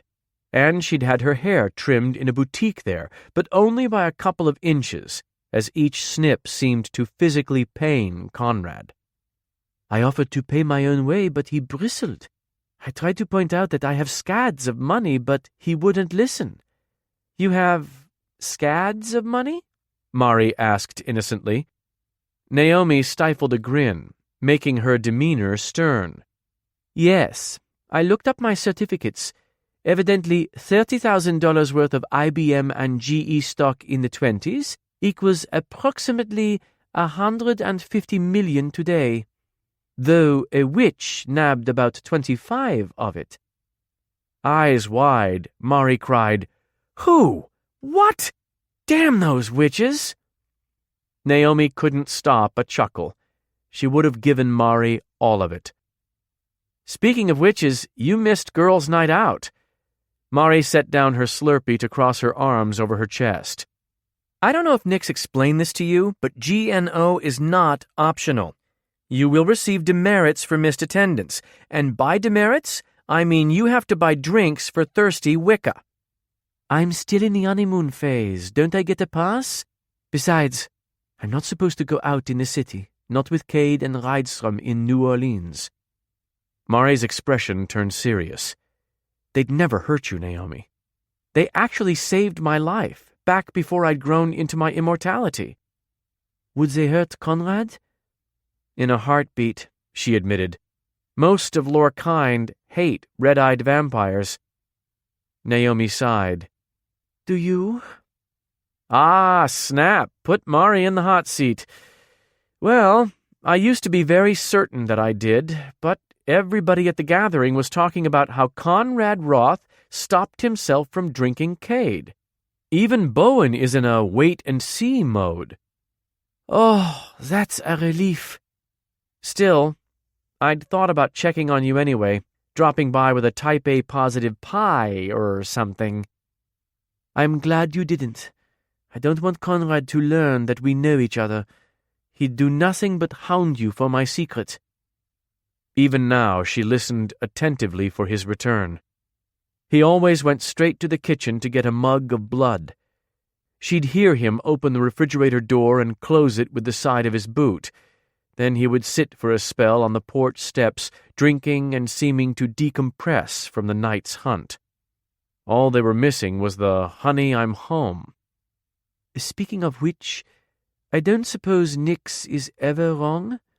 "That would be never." "Bien. We'll keep the secret forever, and then I won't get capped." Néomi could speak gang as well as the next former ghost from the Jazz Age. "Néomi..." Mari was plainly troubled about her outlook. "No, I know." She didn't want Mari to be. She was utterly grateful. "Every day I lost is just a bonus. And really, I was born immortal. That means any time I had on Earth would always be uncertain. Mari looked unconvinced. We just worked with what we had. I have absolutely no regrets. What did you tell him when he asked how you came back? Mari asked. I told him I had a secret, and that I wouldn't talk about it or we'd quarrel. And he just let it go? That's weird. Vampires are notoriously single-minded. Néomi nibbled her bottom lip. Well, I distract him. You distract... Ah, I got it.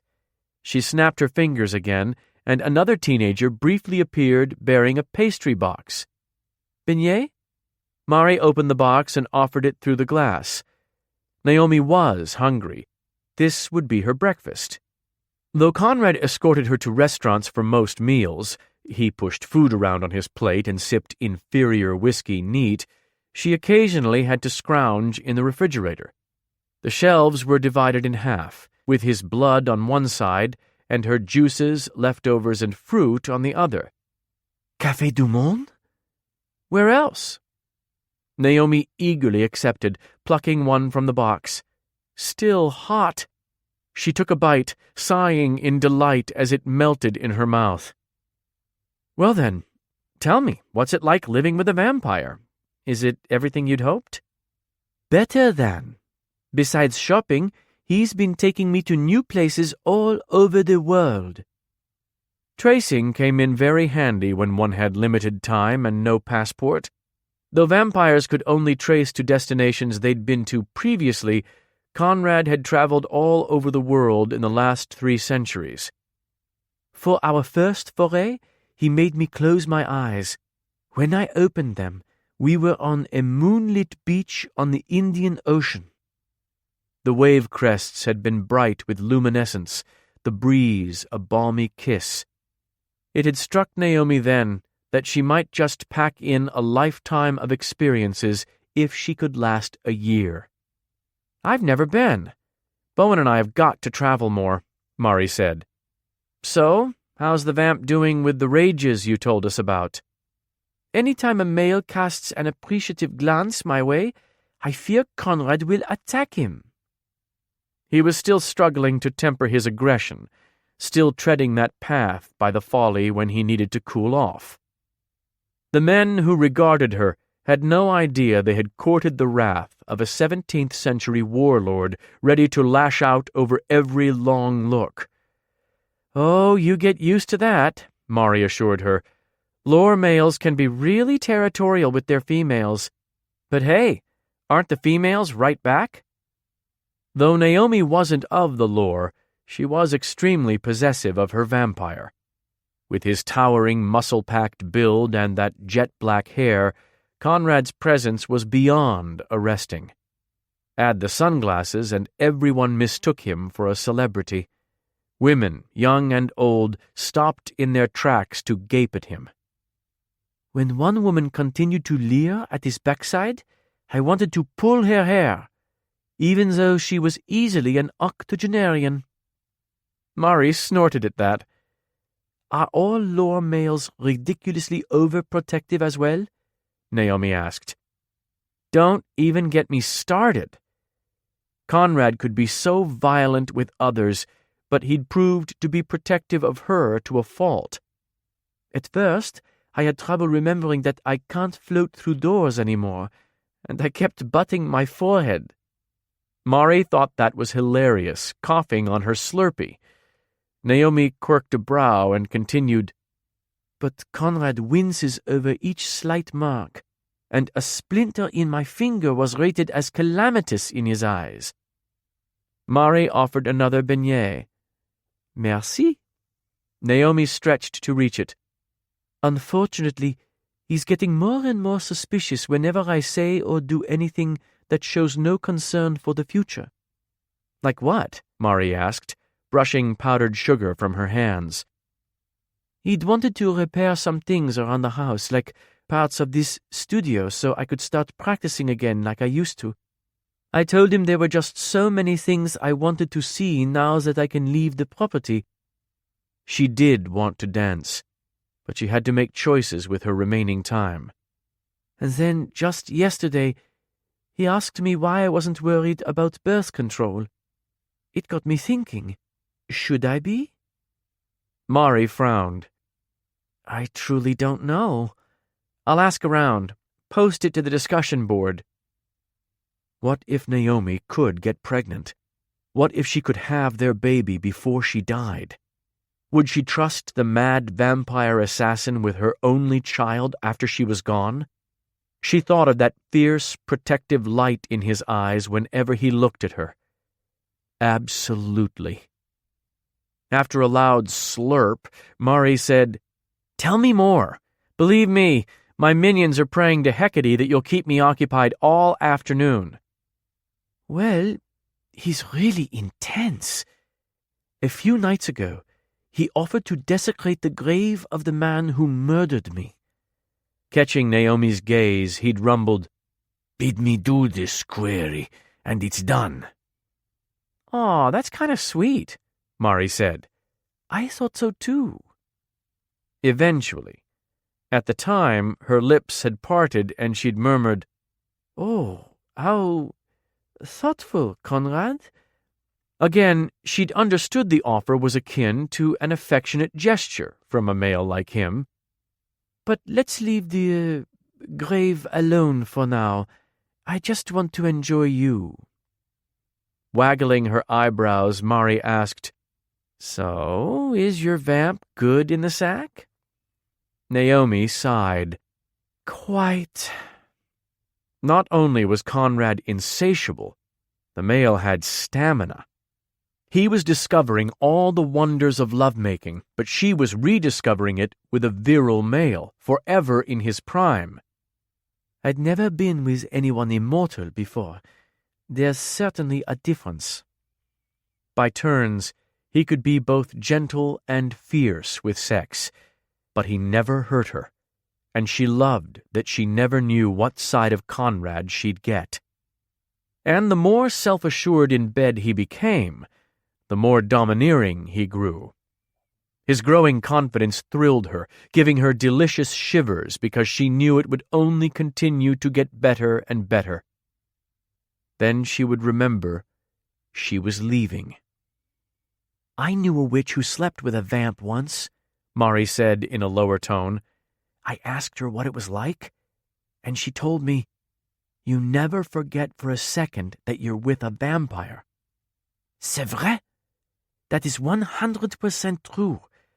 Conrad once told me of having new vampire instincts that overrode his human ones, and I can definitely see it.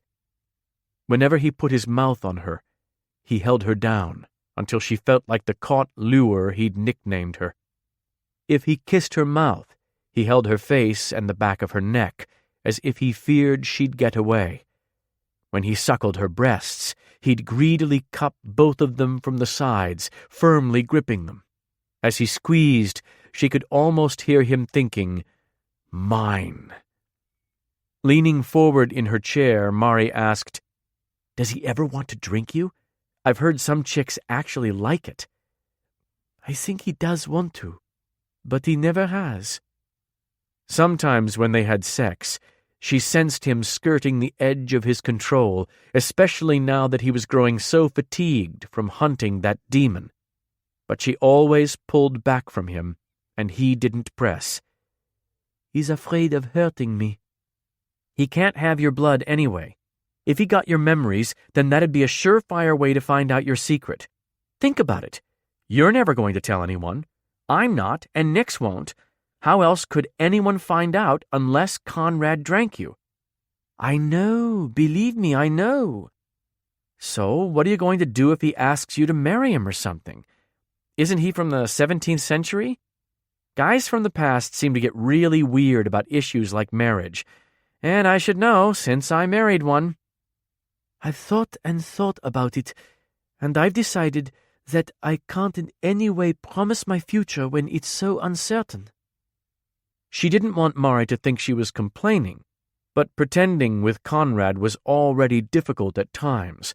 Néomi didn't know how she could make it through even a short marriage ceremony. "Till death do us part. Possibly next week. Has he told you he loves you yet? No, and I'm glad for it. Naomi knew he'd fallen for her as deeply as she had for him, but she dreaded that he would tell her he loved her. Whenever I sense he's about to get serious, I keep the mood light. What would be so bad about him telling you that? I wouldn't be able to stop myself from saying it back. And once he knows for certain how I feel about him, he'd never accept that I won't marry him.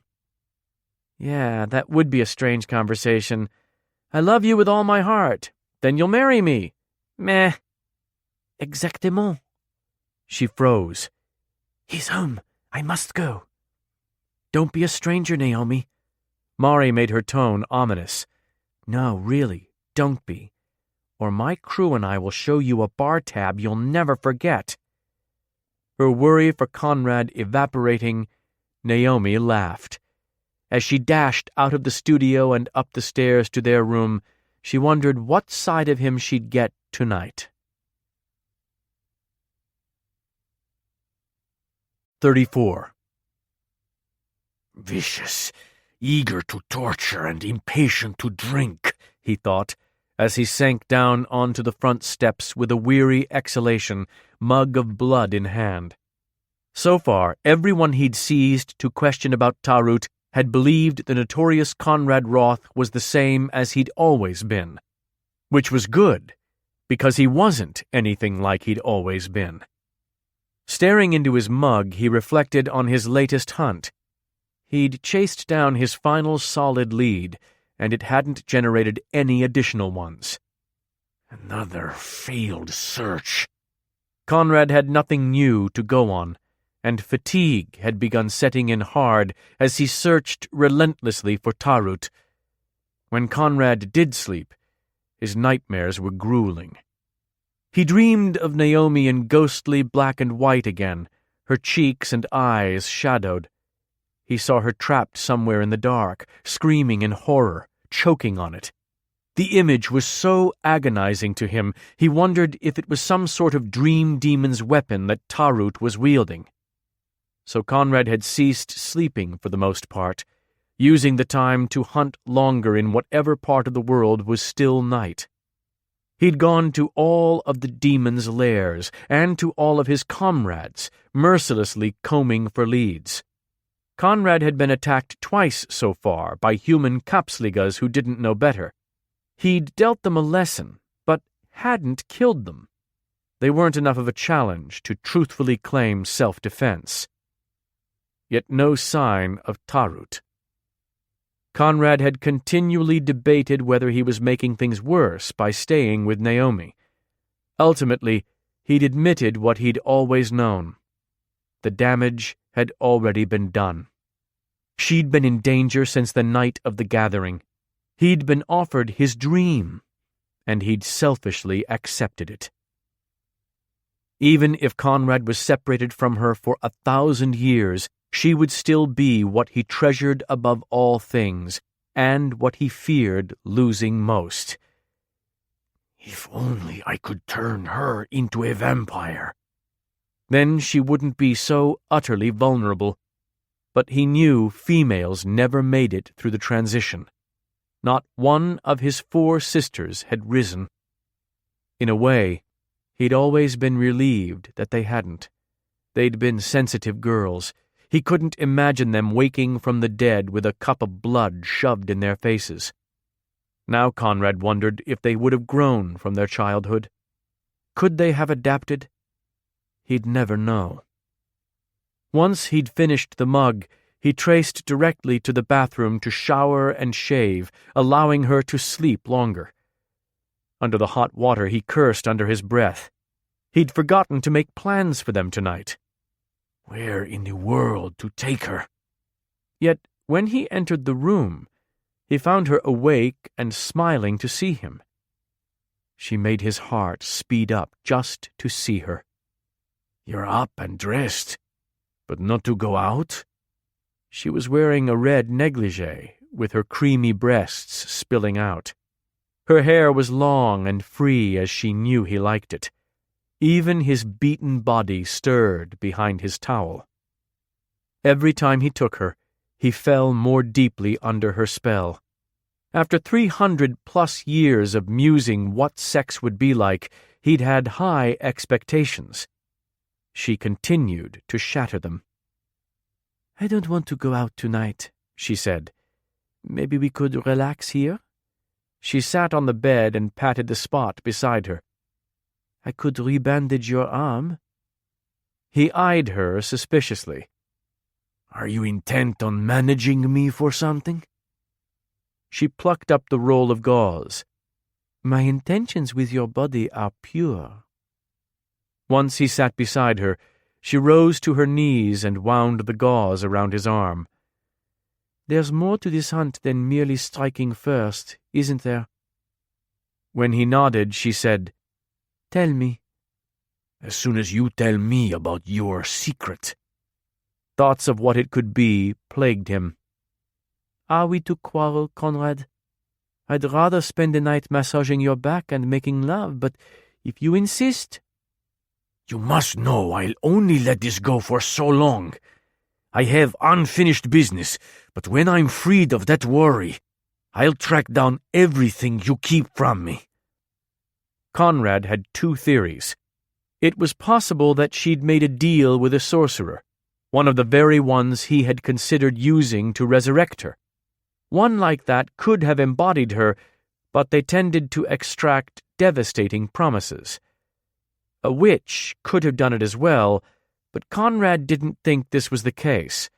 Though Néomi had said she had lots of money, she probably hadn't factored in 8 decades of inflation. Surely she didn't have the kind of money necessary to get even a meeting with a powerful witch. Conrad had heard of some turning their noses up at millions. She sighed. "Quel dommage. What a pity, then. If you're after my secret, then we'll be quarreling often. So we might as well enjoy this night. Tell me, where did your hunt take you?" "Moscow." "Were you careful?" "Always," he said, which wasn't remotely true. To get to a demon snitch, Conrad had ambushed a subterranean demon lair, fending off 2 gangs to drag his howling prey by the horns up to the surface. Even though he had a reason to be more careful, with an actual person waiting at home for him, Conrad couldn't allow others to think he'd changed. God, how he'd changed. Tonight, Conrad had given the snitch his standard threat. "Talk, or I'll drink you, harvest your memories anyway, and slaughter everyone I see in them." But the snitch had smelled of fear and cheap gin. Conrad had not only been disinclined to drink the demon, he'd found the idea repugnant. The last thing Conrad had tasted before he'd left had been Néomi's sweet lips. Drink the demon with the same mouth he kissed his bride? The rumors of his past brutality were helping him now, but one of these days someone would call his bluff. Would he be forced to return to his old ways to protect his bride? If he had to, Conrad would once again become the thing they feared. "There, all done." She finished his bandage by brushing a kiss on it. Strange, he'd had no reservations about entering that lair, and yet as his gaze flickered over Néomi's smiling face, he realized that this 100-pound mortal ballerina scared the living hell out of him. She hailed the end of life as he knew it. Was his life so great before her? Hell no, but at least he'd understood it. Now it seemed he could understand nothing, was having to rethink everything. A future, a family, a real home. Were these things now possible for a man like him? "Do you worry about me when I'm gone?" he asked. "Always. From the tidbits of information you've given me, I've gleaned that you're seeking to kill an 8-foot-tall demon who will be surrounded by a group of swordsmen ready to lay down their lives to protect him. Do I have that right?" "You do." She quirked a brow. "Oh, then what's to worry about?" She motioned for him to lie on his front. "How long will you hunt him?" "Till I have his head," he said, stretching across the bed. "How long will that take?" "Considering our past pace, it could take weeks, months, even a year." "That long?" she asked as she straddled him. "When you are out, do you ever come across information about your brothers?" Reaching forward, she began to knead his aching neck muscles. He just stifled a groan. "No, nothing yet." "Is there to be a war in the lore?" she asked. "There's always war in the lore." "But this concerns your family." "I have other concerns right now." "Because of your brothers, you're alive to be here with me right now." She pressed her thumbs firmly into his shoulders, unraveling the coils of tension there. "Is it so bad?" "Yes. I hate this." She chuckled. His brothers had said life could be better, that all he'd needed was his bride. And now, his life was in no way fixed, but sometimes he found himself feeling hopeful. He wasn't assured of their happiness together. She was mortal and vulnerable and seemed determined to make no commitment to him. He was still half mad and had numerous assassins competing for his head. But there was indeed possibility. He owed them for that. "Would it please you if I said I'll concentrate on them when I finish with Tarut?" "Yes, mon grand. It really would." Conrad would do nothing else until he'd first secured Néomi's safety. Life and death were beginning to have new meaning for Conrad. Instead of being only a taker of life, he was becoming a protector. The ease with which he was assuming the role surprised him. No wonder all his foes had searched to discover if Conrad had a bride. She was his sole weakness, and one he'd never anticipated having. Conrad hadn't exploited this vulnerability enough in his enemies because he hadn't comprehended the unimaginable power of it. Fear for her overruled everything. Because if she died, he couldn't simply walk into the sun to join her. He had no delusions that they deserved to go to the same type of afterlife. Again, he saw 3 obstacles between them. Tarut's curse, her secret, and his own dark needs. Each time they were together, he struggled not to take her neck. It wasn't as if he hungered for her blood to nourish him. He'd been gulping back mugs of bagged blood to keep from biting her, drinking so much that he'd begun to put on more muscle. His body was strengthening even as his resolve was flagging. No, his vampire nature made him resent that last barrier between them. He should know his own bride's taste. His instinct was screaming within him that if they shared the connection of his bite, then she would cleave to him. But he was strong. He could drain her so quickly. Her mortal body would seed its blood until she died with his fangs still in her neck. He shuddered with dread. "Did I hurt you?" she asked, climbing off him. "What? No, not at all." He turned to his back. "I was lost in thought." If he could just secure any kind of bond with her. "Néomi, I want to speak with you about—" "Massaging my front?" She reclined with her arms over her head and a seductive smile curling her lips. "Indeed, I would love that."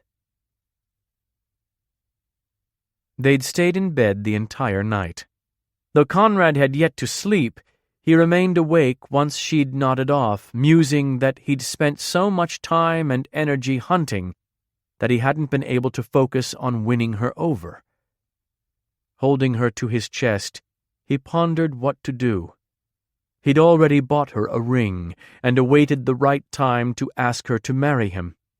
Sometimes when she looked at him, he was confident her feelings for him ran deep and that she would say yes. Other times he got the opposite impression, that she was merely biding her time, planning to leave him soon. How to convince her to stay? What if he'd already gotten her pregnant? That would bind them together as nothing else could. But then he'd become a father. He waited for the wave of aversion that idea should bring. When none came, he explored the thought more, picturing Néomi carrying their babe and Conrad protecting them against the world. The idea felt right. She'd nurture, and he'd provide. Very right. He'd never wanted children before. Now he wanted their children. What if he hadn't already gotten her pregnant? An anxious feeling immediately seized him. He set her on the bed, then rose to kneel between her thighs. When he spread them wide, she woke with a gasp. As she watched him with heavy-lidded eyes, he gripped his shaft, feeding it into her, then sank deep into her heat. She gripped his hips, guiding him to thrust as she needed. With each slow plunge, her fingers tightened into his skin. Her hair was shining, spread across the pillow. Her blue eyes gazed up at him with trust. And something more. He cupped her chin. So beautiful, Néomi. "Conrad," she murmured, I need you." She said the words the way she might tell him she loved him for the first time. In answer, he rasped, "I need you too." Realization struck him. His brows drew together, his breath shuddering out. Néomi had once asked him if he'd ever been in love, and he'd easily answered no. Now he knew why he hadn't. Because he'd never met her. It somehow seemed right that he'd never loved before her, that she simply was the emotion for him, the two equaling each other. I'm in love with her. In the hours remaining till dawn, he took her again and again. But when the sun began to rise, he left her sleeping and dragged himself from their bed. She turned with a whisper, seeming to seek him. When she wrapped her slim arms around his pillow, nuzzling it, his heart took up too much room in his chest. He longed to stay here with her, to feel her breaths on his skin as she slept warm and soft against him. But Conrad knew what he wanted, knew the obstacles between them. Though he was exhausted, he rose and dressed, mindlessly pulling on his boots for another hunt. I'll have her, or I'll die trying. 35. My time's running out, Néomi thought at the beginning of their third week together. She didn't know how she knew this, but she sensed it strongly. Running out soon. She'd become convinced that she wouldn't last through even the first month with Conrad, and she couldn't stop thinking that he would probably be there to see her meet her end. She'd known they would be in a relationship when it happened, but she hadn't truly comprehended that he would witness her death. The death that promised to be violent. The guilt was heavy. Why didn't I think of this before? Even knowing that, she couldn't force herself to part from Conrad to spare him. She was greedy for every possible moment with him, and she knew he was as well. Last night, when she'd run the backs of her fingers over the scar on his torso, he'd said, I used to hate that scar, but no longer. He'd met her gaze, and the words had seemed to spill from him. Néomi, it brought me to you. If I'd known what was in store for me, I'd have helped the Russian plunge his sword." After hearing that, she'd become convinced that what he felt for her was more than just what a vampire felt for his bride. He was as in love with her as she was with him.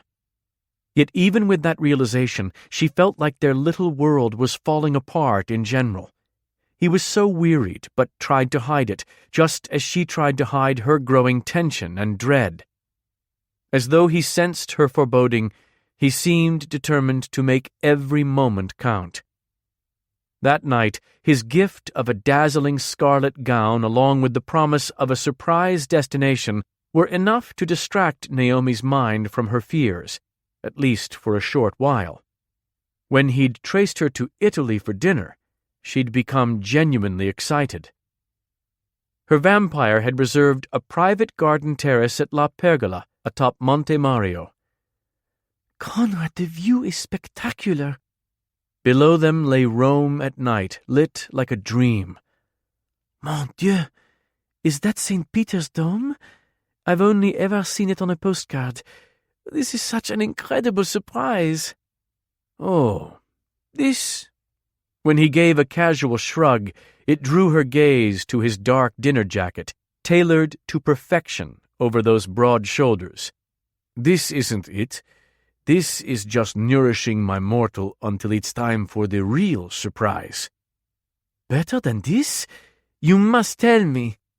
"Then it wouldn't be a surprise." He gave her a wry grin. "Also known as une surprise." Once they were seated in plush chairs, the server brought by a trolley filled with chilled champagnes. As he poured, the man barely did a double-take at Conrad's sunglasses, but Conrad still tensed. She wished his eyes didn't bother him so much. When they were alone, he rubbed his hand over the back of his neck. "You must hate them. The blood red." She shook her head. "I think they're the red of fire, and the color deepens and darkens when you look at me, which I love. Besides, with the sunglasses, you look like a movie star." "Or a drug addict." "I don't believe the two are mutually exclusive, mon grand," she said, coaxing a grin from him. As she sipped her champagne, she asked, "Wouldn't one have to reserve this spot months in advance?" "One would." She quirked a brow. "But you wouldn't?" "You should know by now that regarding you, I stint on nothing." The meal bore this statement out. Dish after dish began to arrive, costly wines accompanying each course. As she savored some of the most delectable food and drink she'd ever tasted, she tried to get him to reveal the surprise. He sipped his whiskey, lazily forked some food around, and grinned smugly at her attempts to get him to crack. "You're so pleased with yourself, vampire." "It's too good of a surprise to reveal. How's your food?" Some dishes were bold, some subtle. Each caressed her palate. She smiled over her wineglass. "C'est exquis comme tes lèvres." Delicious like your lips. He shot upright when she rubbed her stocking-clad foot up his leg. In a huskier voice he said, "You can use your considerable wiles." His gaze dropped to the low neckline of the dress he'd given her. "All you like, but I'll never break." For dessert, the server brought to the table a miniature chest of drawers, handcrafted of silver. Inside each tiny drawer was a different kind of petit-four. "That's it," she said, sampling all the delights. "I'm never leaving." "Don't worry. We'll come back." She forced herself to smile through the pang she felt. "At least once a week for the petit four alone." After their dinner, Conrad said, "Ready for your surprise?" "Yes, I'm about to die," she said, immediately wishing she could take back those words, but she masked her disquiet. He covered her eyes as he liked to, then traced her yet again. She sensed different weather, fresh smells, and she heard a new language, French. With his other hand warm on her bared back, he led her toward a spot that sounded more crowded than where they'd arrived. Then he uncovered her eyes. Her lips parted on a gasp. She was standing in front of l'Opéra Garnier, the lavish home of the Paris Ballet. Shivers skipped up and down her arms. Tonight's performance? Roméo et Juliette. It was one of her favorite Shakespeare plays, and one she'd always dreamed of seeing choreographed. To experience it here? In Paris? Her eyes watering, she said, "Conrad, this is the most wonderful thing anyone's ever done for me." And the most desirable man she'd ever known was offering his big hand to take her there. "Come," he murmured, "or we'll be late." Dazed, she let him guide her up the steps inside the palace. With the sounds of the orchestra tuning in the background, she was overwhelmed by the splendor, gazing from the artistry gracing the ceilings down to the elaborate marble designs beneath her heels. When they took their seats, in the best box, she purred, "Oh, vampire, you're good. It's almost as if you stint on nothing." With a sexy grin, he removed his sunglasses and said, "I'm glad you approve." From the instant the curtain rose, her heart pounded non-stop. During the performance, she was in heaven, struck by how much ballet had both evolved and remained the same. The medium of dance perfectly suited the tale, the music its sublime partner. Yet Conrad sat with his arms crossed over his chest, a critical look on his face. "You shamed them," he grated, which just made her love him more. "Well, thank you for that, but I believe I'd be a bit short and busty compared to these modern dancers." "I happen to have a thing for short and busty ballerinas." She gave him a slow smile. "I'm glad you approve." "Exceedingly so." A hank of thick black hair fell over one of his eyes. "Do you miss it?" "I do. It was thrilling to perform for an audience, and I miss the camaraderie in the troupe." She even missed her muscles aching from the exertion of a taxing rehearsal. "But I'm happy that I get to share this with you." His hand found hers. Once the curtain closed, she teared up at the tragic ending, though it was expected and accepted, because it had a new meaning for her now. Néomi, too, would be separated from the man she loved. She didn't want to be, lamenting that she was in this position. But it was expected. She'd accepted it, and she didn't regret a moment. He slipped a felt-covered box into her hand. "What is this?" she asked, though she knew. With a swallow, she opened the case. Inside lay an exquisite platinum ring with a vibrant blue sapphire center stone flanked by diamonds. "Be my wife, Néomi." When she could take her eyes from the ring, she gazed up at him. He'd asked her here. Awash in the beauty of this place, her heart was full with emotion from the dance, and from loving the man who'd given this night to her. Under any other circumstances, she would have been crying with joy. "Conrad!" The need to confess everything burned within her, but she feared robbing herself of this time with him. "It's running out." Their gazes held. "And I can't tell you." Giving the ring back would be one of the hardest things she'd ever done. Though it was tearing her apart, she handed him the box.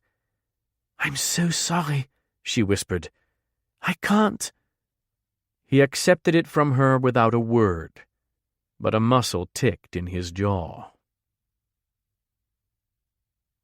When Naomi refused his ring, the world tilted askew. Like a punch in the gut, Conrad realized that even after everything, the time they'd shared, their enjoyment of each other, she still would make no commitment to him. And she hadn't even needed a second to consider what he was offering. The fatigue he'd ignored returned, redoubled. The frustration from his stymied search mounted. He was failing at every turn. Conrad couldn't find what he needed and couldn't secure what he had. The more Naomi pulled away, the more crazed he felt. He wanted her to the point of madness. Conrad was a man who knew exactly where that point lay.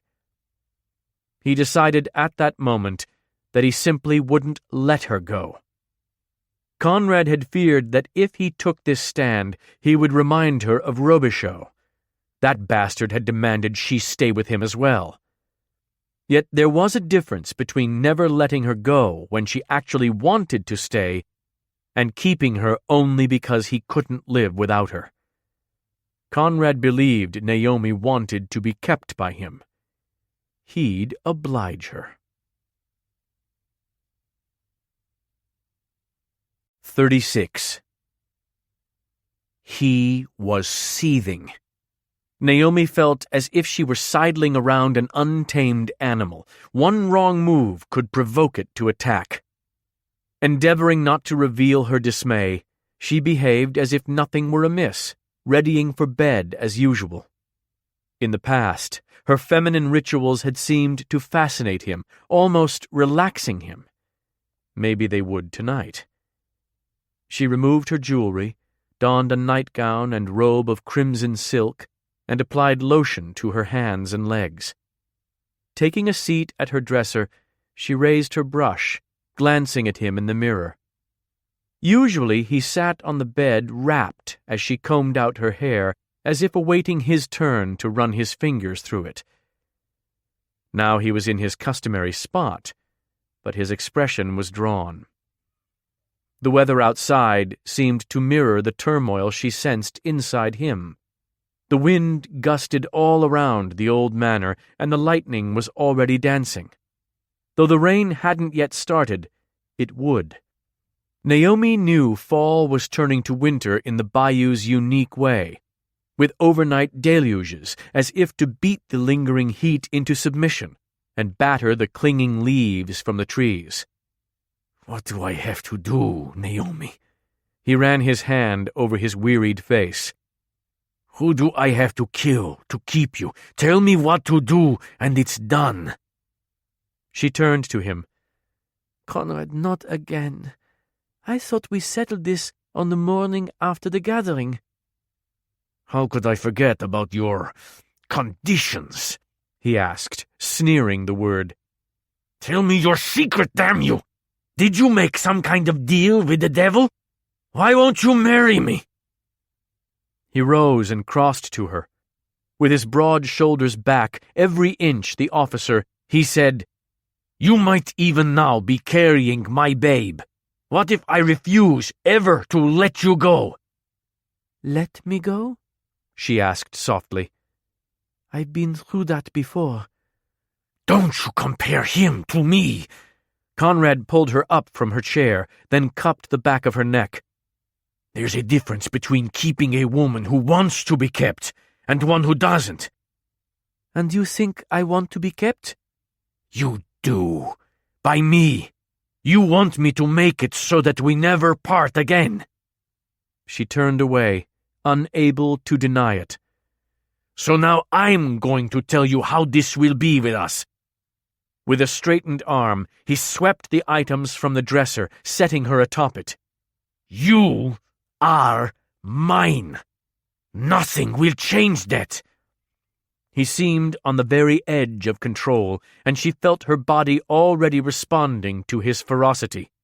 Body and soul, you're all mine. He was breathing heavily. And as soon as I kill the one I'm hunting, then you will wed me. What does Tarut have to do with us? You know I bear the demon's mark. Conrad wedged his hips between her legs, forcing her gown to ride up.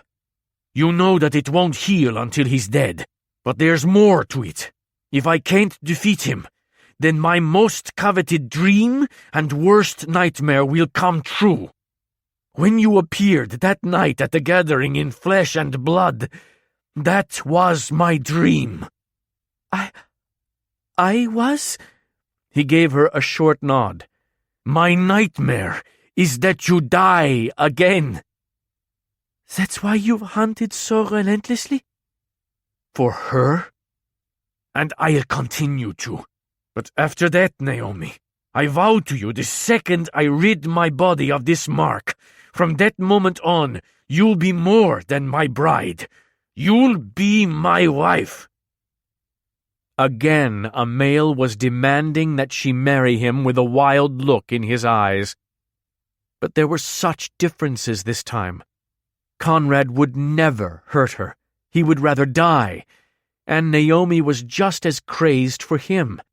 She knew her eyes were wild with wanting him too. Conrad... She yearned so much to tell him everything, to tell him that she loved him, and that she was so selfish and greedy for him that she couldn't leave, even though she'd only end up hurting him. It can't happen. Cutting off her words with his kiss, he groaned against her mouth and fisted his hands in her robe. Once he'd stripped it from her, he snatched the small case from his jacket and plucked the ring out. He seized her left hand and pressed the ring down her finger. This shows my claim on you, he grated. Take it off right now if you truly don't want to marry me. The metal was hot like a brand, the ring fitting her perfectly.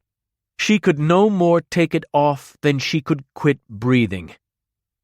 I want you, Néomi, forever. Just before he took her lips again, he rasped, Want me, too. As his kiss deepened, he yanked up her gown to her waist. When he sensuously palmed her sex, she responded as if he'd lit a fuse, growing damp in a rush. Her hands were desperately seeking all over his body. When she unzipped his pants and tugged free his rigid shaft, the broad head nudged against her entrance. With his hands splayed over her chest, he pressed her back to the mirror. She drew her bent legs up, placing her heels on the edge of the dresser, as open for him as she could be. With a groan, he swooped his arms under her knees, then leaned forward. Caging her in, surrounding her, he entered her body, possessing her.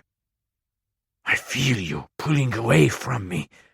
With a long, hard stroke, he murmured, Don't. He watched her expression, the emotion in her eyes.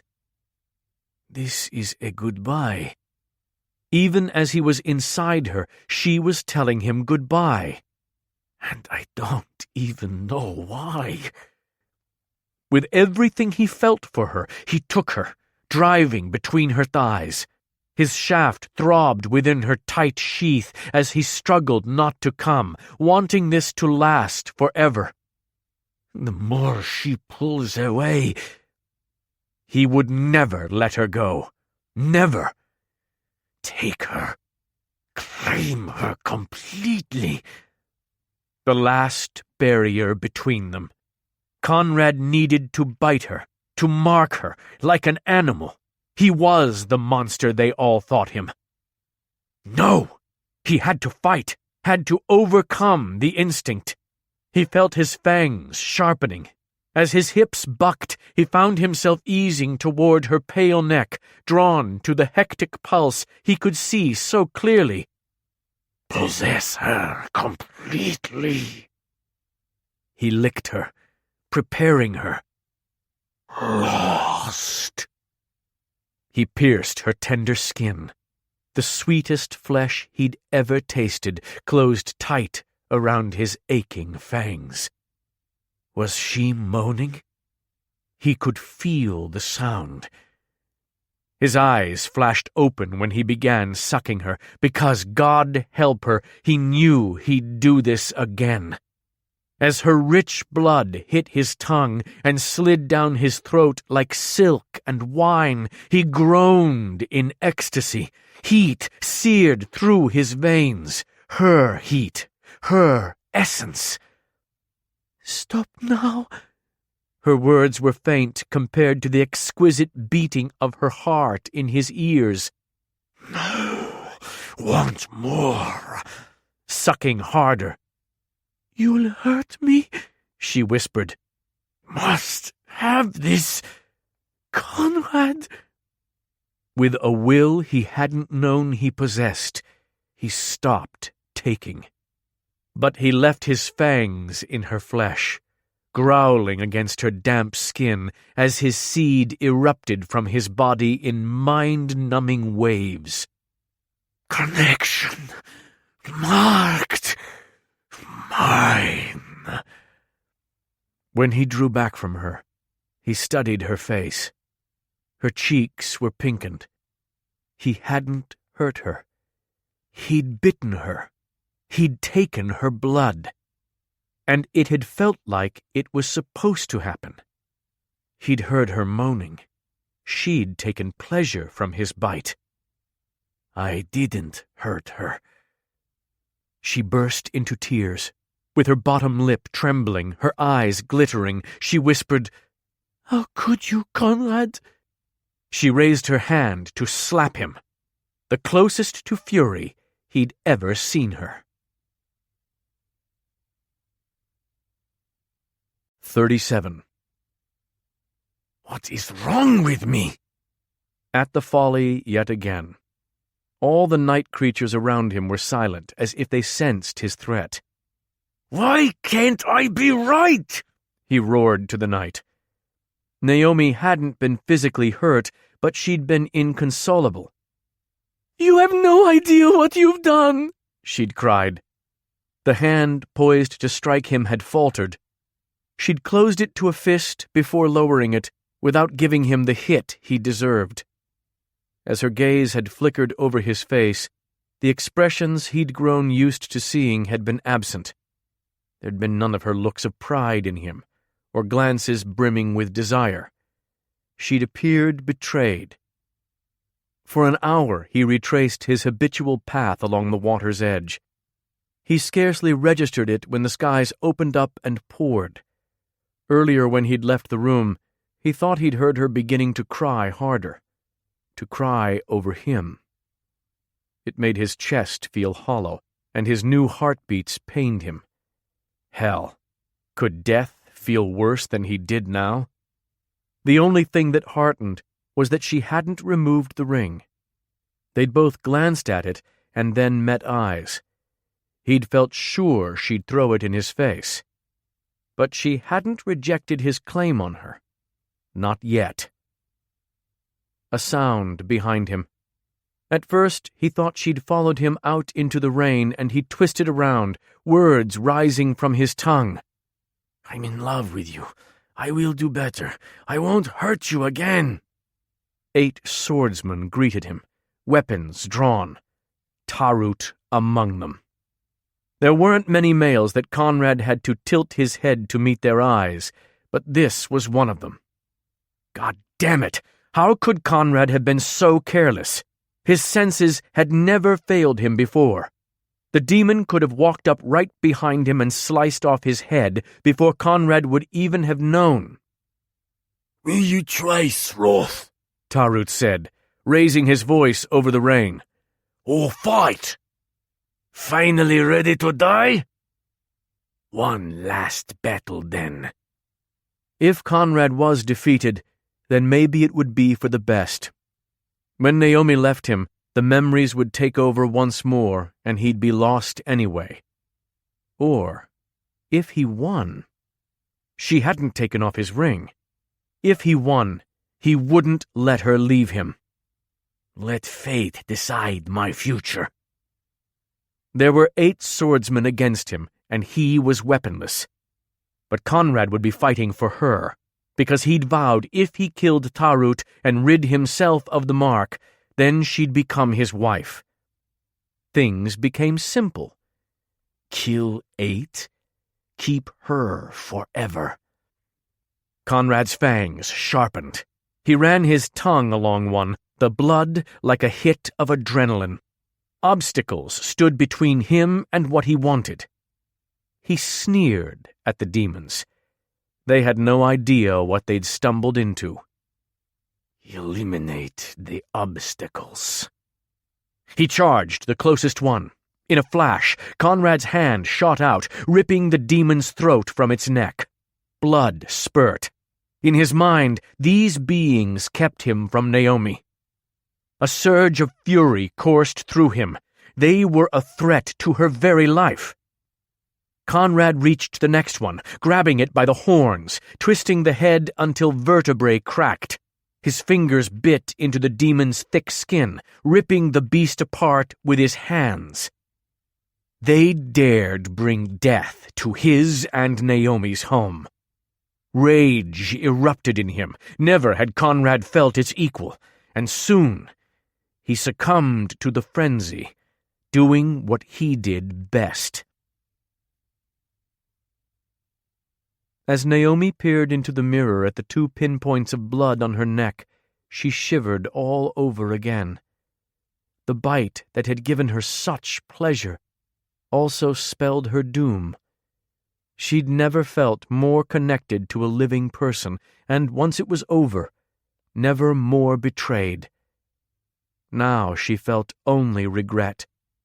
Her anger with Conrad had been akin to chastening a beast of prey for hunting.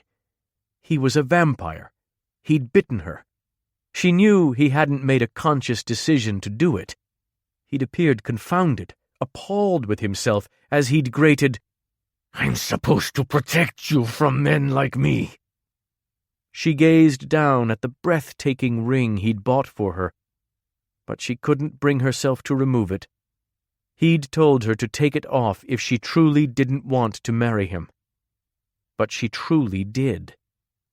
He wanted to put a claim of some kind on her and her future. She felt the same need for him.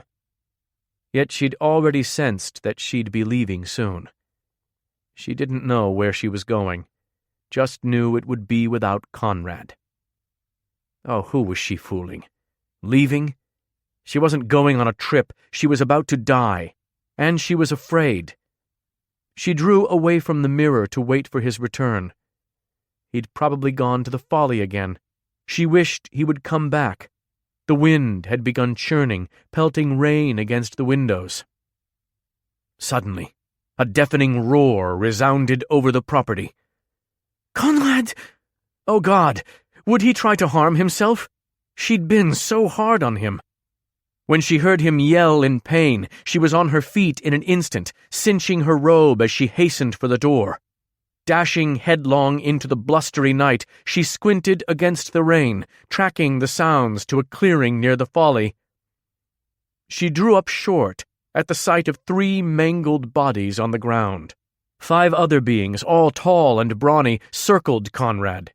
His lips were drawn back from his fangs, baring them in his rage.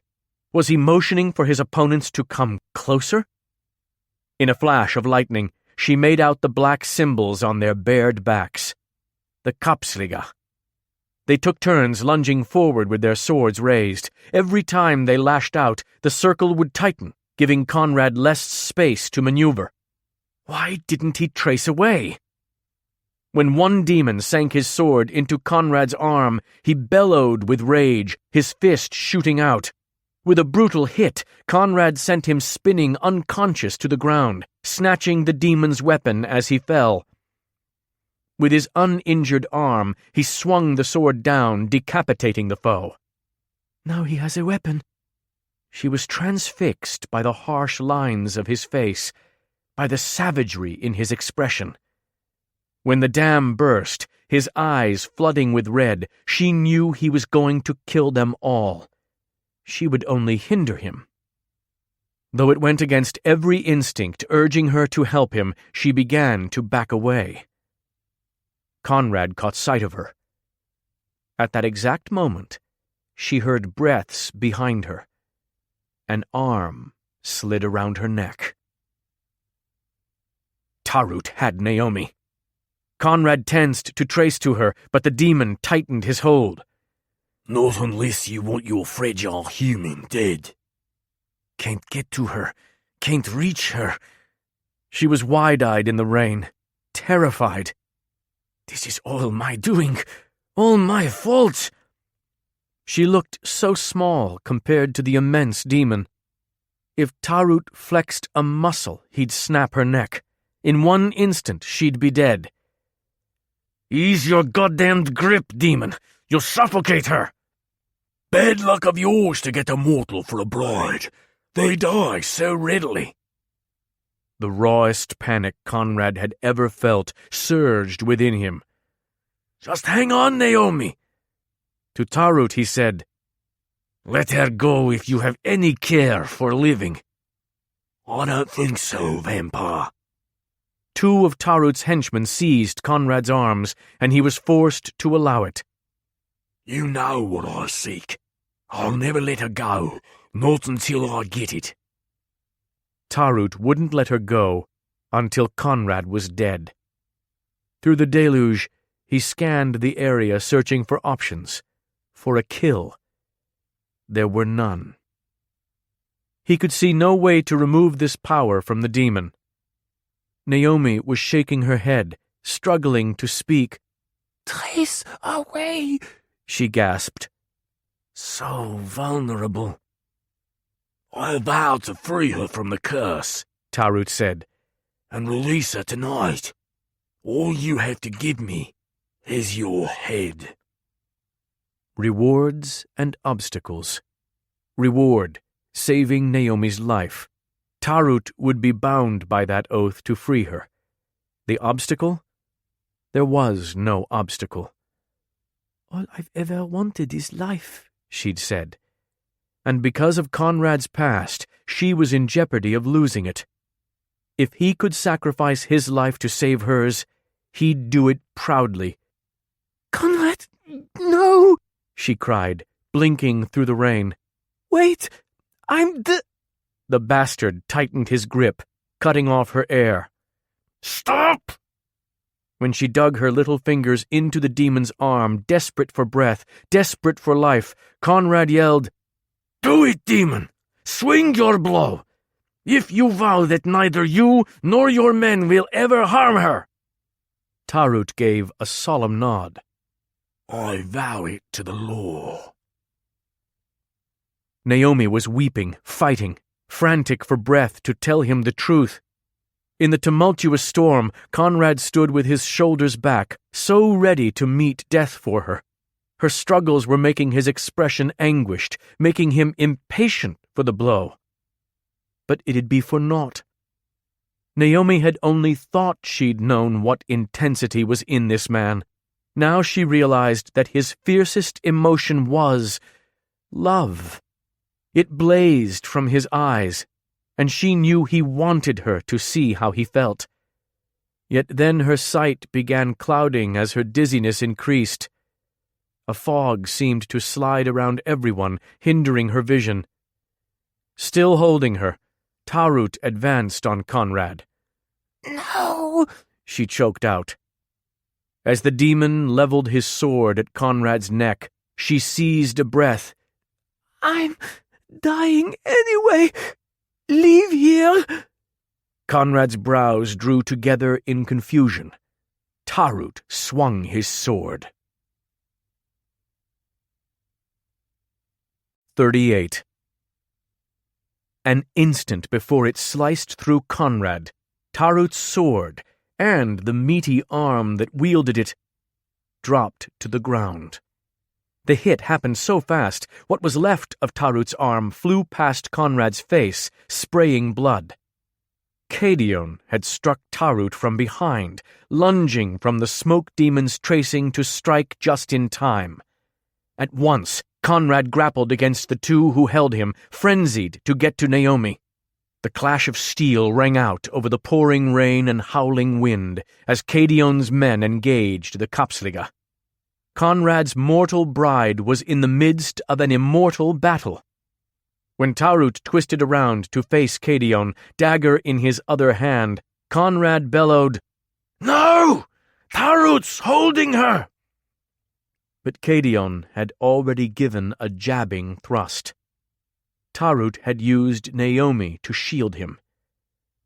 Time slowed. Conrad couldn't see her, but he could scent her flowing blood. He could see Caedion's shocked reaction as he drew back his sword. The demon had run it through her. "No!" Conrad roared, struggling frantically. "Néomi!" When Caedion raised his sword again, Tarut finally dropped Néomi to block the strike. Too late. Just after Conrad spied Tarut's head thudding to the ground, he caught sight of her, collapsing into the mud. Limp, eyes open and dazed, pooling blood from her mouth and stomach. With a roar, he snatched out one Kapsliga's throat with his clenching fingertips. He caught the other one by the roof of the mouth to wrench his head back and off his neck. The other Kapsligas fled at the sight. Freed, Conrad lurched for her, sinking to his knees beside her. "Néomi!" He clasped her body up into his arms. "You'll stay with me!" She could tell the old madness was on the verge of reclaiming him. He was adjusting her sodden robe in jerky motions, as if to keep her covered and warm in the rain. Néomi didn't want to look down. Strangely, there was no pain, only numbness. But the demon's expression had told her everything. The wound was a mortal one. Caedion turned to approach them. As he made his way, she dimly heard the others. "Cade did what?" Rydstrom yelled. "What the fuck did you say, Rook?" "He's gutted the vampire's bride," Rook said. "The leech is worthless to us now. You can't torture them any worse than this." "I didn't see her," Caedion told Conrad. "I never saw her." She felt pity for him. After all, he'd saved Conrad's life. If only he hadn't taken her own. Even Néomi shivered at Conrad's expression. With his eyes blazing red with malice, he said, 1,000 times over, demon. Anything you love will die." Then he traced her inside their room. As he cradled her head, he mumbled his thoughts aloud. "Hospital? Where? A human hospital?" His eyes darted wildly. His face was beaten by the Kapsliga, his jaw swollen and lip busted. "You stay with me," he pleaded down to her in a tormented voice. Just hold on for me. Need to think." She wanted so badly to stroke him, to comfort him, but her arms hung useless. "I know this feeling. So cold. Dying." Just as Nyx had predicted. "On the day I told Conrad the secret, but not as they'd expected." Fate could be so cruel. "Need to find a hospital." She shook her head as much as she could. She wouldn't make it to the hospital. It was too late for her. But she had to explain, so he didn't think this was his fault. "Conrad was dying anyway." "Don't talk!" His voice was raw. Sounds were dimming. Blood left her body so swiftly, like it had just been awaiting the chance. "I called a witch. She came through the studio mirror." Sight going blurry. "Made me alive, but only for a short time. Knew this. Couldn't tell you." "Your death was the deal with the devil?" He was quaking beside her. "And you got just 2 goddamned weeks?" "Was it?" She weakly coughed. "Love you." At that, blood tracked from his eyes like tears. But then his body suddenly grew still. "What witch, query?" "Mariquetta." Clutching her to his chest, he traced them into the studio. "Just stay alive, Néomi." After easing her to the cot by the mirror, he found a blanket and pressed it to her wound. "My brave girl," he rasped. "You stay with me." Then he faced the glass. "Witch!" he roared. "Come to me!" As he continued to yell for Mari, Néomi fought to remain conscious, wanting to tell him that Mari couldn't help, that he was getting his hopes up only to have them crushed. But with each attempt, she coughed up more blood. "Mariquetta!" He punched the mirror in a frenzy, battering his hand. "Come to me!" When there was no response, he sank to his knees beside Néomi. "Ah, God! Come to us!" 39. "For God's sakes, lay off!" Mari's voice sounded from the mirror minutes later. "We're coming!" Néomi cracked open her lids when Conrad sank down beside her on the cot. He gently cradled her head in his lap. "Why do you always get to go first?" Mari's voice demanded. "Because I'm bigger than you are," came Bowen's reply. When the Lycae emerged from the glass, with Mari following, their eyes went wide. Mari started for Néomi, but Bowen's hand shot out for her arm, shoving her behind him. After he scanned the area and scented the air, he turned to Conrad. "Who did this to your female?" "Demon," Conrad answered, his voice hoarse from yelling. "Named Cadion." "That bastard!" Bowen snapped, drawing Mari to his side. "You should have let me smash him in the jungle." "Cade? Oh, Hecate, you can't be serious!" Mari hurried to Néomi. "So that's who's been trying to call me. It had to have been an accident." Néomi weakly nodded, then coughed up more blood. Conrad squeezed her hand too forcefully, looking to be teetering on the brink. Mari's gaze landed on Naomi's neck. "You bit her. Did you see her memories?" "No, it was just hours ago." "Then how did you know to contact me through the mirror?"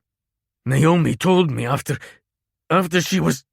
Damn it, what does it matter? Just fix this spell, witch." "I'm so sorry." Mari shook her head sadly. "I can't fix it. I told Néomi this going in." "Heal this body." "It's just a shell. Even if I could heal her, she'd just get killed again and again." "If all she needs is a real body, I'll return directly." "That's my Conrad. So intense." "The conditions for the assumption of another's body are lengthy," Mari said.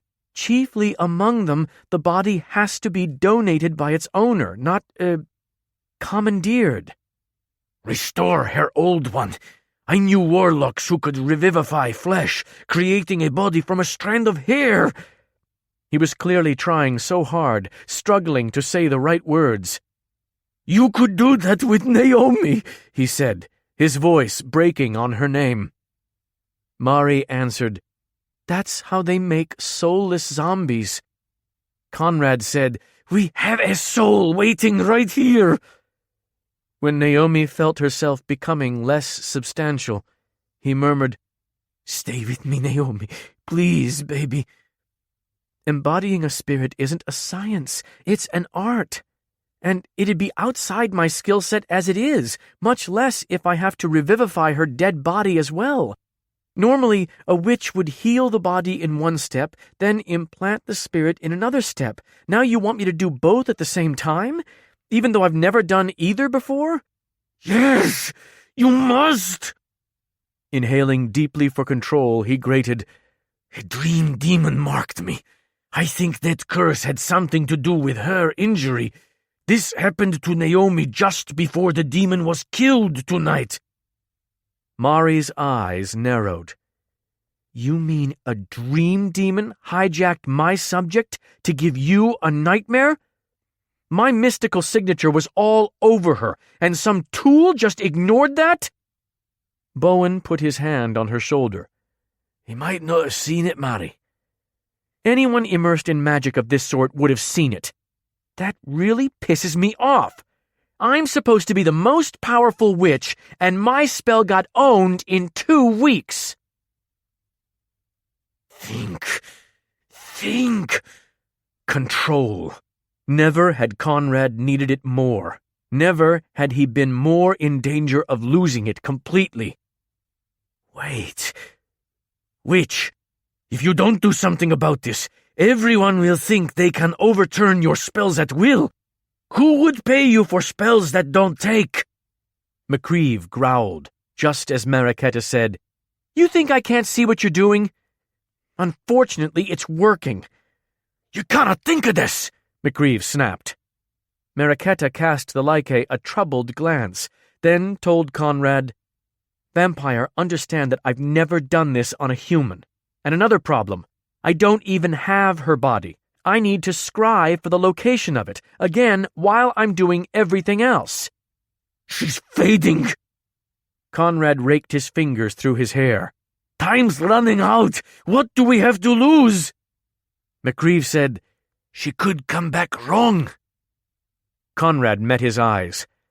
I'll do what's necessary if she does. It's not only that, the Like said. Mary can enthrall herself in the mirror. Her eyes will incinerate anything that comes between her and her reflection, and she'll get stuck in an eternal trance. I feel for you, vampire, but I will not allow her to put herself at risk. Sebastian saved your life, and he spared you from an unspeakable fate. You owe him a debt. McCreeve's gaze flickered over Mariquetta and changed color with some fierce emotion. Hardening his expression, he turned to Conrad. Not a debt like this. Mariquetta turned to Néomi on the cot. Would you want this, honey? A mortal life? When she nodded weakly, Mariquetta stood and crossed to McCreeve. Gazing up at him, the witch said, I think I can do this. I have to try. I mean, look at the vampire. Néomi had just gone unconscious. Conrad knew he appeared on the razor's edge when McCreeve scowled. We're running out of time, Conrad grated. Mariquetta pulled McCreeve farther to the side. You said that if I married you, you would never get in the way of my career. This is spectacularly getting in my career's way. Do you know how good this would look on my resume? I also promised your parents and your coven that I would not let you get lost in the mirror again. You're not ready yet, lass. It's too soon after that last time. Bowen, this has sat ill with me since I did the spell on Néomi. And I know you hate Cade, but he and his brother did save my life. He's been calling for my help with this. If I save Néomi, I'll be able to repay my debt to them. She took one of his hands in both of hers. Just believe in me. I can do this. I feel like I can. When he clenched his jaw, evidently a sign of defeat, she smiled. Will you get my big spell gloves? Muttering in Gaelic, he scuffed back into the mirror. While McCreeve was gone, the witch told Conrad, The cost is going to be high, vampire. I'm going to need 10 mil for this one. I accept real estate, stones, or bullion. Or stock certificates from the 20s that are exponentially undervalued. And you have to vow to the lore to pay it, since we don't have time for contracts. Agreed. 10 million, he answered easily. I vow to the lore to pay it, but you must agree to keep this secret. If the demons know, they will only come after her again. I'm bound by the mercenary code to keep our dealings confidential, she said. But she was clearly troubled, conflicted about hiding this from her demon friend, a demon who'd apparently saved her life. Good then. For the record, witch, I think you can do this too. Her expression briefly turned grim. Just be ready to make hard choices, Conrad, in case I can't. Still surly, McCreeve returned with a strange pair of fingerless gloves.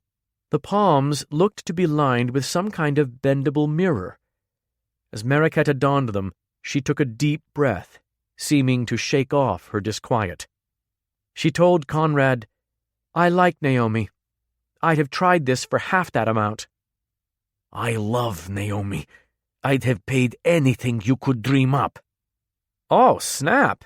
Live and learn, eh? Okay, one vampire's bride brought back from the grave."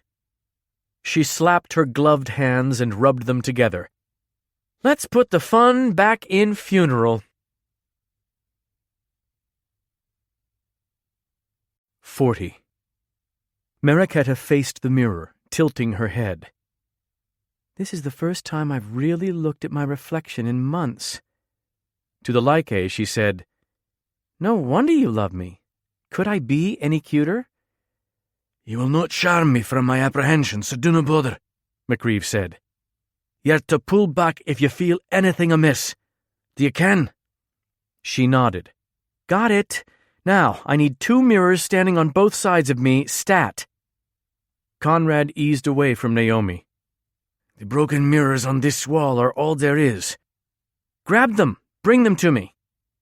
He ripped a sizable shard from the wall in the studio. Blood from his fingers ran along the edges as he shoved the jagged tip through the wood floor until it stood upright. "Will this work?" Gazing at his blood, she absently said, "It'll have to. Do the second one." He repeated the process.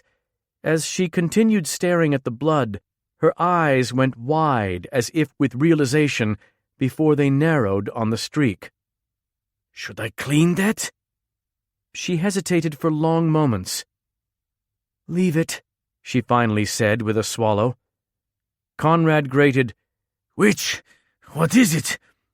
She averted her face, as if with guilt. "We're ready." Once Mariquetta was nearly enclosed by the mirrors, she made her hands into fists and closed her eyes. When her lids slid open, her eyes were mirrors themselves, gleaming and reflecting everything she gazed upon. Her fingers uncurled and light glowed from one of her gloved palms. Conrad hurried back to Néomi, but she was fading.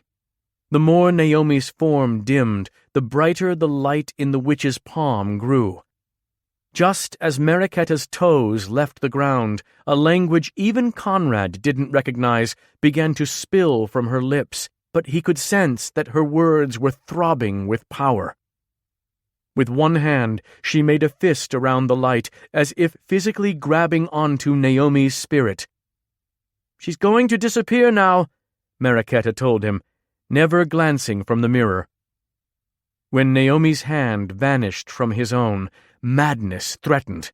Her robe, nightgown, and the ring he'd given her remained on the cot. He swallowed. "Keep it together." He took the ring, determined to see her wearing it once more. "Found her grave!" The witch pointed the forefinger of her other hand down and stirred. "I'm beginning the body!" Again and again she circled that finger, seeming to be meeting great resistance. The spell began taking a toll. She grew out of breath, nearly hyperventilating. "You can do this, Mariquetta," Conrad swallowed. "Bring my Néomi back to me." The light in her hands intensified even more. The air grew heavier, ominous.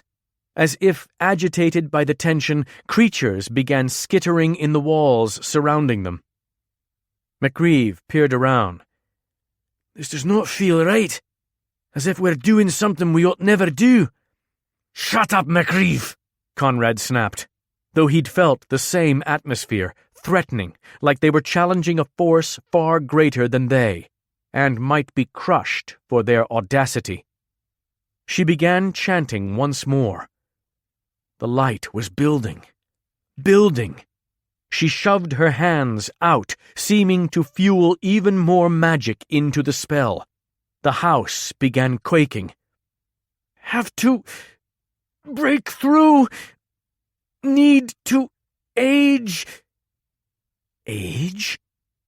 More unintelligible chanting, louder and louder, until she was practically screaming the words. The studio windows exploded.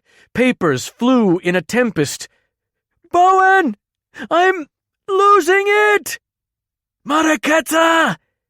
With a roar, McCreeve lunged for her, trying to heave her away from the glass.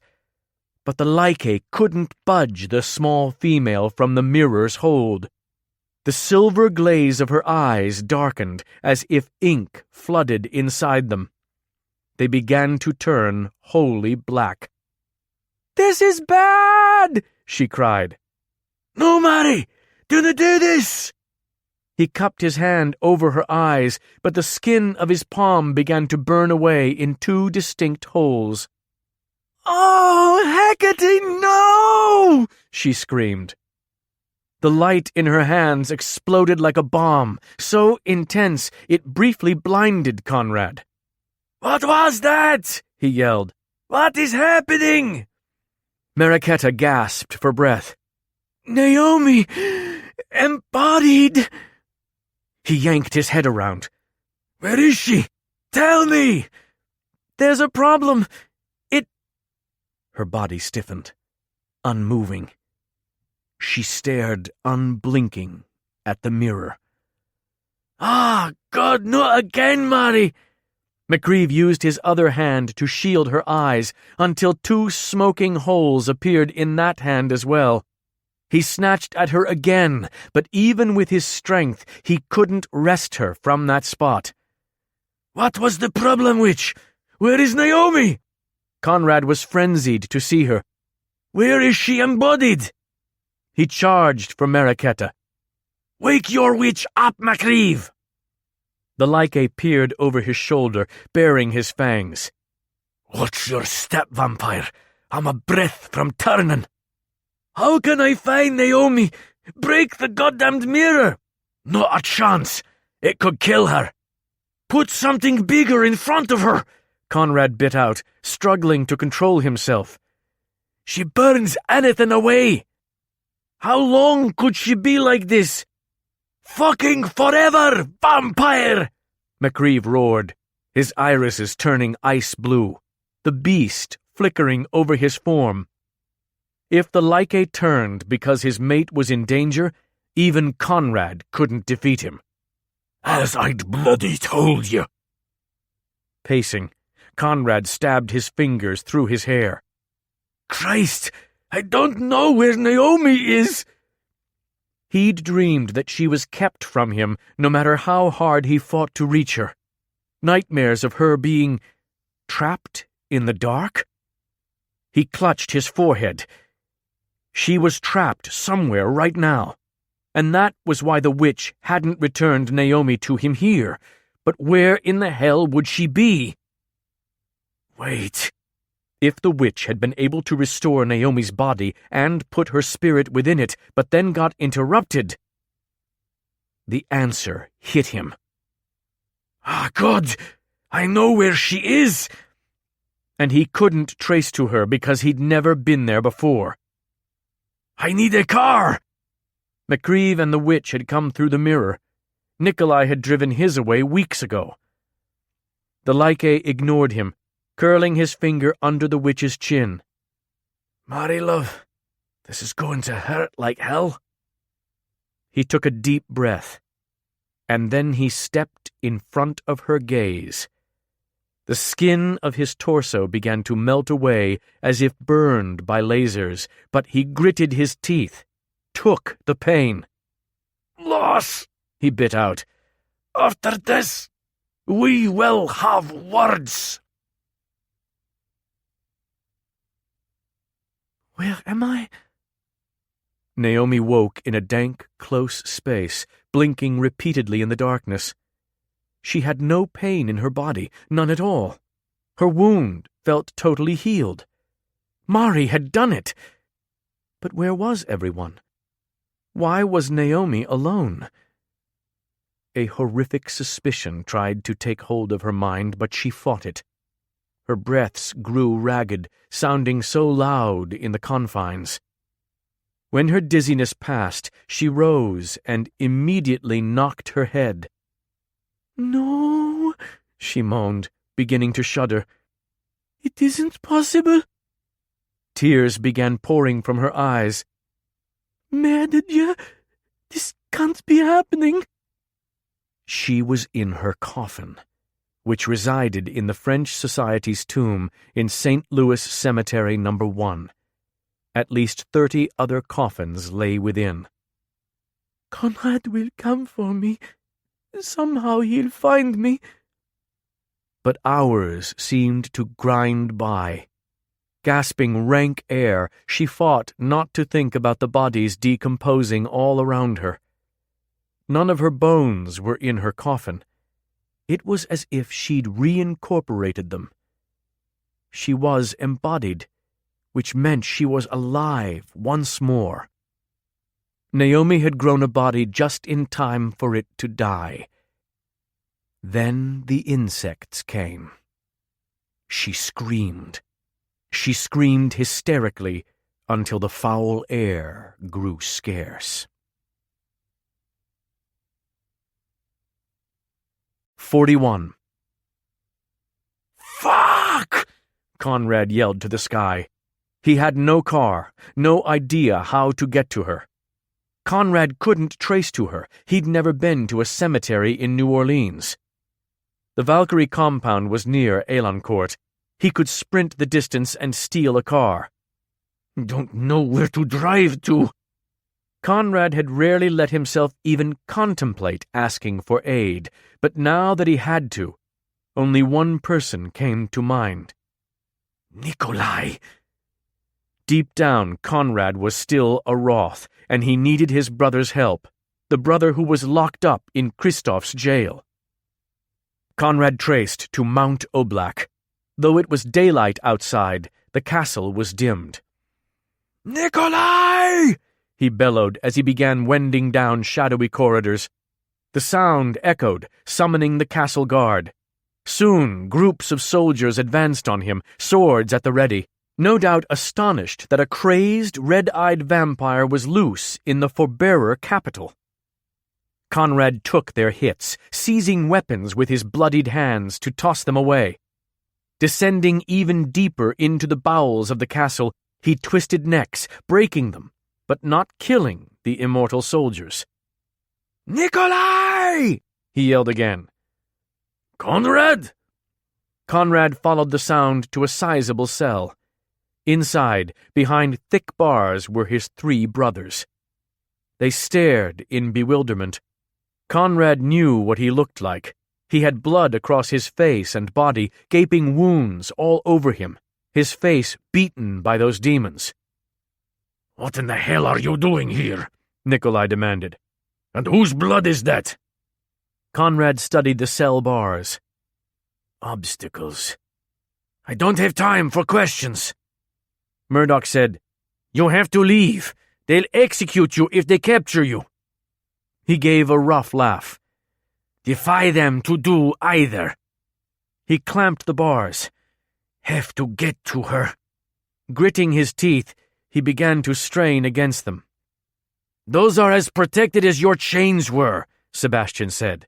"The wood, the metal, and the stone surrounding them are all reinforced. You can't possibly—" Conrad bent them wide, actually breaking the metal. "My God," Nikolai murmured. "Need your help to find my bride." He yanked the wreckage free. "I'm not mad, but I need you to trace me to every cemetery in New Orleans. Do you know where they are?" Nikolai gaped. "Your bride?" "His heart beats," Murdoch said. "Do you know where they are or not?" Conrad bellowed. Nikolai nodded slowly. "I know all the cemeteries. Mist and I hunt ghouls there." "Will you do this?" "Conrad, just come." "Fuck, come, Nikolai!" Suddenly, Conrad sensed great power behind him. "So this is Conrad Wroth," Kristoff said. Without turning, Conrad sneered. "The bloody Russian! What do you want?" "I'd known the Wroths were genetically incapable of fawning to a king, but a modicum of respect." Conrad faced the natural-born vampire, surrounded by his king's guard. "You've taken out my entire castle guard, something a horde battalion couldn't do."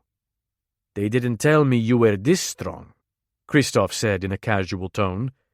His pale eyes were expressionless, but he was calculating. Conrad could sense it, and he believed he knew what Kristoff wanted. "But then, you've been blooded." "I don't have time for this," Conrad snapped. "I'll kill you just to keep you from speaking." His guards tensed, hands at their sword hilts. "Kill me? You wouldn't know your bride if not for me. If not for your brothers. You'd have been dead 300 years ago." "I've put that together." To Nikolai, Kristoff said, "He took out the guards without killing a single one, almost as if he was making a point. You were right. Conrad isn't lost. He's quite a few things, but he's not irredeemable. And I can concede when I made a mistake. Though you should have come to me instead of willfully breaking our laws." Nikolai shrugged. "I couldn't take the risk that you would say no. He's my brother," he said, as if that explained everything. Kristoff turned back to Conrad. "Swear fealty to me, and all of you leave today as allies. Otherwise, we fight." There wasn't any time left to fight. "I'll vow that I'll never engage you or your army." Kristoff studied him, then said, "It will do for now." To the brothers he added, "Take a week off, and do get your brides to cease plotting my downfall." When the king and his men disappeared, Nikolai said, "Conrad, you must tell me what's happened for me to help you. Who is your bride?" Conrad hastily said, "Néomi, this beautiful little dancer. Love her, so much it pains me. Have to find her." "Why do you think you need to go to a cemetery to find her?" "She was a ghost, the one I told you about, but no longer. She died again tonight and might have been resurrected or embodied. Fuck if I know the difference. But the witch, the werewolf, and I lost her body. One of the bodies, or else I just can't find it. I'm going to go to every goddamned cemetery in the city and listen for her heartbeat." Sebastian raised his brows and said, "The ghost thing again," just as Murdoch muttered, "Con's thoroughly lost it." Conrad snapped his teeth at them. "This happened." "I don't know what outcome I'm hoping for," Sebastian said. "Conrad's either irretrievably mad, or his bride is a spirit from beyond whose corpse is lost. This seems like a lose-lose." "He always did things differently," Murdoch said, daring to slap Conrad on the back. "I would like to stay, but I have an emergency that's weeks overdue. Good luck, Con." He traced away. "Nikolai, do you have this one?" Sebastian asked. "I need to make sure the Valkyries stand down." Conrad turned to Nikolai, struggling to calm his tone. He wanted to punch his fist into the wall with frustration, to howl to the ceiling with anguish. His little bride was in the dark. Was she frightened? He stifled a shudder. To get to Néomi, he had to convince them that he hadn't lost his mind. "No, this sounds crazy, but I am asking you to believe me in this. Just take me to the cemeteries." Sebastian said, "I don't think he's ever asked for anything." Conrad grasped his forehead. "Nikolai, please. She's going to be—" His hoarse voice broke with emotion. "She'll be Afraid. Nikolai finally said, Go, Sebastian. Tell Mist I'll return after this. When Sebastian traced away, Conrad said, You believe me? I don't. Nikolai ran his hand over the back of his neck. I don't know if I can accept everything you said. Then why? For whatever reason, you need this badly, and you came to me for it. Nikolai cast him a stern look. Because I'm still your goddamned brother. 42. St. Louis Cemetery No. 1, New Orleans. In the third cemetery they traveled to, the tombs had seen better days. Many were storm-damaged, with crumbling stucco and rusted iron fences. Markings were eroded. Spates of rain were sporadic. It was well after midnight, and still this haphazard maze of tombs was busy. Drunken ghost tour patrons laughed raucously as they smoked cheap clove cigarettes and marked X's on a tall pediment tomb. Nikolai muttered, That's not even Marie Laveau's crypt, though Mist says that the priestess does get a kick out of it. Conrad roared at the group. Leave us! After a moment of thunderstruck silence, tourists shoved each other down into the wet gravel as they fled. Once the place was emptied, Nikolai said, Conrad, you have to prepare for the possibility that you might not find what you are seeking, or that you might locate her grave only to find what this woman, what she once was. Her remains. Conrad shook his head hard. I understand, he said. Then he went still, holding his breath to listen for Néomi, willing his own heart to slow its furious pounding. He strained to hear over the cicadas and distant traffic. He jerked his head to the left. There, the faintest rhythm. I hear her. How can you be sure it's her? Nikolai asked. Know her heart. He homed in on the sound, tracking it to a vast, bleached white tomb, standing at least 7 tiers high. Dread built like ice in Conrad's veins. Was she truly within this place? In one coffin among so many? How terrified she must be. I dreamed her choking on her terror. No! Can't think about that now. Need to keep my mind focused. He pinpointed the sound to a third-level bay. The marble closure tablet was eroded beyond deciphering. Swallowing hard, Conrad punched in the marble, crumbling it. Inside the vault was a small black coffin. He slid it out from the space, easing it to the gravel path. Conrad? Nikolai clamped his shoulder. Just be prepared. Conrad nodded, then gripped the lid, wrenching it free. Néomi! He rasped. Her eyes were closed, her body still as if dead. Remnants of rotting lace and ribbon were scattered over her naked body. Dust marked her pale face and long hair. With a yell, Conrad snatched her out, clenching her to his chest. My God, Nikolai breathed. You weren't.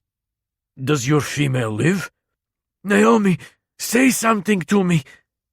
Nothing. Conrad brushed the backs of his fingers over her face. No response. But why? He held her away from him.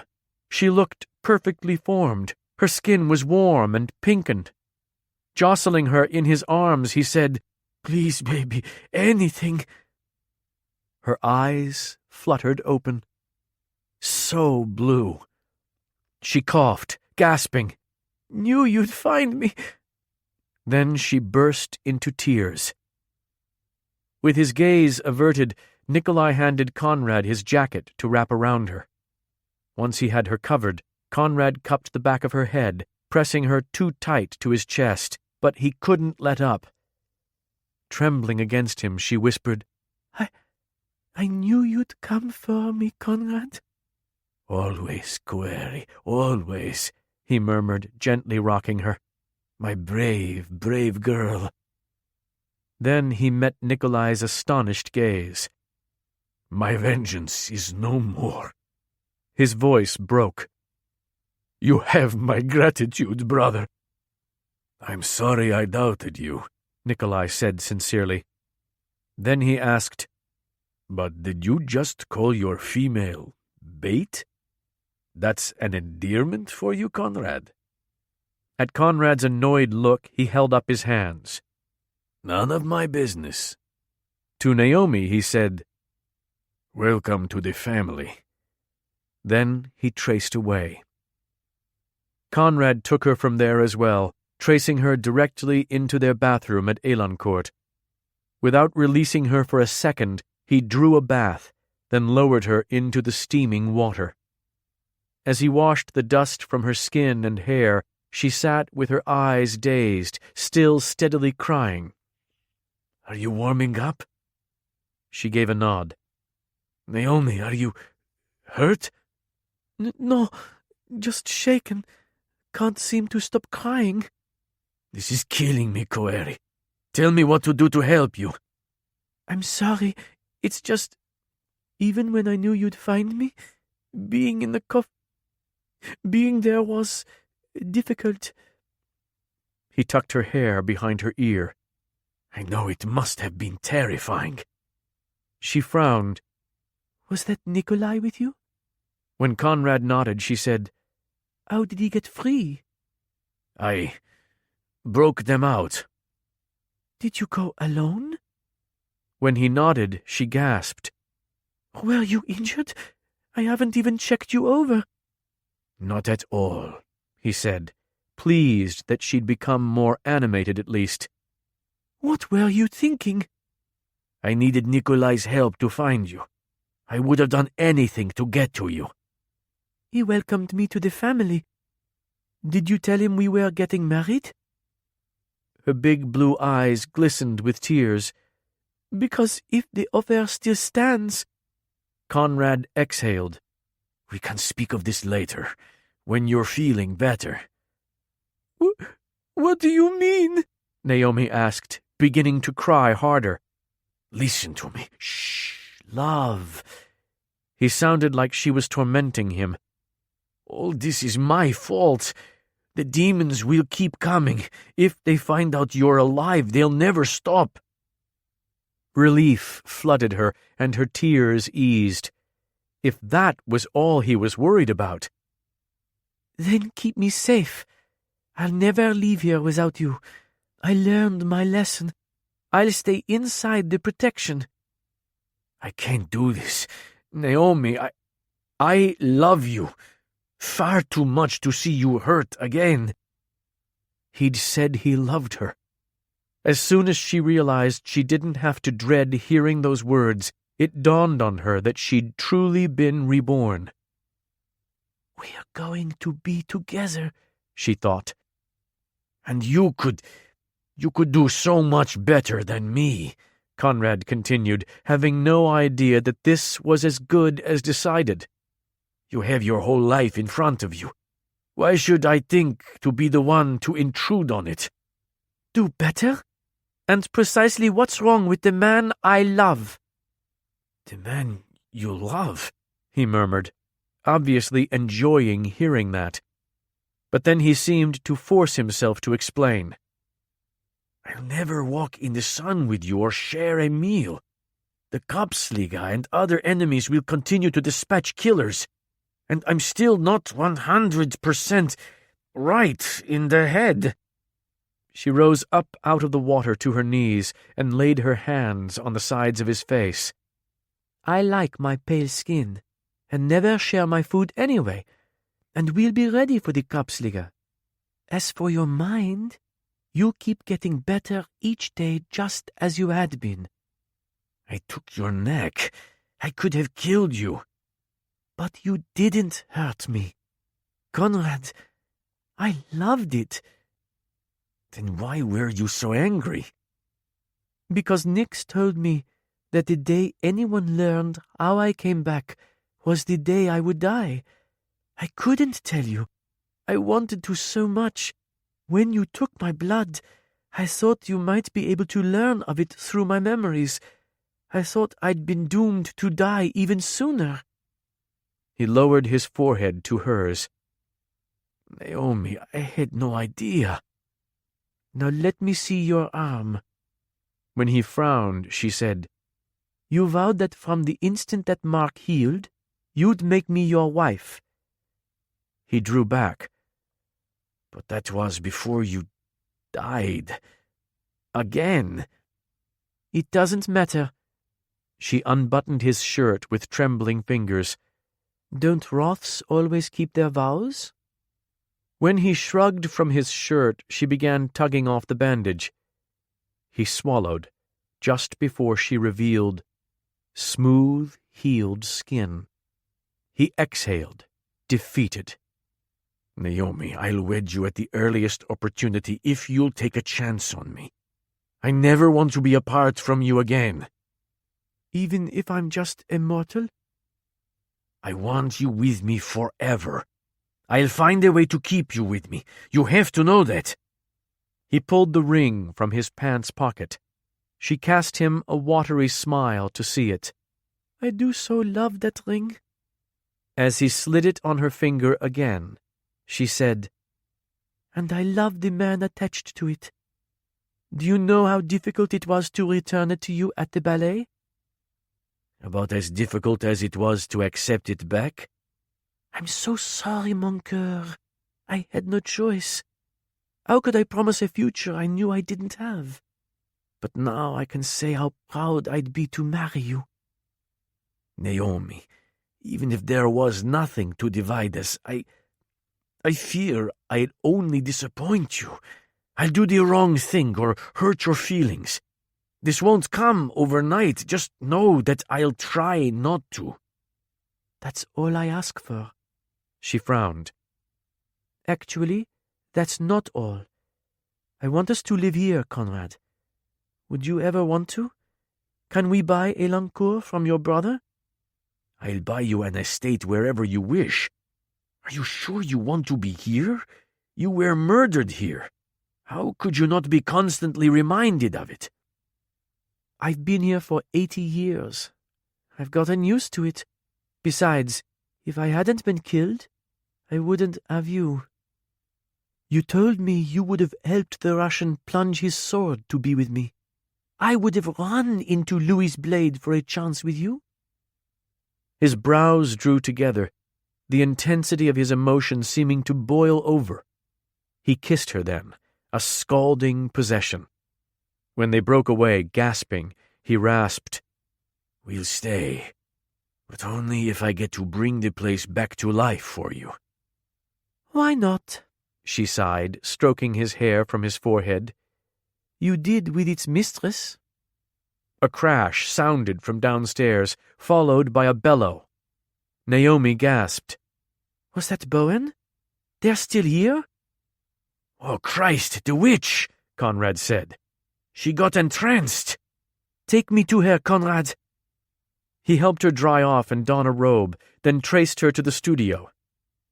They found Bowen clutching Mari to his chest. He was covered with blood and gaping wounds all over his body, while Mari was pale and dazed. It worked, then? Bowen asked Conrad, but his attention was focused on the witch in his arms. Yes. You have our thanks. I'm taking the lass home. To Mari he said, And then you're on indefinite leave. Mari nodded weakly. Never glancing at a mirror again.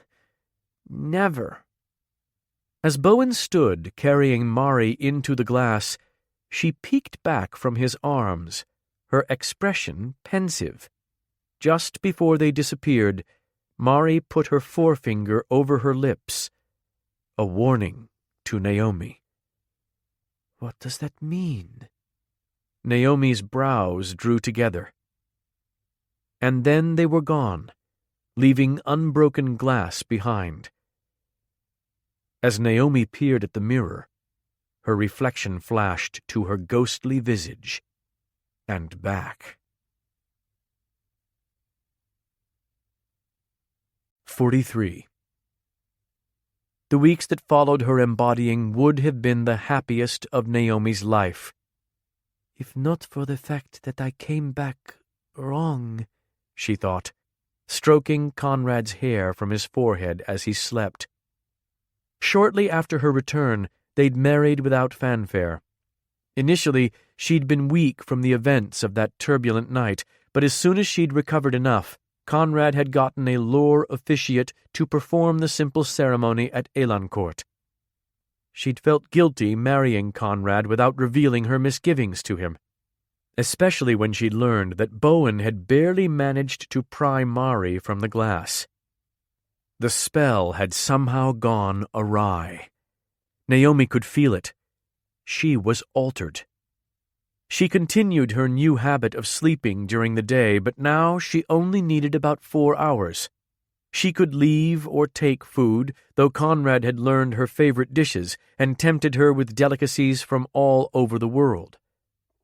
She'd tried to call Mari, but was told that she and Bowen were on an island off the coast of Belize or somewhere fantastic like that. Though Naomi yearned to confess her new secret to Conrad, she didn't want to worry him.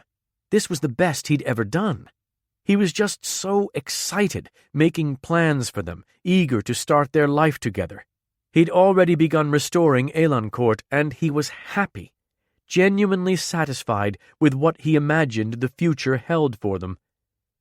Yet, when Naomi had healed from a small cut in under an hour, she'd been so confounded that she'd tentatively broached the subject.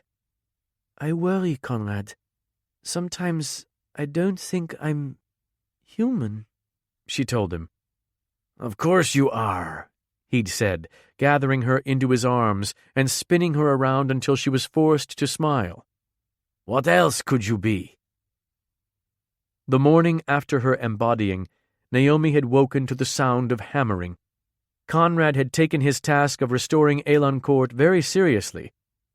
But once she was well on the road to recovery, his labors were hindered by the fact that she found his sweat-slicked body irresistible.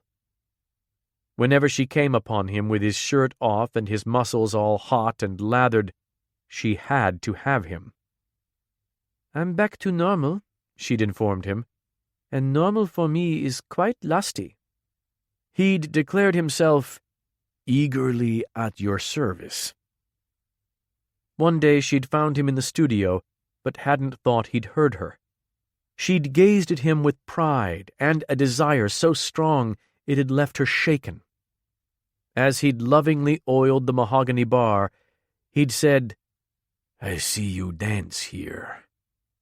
His voice had been husky, as if he was imagining it even then. "I'll watch you for hours, then I'll taste your damp skin." They hadn't made it even close to getting to the bed. His care had made her long to dance again, to use this studio as she'd never been able to. Once she'd gotten stronger, she'd begun practicing again, her love for it undimmed by time. Naomi could never take the stage again, but she decided to open a lore ballet school. There was not a single one in existence, and she'd been heartbroken to learn that many lore children with their horns and wings and siren screams couldn't attend human classes. When she'd asked Conrad what he thought about the idea of a Néomi Roth school of dance, he'd said, "If it makes you happy, then enroll every lore pup who's willing to wear pink."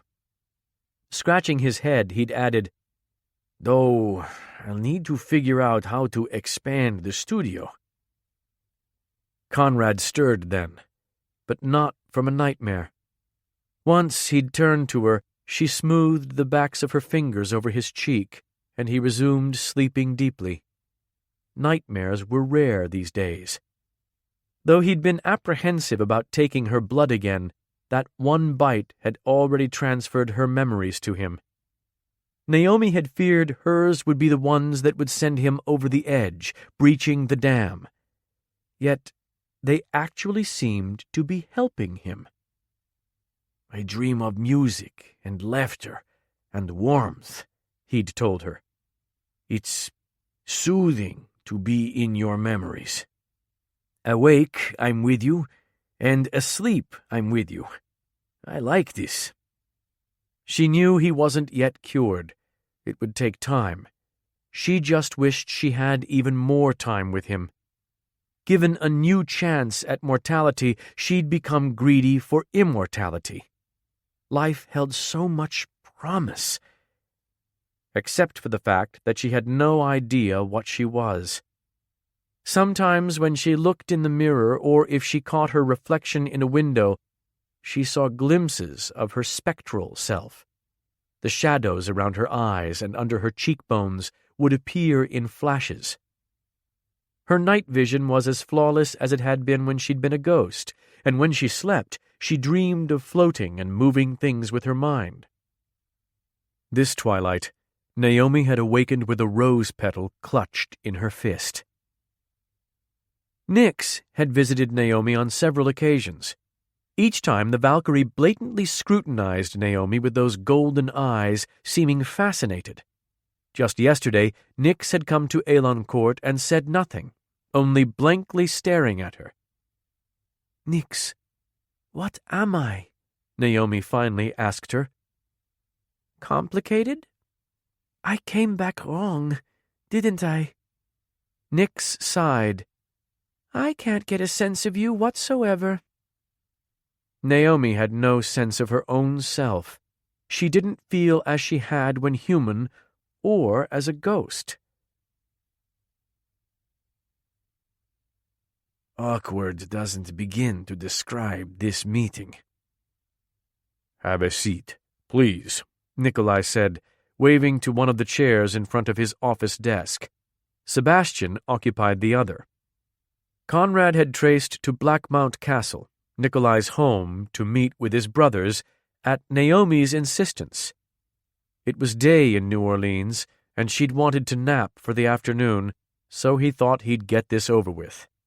His brothers had questions about the past, and Conrad wanted to formally purchase Elancourt from Nikolai. With his neck knotted with tension, Conrad reluctantly sat.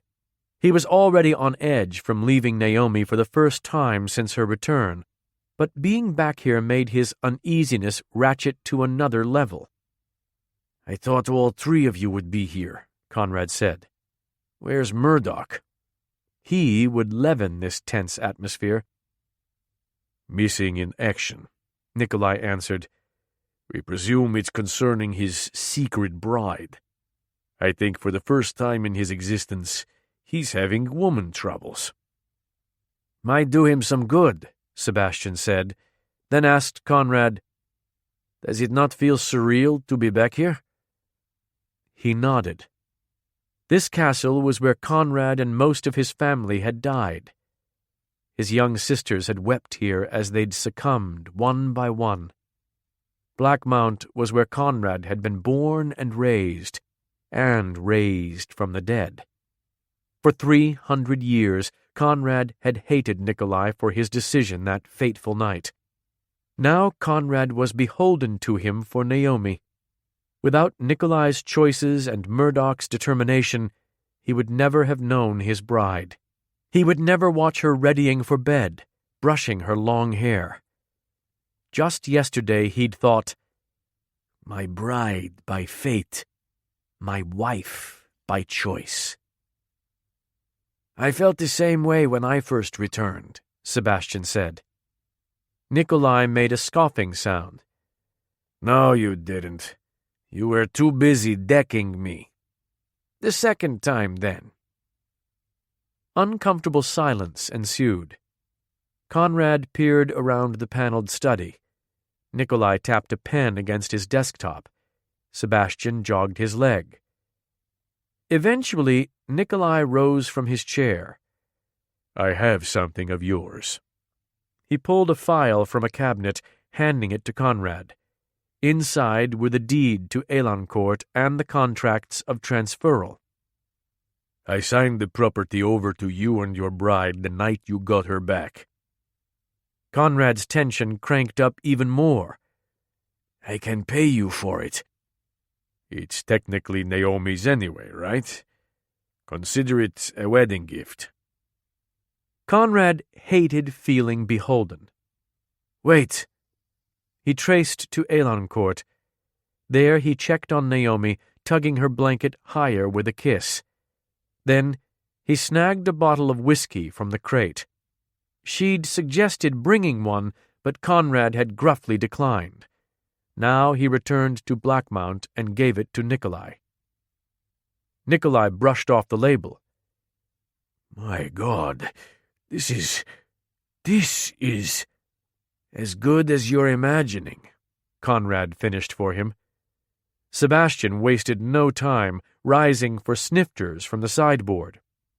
Then stop staring at the bottle and let's drink it. They did. 2 hours later, Conrad decided that speaking to his brothers with roughly $20,000 worth of whiskey in his belly wasn't so awkward. When Nikolai and Sebastian wanted to know what had happened to Conrad in the past 3 centuries, he told them. When they asked about Naomi, he found himself proudly relating his wife's accomplishments. You've never seen a woman dance as she does. And she'd bought that property by herself, an unmarried woman in her 20s. Even to himself, his tone sounded impressed. Chains, drugs, and brute force couldn't control Conrad, Nikolai began in an amused tone.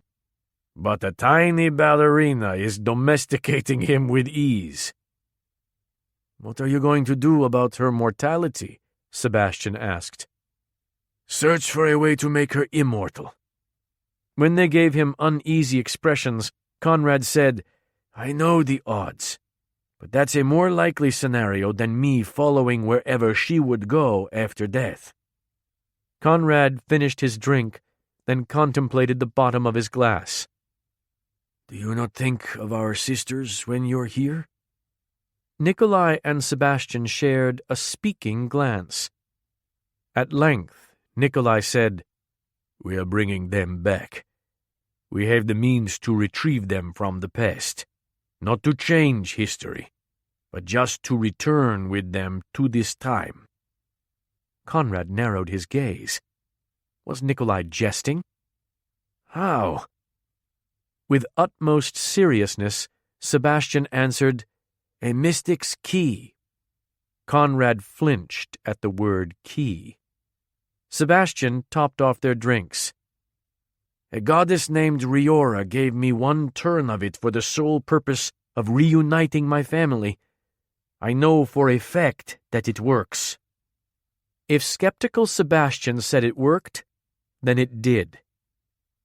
And you thought of returning my past self as well? Yes. The offer still stands, Nikolai said. Think of it. We could clear your eyes of the blood completely, and take away all the memories that plague you. And what would happen to my present self? You'd fade, Sebastian said. I knew you had an ace up your sleeve. No wonder his brothers had been so confident about Conrad's recovery. But I'm not interested. Nikolai steepled his fingers. You wouldn't want to be human again? Sebastian added, No more red eyes? No more blood drinking? Conrad shook his head. And no more strength to protect Naomi. I need it to keep her safe. If history wouldn't be changed, then I'd still have the same enemies after me, and now, her. Conrad drained his glass, hating this reality of their lives. Why didn't you just do it? Why go through all the trouble of capturing me? Especially when he'd been spitting blood at them and trying to murder them. We wanted you to get stable enough to make the choice, Nikolai answered. We would have been taking away your immortality, and you would have lost your own memories from the last 300 years as well. It was a major decision. In a lower tone, Nikolai said, I didn't want to make the same mistake twice. There was no first mistake, Conrad said firmly. You made a fated decision, and I'm in your debt. Good. Then you won't mind helping us raise the girls. Christ, their sisters actually would live again. He'd get a second chance to know them better. Hell, Naomi could teach them to dance. He grinned, shocking his brothers. When do we go back for them? Once Murdoch returns, we plan. Conrad opened his mouth to speak, then froze. Something's wrong. A chill slithered up his spine. I'll return, he said, immediately tracing back to Elancourt. Straight into fire.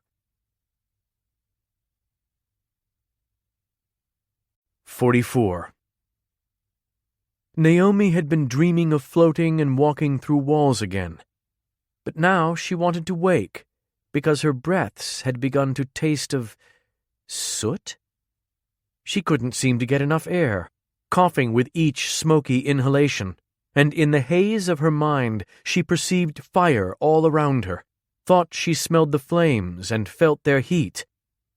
A fire? Why can't I wake? Feeling so dizzy, she needed clean air. At last, she was able to crack open her eyelids. She blinked them in disbelief. The room was choked with thick smoke. Flames licked the walls and crawled across the bowing ceiling. The boards above her whined under the strain. Naomi! Conrad? He was here? Through the flames between them, their gazes met, just before a beam snapped and a portion of the ceiling collapsed in front of him. With a yell, he lunged for her to trace her away, but returned to the same spot empty-handed, as if his arms had wrapped around only air. When he failed at it a second time, he dived into the fire, tearing away the blazing timbers to reach her. Why did he look so stricken? She wasn't hurt, hadn't even a scratch. In fact, she felt nothing. No perception. Dim. Then she glanced down. No, no, no! Her body, from her waist down, was buried under the burning wreckage from the ceiling. It should be crushing her. Why am I still conscious? Where was the pain? Then she realized. I died again? Naomi was in her incorporeal form once more, wearing her old black dress and jewelry. A thunderous rending above her drew her gaze. With the ceiling gone, she could see that the roof was sagging in pockets. The enormous rafters began to snap, one by one. Jagged wood hurtled down like spears, hammering into the floor. Still grappling to get to her, he dodged them. Conrad, no!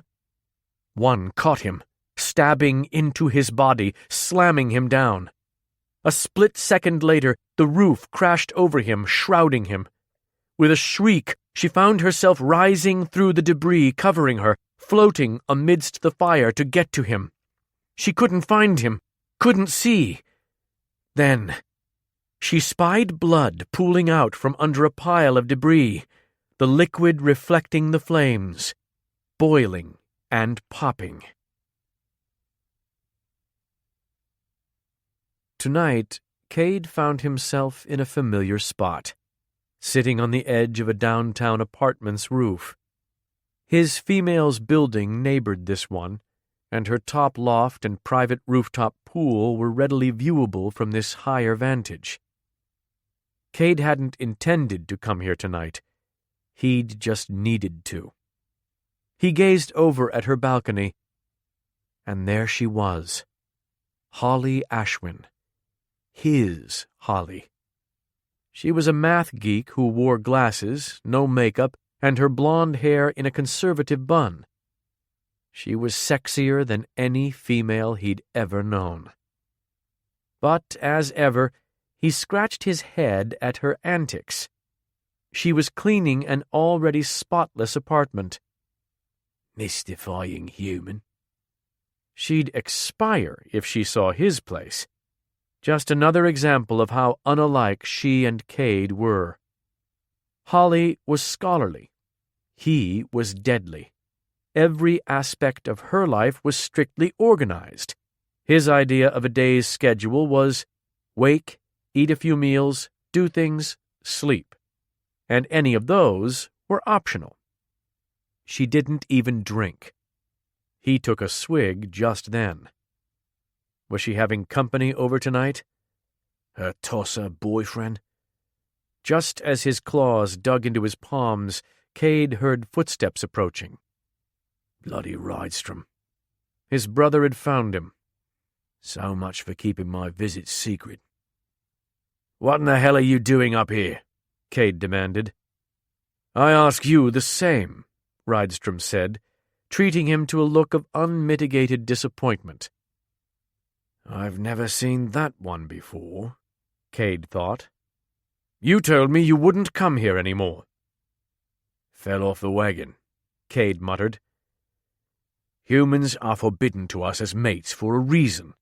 If you haven't gotten that through your thick skull before, then you certainly should now. The accident with the vampire's bride is exactly why mortals and immortals should never mix. Cade narrowed his eyes. Are you sure Naomi's even dead? With a nod, Rydstrom said, I checked with Nyx. Why do mortals have to die so easily? The smallest sword thrust had ended the girl forever. She hadn't deserved to die like that. If she's dead, then that vampire is out searching for something of mine to destroy. Cade glanced around them. 1,000 times over, Wroth had vowed. Cade would be signing Holly's death warrant to approach her right now. So you have even more reason to resist her, Rydstrom said. You have to forget her. You think I haven't tried? Cade ran his hand over a horn. You think I don't know how bad this looks? I'm stalking a girl, a human who's millennia younger than I am. Then it's fortunate we're leaving this town for good. Nyx has given us one last means to destroy Omort, a job to complete. This is our final hope to reclaim my crown. She's adamant about that. What's the op? Cade asked, though he didn't give a damn. He'd agree to anything to take his mind from what he'd done, and from what he was tempted to do with Holly. Even Nyx hadn't foreseen his crazed plans for her. We'll receive instructions within the week. Just be ready to move quickly. Cade exhaled. I'm always ready. Again, brother, this is it. Our last chance. I have to know that your head is in the right place. I said I'll be ready, he snapped. Whatever it is, I'll get the job done. Cade rose and gazed at Holly. For a last time. With a lingering glance at his female, Cade dropped from the roof. No sooner had Cade disappeared into the night than Nyx emerged from the stairwell to join Rydstrom. And how did he react? Rydstrom glanced at her, evincing no surprise that she'd found them. You don't know? I'm ever-knowing, not not all-knowing. Rydstrom sighed. Cade's vowed to do his duty. When Holly came back into their view, Nyx's golden eyes fixed on the girl and her pupils dilated. Tilting her head, she asked, And if he finds out Naomi still lives? Lying to him sits ill with me, Rydstrom said. You're certain I can't tell him? Nyx faced him. I've gone over and over the decision trees. Billions of outcomes all trace back to this decision fork. Tell him or don't. It must be this way. So you've seen my future? Some of it, she said. And it's a doozy. Tell me, he said, waving her on. Rydstrom, you really must learn to ask. In any case, I've got somewhere I need to be. A mystery will be revealed to me tonight, and I can hardly wait." "You can't leave me like this. And what if we need to get in touch with you?" She grinned at him, but her eyes were growing vacant, her mind already somewhere else. "Greedy demon. There's only so much Nix to go around." 45. If Néomi had died again, then that meant she had the power to save him. She could move things with her mind once more. With a wave of her hand, she easily tore through the wreckage, following Conrad's trail of blood. 2 waves of her hand had the roof section covering him hurled up and out into the yard. He lay unconscious, pinned by that jagged beam. As delicately as she could, she began extracting it from his body. Even unconscious, he yelled in pain. She was hurting him, but she had no choice. Flames still advanced from all around them. The entire structure of the manor was quaking. Inch by grisly inch. At last, she freed him of it. Finally able to escape the blaze, she traced him outside under a great oak to shelter him from the raining embers. She couldn't feel them. Floating beside him, she assessed his wound, shocked at how swiftly he was still losing blood. "Conrad, please wake up. Tell me what to do to help you." He'd said he couldn't die from an injury like this, but his paleness terrified her. He needed blood. Without thought, she put her wrist to his lips. She gasped. "Oh, Mère de Dieu." She felt herself growing corporeal once more, gradually, from her arm out, like an accumulation of form. She perceived the dew on the grass and the bayou breeze. "How can this be?" Conrad's instinct took over, and before she could blink, his fangs had closed on her flesh like a brand. His sucking was as dizzyingly provocative as she'd remembered. When he groaned against her skin, she nearly swooned with pleasure. Too soon, he released her with a last lick. In moments, he was able to open his eyes. With a husky murmur, he said, "For that, I'm willing to be staked nightly." When he opened his eyes, his gaze flickered over her body, over the familiar black dress they knew so well. "You were a spirit again, but I just tasted flesh and blood. What happened?" Néomi could feel the bite mark on her wrist was already beginning to mend. "I don't know what I am," she thought. She whispered, "I just changed. I don't understand it." They stared at each other for long moments. Out of the corner of her vision, she saw flames stretching high into the night sky. Smoke funneled out of the windows and chimneys. Heat reached all the way to them. "I'd realized something was wrong with me, but—" "Nothing's wrong with you," he said vehemently, already able to sit up. "Then what am I?"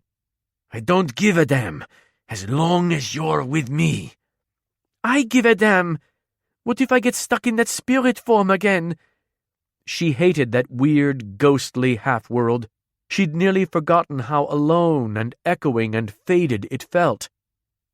"I wouldn't be able to hold you when you're injured, or sleep against your warm chest, or have sex with you. And I want to, a lot. And I'm so sick of this damned dress." "So that's what you are," a woman cried from the oak above them. "It all becomes clear." They both glanced up.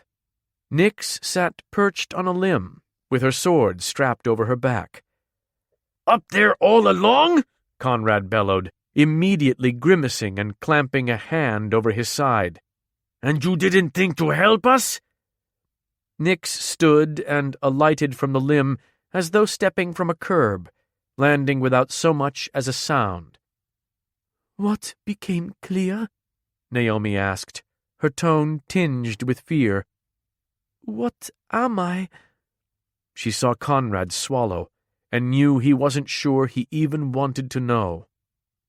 You're one of those powerful lore phantoms I was telling you about, though your aging process was accelerated by a few centuries.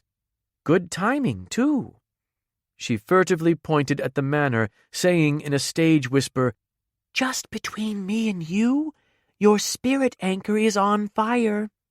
An explosion sounded at that moment, and glass shattered out from all the remaining downstairs windows. And yes, I did plan for that blast to punctuate my words. A phantom? Phantom? Conrad rubbed his forehead, smearing ash there. Spirit anchor? Néomi explained.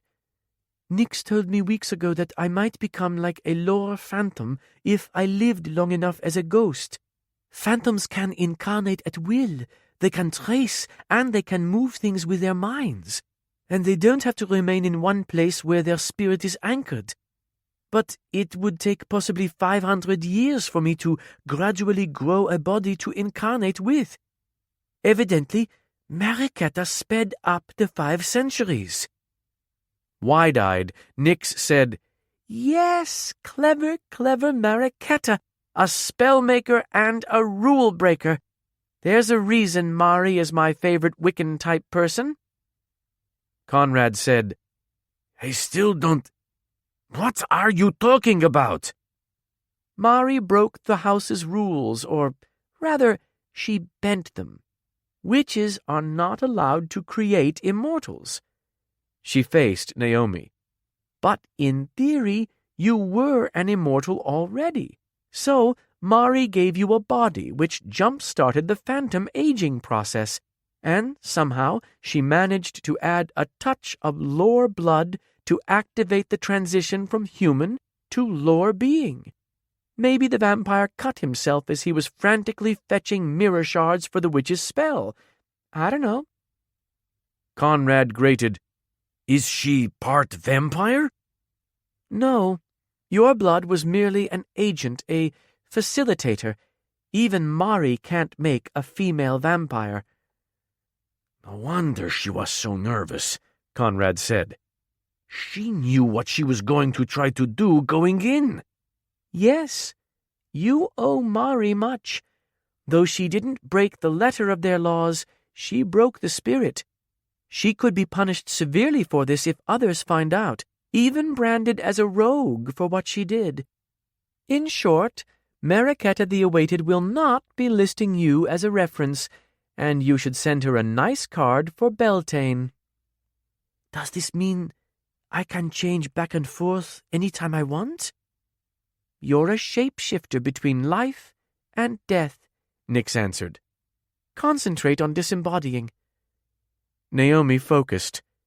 When it worked, Conrad listed to the side before righting himself. Sorry, mon grand. She attempted making herself whole once more. Again, gradually, she grew corporeal. But, Néomi, Nix began with the gravest severity, whenever you disembody... She paused as if deciding how best to deliver tragic news. Yes, Néomi whispered. Conrad was holding his breath. Nix finally finished. You will be wearing that dress. Néomi and Conrad groaned. Just think of it as your alter ego wear. Cosplay of sorts, with your rose petals and goth-looking face. Speaking of alter egos, I think we should call you the Incarnatrix. Maybe give you a spotlight beacon. I'm immortal? Néomi said in disbelief as all this sunk in. And a part of the lore?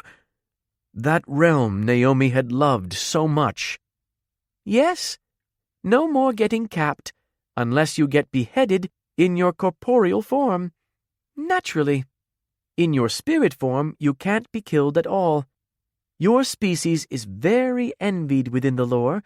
You're powerful, yet with few vulnerabilities. Well, Gotta run. I have at least 4 more appointments this evening. My job as proto-Valkyrie and soothsayer without equal is as crucial and involved as you'd think." Néomi said, "But I have so many questions." Nyx sighed. "I'll give you a prediction because I'm benevolent, and because I didn't get you a wedding present." Dramatically waving her hand in an arc above her, Nyx breathed, "I can see it now." Then she met their eyes. "No, really, I can see it now." "Tell us." "Néomi, wife, mother, and owner of the only lore ballet academy in this plane. Conrad, adoring husband and father, who still slips into the crazies now and again, but works hard to get past it. He'll be throwing a mantrum every time you go to girls' night out, sweating with white knuckles until you return, but he'll get better with each year." Néomi frowned. "We'll be parents? Can we have children?" Conrad squeezed her hand. "Néomi, it doesn't matter." "I'll check my sources to be sure." Nyx peered up, brows drawn as if she was thinking back, when she was actually thinking forward. Then she winced. "Ooh," she murmured with distaste. Another grimace. "Oh, now, that's not nice." Conrad's lips parted. "What in the hell are you seeing?" "You'll have children, all right," Nyx said, her tone grim. "And that first set of twins." She shuddered. "First set?" Conrad said with a cough, looking dumbfounded. "What did you see?" "What didn't I see? I'll give you a for instance. Any time you try to give them a bath, they either hide in the walls or sink their baby fangs into the door so you can't pull them away. And the pranks! Don't get me started on the pranks. Auntie Nyx will be unavailable to sit for those 2 decades." Néomi said, "They sound delightful?" Nyx's tone softened. "Happily they grow up to be strong with clever minds and proud hearts." She eyed them both. "For now, I'll be expecting you both on the front line this accession." She started away. "Wait," Conrad said. Did one of my enemies set this fire?" Nyx turned back with a grin. "Unless you'd pissed off some wiring-hungry nutrias, then I'm going with no." She disappeared into the night. Stunned to silence, Néomi and Conrad sat together on the ground, staring at her home of more than 80 years, blazing in the night. When tears began to course down her face, Conrad reached over to brush them away. "Query, I'm so sorry about the house." Yes, she was crying, but not for the reason Conrad believed. "There's nothing wrong with me." No wonder she hadn't felt like a human or a ghost. She was a bit of both. She was overwhelmed because she was so relieved. "I'm an immortal now." She surveyed Conrad's face, noting that his color was already returning. He'd swiftly heal his injury and be back to normal soon. "We are going to be together and have terrible, terrible little children." When the first wall of Elancourt collapsed, she started laughing. Flames were consuming her home, and all she could think was, "Let it burn." "Néomi?" Conrad cast her a concerned expression. "Why are you laughing?" She felt freed, ready to embark on the rest of her new life. "Because I'm happy." "This is going to be one of those times when your happiness baffles me, isn't it? You told me this was your dream home." "Dreams can change," she thought. She knelt before him. "All that matters is that we are together." And now that I'm immortal, if we play our cards right, it'll be forever. His brows drew together as if the truth of that hit him just at that moment. But you loved this place. I did. It was everything to me. Before, when I had nothing else. In a dry tone, he said, This does resolve the problem of how to expand the studio. Exactement. She smiled, cupping his face with her hands. We'll take our time rebuilding. Have fun with it. Apparently, we have all the time in the world. She leaned in to kiss the vampire she loved. With a grin against her lips, he murmured, At least until that first set of twins arrives.